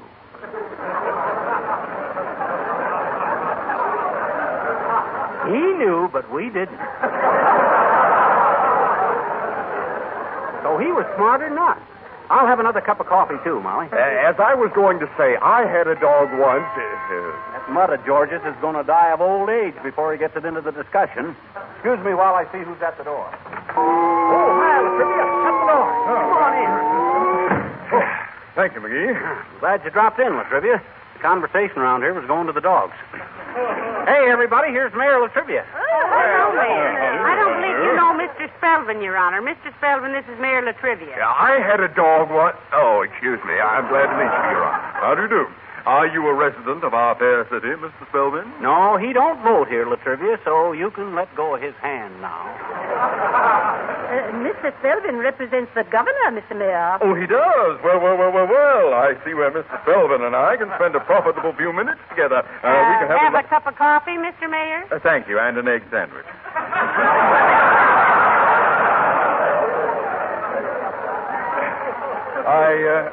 I just stopped in to tell you, McGee, that a complaint has reached my ears. I had the same thing last summer, Latrivia. Started in my neck and reached my ears in 2 days. The doctor says it was just a Mr. McGee, please. I was about to say that I have received a complaint from the street commissioner that you have been remiss in the matter of snow removal from your front sidewalk. Oh, well, thanks for warning me, Latrivia. It's a funny thing, too. I really enjoy shoveling snow. You do? You do? I surely do. I'd rather hear the frosty clang of a snow shovel on a sidewalk than the finest symphony music in the world. To feel the red blood coursing through my veins as I swing that shovel to and fro. That marvelous glow that comes from exercising in the cold winter air. The sharp tang of the wind on my cheeks as my muscles respond to the healthy rhythm. And what an appetite I get. And sleep like a baby. Oh, I love the feeling of a snow. Hold it, McGee. Where are you going, Mr. Mayor? I'm going to shovel your walk-off for you. I haven't felt like that in years. There's the snow shovel.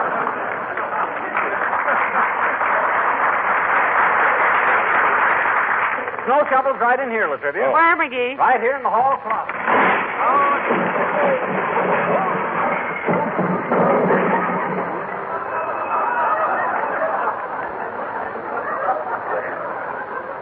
Got to straighten out that closet one of these days. The King's Men sing Gay Ranchero. A gay ranchero, a caballero, can always find someone to pet. A senorita, a sweet chapita, her other loves will soon forget.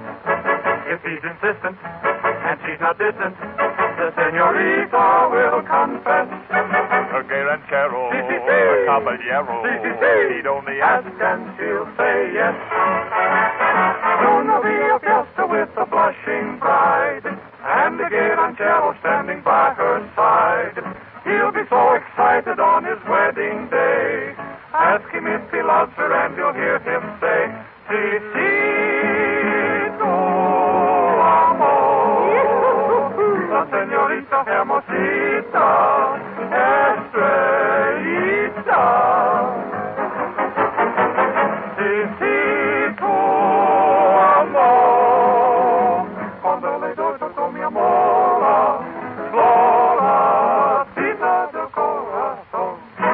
Oh, look at Pancho, back on his rancho, with his Pepita by his side. She thinks he's handsome, worth any ransom. To him she's still a blushing bride. the gay ranchero. So very happy is he. The caballero. So very happy is he.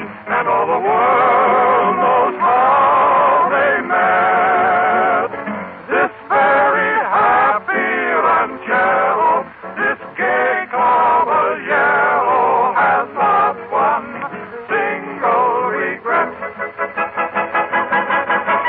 Now to end the story that I once was told, here's a little secret that I must unfold. For they found the promise that they had in store. Now they're really counting those muchachas by the score. And maybe more.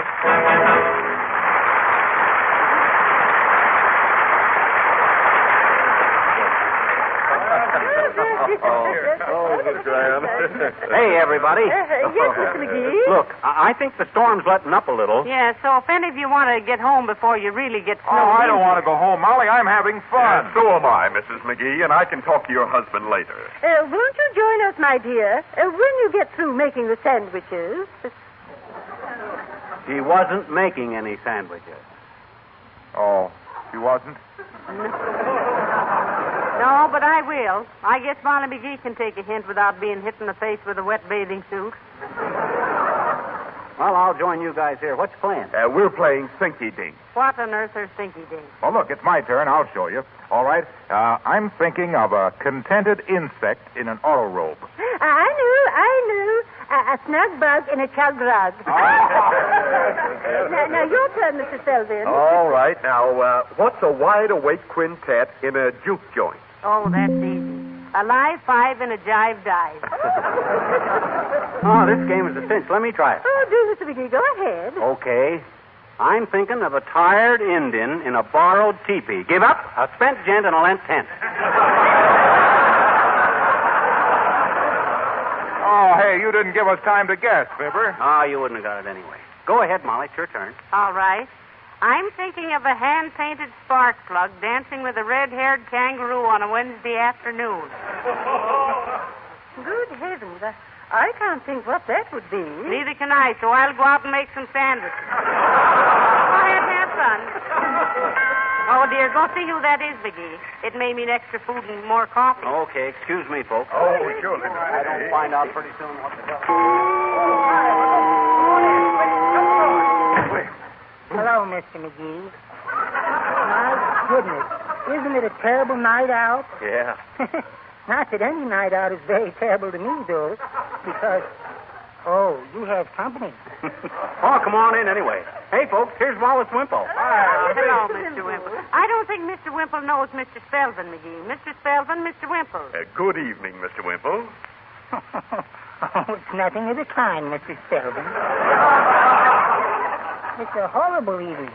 I'd never have buzzed out of the house if I hadn't run out of cigarettes. Oh, you don't have to go clear to the cigar store, Wimp. I'll give you a couple of packages. What do you smoke? Cubebs. I didn't know your wife would let you smoke, Mr. Wimple. Well, she doesn't really approve, Mrs. McGee. Not cigarettes, anyway. So she promised me a pipe last Christmas. Briar, Wallace? No, Mr. Wilcox. Lead. She promised she'd let me have it if she ever caught me smoking again. You see, Sweetie Face is my wife, Mrs. Selvin. Oh, I see. Sweetie Face is simply obsessed with health fads. Oh. Why, sometimes for dinner, we just have a heaping plate of spinach apiece. Just spinach, Wimp? Just spinach. I pretend I don't know she has a filet mignon under hers.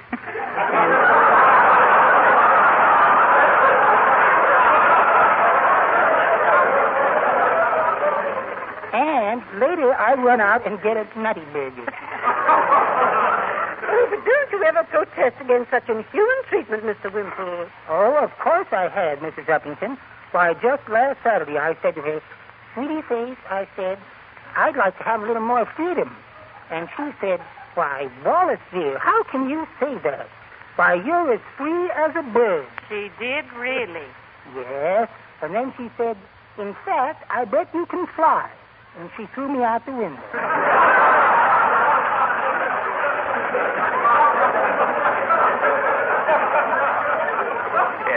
Your wife sounds like quite a character, Mr. Sweetie Face. Wimple Spelman. His wife's name is Sweetie Face. Oh, excuse me. Well, I wouldn't want anyone to misunderstand me. Sweetie Face is really a delightful person when you really get to know her. She says. Well, I must be running along, folks. It's been nice to see all of you, really. You sure you can't stay a while and play some games, Mr. Wimple? Well, if I do it, I'd better hit him. I'll get one anyway. I'll stay.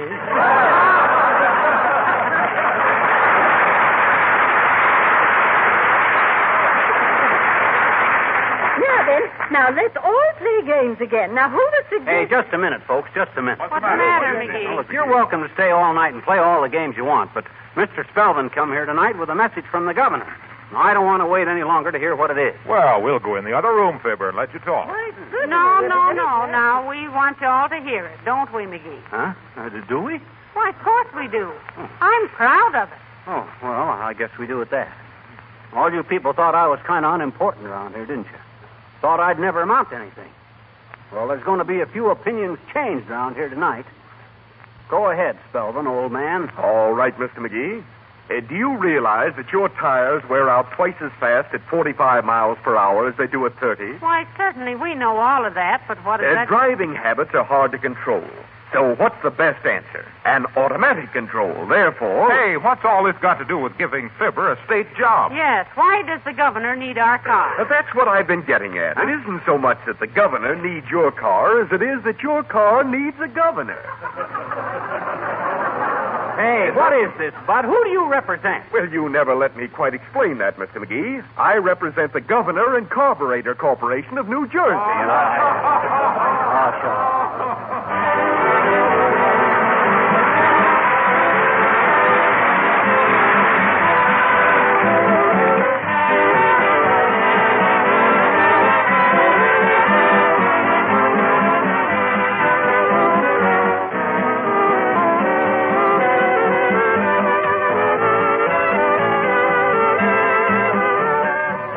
When you step into some homes, don't they seem to be more livable and friendly than others, aglow with warm hospitality? A wax-protected home is usually a warm, friendly one. Floors that shimmer and gleam with a rich Johnson's wax polish add beauty to the entire home. They are protected, too, against wear and dirt, actual money-saving protection, and they're so much easier to keep clean. But this Johnson's wax protection and labor saving doesn't stop with floors. Wax your tabletops, chair arms, woodwork also, and your windowsills, Venetian blinds, shelves, refrigerator, shoes, luggage, lampshades. Then you'll be practicing what authorities call protective housekeeping. Right now and during the next year or so, it's important to take extra good care of your things. Give them an occasional application of genuine Johnson's wax, which you can buy now in 3 forms: paste, liquid, and the new cream wax especially formulated for furniture and woodwork. Oh, by the way, Johnson's wax is great, too, for Army boots and leather service equipment.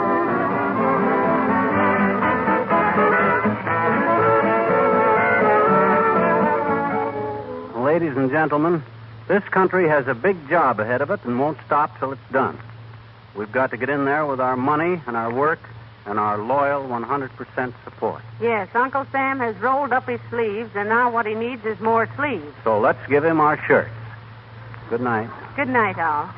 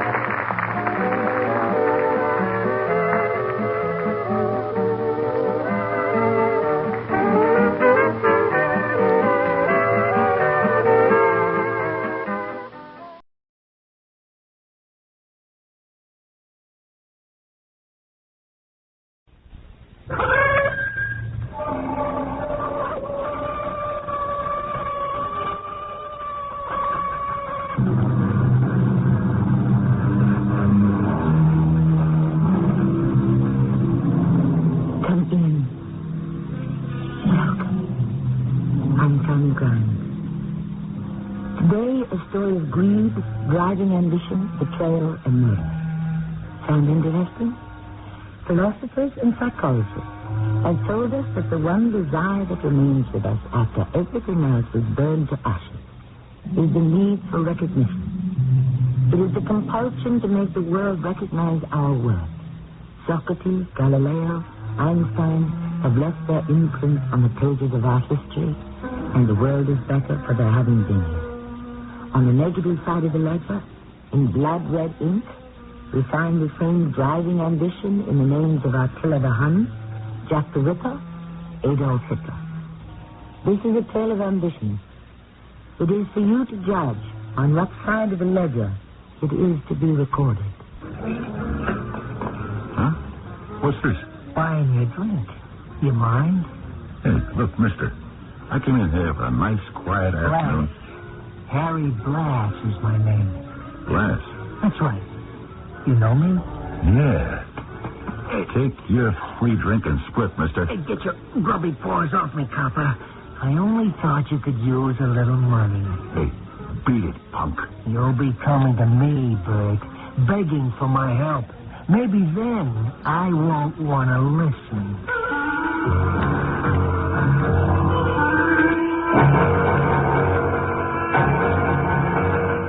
Our mystery drama, The Blood Red Ink, was written especially for Mystery Theater by Sidney Sloan and stars Fred Gwynne.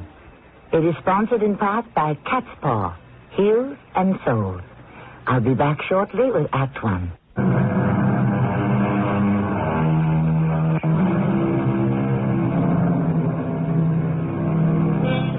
Bert Gilbert wasn't in a very good mood that evening when he came home to supper. It had been a long and tiring day, full of dull police routine. The meeting with Harry Blass upset him. Blass was a small-time racketeer mixed up in a dozen or more dirty deals. Bert thought later that perhaps he should have played along with him, found out what Harry's angle was. But he was too worried to play cop. There was something else in the back of his mind that bothered him. He had recently taken the examination for detective. As yet, he had received no word on it. I'll have the food on the table in a minute, Bert. Don't get impatient. Okay. No hurry, Helen. Want another beer while you're waiting? No, thanks. Mike dropped me off at the pub when we finished our tour. I wondered why you were late. I was only 20 minutes late coming in the door. Haven't I got a right to relax after a day driving around in a squad car? Sure, Bert. I'm sorry. I didn't mean to criticize you. Here's dinner. Beef stew. Your favorite. Yeah, beef stew. Thanks, Helen. That's just what I needed. Here, pass me your plate. I'm sorry I yelled at you. Forget it. You'll feel better after dinner. I've got to be better. Couldn't be worse.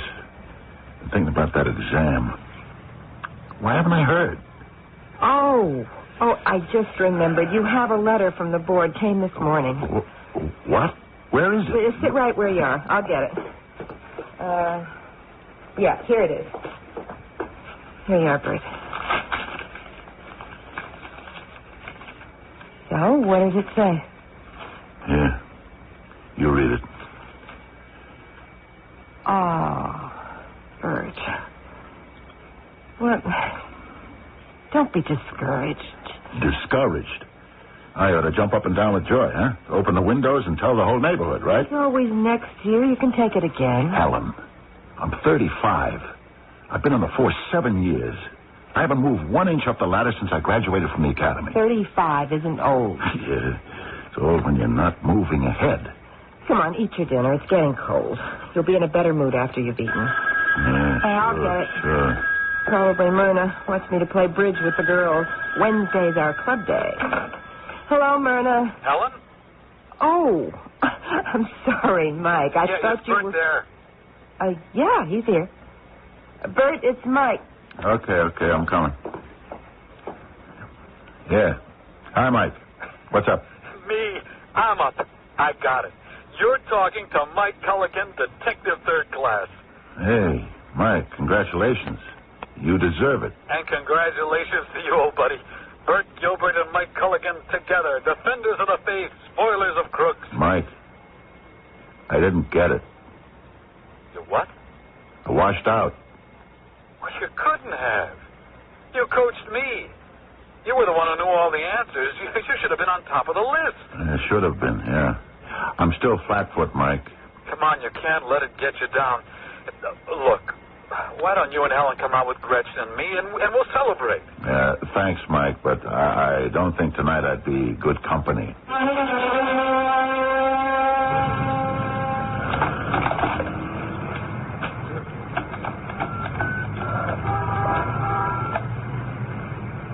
Hello? Yeah, this is Patrolman 342987, Bert Gilbert. I'm calling Captain Sullivan. Yeah. Right, I'll hold.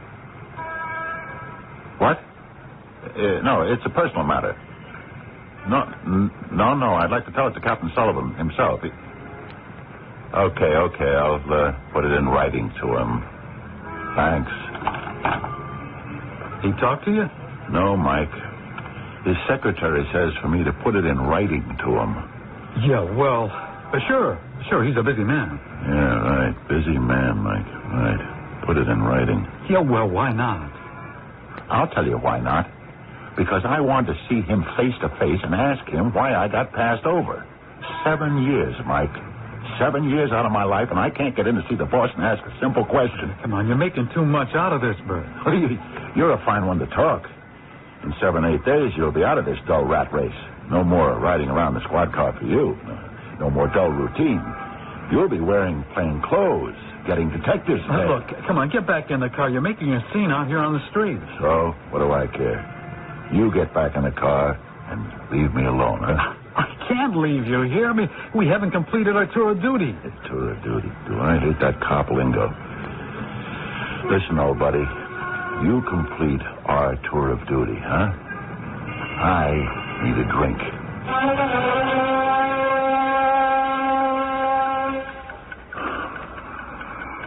Bert, you asleep? No. Can I get you something? A glass of warm milk? No, Helen, thanks. You keep tossing and turning. You've got to get your rest. What for? You won't be fit for work tomorrow if you don't get some sleep. Helen, I've been suspended. What? Suspended. You know what the word means. How long? 5 days. What for? I quit work a little early last Tuesday. You what? I just felt like I couldn't work a minute more, so... How early? 35 minutes. I don't understand. Yeah, I do. I'm tired and I'm fed up. But you could have applied for a leave if you weren't feeling well. I'm sure they'd have given you time to get yourself together. Yeah, well, I got the time. 5 days, suspended without pay. Oh, Bert. Helen, don't get upset. It got me what I wanted. What? I wanted to see Captain Sullivan. Ask him why I got passed over when the commissions were being handed out. He finally saw me, and I had a chance to tell him what I thought of the whole business. You didn't say anything insulting. No. I didn't insult him. But I got a little head up. Well, he listened to everything, and then he sat down at his desk and said he thought I needed a vacation. Without pay. Oh, Bert. It's going to be on your record. So what? Up to now, towing the line hasn't got me much, Helen. What have I got to lose?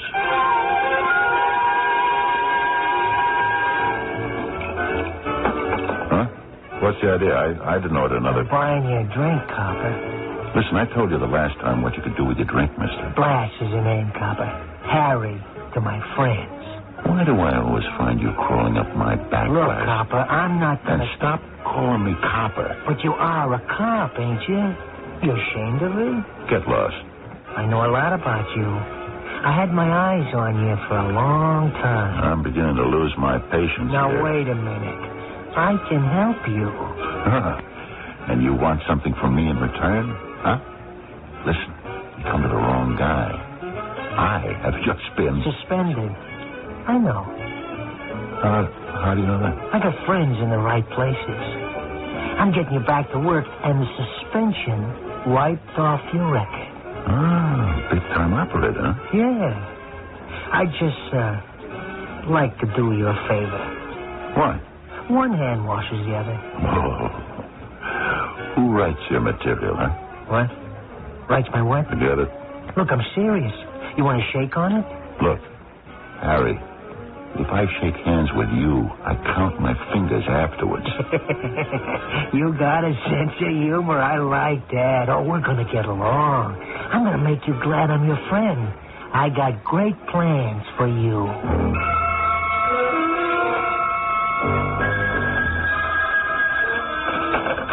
Hello? Yeah? Where? I'll be there in 10 minutes. Who is that, Bert? Friend. Wants me to come over to the bowling alley for an hour, so, you don't mind, do you? You never bowl. I just took it up. They have a pool there, too. If we get tired of bowling, we can shoot a little pool. Bert, this isn't like you. do you realize this is the third time this week you've had some reason to go out after dinner? Third time, huh? I really wasn't counting, Helen. How many weeks have I just sat here reading the paper or looking at the boob tube? How many times? All right. I don't mean to argue, sir. Go out. Just don't be too late. You've got to be out of here tomorrow morning at 7. Remember? Look, it just occurred to me that you might have something on your mind. You don't think I'm running around with another woman, do you? Bert. That never entered my mind. Yeah, well, good. I'm not chasing around, Helen. You're still my girl after 8 years. Don't you forget it. I know, darling. I know that. Now, who can that be? Hi, stranger. Hey, Mike. Where in the world have you been? I haven't heard from you or seen you in over 2 weeks. That's why I came over. Well, you know how it is. Hey, you big shot detectives don't cross our paths too often. You're too busy with important assignments. Come on, old buddy, you're putting me on. Aren't you going to ask me in? Yeah, Mike, come in. Please, come in. Bert's only kidding. But I'm not kidding. Hey, look, the reason I came over was to ask you guys to go to the movies with us. Gretchen's waiting in the car, and Mike, I've got another engagement. But maybe Helen would like to go. But I've got to run right now. I'm 10 minutes late. Can't you break that other engagement? I wanted to see you, talk to you. Can't. Gotta go. Bye. See you later, Helen.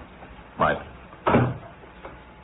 Oh, well, that was what I'd call kind of abrupt. I'm sorry, Mike.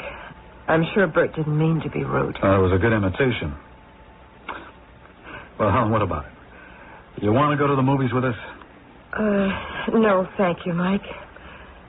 But please forgive Bert. He's upset because he didn't make detective with you. Yeah, I know. And I'm worried. Well, he'll get over it. It isn't what I'm worried about. Helen, I'm going to tell you something I shouldn't. Bert is my best friend, and...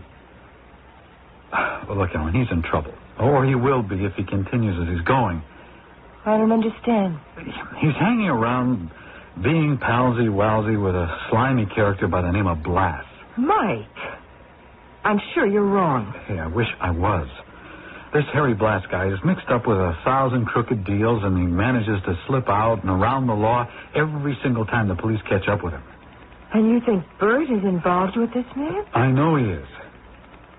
Look, as a friend, I'm asking you to get him to stop seeing Blass. Immediately. Oh, good Lord. Please, remember, I never said a word to you. He mustn't know that I talked to you. Okay, Mike. You're a friend. A real friend. Bert Gilbert has taken a dangerous step. His association with Harry Blass can only lead to dishonor and prison. He seems to believe that he can beat the law by jumping in, getting what he wants, and then quickly getting out. In his frustration and disappointment, he is forgetting the irreparable damage he will be doing to himself and his wife. We will be back shortly with Act 2.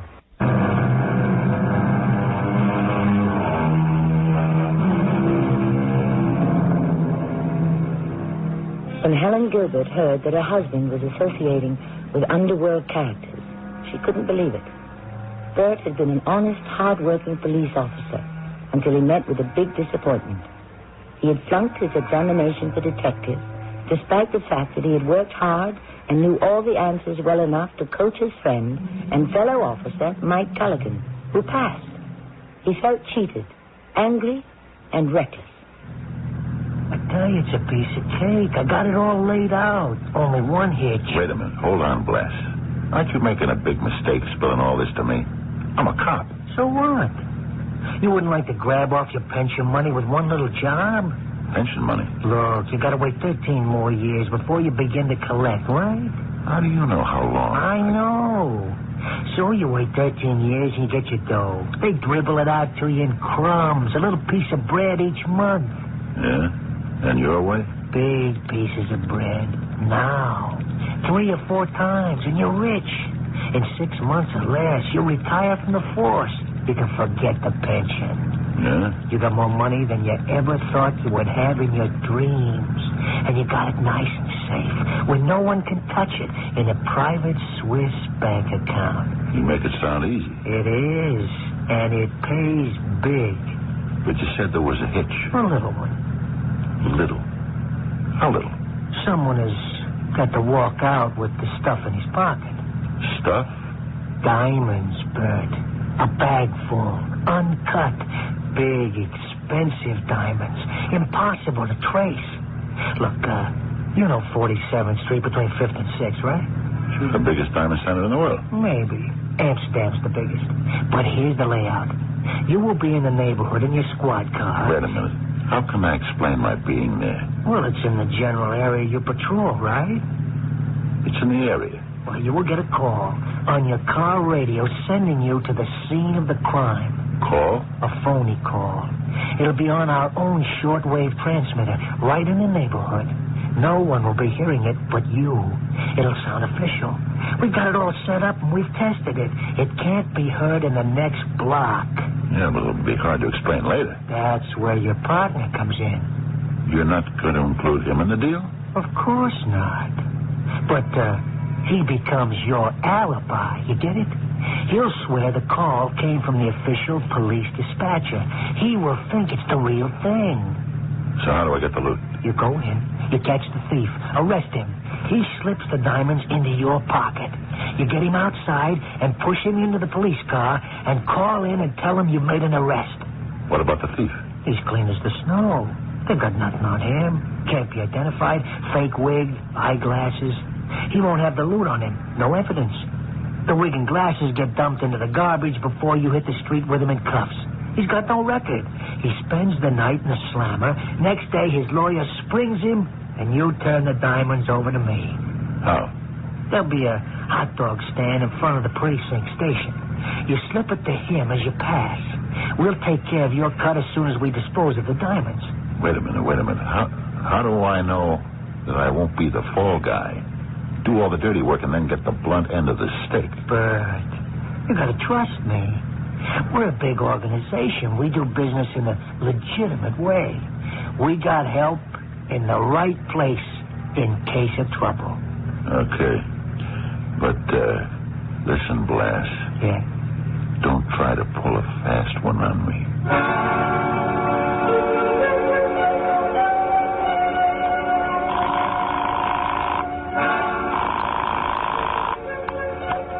Hello?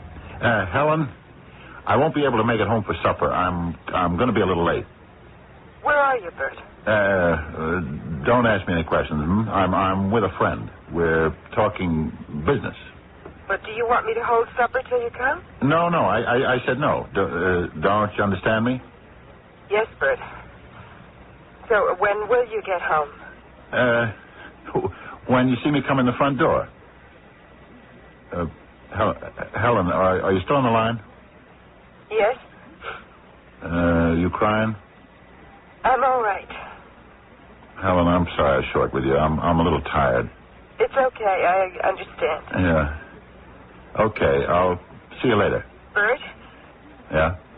Mike was here about 20 minutes ago. He called twice before to talk to you. He said for you to call him and meet him someplace. He said it was urgent. Good old Mike, huh?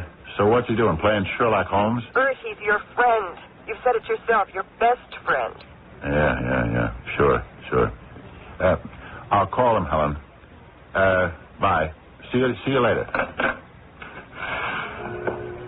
Hey, Bert, I thought you were just going to call your wife. That's what I did. Took you an awfully long time. You checking up on me? Because if you are, the whole deal's off. Either you trust me... Come on. You got a short fuse. Take it easy. Well, stop breathing down my back, huh? I said we had a deal, and I meant it. Just naturally careful, Bert. Sit down. You know, you do look a little worried. Maybe I am. My old partner... Mike Culligan? Yeah. He's caught on that you and I are seeing a lot of each other. Yeah? So? Well, he's a new detective. So he wants to look like one. You talk to him? Why not? Oh, nothing about our business. You sure? Because if you did, he wouldn't like it. He? Who is he? Never mind. Look, Blas, if you want me in on this thing, don't hold out on me, huh? I gotta know who's involved. I thought I was working with you. Now you let me know you got a boss. I can't tell you that, Bert. He'll let you know who he is when he feels the time is right. As for your buddy Mike, I'm leaving it up to you to keep him out. He's my friend. You wouldn't spill it if he did know. You're sure of him? Absolutely. Have you settled on a date? Well, there's a big shipment coming in from South Africa on the 20th. We'll give them 2 days to check it out. The 22nd? Yeah, definite. Well, how's your man going to get into the place? Security's pretty tough in that business. We've been in touch from San Francisco. Phony setup from out there with a fancy letterhead. Our man will be arriving in New York on the night of the 21st. The next morning, he will arrive at their door with all his forged credentials and go right in. And so when do I come in? When you answer the call from the police's dispatcher. The one that you got set up, the fake. Right. Like I told you the other day. I just want to be sure. Good. Keep checking and, hey, keep an eye on your old buddy, Mike.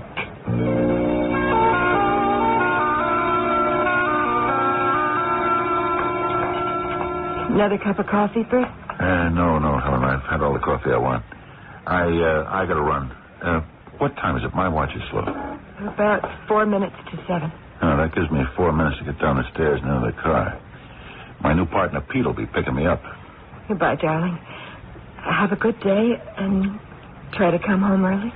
Okay, darling, if you say so. Hello, Bert.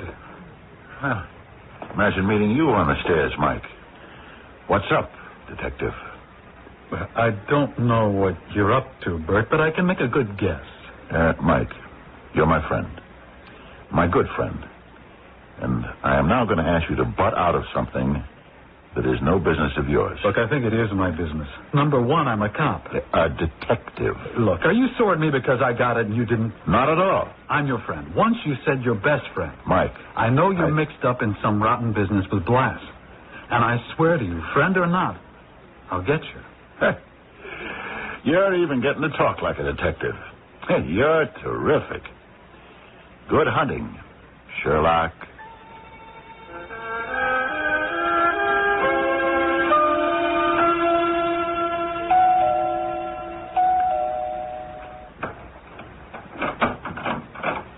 Bert, I told you never to come here. You left a telephone message with my wife. But I didn't want to meet you here. At the bowling alley, I told her. Yeah, I know. But I wanted to see your place. See how the better class lives. Hey, some joint you got here, Blas. A little flashy, but quite elegant. All in great taste. Okay, you've seen it. Now get out. I'll meet you in 5 minutes. I'll let you out through the cellar door in the back. What's all this cloak and dagger stuff? Hey, you jumpy? Yeah, I'm jumpy. And you want to know why? Your buddy, Mike Culligan, has got a tap on my phone and yours. A tap? You must be kidding. It's hard to get permission for a tap. How do you know? Never mind. I know. Oh, that's right. You have connections. Still, it's hard to believe. It's real. I got it from a source I can trust. Who? Don't ask questions, and you'll live a lot longer. Punk, are you threatening me? No, Bert. I ain't threatening you. You're important. The scam won't work without you. But don't ask me to tell you things that I can't give out. I told you that before. When it's the right time, you'll meet the key man. Okay. Is that all you got to say? That you think our phones have been tapped? No, think. It's for sure. Now, there is one other little thing we cover. What? Detective Culligan. Okay. I'll handle it. You sure you want to take care of it? Wait a minute. What does that mean? Well, he's getting too close, Bert. He'll blow the whole thing. I told you, I'll take care of him. How? Talk to him? Cut him in on a small piece? It won't work. He's straight. He won't play. He's my friend. He won't do anything to hurt me. Yeah? He's got a bug on your phone. I tell you, there's no other way but to... Now, listen, Blass. Bert, we don't take chances. I'll get to him. Talk to him. No good. There's only one way to stop him. Okay, that's it. I'm through. You're asking me to be party to a murder.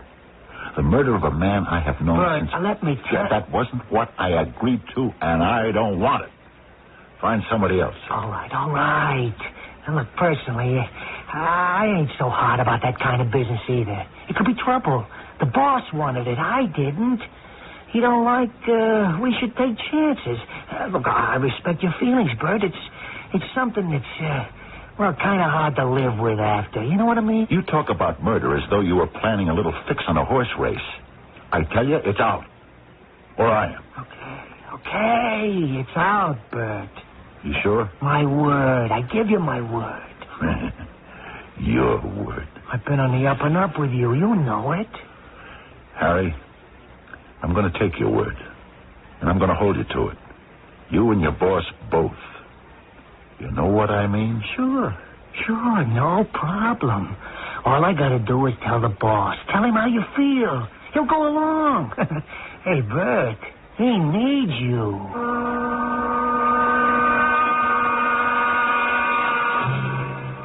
Despite the fact that everything was working out as he had wanted it to, Bert was nervous. He had never in his life got involved in anything so upsetting. Even though he'd been on the police force for 7 years and had faced dangers so regularly that it was almost commonplace. This was different. He was mixed up in a dirty business. Something that all his moral values found repugnant. Nevertheless, he seemed determined to see it through. I'll be back shortly with Act 3.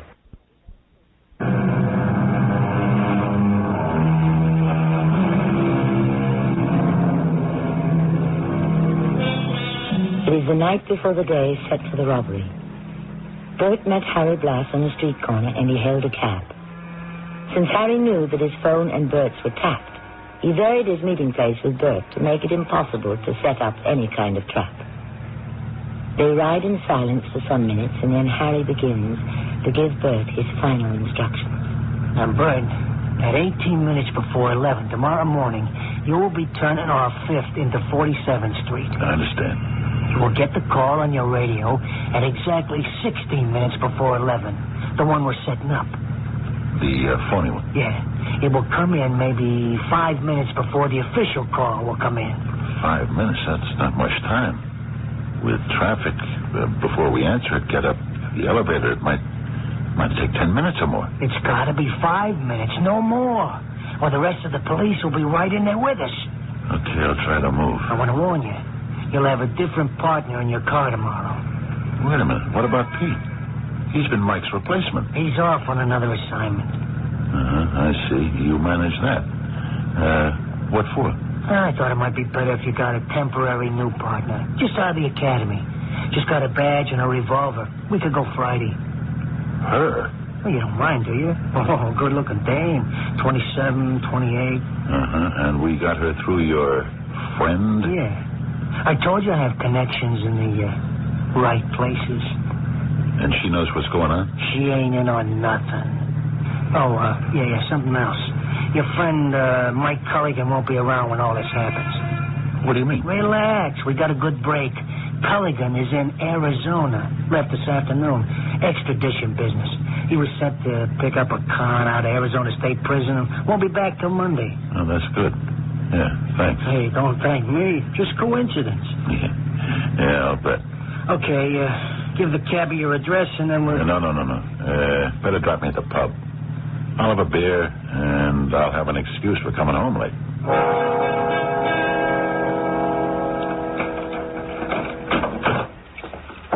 Oh, Bert. Oh, Helen, sorry for being so late, dear. That's all right, Bert. I'm getting used to it. Helen, don't take that kind of tone. I waited dinner for you. Then Mike arrived. Mike? He came here? But he couldn't have. He left for Arizona. There's a change of plans, Bert. Hey, Mike. I called the warden in Arizona and told him I was delayed. I hope my change of plans hasn't disturbed you too much. Change of plans. What plans? Drop it, Bert. You knew I was scheduled to go to Arizona, and you know why I was being sent out of town. No. No, why? Look, I didn't invite you into my home, Detective Culligan, but I'm inviting you out right now. Don't say anything you're going to regret. Stay out of this, Helen. You, Culligan, out. Bert, please. Pardon me, Detective. I forgot to ask if you had a warrant to enter my house. Have you? Now, Bert, you know I haven't. No search warrant. No warrant for my arrest. Bert. Then what are you doing here? The door is open, Mr. Culligan. Good night, Helen. Bert, you know, you once said to me, nothing worse than a dirty cop. Well, you were right, friend.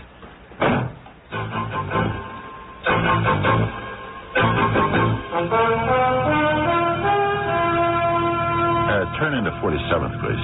Again, Bert? We just came around the block. Come on. Turn before the light changes. Okay, that's what you want.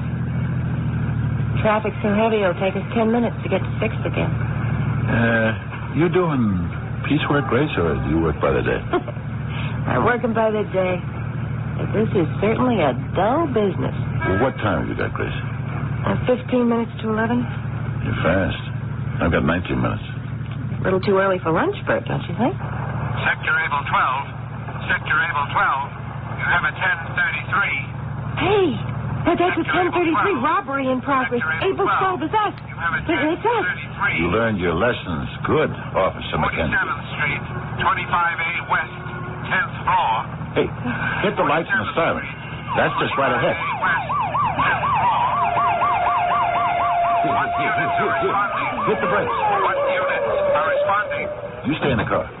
Call in and tell them we're responding. Okay, Bert. Come on. Only 5 minutes. You gotta do it. That way! He went that way, officer! He's got a gun! Okay. Stay where you are. Stay out of the hall. All this. Out of the hall. Hey, cop. Here, right here in the closet. Oh, yeah. Come on, shut the door. Okay, put the cuffs on me and let's go. Hey, where'd you ditch the wig and the glasses, huh? Garbage can. Garbage will be picked up by the morning. Not to worry. Come on, let's go. Wait a minute. Where's the loot? You're supposed to give it to me, and I'm... Yeah, look, the signal's changed. The stuff is already mailed in 4 pre-stamped manila envelopes. Wait a minute. Blass told me... Look, changed his mind. He didn't want to put you in any trouble. Look, if you don't have the stuff and I don't have it, we're in the clear. So where was it mailed to? Where? I don't know. I didn't look at the address. I just filled the envelopes like I was supposed to, sealed them, dropped them in the mailbox at the end of the hall. Goes right out down to the first floor. 3 o'clock mail pickup. I see. Look, what are we waiting for, copper? Take me out of here. Throw me in the slammer. Come on, I'm your prisoner.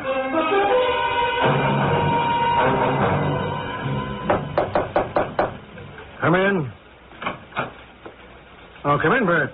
Yeah, come on in. I'm on long distance to San Francisco. I'll be with you in a minute. Hello. Yes, I'm still here. You got them? How many? 6. Good. Jules International Limited, huh? Fancy name. Now, we want you to send us all you've got on them, and we'll send you what we've got. Right. Bye, Inspector. Sit down. Sit down, Bert. Thank you, Captain. I want to tell you, I think you've done a superb job. Oh, thank you. Best kept secret in all the years I've been on the force. Had to let Lieutenant McInerney in on it at the last minute. Mike Culligan's new boss, you know, to get his cooperation on the Arizona thing. But outside of that, well, even your wife didn't know. Thought you were in trouble. She was about to divorce me. When I spoke to her just 10 minutes ago, she sort of broke down. Well, then she laughed and came immediately to your defense and said she never believed you were anything but good and decent. It sounds like her. I did give her a bad time, though. Well, I think we have the whole case wrapped up. You heard my conversation with San Francisco. Your thief is going to get a little surprise when his lawyer gets here. We found the wig and glasses, and there'll be no trouble getting absolute identification. Postal authorities cooperated, and Found the envelopes containing the diamonds, all $750,000 worth. Well, I hope you're proud of your efforts. Yes, sir, but I still have one worry, sir. No? Maybe we jumped too quick. And the big shot, Blass's boss, will be warned and take off. No. Your idea to flush him out worked. Sending out word that Mike was going to Arizona trapped him. He immediately got that information back to Blass. What he didn't know is that we had suspicions he might be the leak and put the arm on him right after he got the word out. Who was it? A man by the name of Reach. Works for the company who handles our electronic maintenance here at headquarters.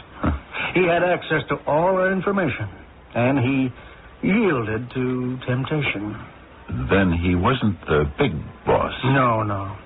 I'd say a small but important cog in Blass's operations. Blass is the big man, and we'll have him within the hour. He doesn't know that he's in any trouble? Not an inkling. Everything was done so swiftly and without fuss that Blass couldn't possibly know. Lieutenant McInerney sent Mike Culligan to make the pinch.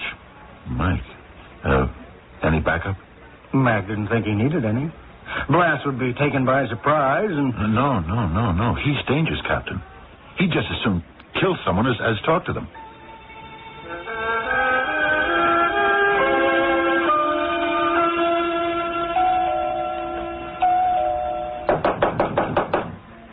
Who's there? Open up, Harry. It's me, Bert. Come on in, quick. Look, I told you that we had to stay away from each other. Hey, I see you got yourself all packed. Like you're going away. Shame to leave this gorgeous apartment. Yeah. Orders from the boss. What's up? Trouble? Look, don't be worried about your cut, see? You'll get it as soon as they get the stuff in Frisco and dispose of it. I'm not worried. It all went off perfect. Look, I know how you feel about the bread. I can give you a kind of down payment on your share. Yeah, I got some cash right here. And, don't touch that drawer, Blass. Turn around. Nice and slow with your hands up. What's the matter with you, Bert? Mike Culligan came here. Not more than 10, 15 minutes ago. Came here? Why? Don't give me a performance, Blass. He came here to pick you up. What happened? Look, Bert, you and me, we're partners. Whatever gave you that idea, punk? You walked into a setup. We've got all of you, including your plant, your mole, at headquarters. Now, where's my colleague, Mike Culligan? How should I know? A little while ago, somebody came to the door. He banged on it, but I didn't answer. He went away. Yeah, he would have never gone away. He is in this apartment. Oh, yeah? Well, go ahead. Look around. He isn't here. What's in this other room? Nothing. Take a look. Don't move. I'll open the door. Oh, Bert. Mike. I'm hit. Mike. Blass. He's going to get away. Get him, Bert. Mike, I can't leave you like this. Look, I'll call for an ambulance. You're a cop, Bert. Get him for me. I'll be all right. Okay, Mike. Blass, I see you. Down the stairwell. Stop or I'll shoot. Stop.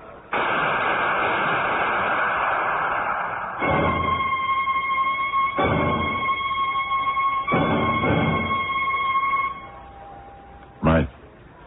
Come on in, Bert. I'm awake. Doctor says I can only stay a few minutes. Oh, boy, I owe you a big apology. Man, was I wrong. Captain Sullivan, well, he was in this morning. He told me you made detective. Yeah, the slow way. You got a big citation, too. Mayor's going to present it in front of City Hall with everyone watching. Yeah, that's something I tried to get out of, but Helen said I got to. You know what the mayor's going to say to you? Nothing's worse than a dirty cop. No, Bert. He was here today and I talked to him.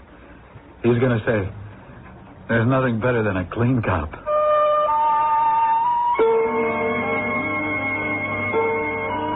Detective Third Class Bert Gilbert stood on the steps of City Hall with his head slightly bowed while the mayor read the citation.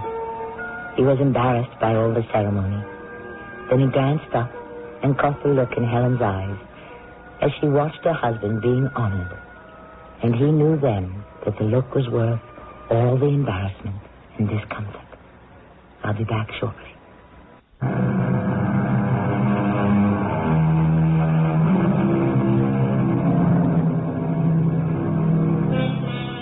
So ends our tale, The Blood Red Ink. Bert Gilbert and Mike Culligan had the fire and ambition in them to make something of their lives, to gain recognition from their fellow men. Their names were not to be found on the negative side, the blood-red side of the ledger. Their names in great block letters could be found on the positive side. They had achieved what most men want, the knowledge that they had received the recognition for a job well done. Our cast included Fred Gwynn, Terry Keane, Lloyd Batista, and Bob Caliban. The entire production was under the direction of Hyman Brown. Radio Mystery Theater was sponsored in part by Raven House Paperback Mysteries. She was going to paint the king. He was going to set it up. And they were going to split $10,000. How was all this to come about? Find out tomorrow night when the CBS Radio Mystery Theater presents The Wedding Present on 1230 WCOL. 30 WCOL Columbus, 72 degrees downtown. It's 11 o'clock.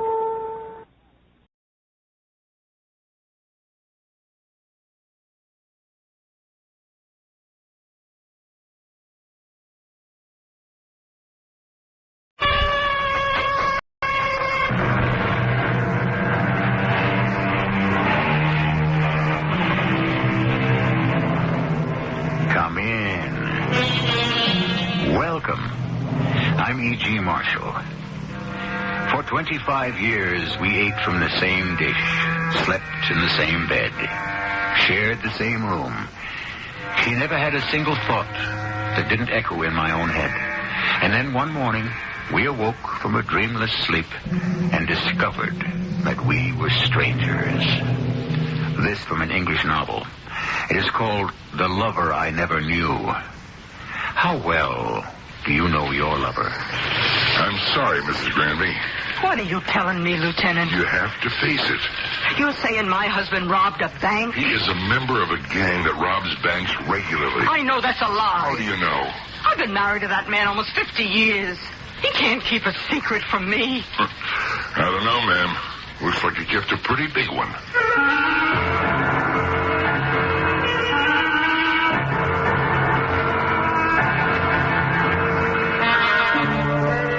Mystery drama, The Sweet Smell of Murder, was written especially for the Mystery Theater by Sam Dan and stars Bryna Rayburn. I'll be back shortly with Act One.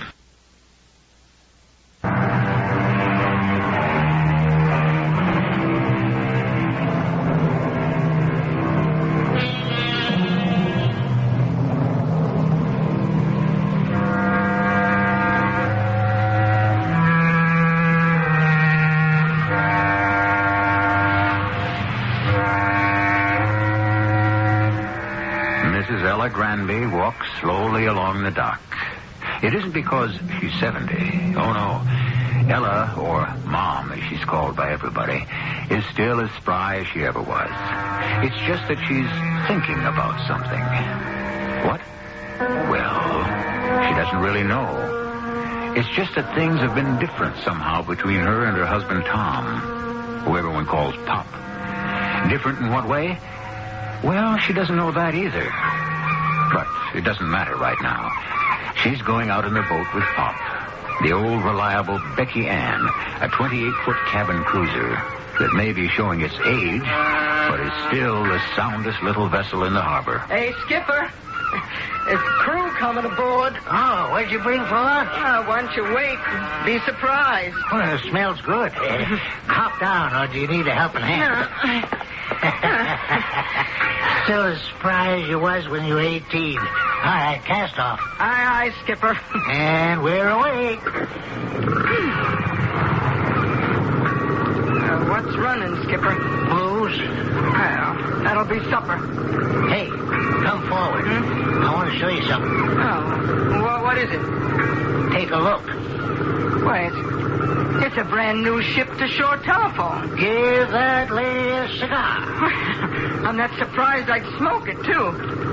Where'd you get it? What kind of question is that? I bought it, naturally. I seen that model in the store, in Braxy's. It cost $2,400. Well, I've done a little better than that. I hope you're feeling chilly. You know that cashmere coat you always wanted? Look at here. All right, Thomas Taylor Granby, all right. Now, you just tell me, where'd all this money come from? Where? Now, you just give me the answer. All right. You're entitled to an answer. Now, quit stalling, Thomas. I won it. You mean you were gambling? In a way, I guess that's right. I won it in the lottery. When? Last week. You never told me. That's right, I didn't. And why not? Well, I was afraid you'd want to do something foolish with the money. Something foolish? Huh. Yeah, like putting it in the bank, I suppose. Well, yeah, something like that. How much did you win?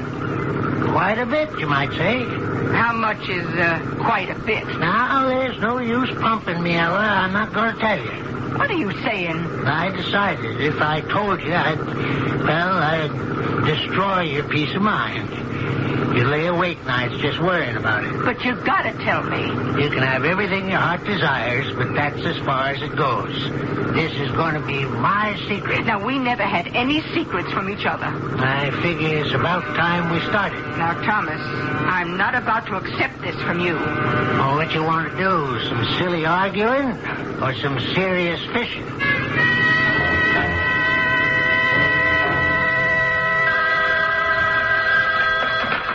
Hello? Mama? Well, finally. Why'd you let me ruin supper? You could have called sooner. Yes, but this is the first chance I got. Likely story, but we won't press it. Now, where you been? Oh, never mind. You won't tell the truth anyhow. When are you coming home? Or can't you tell me that neither? Matter of fact, I really can't tell you when I'm coming home. I don't know that myself. Thomas, have you been drinking? Oh, I'm stone cold sober. Well, where are you? I'm in jail, Mama. You're where? Oh, never mind. I heard you. I'll be right there.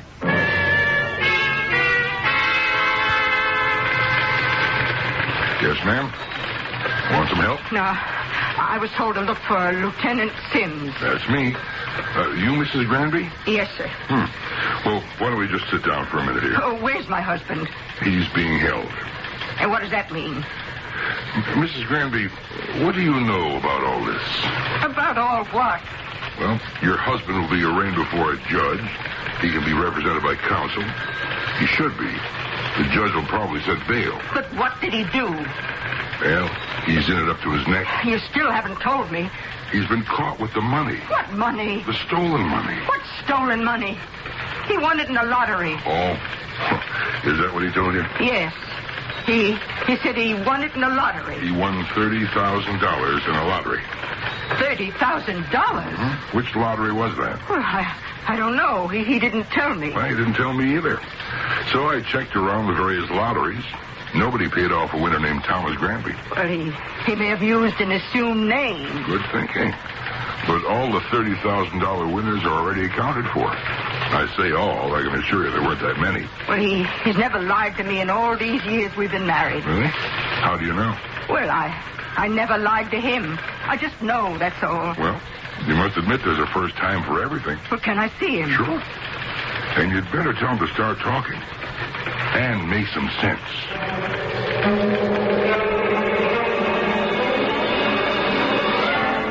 I know what you're going to say. But I don't know what you're going to say. I lied to you about the lottery. All right. The fact is, I found the money. Well, that doesn't sound much better. But it's true. $30,000. Please, Mama, I'm telling you the truth. I found it. Yes? I found it in a bag. A bag? Yeah, one of those big shopping bags. You know the kind you get at milk sacks? Yeah, but where did you find it? I found it on the dock. All this money in this big paper bag on the dock? Yeah, I came across this bag, and I couldn't imagine what was in it. Maybe garbage. I looked inside. and it was just packed with these $10 bills. I didn't think there were so many $10 bills in the whole world. Well, didn't you bother to find out who the owner might be? Well, it was nighttime. There wasn't a soul on the dock. And besides, what was it doing there anyhow? And so? I figured it was stolen money. Oh, Thomas. Since they were tens, they probably wouldn't have been marked. They only do that with very big bills, you know. No, I don't know. Have you become an expert on crime? Please, Mama. It was wrong. All wrong. It's just that... I don't know. I worked hard. I thought we'd have enough to retire on comfortably. But things get tighter every year. That doesn't give us the right to steal other people's money. No, it doesn't give us the right. I know that. I don't know what got into me. I shouldn't have done it. But I did. Well, where's the rest of the money? I turned it all over to the police when they arrested me. I didn't try to hide anything. They didn't believe a word I'm saying. Well... Do you believe me? Sure. I mean it. I mean it, too. I have an idea they're going to set a very high bail. They want to hold me here. Well, we'll get a lawyer. That's going to cost money. Don't worry, Skipper. We may have to sell the boat. No, we'll do something. We'll think of something.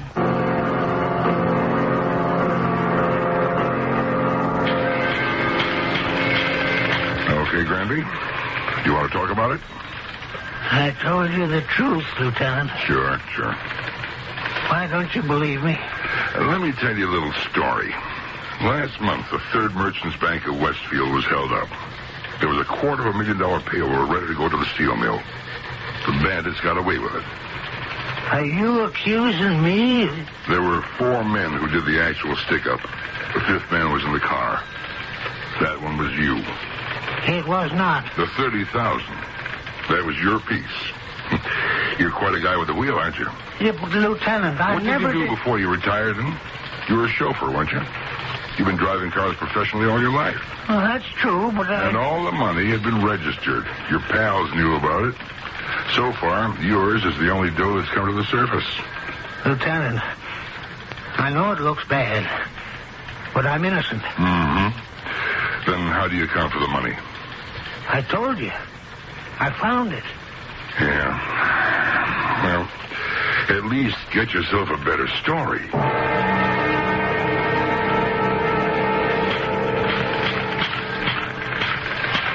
Lieutenant Sims? Hmm? Oh. You're what's-his-name's wife? Yeah. His name is Thomas Taylor Granby. Mm-hmm. So, what can I do for you? I owe you some money. Really? How do you figure you owe me money? Well, it's been established that the money my husband found was stolen. The money he found? I believe he found it. But that doesn't change the basic character of the money itself. I returned my cashmere coat and the new ship-to-shore telephone to the stores. Since I know now what kind of money bought them, I was able to get the refunds in full. Now, here you are. $2,840. Oh. Now, take it. It's yours. Mrs. Granby, you're quite a lady. Now, tell me, Lieutenant, the truth. Do you believe my husband is guilty? Mrs. Granby, I don't want to hurt your feelings, but the answer is yes. I see. Mrs. Granby? Mrs. Granby, you all right? Are you feeling all right? Well, do you mind if I just sit down Oh, sure. for a Here, minute? you're right here. Just right in this chair. That's it. Now, there you are. Take it easy now. Yeah. Here, let me get you a drink from the water cooler. No, I don't want to put you to any trouble. And the trouble is just right over here. There you are now. You take some of this. Oh, yes. Yes. Maybe Thank like you. a cup of coffee instead, huh? We always have some going around here. No, thank you. All right.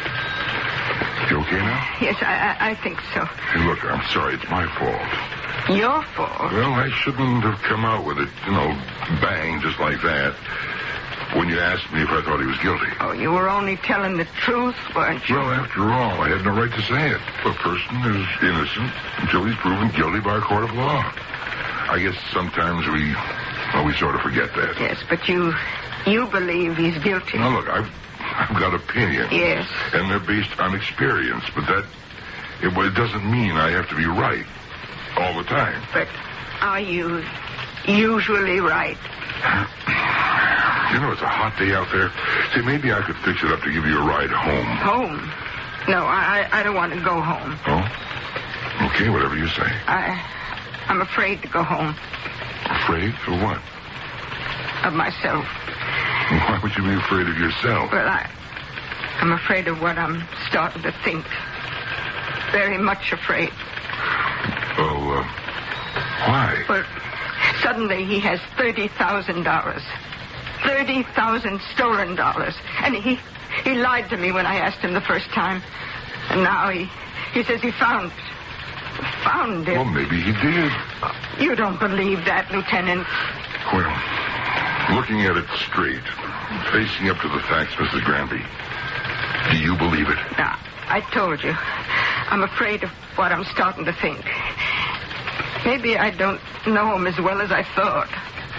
Maybe no human being can ever really know another one, no matter how close you are.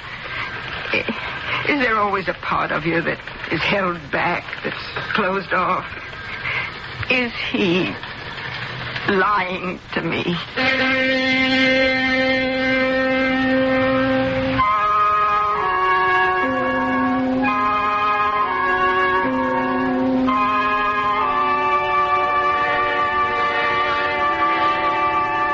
Is he? Who knows at this point? Certainly it's a far-fetched story, Pop tells us. But the world, the real world, is crammed full of far-fetched, unlikely stories. Pity the poor writer of fiction. How he labors to create a fairy tale in a world of fantasy, when all the time, in the real world, all around him, happening every day, are true stories that are absolutely beyond belief. I'll be back shortly with Act.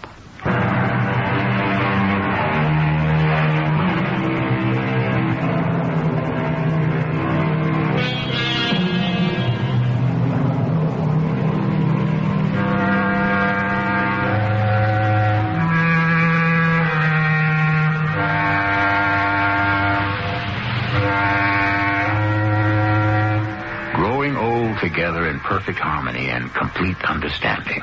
This has always been the dream of couples who are in love.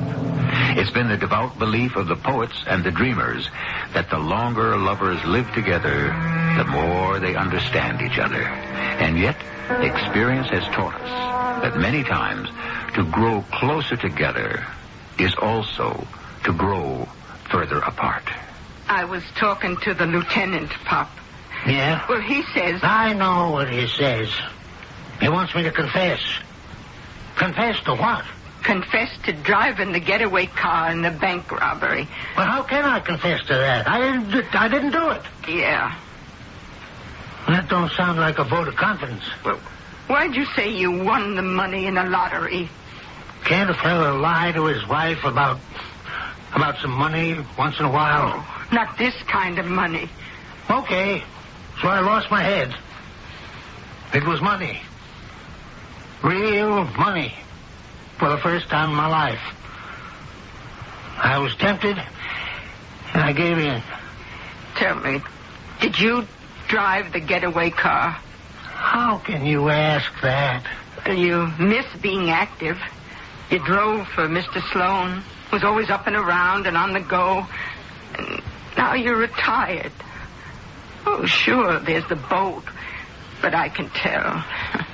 You've been restless. I wasn't restless. I was just worried about money.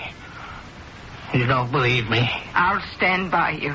That's not the same thing. All right. I believe you. I wish you could say that a little more enthusiastically. I wish I could, too.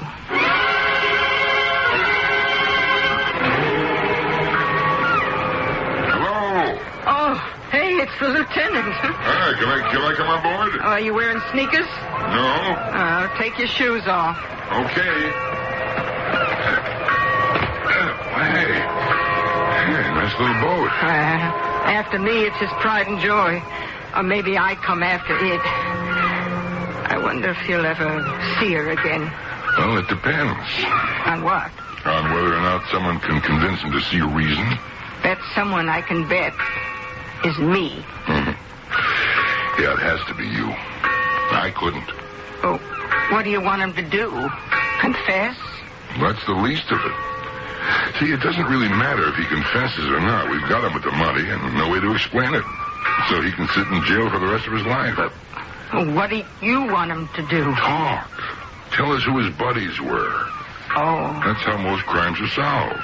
You get one of the perpetrators, then you deal with him, and he gives you the evidence you need to bag the rest. Usually a fellow like that can make a very good deal for himself. How good? Well, if there isn't any murder involved, and in this case there isn't, such a fellow can practically walk away from it. You mean he can go free? Mm-hmm. That or a very short sentence. And it usually gets suspended. Now, if your husband gave us the other people, he could be back on this boat before you know it.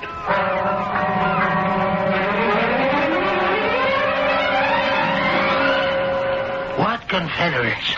We've been married for 48 years. It's been smooth sailing, hasn't it? You always felt you could trust me, didn't you? Well? Yes. You know why? Because it was easy. Nothing ever came up. Now, for the first time, I find myself in trouble, and where are you?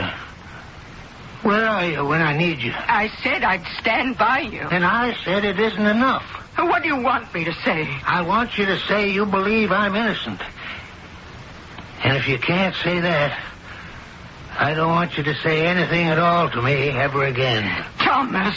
I don't care how bad it looks, how open and shut the cops may think it is. I'm innocent.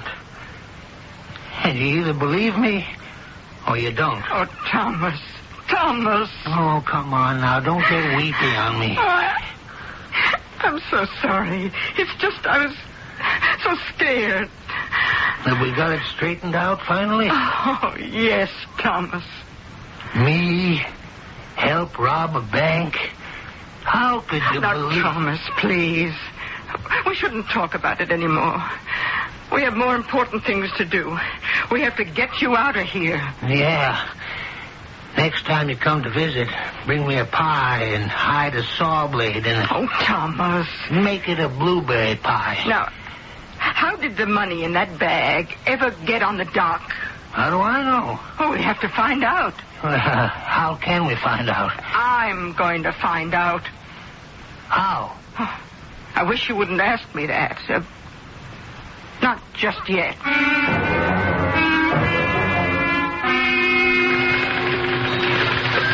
How did the money get on the dock, Mrs. Lieutenant? Granby, I know what you're going to say. It didn't get on the dock.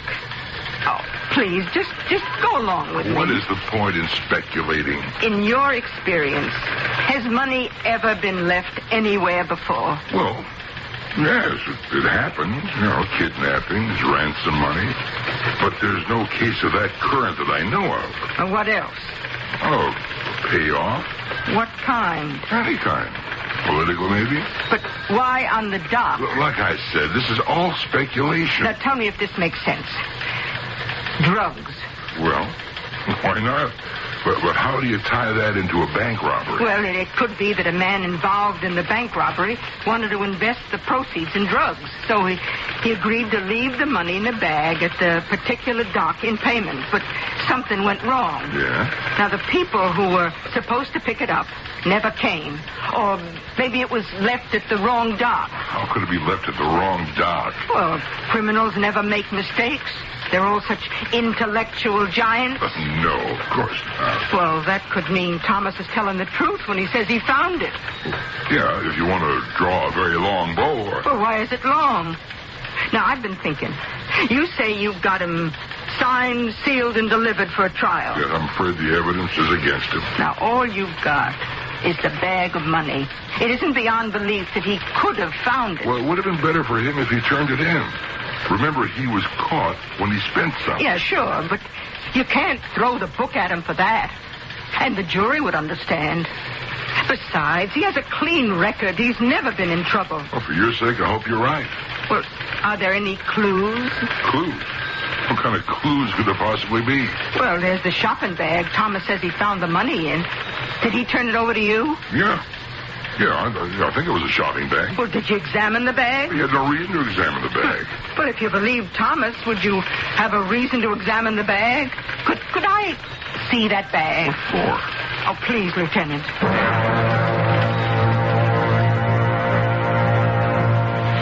Millsaps. That's right. That's what Thomas told me. Now, why would this person put the money in a shopping bag from Millsaps? Why?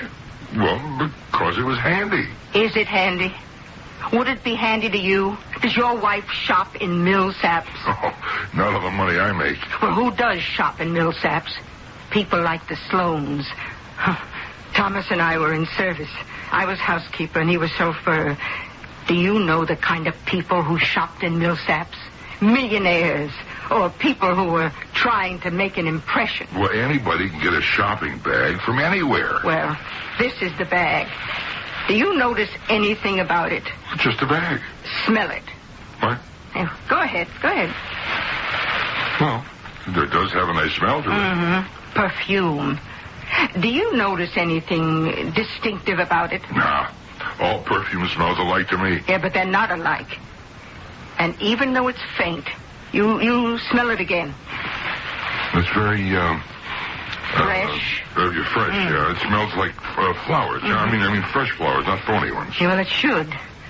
You couldn't buy a more expensive perfume. Mrs. Sloane used it. That's how I know it. For crying out loud. You mean this could be Mrs. Sloane's shopping bag? No. Both Sloanes are dead. Wonderful people. That's why Thomas and I retired early. Well, then why does this bag smell from that perfume? Why? Evidently, somebody bought some. Sure. But wouldn't it be wrapped up? And how would that odor last so long anyhow? Because I think it was improperly wrapped. And for some reason, the bottle may have been cracked. I think if you look closely, this might be a stain. Yeah? Now, whatever the reason, we still have the fragrance. Yeah, but where does this get you? Perhaps we could find out who bought the perfume. Yeah. And what would that prove? Well, it would prove who owned the shopping bag. Oh, please, Lieutenant, you must admit there could be something to it. The name of the perfume is Fleur de Nuit. Look, it doesn't add up to anything. Maybe. It all depends on who is doing the figuring.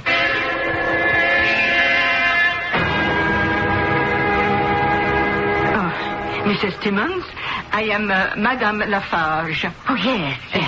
I have just come from France. I am associated with the company that manufactures Fleur de Nuit. Oh, of course. Well, I am traveling to visit all of the places that have been making such good sales for our perfume. And your store, Millsaps, it leads the rest. Well, thank you. We do a very good job with it. We are the most exclusive perfume. Oh, no question about it. And I should like, personally, to write a letter of appreciation to each and every one of our customers. I think that's a marvelous idea.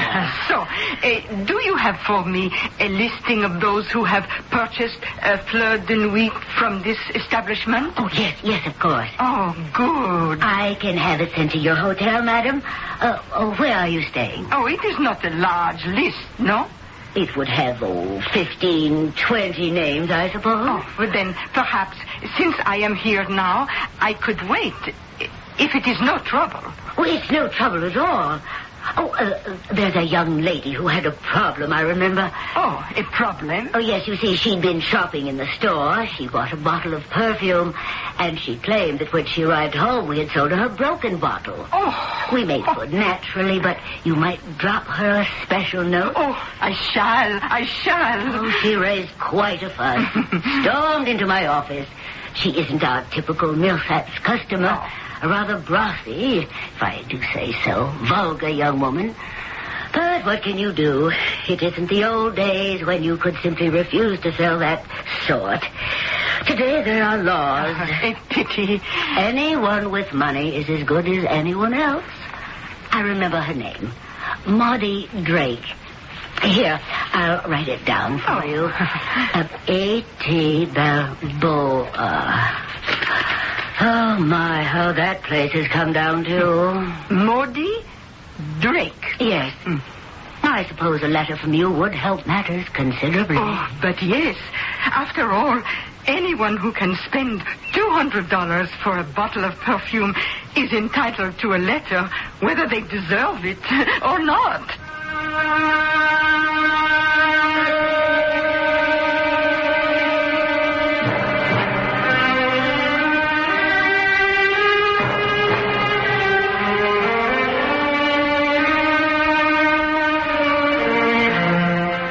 And so, here we see Mom in action as, of all things, a detective. Of course, she doesn't have a license, which could get her into trouble with the law. And she doesn't have experience, which could get her into trouble with the underworld. It is this type of double jeopardy that we shall follow in Act 3 shortly.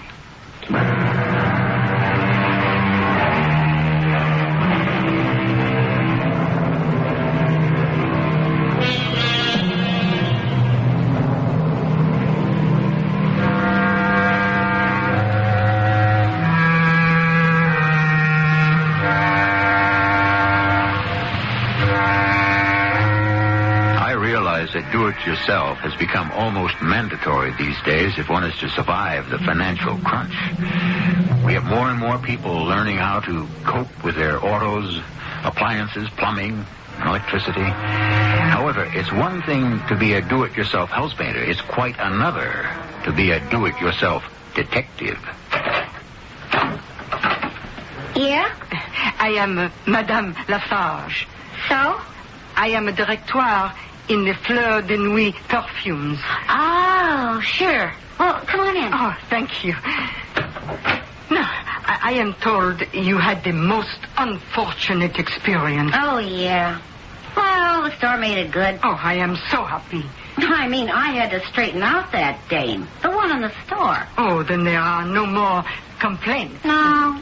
Everything's A-okay. Oh, may I ask, why do you purchase Fleur de Nuit? Because it is the most expensive perfume you can buy. Oh. You see, Madame, I learned a lesson. Mm-hmm. You want a man to have respect for you?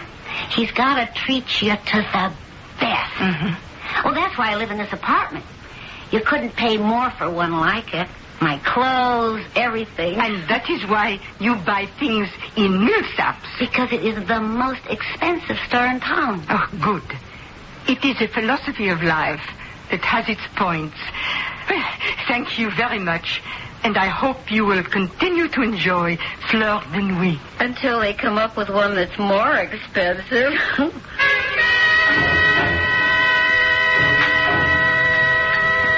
It's about time you got here, Harry. What's the matter? Well, I don't know. A dame. An old dame came by the apartment. So? Well, she gave me a song and dance about working for the Fleur de Nuit perfume company. Why should it be a song and a dance?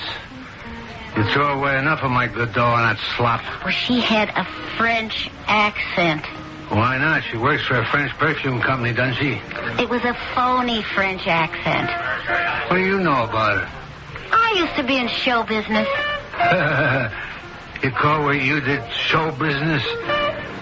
I guess so. You sure showed plenty. Now, look, one thing I got is an ear.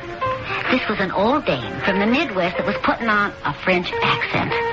So, I followed her when she left. What do you mean? Well, she got into a bus, I got into a cab. Where'd she go? Down to the fisherman's dock. Yeah? Then she got on a boat. It was called the Becky Ann. And then what'd she do? Nothing. She just sat there. I don't know what you're trying to make of it.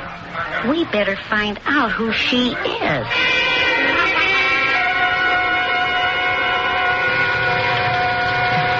Lieutenant Sims? Oh, yeah. Come in. Sit down. Oh, thank you. Now, tell me, who's Maudie Drake? What do you know about Maudie Drake? Oh, nothing. Do you know anything about her? Why? Oh, that shopping bag? Yeah. Now, I traced it to a Miss Maudie Drake, 80 Balboa. What do you mean you traced it? How did you trace it? Well, I went to Millsaps. Yes? And they told me that the shopping bag must have been used by a Miss Maudie Drake. Well, no, I deduced that. You did? Well, how? Well, they told me she had bought a bottle of Fleur de Nuit perfume that turned out to have been broken. They told you that? Yeah.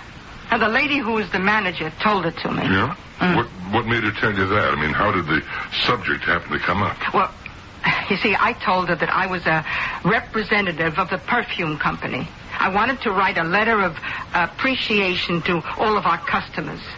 Now, one thing just led to another. You're saying that you went in there under false pretenses? Now, if I'd have gone there under true pretenses, she wouldn't have talked to me at all. Well, what you did was illegal. You impersonated I didn't impersonate a police officer. Now, look, you just can't do this. Well, you're not doing anything.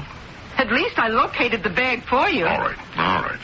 I just hope you didn't do anything else. Well, I went to see Miss Maudie Drake. You what?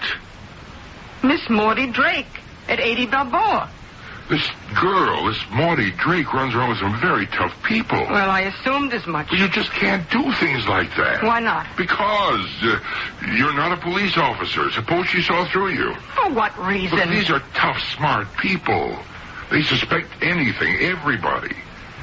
How good was your French accent? Oh, well, it was good enough to fool Mrs. Timmons at Millsaps. Yeah? Well, I can only hope it fooled Miss Maudie Drake.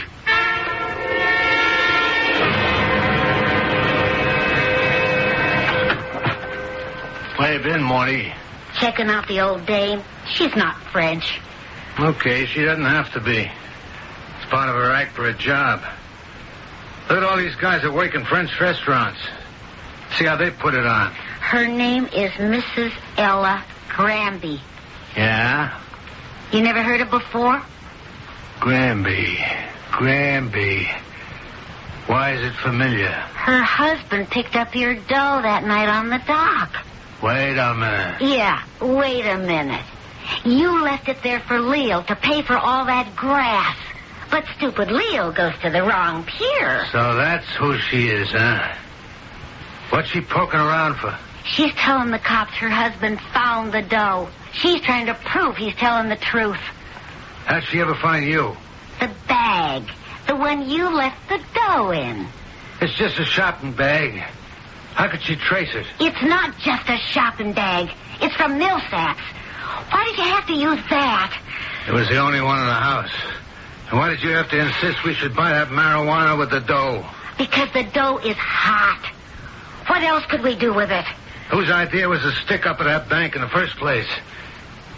You should have known they'd have the money registered. Who said not to worry about it? There were ways to wash it clean, huh? What's the use of all this talk? The old lady's got us over a barrel. Oh, let's get out of town. No, not yet. Ask yourself, why is the dame poking around? I don't know. Think.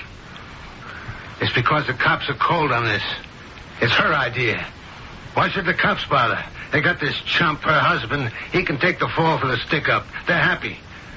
No, she's freelancing on her own. Harry, what do we do if the cops begin to believe her? What can happen? Well, the cops will know I bought perfume in Millsaps. Yeah, and then what? Well, that'd mean I had a shopping bag like the one the money was found in. Yeah? So? Well, you and me, we're tied to it. Listen to the DA, will you? This is a trial now. Ladies and gentlemen of the jury, money from the bank stick-up was found in a shopping bag from Millsaps. Oh, Harry. It is a known fact that Maudie Drake buys her stuff there. Ergo and to wit demonstrandum, this proves that Maudie Drake and her paramour, one Harry Watts, are guilty of the crime. Now, what jury would believe that, huh? We gotta get rid of her. All we have to do is sit tight. Harry, all I know is this old dame was smart enough to find me. Therefore, she's got to be smart enough to convince the cops sooner or later.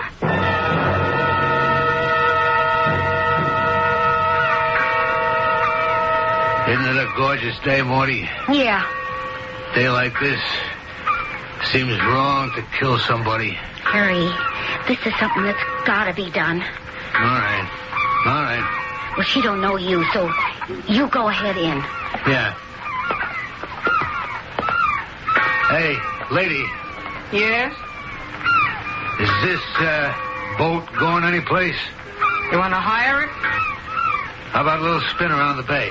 Cost you $15. Why not? Well, come aboard then.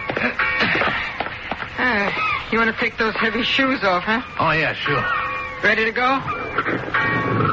Just hold it a second. What are you waiting for? We're waiting for me. Oh. How do you do, Madame Lafarge? Just keep the engine going, please. And head out. What do you want? The way it is, your husband's got to be guilty of the bank holdup. And we can't have you freelancing around till the cops finally get wise. Well, what makes you think they're not wise now? You wouldn't be running around playing amateur Sherlock. Oh, no. You're in it all by yourself. So, you folks robbed that bank, huh? With a little bit of help from a few friends. I guess you wanted to use some of the money to buy drugs. And, you got your signals mixed. Am I right? You're really a very intelligent lady. I'm sorry we have to make this trip. Oh, what's going to happen to me? Looks a little rough. You could fall overboard. Everyone knows I can swim. Well, we could arrange something to take care of that. I'm sorry, but that's the way it is. Now, let's see. You confessed to robbing the bank, huh? You threatened to kill me and throw me overboard. Like I say, I'm sorry. I don't go around looking for this kind of thing. So, now, everything you said is part of the record. What record? Well, all boats keep records of everything that happens. Or they should. It's called a ship's log. Now, mine is being kept by a crew member who's just below. He's moonlighting. His real job is with the city police. His name is Lieutenant Sims. Well, hello there. Is everybody having a nice trip?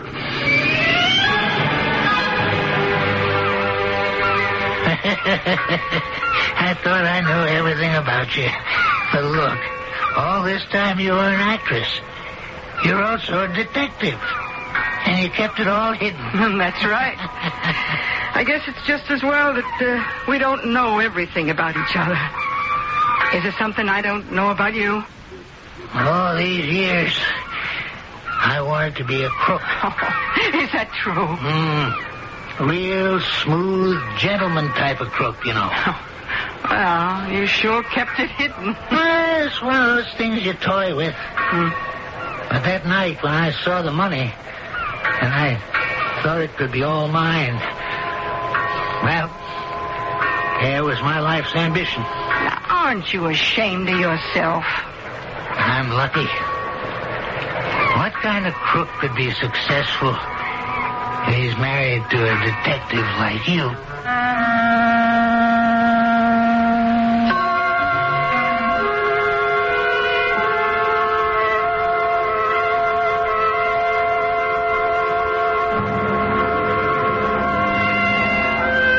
Not only are there things we don't know about each other, there is also so much we don't know about ourselves. What is it that we really want to accomplish? Who is it that we really want to be? Not publicly, but somewhere deep in the recesses of our very private psyche. I shall return to develop this further shortly. Hello, this is James.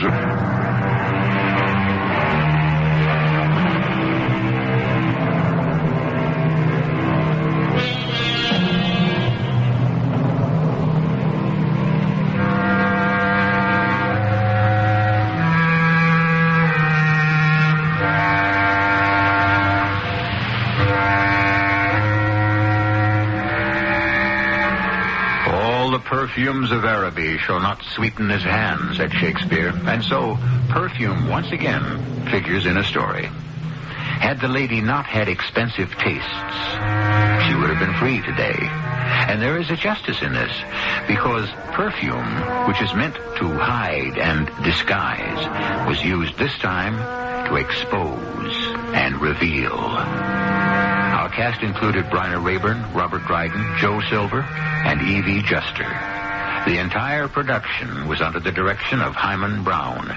And now, a preview of our next tale. Well, all right, Frank. What is it that plagues you? Those bells there hanging over the west window. Yes, I was admiring them. Beautiful, beautiful ancient art. I am always waiting for one of them to ring. By yourself? Without anyone touching it or even being near it. They have rung by themselves? One of them has. Now, I know it sounds impossible, absurd, but I find I wake up at night trembling, and then I can't get back to sleep. I lie awake for hours waiting. Here, when I'm at work at this desk as I'm sitting now, I am filled with fear. Even as I talk to you, I'm waiting for that sound. No one hits it. It doesn't even move. A tone just comes out of it. This is E.G. Marshall inviting you to return to our Mystery Theater for another adventure in the macabre. Until next time, pleasant dreams.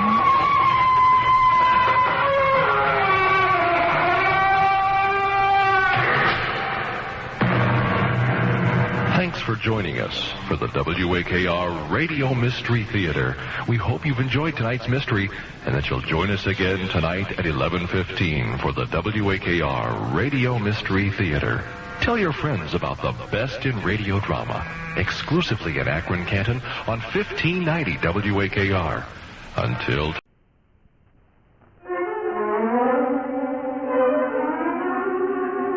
Jessica Tandy and Hume Cronin in The Marriage.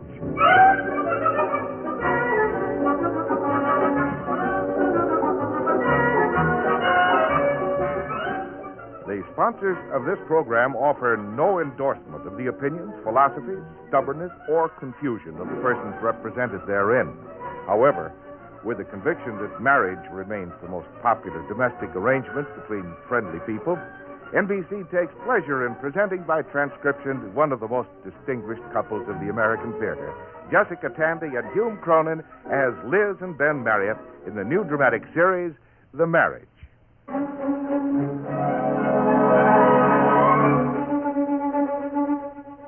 The other day I saw a picture of a man in a magazine who was constructing a model of the Empire State Building out of bottle tops. And I wondered why any man would spend his time this way. Now, if it were a housewife, I'd understand. A housewife has certain hours of the day. Not many, but they do come up, when there's nothing to do but wait. I suppose you'd call early evening the waiting time. Like now, with dinner over and Pete and Emily in their rooms doing their homework, so you'd never guess how with the radio going. And me on the sofa thumbing through a magazine. Waiting. This time it's for Ben, who's tied up at the office or at some conference or who knows, maybe building something with bottle tops himself. 1 minute, dear. Lose your key again?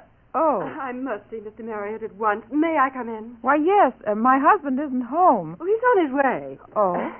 I phoned his office. You must excuse me, but he said to absolutely rush over here if anything came up. Well, please sit down. Oh, thank you. My plane leaves tomorrow morning for Rome, and now this awful complication. The minute I saw him tonight, I knew there'd be trouble. He was wearing his Homburg. That's his difficult hat. Oh, Ben? He doesn't wear a Homburg. Oh, no, my husband. He's such an idiot. Though we are fond of each other despite all our little... I guess that helps. He's an absolute child. Maybe that's why I married him. He was so dependent on me. I couldn't do without him, if you know what I mean. Yes, I think I do. He's got his nerve acting this way with Anna waiting for me in Rome. Anna? Anna Magnani. I'm doing the costumes for her new movie. Oh. It's one of those marvelous Italian movies. You know, everyone's so terribly poor. It's like The Bicycle Thief, except she steals a Cadillac. Well, that ought to be simple to hide. Well... But I'm sure Mr. Marriott will clear this whole situation up for me. Oh, I'm sure. I've always found him charming, an absolute angel. Oh, I never did tell you my name. Forgive me. It's Lydia Otis. How do you do? I'm Mrs. Marriott. So it's sweet of you to be patient with this horrible calamity. Oh, that's perfectly all right. We have emergency calls just like doctors. Ben even gets called in the middle of the night. Really? Accident cases, suicide in the family. Once a lady got bit by a dog and phoned. Who won that case? Oh, Ben wouldn't take it. He never prosecutes animals. Never prosecutes. Well, you know, I just felt there'd be trouble with my husband before I left, and I tried so hard to make it easy for him. I introduced him to some charming women. Why, I found him a perfectly darling ballet dancer. Your husband doesn't like ballet dances? Oh, dear. Didn't I tell you he's not my husband? We're practically divorced. Oh, well, practically is better than none at all. And what do you do, Mrs. Marriott? Oh, nothing. Housewife.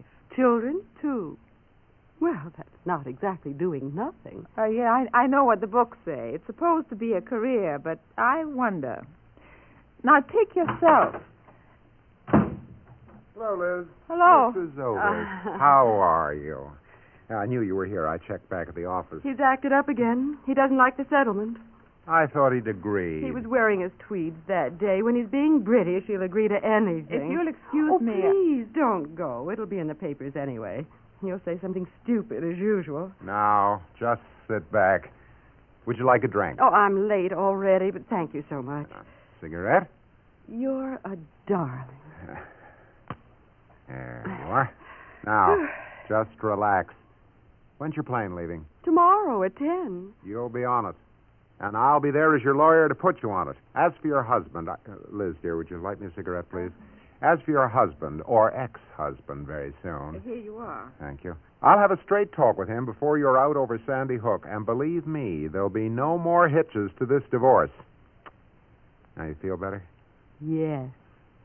You're a dear. I am. I mean, it'll be done. Your cigarette went out, dear. Huh? Oh, thank you. Then I can leave without any worrying. Such a relief to have you take over. I'll cable you in Rome. Oh, I'll have to rush off now. I have 100 appointments all the way to midnight. Can I get you a cab? Oh, no, I'll be all right. Oh, no, it's no trouble at all. Mrs. Marriott, arrivederci. Oh, bon voyage.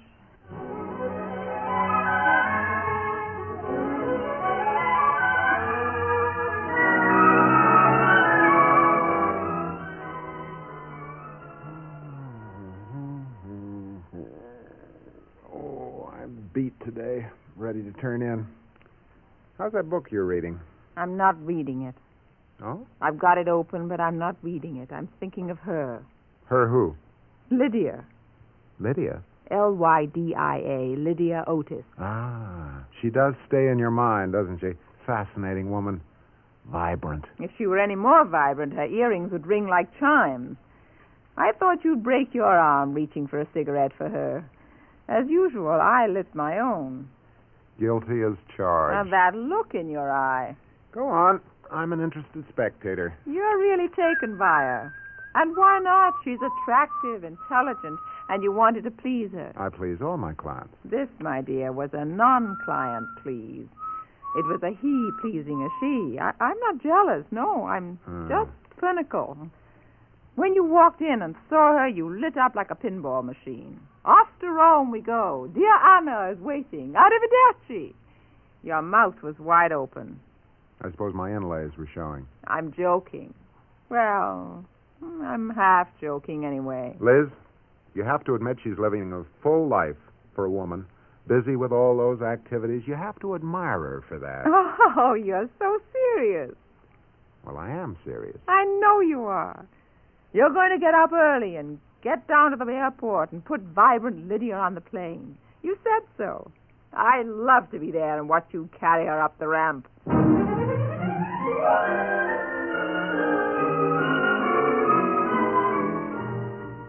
I didn't get to sleep right away. Of course, I was teasing Ben about it, but it was more than that.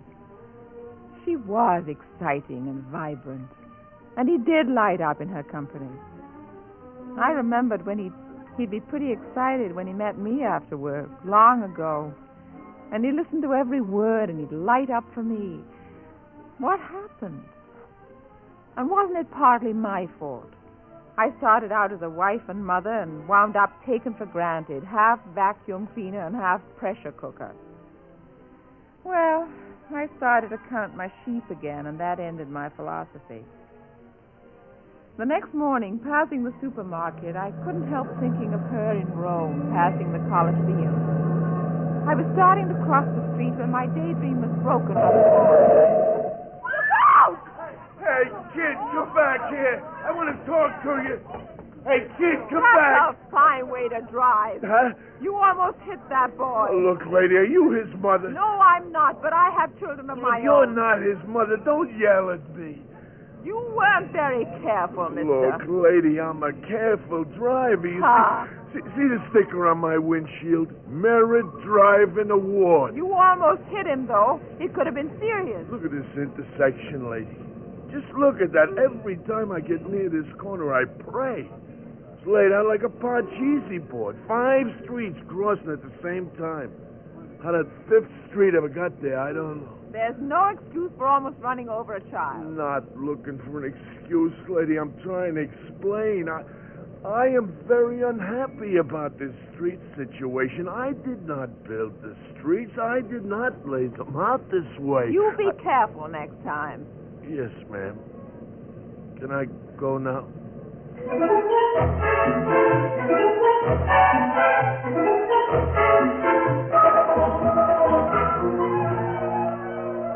Anyway, they ought to have a play street there. Still on that, dear? I don't see how you can be so casual about it when the lives of children are at stake, perhaps your own children. The traffic problem is in the hands of what we trust are competent men. Politicians. And engineers who've made a science out of traffic control. You know, you're worried about one little street. There are thousands of streets, tens of thousands. That one single street intersection is all I know about, and it's dangerous. Something should be done. Ben, couldn't you do it? Me? Well, you're a lawyer. Lawyers can't do everything. If they can put their clients on a plane personally, they can just as easily get in touch with the police department and demand some action. I'll overlook the first part of that sentence. As for the second part, it isn't that simple. Don't you know anyone down there? Some contact. Only the man who takes my money for the parking tickets. Look, Liz, something ought to be done, sure. I just want to be practical and point out some of your problems. Go right ahead, I say, except I don't think you'll get anywhere. That's my summation to the jury. I fell asleep that night, but slept uneasily. I didn't know the boy who was scared by the car, but suddenly he had Peter's face. He was my boy on his way to school. He turned at the intersection to wave goodbye, and just then I heard a low, strange sound in my sleep coming closer, and then louder, and it turned into the sound of a truck brake, and I called out, "Look out!" Baby carriage. What? Baby carriage. What, Liz? Baby What, carriage. Baby carriage? What? Liz, you didn't... I mean, are we? What are you talking about? Are we having another? Are we? No, dear, we're not. Go back to sleep.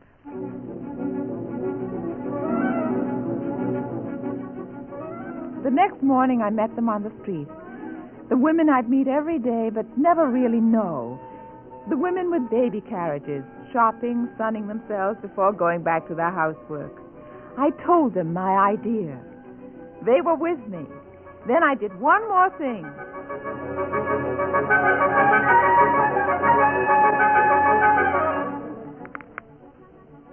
Hello? May I speak to the news editor? It's very important. Thank you. Yes? Hello? A news editor?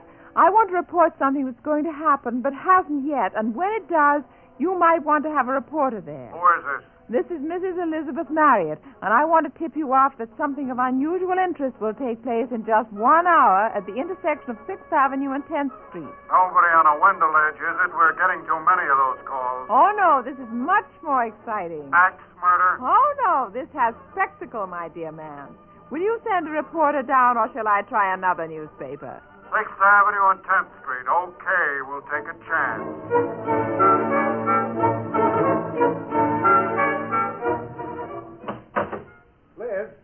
Liz, where are you? you home? Hey, look at this. Stop waving that newspaper around. I've seen it. You've seen it? Middle page, your picture. I know. I arranged it. You arranged it? Uh-huh. And stop repeating my words as though you're struggling back to consciousness. Baby carriage brigade. Mothers protest traffic dangers. At noon today, some 20 to 30 mothers, formidably armed with baby carriages, successfully held up traffic at the intersection of 10th Street and 6th Avenue for 15 minutes. Did you really? Uh-huh. Hey, that's marvelous. For 15 minutes. And presented a petition to a police car for the installation of a traffic light. I borrowed the baby carriage. It was the photographer's idea. And the baby? That wasn't a baby, dear. It was a head of lettuce. Baby carriage. That's a wonderful. How'd you ever get it? Oh, you seem to forget that I once earned a living for both of us with my ideas.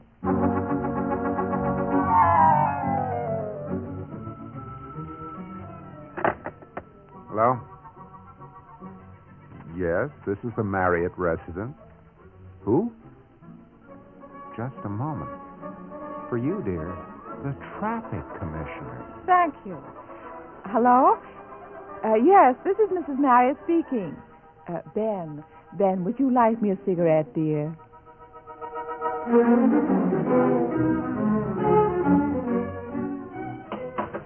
Oh, hello, Mrs. Marriott. I'm Mrs. Sanders. Oh, come in. Well, won't you sit down? Thank you. I won't stay but a moment. I'm from the section across the park. You don't know me, but we've certainly heard of you. Now, I'm with the parent teachers, and we've been wondering if we could get you over to our next meeting. Oh, well, We think you could help us get started on several projects. All we need is an example. Would you come? Why, I don't know if I... Well, I suppose I can. Well, yes, why can't I? I guess it just kept snowballing, as they say. I became known as the traffic light girl, the baby carriage bombshell, and other nicknames. It was kind of exciting. That's fine. All right. We're almost set. You stand over here, Mrs. Marriott. Just be natural. Be yourself. Just want a half minute of home life to cut into newsreel footage of the latest baby carriage brigade. 6 so far, huh? Not bad. All right, boys, on the camera. Excuse me, Sonny. I'm not Sonny. I'm Mr. Marriott. Yeah, how do you do? Say, would you plug this wire into that socket? Huh? Fine. Oh, Mr. Marriott, would you mind moving this table out of the room? Well, it's kind of heavy. Sure, you can do it. Watch it! Okay, skip it.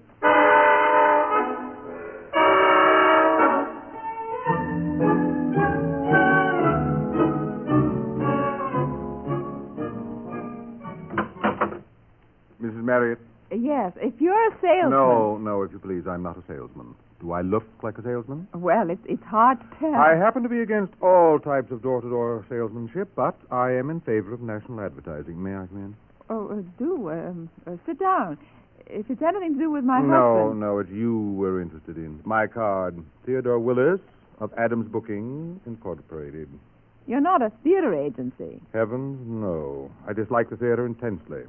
We're a lecture bureau. Our job is to supply various civic, fraternal, and patriotic organizations with speakers for occasions large or small, whatever the subject, from fall of Rome to tension is temporary. I don't understand why Normally, we deal with well-known authorities in their field, though you'd never know who is an authority on what these days. Who'd ever think you were an authority on traffic safety? But I'm not... In the public mind, you are. We deal with the public mind. Well, I'm not a lecturer. That is exactly our trump card. Let me tell you something, Mrs. Marriott. The age of celebrities is running out. What happened to the flagpole sitters? Stirred up a nation, and now goldfish swallowers. Remember them? Oh, yes. Why, I knew a boy Gone. Nobody remembers them. Movie stars replaced by 3D. Animal pictures coming back. The celebrity of today is built on feet of clay. Why? Why? No human element. Oh. Without the human element, there's nothing.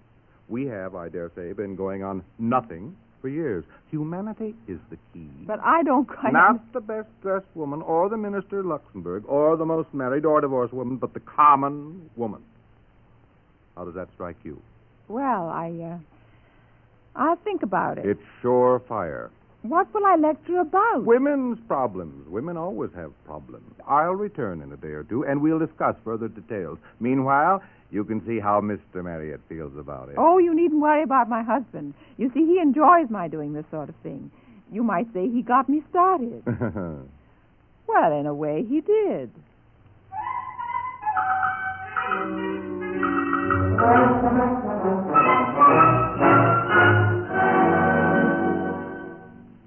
What's this?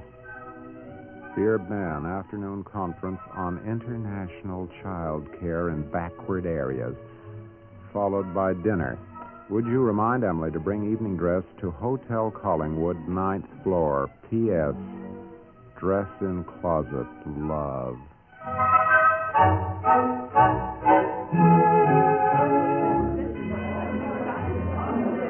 I'm sorry. Mrs. Marriott is occupied right now. You can't go in there. Yes, but she wants to see me. No interviews until after the dinner. There'll be a press party then. I am not a reporter. Oh, you're not? I simply have this parcel to bring her. Now, if you'll please Give ask... it to me. I'll take it in to her. Here's a little something for yourself. Look, madam, I said haven't... I'll take it. Messenger boys aren't supposed. I'm not a boy. I'm Mr. Marriott. Mr. Marriott married Mrs. Marriott 17 years ago. Now, may I see my wife? Or do I have to come back with a license? I'll find out if she's available. Available? Now, listen, my dear woman. There she is. I see her. She's right inside the door. No, I don't think so, Liz? gentlemen. I couldn't go to Copenhagen. That's Liz? absolutely out of the question. I have a family. It's quite impossible at the moment. Listen, that's her. Liz, it's me. Have you any identification? Yes, I have a tattoo on my chest. A naked woman. Here, I'll show you. Oh! Ben, how nice of you to come. Oh, what's the matter, dear? You look pale. Now, Liz, I want to tell you... How's it going? Well, fine. Why didn't Emily bring the dress? She had some work after school. Besides, I wanted to come. Just to see what you're mixed up in. And anyway, why the afternoon and the evening? Isn't one enough? Oh, but dear, it's the same event. The evening dinner is a culmination of the afternoon. When are you coming home for the final culmination? Later. I'll make out all right. Want me to pick you up? No, I'll get a ride. Will you make out for dinner? Dinner? Oh, sure, dinner. Let's do that sometime, shall we? P.S. I'm in the phone book.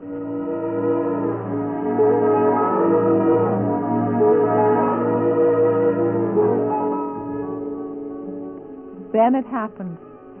I suppose I half expected it all along, but it was surprising just the same. I don't remember how long it was since I found someone waiting up for me late at night, grimly seated in a chair facing the door.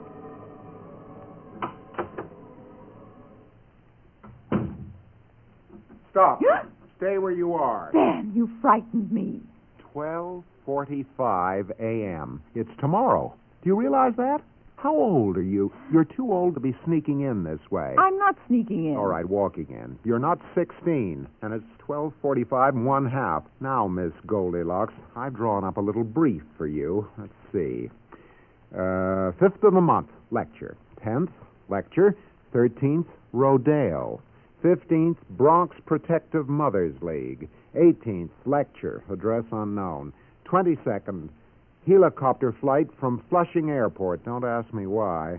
25th, Brooklyn Society for Reforestation. Thought they had a tree. 30th, that's tonight. That makes 2, 3, 5, 6, 8 sorties a month. All very well, but enough is enough. Look at this house. I'm sorry. I guess I have neglected The laundry has forgotten to starch my shirt collars. I'll remember to speak to them. No heat in the radiators. I do not put heat in the radiators. Things are just falling apart. And your family. You never thought of that, did you? You never considered for one moment the psychological damage inflicted on your 2 children by your neglect. They love it this way. They need you. Next charge. Well, you must know I need you. Stop that. Don't you like your wife to be vibrant and fascinating? Sure, in my own house, but not all over town. What am I shouting about? I don't know, Ben. I just missed you terribly all evening. Did you? Missed you all month. I'm sorry, dear. I want you to stay home. Please come to bed at once. Ben, dear. Oh, are we agreed? On what? We haven't discussed anything yet. Well, let's talk about it tomorrow, shall we? I'm sorry I yelled at you. After all, you have a right to do what you want, but I have a right to yell. I know, Ben. Something's happened. I took a look into myself and shook something that's been asleep for a long time. Everything that's happened, I made happen. I realized I've been living like an iceberg, 9/10 underwater. I decided to come up on the surface a little more. It's the way people ought to live, being involved, being interested, rediscovering their capabilities. Yes, but with moderation. I agree. Then what are we arguing about?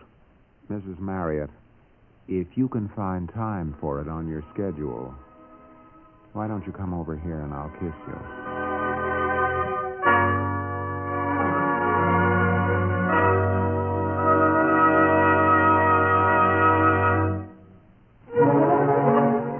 Ben and Liz Marriott will be back in just a moment. In the meantime, let us extend an invitation on behalf of our stars, Jessica Tandy and Hume Cronin, as well as the National Broadcasting Company, to all of you to drop by next week at this time for another half-hour observation and transcription of The Marriage, written by Ernest Kenoy. Lydia Otis was played by Fran Carlin.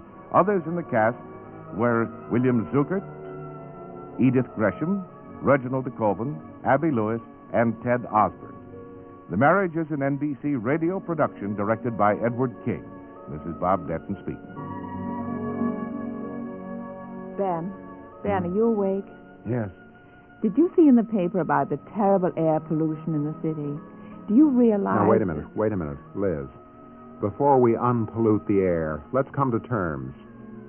3 days a week. Do you need 3, really? At home. That includes the evenings. Definitely includes evenings. Well, good night. Good night.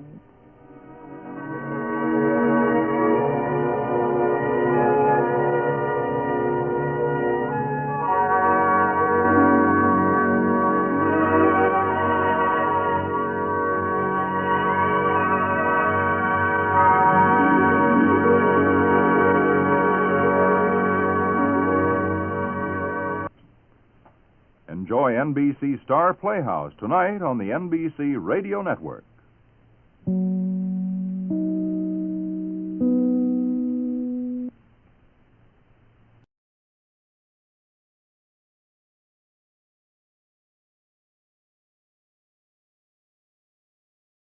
WDAF, Kansas City. Dan Henry, WDAF Local News at 11. The outlook for Kansas City, a chance for thunder showers. Kansas City, Missouri police have one suspect in custody in connection with a shooting on the street at 33rd and Troost. 2 women were injured. They have been identified as 30-year-old Joan Oglesby of 2139 East 15th in Kansas City, and General Hospital lists her condition as critical, with gunshot wounds in the chest and stomach. The other is identified as Kay Sue Hammond of 5814 Olive in Kansas City. Hospital authorities say she is in fair condition with gunshot wounds in the pelvic area and right leg. The identity of the suspect in custody in connection with the incident is not known. Police are still investigating. A class action suit against the Kansas City, Missouri Board of Education and the Kansas City Teachers Union has been filed on the docket of U.S. District Court Judge Elmo Hunter. The suit was filed on behalf of his sons by the father of 2 boys who attend Southwest High School, asking the judge to order schools opened and teachers to halt the strike. A hearing was set for April 25th. Norman Hudson, president of the Kansas City Teachers Union, sits in jail tonight, his first in a 10-day contempt of court sentence. And all negotiations between teachers and the board are being handled by a federal mediator. In Kansas City, Kansas, teacher talks are to resume immediately, according to Superintendent of Schools Dr. O.L. Plucker. But negotiations between the NEA, representing Shawnee Mission teachers, and that district school board appear to have been stalemated, with teachers apparently demanding more than the 10.5% increase reportedly offered by the board. WDAF News Time, 11 o'clock.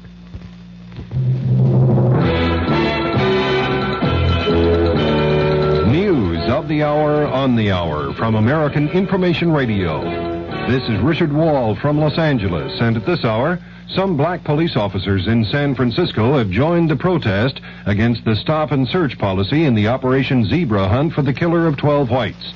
A member of the group, Officer Jesse Bird, announced, "We are just as much concerned about the apprehension of this individual or individuals as anyone else. But we do not approve of the Gestapo-type tactics that are being used. But no, we do not approve of people being stopped and frisked at random. We can only view this as another type of harassment. Officer Byrd's objection came as 5 black civic leaders filed a class action suit saying the tactics of searching blacks who match the zebra killer's description in San Francisco are unconstitutional. A Statue of Liberty takeover. That story coming up.